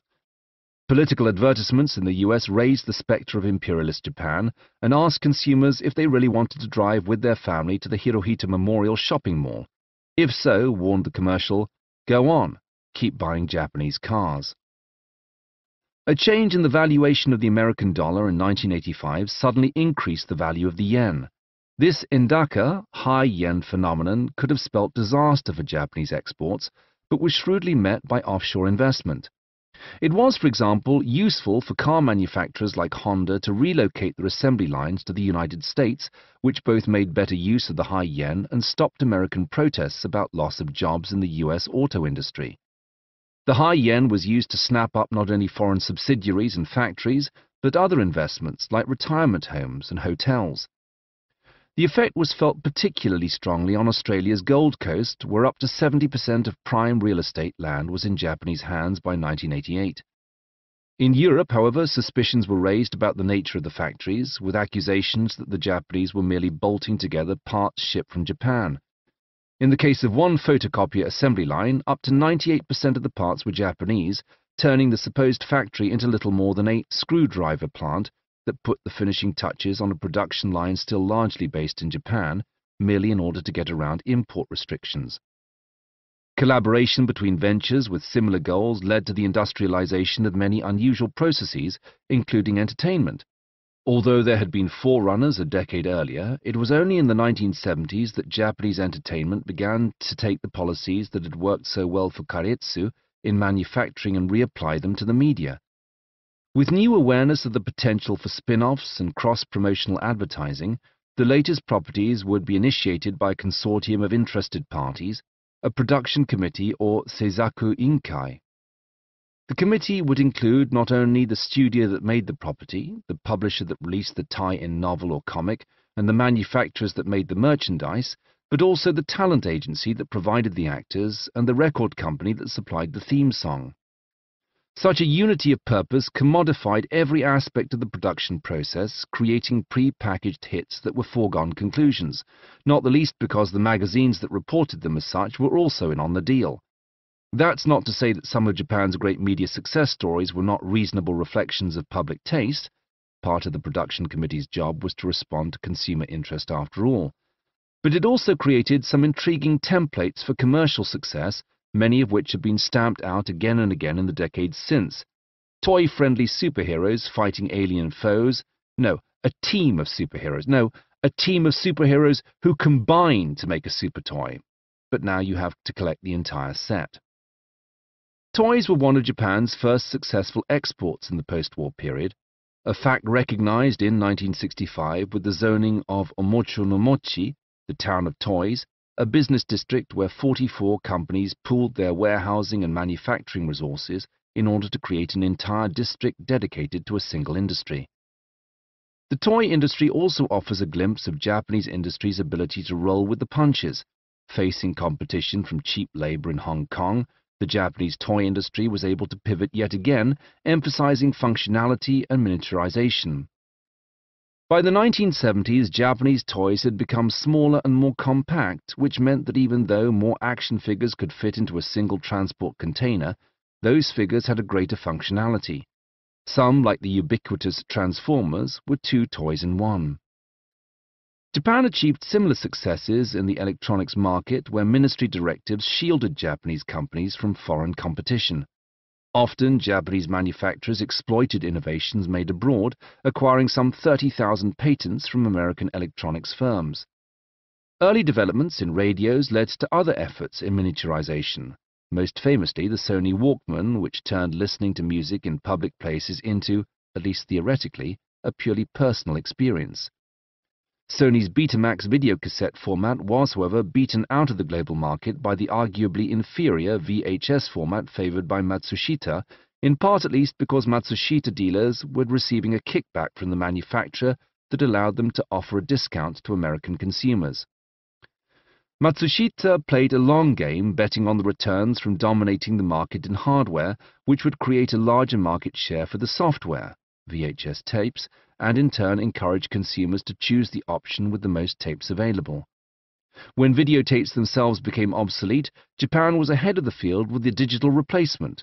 Sony, Toshiba and Panasonic, Matsushita, were collaborating with foreign colleagues on the creation of the new digital versatile disc in 1995. Not every initiative achieved its desired aim, but that in itself shows the resilience of Japanese industries. A decade-long program to create artificial intelligence was called off in 1992, but spun off several new innovations in other areas of computing, including increased chip function and parallel processing. Fuji became the world leader in film only to successfully and almost entirely reorient itself as a digital company when it foresaw the end of analog formats. So too did Canon and Nikon, both now market leaders in digital photography. When the Japanese post-war economy was at its peak, the Western publishing world was overrun with books attempting to explain the Japanese miracle. Supposed secrets of Japanese management were often rooted in American ideas. It was Henry Ford, after all, who had hit upon the idea of double-dipping his workers' salaries by renting them the houses they lived in and selling them their lunches from his own commissary. Japanese pundits speak wistfully of the value of the Deming Circle, but Deming was American, just as ready to advise Ford Motors as Matsushita Electrics.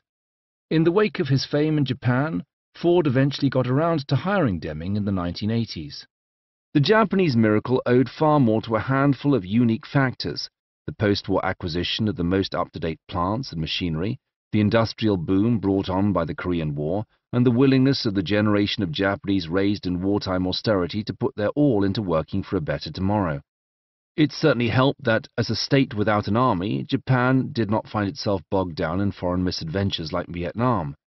It also benefited to a great degree from the collusion of the Japanese government, most particularly the economic powerhouse of its Ministry of International Trade and Industry, which masterminded long-term industrial policies, offering grants and loans for developing new specialities, zoning entire areas for related industries to encourage an economy of scale, and even steering government tariffs and export policies to nurture new industries. It was often said that Japan's post-war growth had been managed by an iron triangle of interests ever since the days of Kishi Nobusuke, comprising the corporations, the bureaucracy, and the ministries that offered support. Such support, unsurprisingly, also went both ways. At the end of a career in a ministry, a successful government bureaucrat could usually expect to leave his post and walk into a management or advisory position at one of the companies his ministry had helped. This practice came to be known as amakudari, descending from heaven, a term formerly used to describe the retirement of emperors that would enable them to rule from behind the throne. At least part of Japan's 20th century miracle can be attributed to such companyism or frontier capitalism, a retooling of the former wartime zaibatsu mindset into similarly influential corporate juggernauts. The narrative of corporate Japan offered a form of paternalism. The company would offer lifetime employment, promotion by seniority, a hopefully non-adversarial union consultation, and perks with affiliated companies. The company was also a center for workers' social lives, not only in after-hour drinks and entertainment, but in group trips and even spousal matchmaking. Some modern scholars deride the stereotype of the salaryman as racist, reducing the Japanese to a mob of identikit businessmen in shirt sleeves. But the salaryman was an entirely recognizable symbol of the Japanese economy in the late 20th century. In 1950, they comprised 30% of the workforce. By the peak of the phenomenon in 1995, an astounding 70%. All, however, was not as it seemed. Much as the distinctively attired medieval samurai was unable to retreat, the salaryman in an open-plan office needed to keep conspicuously busy. Japanese workers logged significantly higher overtime hours than their Western counterparts, sometimes actually working, but often simply putting on the performance of working hard by staying late in order to be seen to be at their desks. Corporate entertainment became a lucrative source of money in the food and drink markets, but also a millstone around the neck of a salaryman who might have preferred to be home by midnight. As for office perks, these too were often in the service of the company rather than the individual, such as the handing out of packets of prepaid tickets for a sister corporation's new movie. The value of these bonuses was only redeemable if the worker could somehow shift them onto his friends, most of whom were colleagues who were also liable to be stuck with 10 seats for a film nobody wanted to see. In a not unrelated phenomenon, some Japanese box office blockbusters in the late 20th century were discovered to be playing to empty theaters, the seats sold, but not in a fashion that Hollywood moguls would appreciate. Lifetime employment was an easy promise to make to a fresh graduate, but it rather ignored the fact that he might not want to work in the same job for his entire career. There might be some opportunity for transferal between sister companies, but even so, a lifetime was a tall order. Nor did such guarantees recognize the demographic reality, that if a corporation took on a year's class of, say, 400 new graduates, only one of them probably stood a chance of becoming company chairman. Promotion by seniority was hence also something of a lie. By the 1970s, the implications of lifetime employment also started to become clear. The picture showed not happy retirees skipping out the company gates bearing a golden carriage clock, but embittered senior staffers, shunted aside from the promotional ladder into constructive dismissal, the former marketing manager assigned to the security detail on the gate, or the office drudge moved to a drafty office and given pointless tasks to do.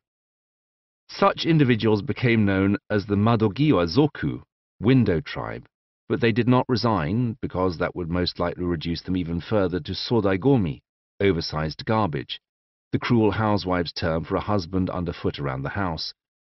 Others took the initiative by becoming datsusara, ex-salarymen, and going into business for themselves, sometimes in startups partly funded by their former employer as a liability shield to try out new technologies or strategies. The emphasis too on salary men ignored the conditions of the 48% of the Japanese workforce that was female. Women were regarded as a second-class sector of the workforce, divided into office ladies under 25 who performed secretarial functions and would eventually leave on marriage, and a less visible labor force of older women working part-time in factory assembly, food preparation and other unglamorous jobs, or in the pink-collar sector of nursing and childcare. Women's salaries were low in comparison to their male counterparts. Childcare for working mothers was rare, and the entire structure of the workforce worked on the assumption that motherhood was the responsibility and vocation of every woman. There were some unexpected payoffs, not least in the understanding that wives held the domestic purse strings. The husband might earn the money, but the wife controlled the spending. A woman who was happy to leave the workforce for marriage, assuming that her marriage was stable and her husband a remunerative worker, could expect to have packed her kids off to high school by her late 30s, at which point she would become the center of a whole new leisure sector.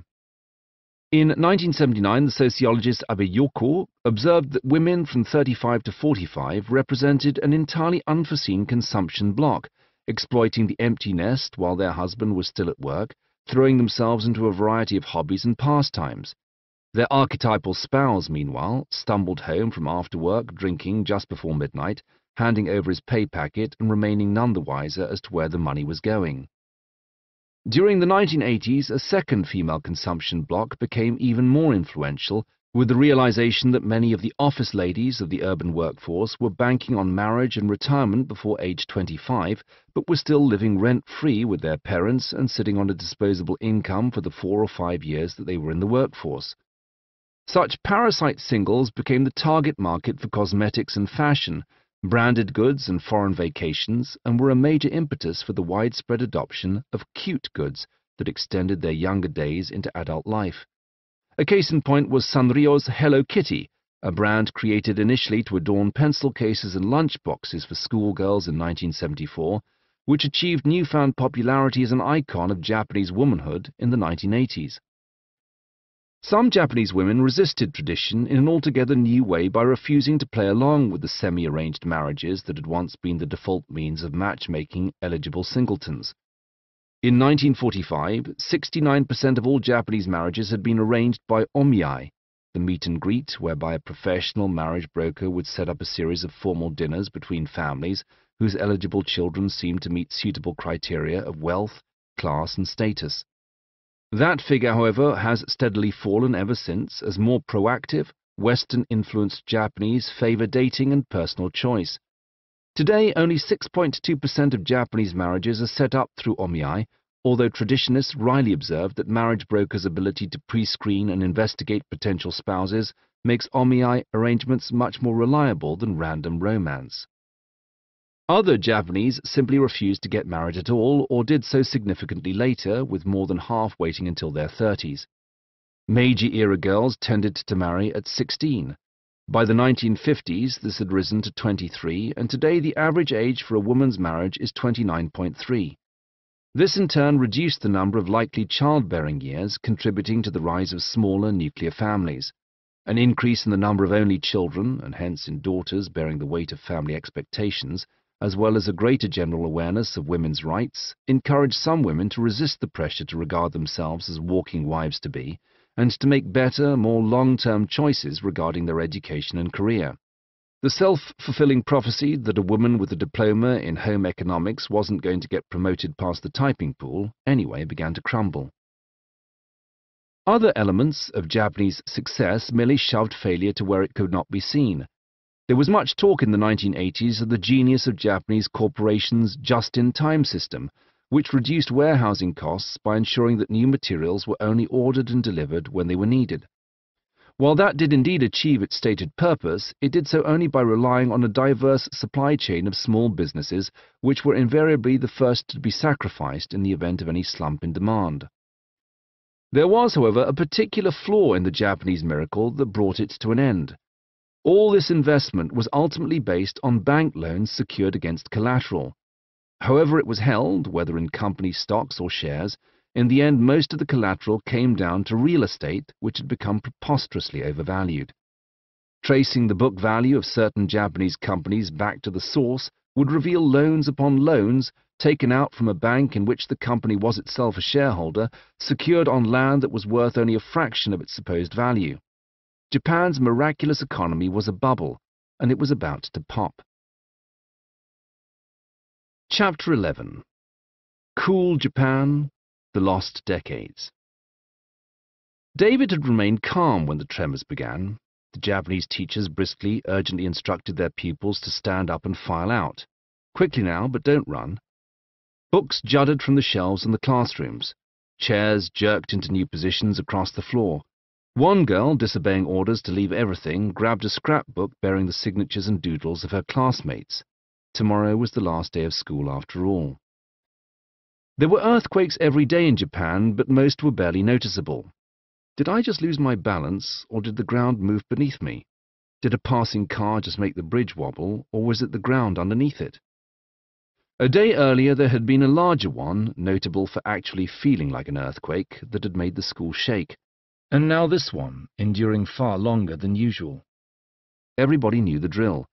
The school gymnasium was a designated safety zone for the whole area, reinforced against quake damage and sited on higher ground sufficiently far from the sea to guarantee protection from tidal waves. Somehow it didn't feel right for David to enter the gymnasium when his pupils were still lagging behind, so he lurked at the doors as the kids filed in. With them were a couple of early bird parents who had arrived to pick up their children from school, and a busload of pensioners from the old people's home, some of them in wheelchairs. Finally the shaking ceased. David flicked the light switches experimentally, but there was no power. Through the high windows of the gymnasium he saw a darkening sky that threatened rain. The children giggled and squealed, some clutched at their parents.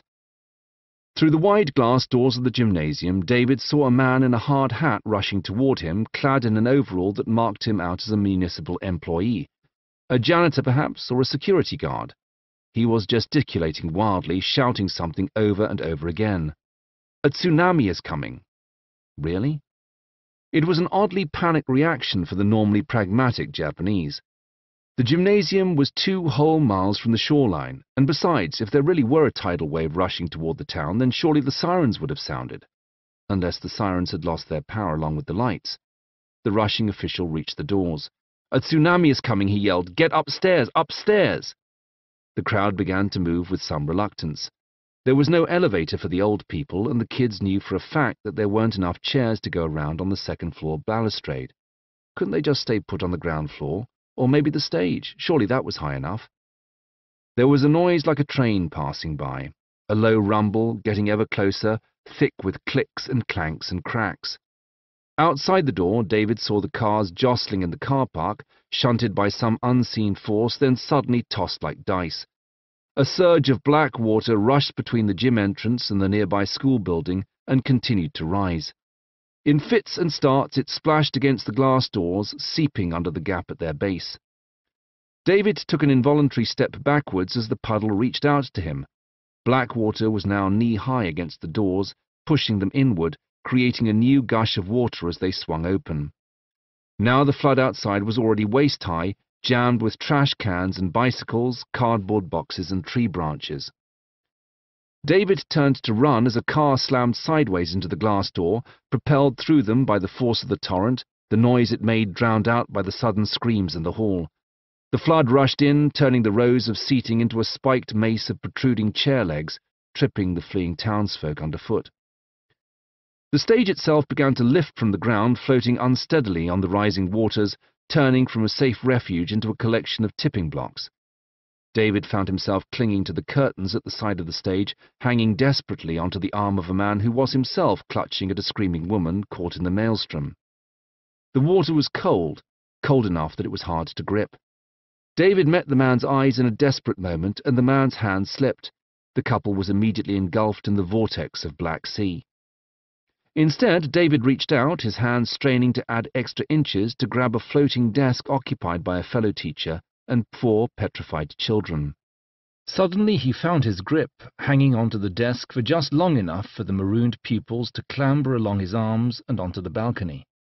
Wait, the balcony? The waters were 10 feet deep now. He was floating within reach of the upper level.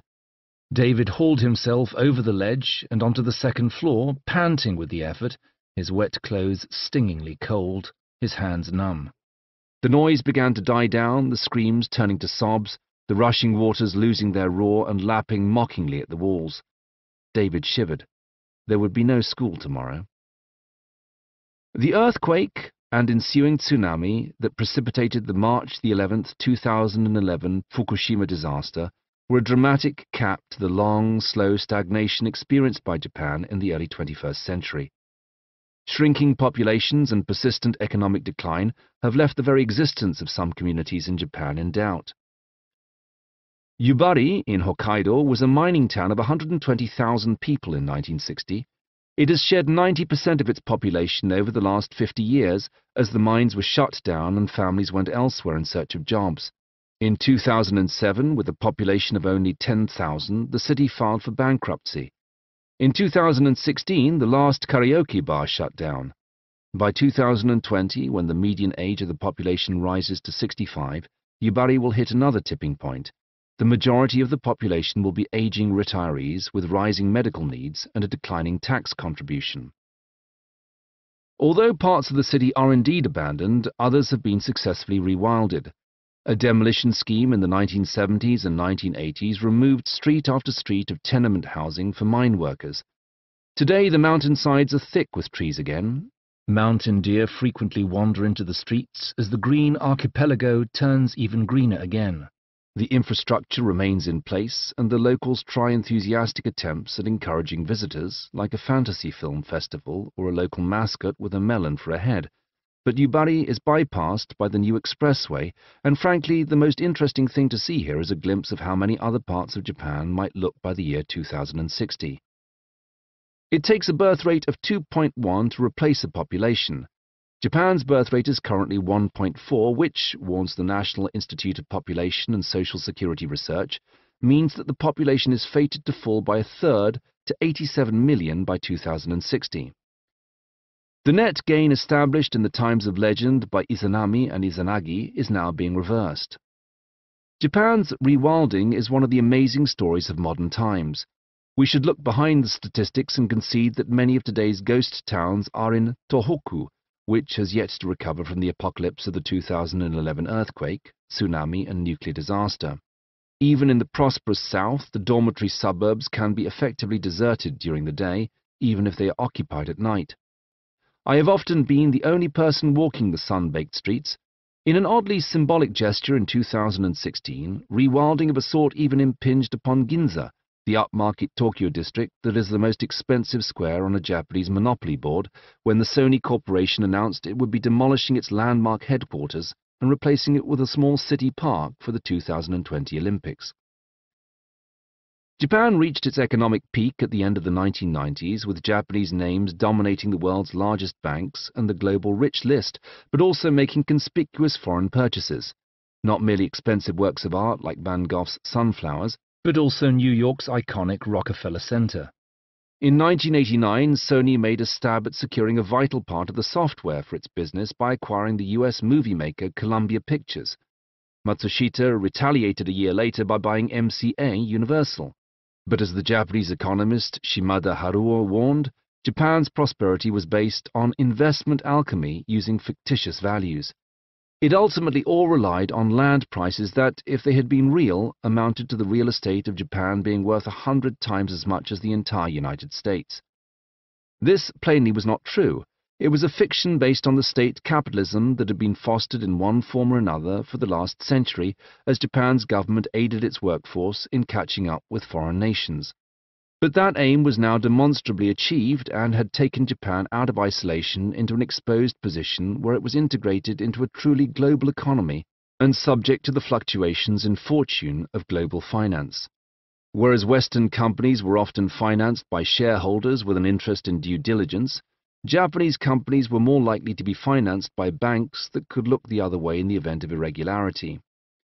When the bubble burst in 1991, real estate in Tokyo lost 40% of its value in 3 years. Numerous institutions deemed too big to fail were bolstered by friendly loans from sister corporations, creating zombie companies that had to be fueled by constant cash injections or supply chains that went for months without payment. Sheer bad luck subjected Japan to a series of further blows. The Kobe earthquake in 1995 wiped billions from Japan's economy. Only a few months later, the Aum Shinrikyo death cult unleashed a terrorist attack on the Tokyo subway. In 2001, Al-Qaeda's terrorist attack on New York's World Trade Center plunged much of the Western world into a war in the Middle East and led Japan's then Prime Minister, Koizumi Junichiro, to urge Japanese tourists to spend their money at home. The September the 11th attacks also led to increased pressure on Japan's government to wriggle around the impositions of Article 9 of the Constitution and to provide physical rather than merely financial aid to a war effort designed to secure vital oil. The bursting bubble ushered in a period known at first as the Lost Decade, Ushinawarita Junen, subsequently pluralized into the Lost Decades when Japan couldn't seem to catch a break. Banks stumbled and merged, and the population struggled under the introduction of a new consumption tax that pushed up the price of everything and continued to increase the percentage it leached. Many bubble-era mortgages on expensive houses, some of which would have taken more than a generation to pay off, now cost more than the house and land they purchased, leading to a spike in defaults and non-payments. At least part of the lost decade's reputation was unfounded, since in real terms Japan continued to enjoy smaller but still positive growth. The economy stagnated rather than truly slumping, and if any dividend was truly dropping, it was the demographic one, as the post-war generation that had deferred its profits and worked all those overtime hours faced retirement and downsizing. Emperor Hirohito died in 1989, and the post-war generation over which he had presided began retiring in the 1990s, shrinking the labor pool and leading to many difficult decisions about the transfer of ownership at corporations that had previously run on handshakes and personal connections.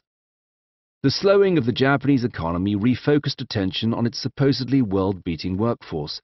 The Japanese education system had, it was previously presumed, somehow contributed, although a cynic might argue that it achieved very little besides grinding away originality of thought out of its participants. Japanese schoolchildren continued to outperform most other nations in staged tests, but the education system arguably valued only the tests, stamping out class after class of pupils whose performance was largely assessed based on box-ticking and multiple-choice examinations rather than any creativity. One infamous Japanese literature exam, for example, merely asked pupils to correctly identify the sources of a number of opening lines, thereby making it possible to pass by reading only the first words of Kawabata Yusunari's novel Snow Country, which are, somewhat obviously, the train came out of the tunnel into the snow country. University might be expected to provide some actual abilities, as indeed they do for some Japanese students, but for many, tertiary education was a vacation from the tortures of the exam hell required to get a scholar there in the first place. Meanwhile, personal and keiretsu connections between industry and educational establishment led to vertical integration even in recruitment, with certain universities known as prime hiring zones for particular sectors of the economy. Would-be lawyers knew precisely which Tokyo alma mater would gain them a pre-graduation internship at a prominent law firm. Would-be engineers knew just where they had to apply in Chiba. Would-be travel agents knew a little college in Kyoto where all the best companies looked first for their new hirings.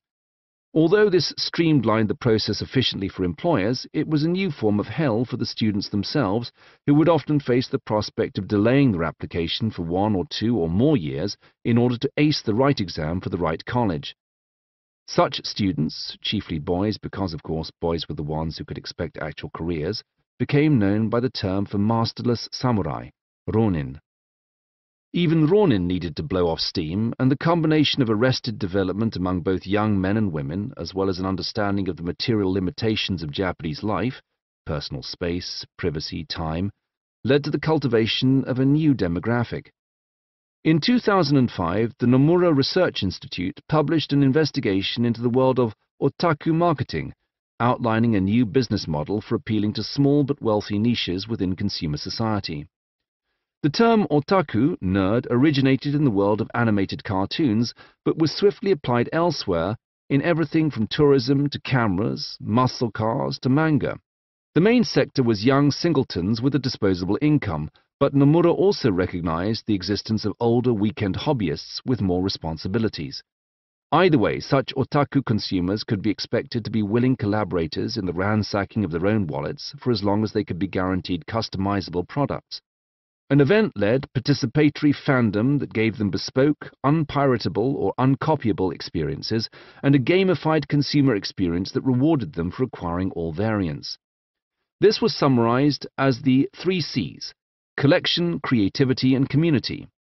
We see the outward manifestation of otaku culture today in anime conventions and gaming swap meets, and in the phenomenal dressing-up boom known as cosplay, as well as in the swappable lenses of Canon or Nikon cameras and vacation bookings that allow for customizable tours. But we also see it reflected in an ongoing diversification and narrowcasting within the Japanese media. Some Japanese industries continued to weather the storm, particularly in the entertainment sector, where Japanese games remained world leaders.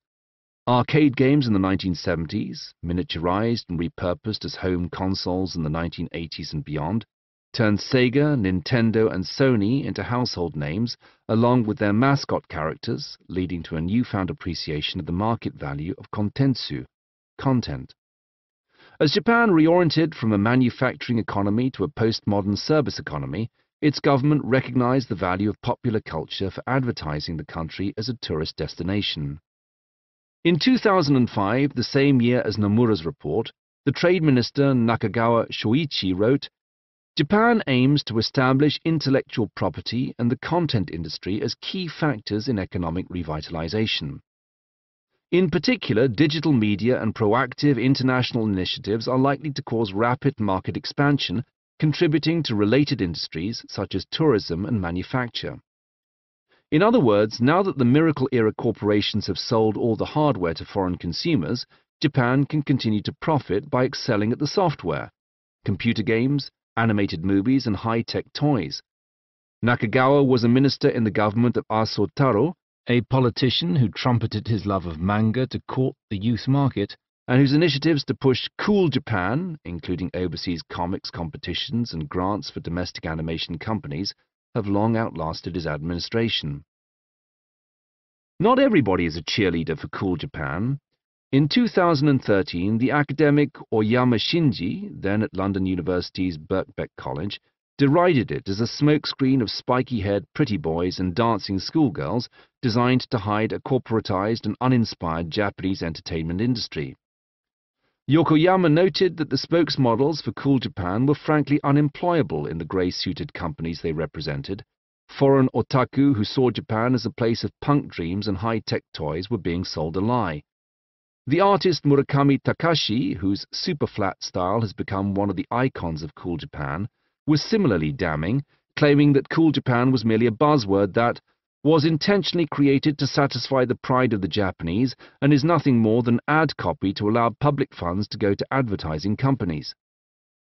Such cynicism is writ large on Japan's youth who find themselves completing exam hell and an expensive college education without the former guarantees of a salaryman lifestyle.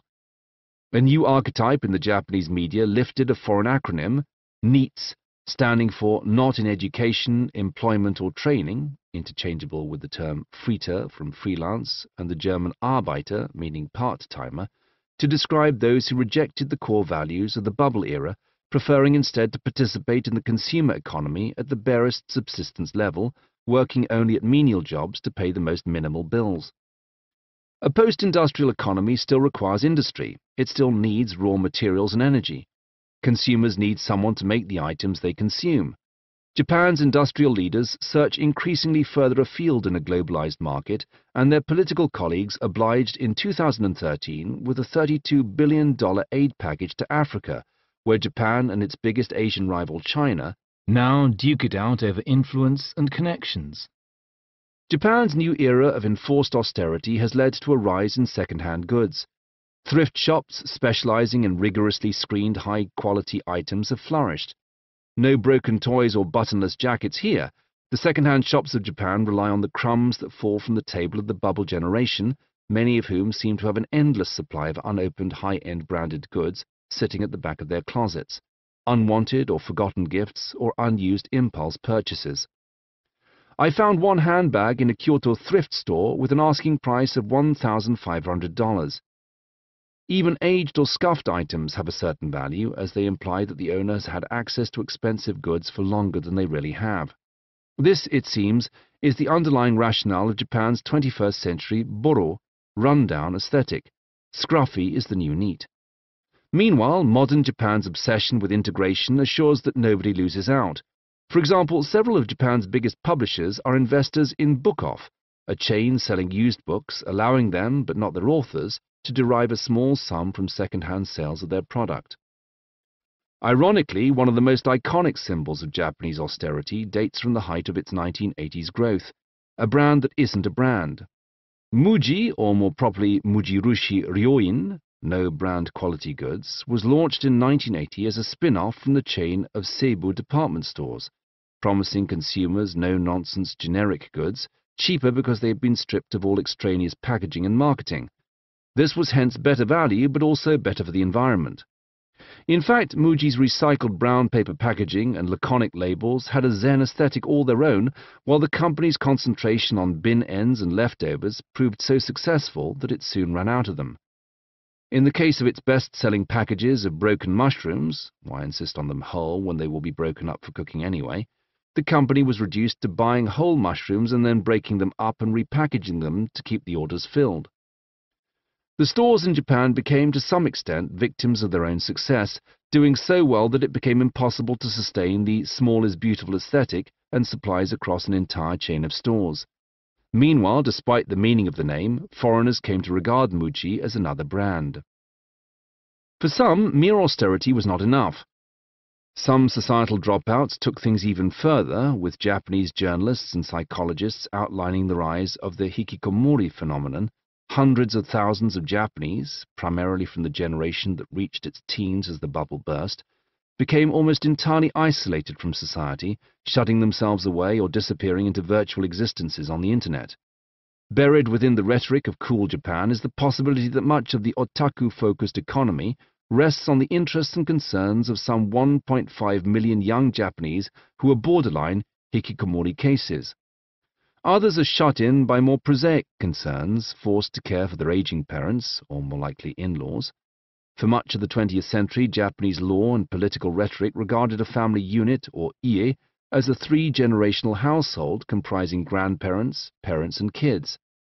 This was a rural anachronism disrupted by the miracle era of growth in which workers left their ancestral homes to flock to the cities. They formed nuclear families more recognizable to modern Westerners, cutting off both a source of ready child-minding and the cheapest form of care for the elderly. Japanese pension provisions and childcare pricing continued to limp far behind the times, assuming the existence of a tri-generational ie rather than the urban reality. The defining event for Japan in the early 21st century was a disaster beginning on March 11, 2011, with an undersea earthquake about 70 kilometers, 43.5 miles, off the northern coast. It was the most powerful Japanese earthquake ever recorded, measuring 9 on the moment magnitude scale. It shifted the entire island of Honshu 2 meters, 6.5 feet, to the east and jolted 180 kilometers, 112 miles of seabed upward, causing a sudden rise of between 6 and 8 meters, 19.5 and 26 feet. It caused severe damage in the Tohoku region in northern Japan, for which reason it is often referred to as the Tohoku earthquake. But the earthquake was only the beginning. The seismic shift generated a monstrous flood, a tsunami that looked nothing like Hokusai's Great Wave, the default image of a tidal wave. Instead, it was a surge, a seemingly unstopping onrush of the tide that powered on across sea walls and deep inland, gathering up a dangerous grist of cars, telegraph poles and broken houses, creating a wet wall of concrete and lumber. News coverage favors the damage. We know that more than 15,000 people were killed by the combined earthquake and tsunami, mostly by drowning, the bulk of them being old people who were unwilling or unable to outrun the wave. Families were split apart. The tsunami occurred during the school day. The effects were felt as far away as Antarctica, where rough waves broke an ice shelf, and California, where a man trying to photograph the abnormally high tide was washed out to sea. But the news rarely reports things that didn't happen. It didn't report the buildings that did not collapse in the earthquake because of heightened safety regulations. The earthquake was powerful enough to liquefy the soil in the car park of Tokyo Disneyland, and yet the capital was largely undamaged, shielded from the tsunami by the Chiba Peninsula and preemptive seawalls, and by decades of rigorous anti-earthquake architecture. The news rarely notes the thousands of people who made it to safety because of a state-of-the-art early warning system. Reporters had other things on their mind, like the Fukushima nuclear reactors. The tsunami took a number of power stations offline, drastically dropping the capacity of Japan's power grid and depriving millions of homes of electricity. In the weeks that followed, observers got a history lesson in the days of Japan's modernization, when it turned out that power could not be diverted from southern Japan to the north because the two halves of the country operated on different frequencies, having been installed by engineers from rival countries in the 1890s. Safety measures were in place to take the Fukushima reactors offline in the event of an earthquake, and for diesel-powered backup generators to pump coolant. These, however, were themselves shut down when the tsunami overwhelmed the reactor's 10-meter, 33 feet seawall. It was, ironically, precisely the situation that had been predicted in a 2007 safety report that had been dismissed by managers as unrealistic. The meltdowns, venting of radioactive steam, discharge of contaminated water, and other measures led to evacuations of the surrounding area and continued questions about the likely long-term effects. One paper estimates that in decades to come, higher incidences of cancer among affected people are liable to increase the eventual death toll from the combined earthquake-tsunami meltdown by another 10,000.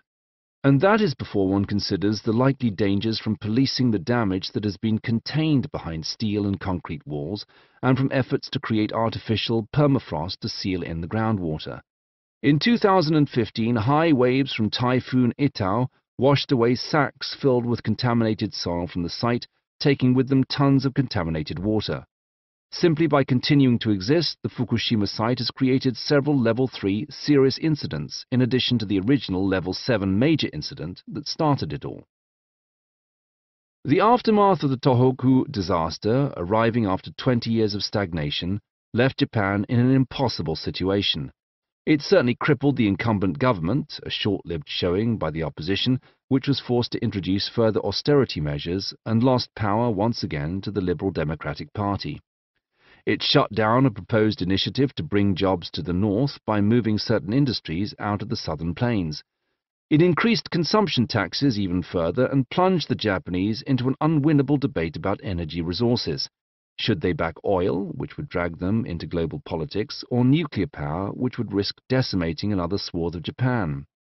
The new Prime Minister, Kishi Nobusuke's grandson, Abe Shinzo, won the 2020 Olympics for Tokyo, at least giving him some hope of investment and tourism, but his main hopes were pinned upon his three arrows of fiscal stimulus, monetary easing, and structural reforms.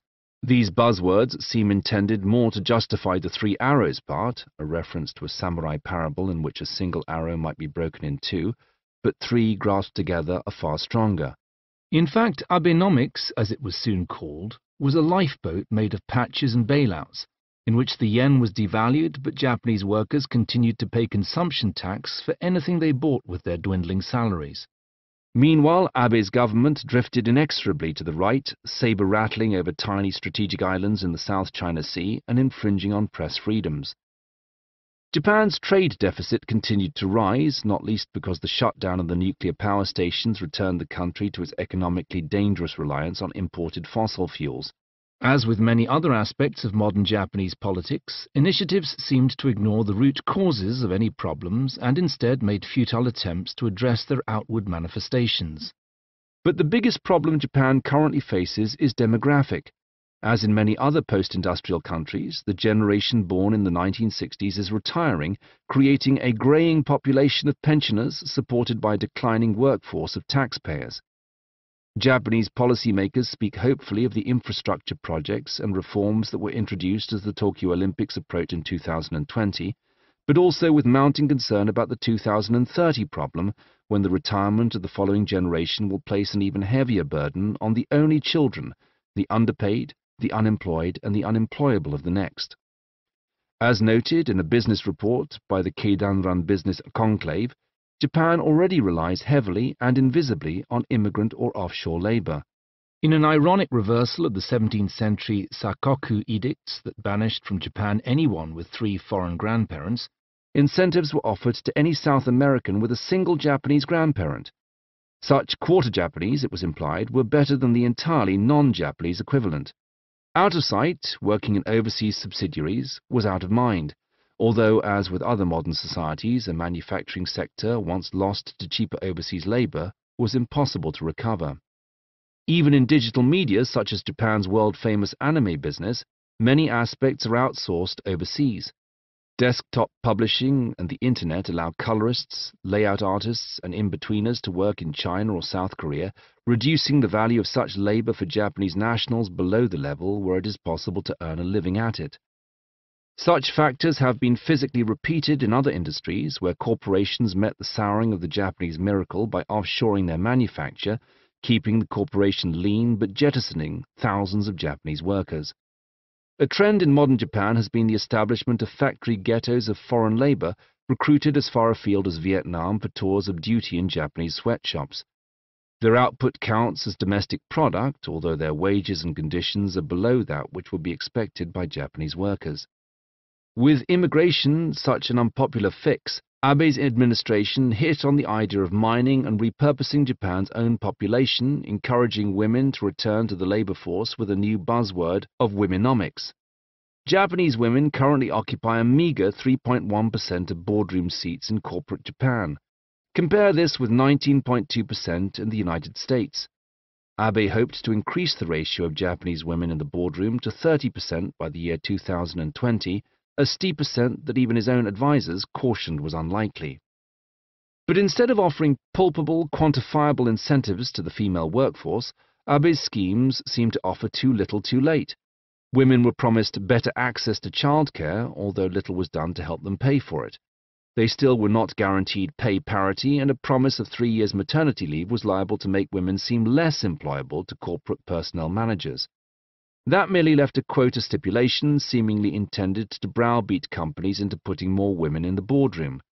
It's not clear where Abe expected these new women to come from, and grumbles soon issued from the boardrooms of Japan that it would amount to little more than tokenism. Moreover, it's not all that clear that Japanese women want to be thrust into the management culture of golf and whiskey and late-night karaoke that so preoccupied their fathers. Abe's womenomics scheme ignored many ingrained aspects of Japanese society. One business survey reported a percentage of salarymen who simply announced that they could not abide the prospect of obeying a female boss, which is not all that surprising when one considers the example set by the imperial house. Despite several reigning empresses in Japanese history, the current rules of the succession specify the necessity of a male heir. This led to an ideological scuffle in the early 21st century, as lawmakers attempted to reform protocols in order to allow Crown Prince Naruhito's only daughter, Princess Aiko, to be recognized as the next in line to the throne. The issue was not merely one of women's equality, it was of the likelihood that a female child of an emperor would leave the imperial house to marry, but still become empress, thereby effectively starting a new dynasty and breaking a line supposedly unbroken since the time of legends. It also raised the spectre of the occupation, not merely because the 1947 Imperial Household Act that set these rules was the last decree of the old imperial government, but because the same act disinherited entire branches of the nobility. Those branches might be reinstated to bring in male heirs to continue the line, but doing so would undermine part of the occupation reforms. Another possibility, offered only half in jest by a member of the imperial household, was to permit princes to take multiple concubines in order to increase the odds of a male heir. For a while it seemed like the law was indeed about to change until the birth of a boy to Emperor Akihito's younger son in 2006 postponed the debate for another generation. The prospect that all of Japan might be obliged to bow to a woman boss was curtailed. From the outside, womenomics seemed like a smart solution, although it has enjoyed remarkably little support in Japan. That is hardly surprising, since Japan's social security and taxation systems implicitly support a deeply conservative concept of the division of labor within a nuclear family. One can hardly show up for the annual general meeting if one is also an unpaid nursemaid to one's bedridden mother-in-law. Despite advances in women's liberation since the 1970s, it seems that many in Japan still secretly favor the notion that women are expected to beautify the office for a while before marrying one of their co-workers and leaving to have babies and/or care for their aging in-laws. Although Japan in 2017 has 38 million women in employment, many of them are still clustered in the lower echelons of the workforce as disposable work gangers packing convenience store salads or as semi-skilled carers. Womenomics was not a magic wand that could dispel the ingrained attitudes and traditions of the Japanese workforce. Abe himself got a taste of his own medicine when he tried to set the tone by cramming his cabinet with 5 new female appointees, 2 of whom soon resigned over unrelated spending scandals. An aging, shrinking population is a matter of some concern to many modern societies, but in Japan it is magnified by the linguistic and racial isolation of the people. It took the Sumo Wrestling Association decades to recognize the validity of foreign champions, claiming for a while that the Samoan, Hawaiian or Mongolian wrestlers lacked hinkaku, an unquantifiable Japanese sense of class or virtue that eluded outsiders. Such arguments, which have formed part of Japanese politics since the 19th century, are known as Nihon Jinron, a thesis of Japanese uniqueness often cited as an excuse for trade restrictions or immigration blocks. One cannot simply hand out passports to immigrants in order to make new Japanese people. The language is hard to learn, the culture makes it easy to visit but difficult to stay. In its projections for the 2020s, the Keidanren Business Organization warned Japanese policymakers that immigration was destined to become a vital factor in sustaining the Japanese economy and population. Japan's future hence relies upon a great rethinking of attitudes toward foreigners, toward women, and toward families. Straightforward realities in demographics may prove to be as revolutionary and transformative as the occupation, the Meiji Restoration, or the coming of the Black Ships. Japan's history is not over, but a new chapter is just about to begin. This concludes A Brief History of Japan by Jonathan Clements, narrated by Julian Elfer. Copyright 2017 by Jonathan Clements. This unabridged audiobook is published by arrangement with Tuttle Publishing and was produced in the year 2019 by Tantor Media, Incorporated, a division of Recorded Books which holds the copyright thereto. Please visit tantor.com for more information on our growing library of unabridged audiobooks.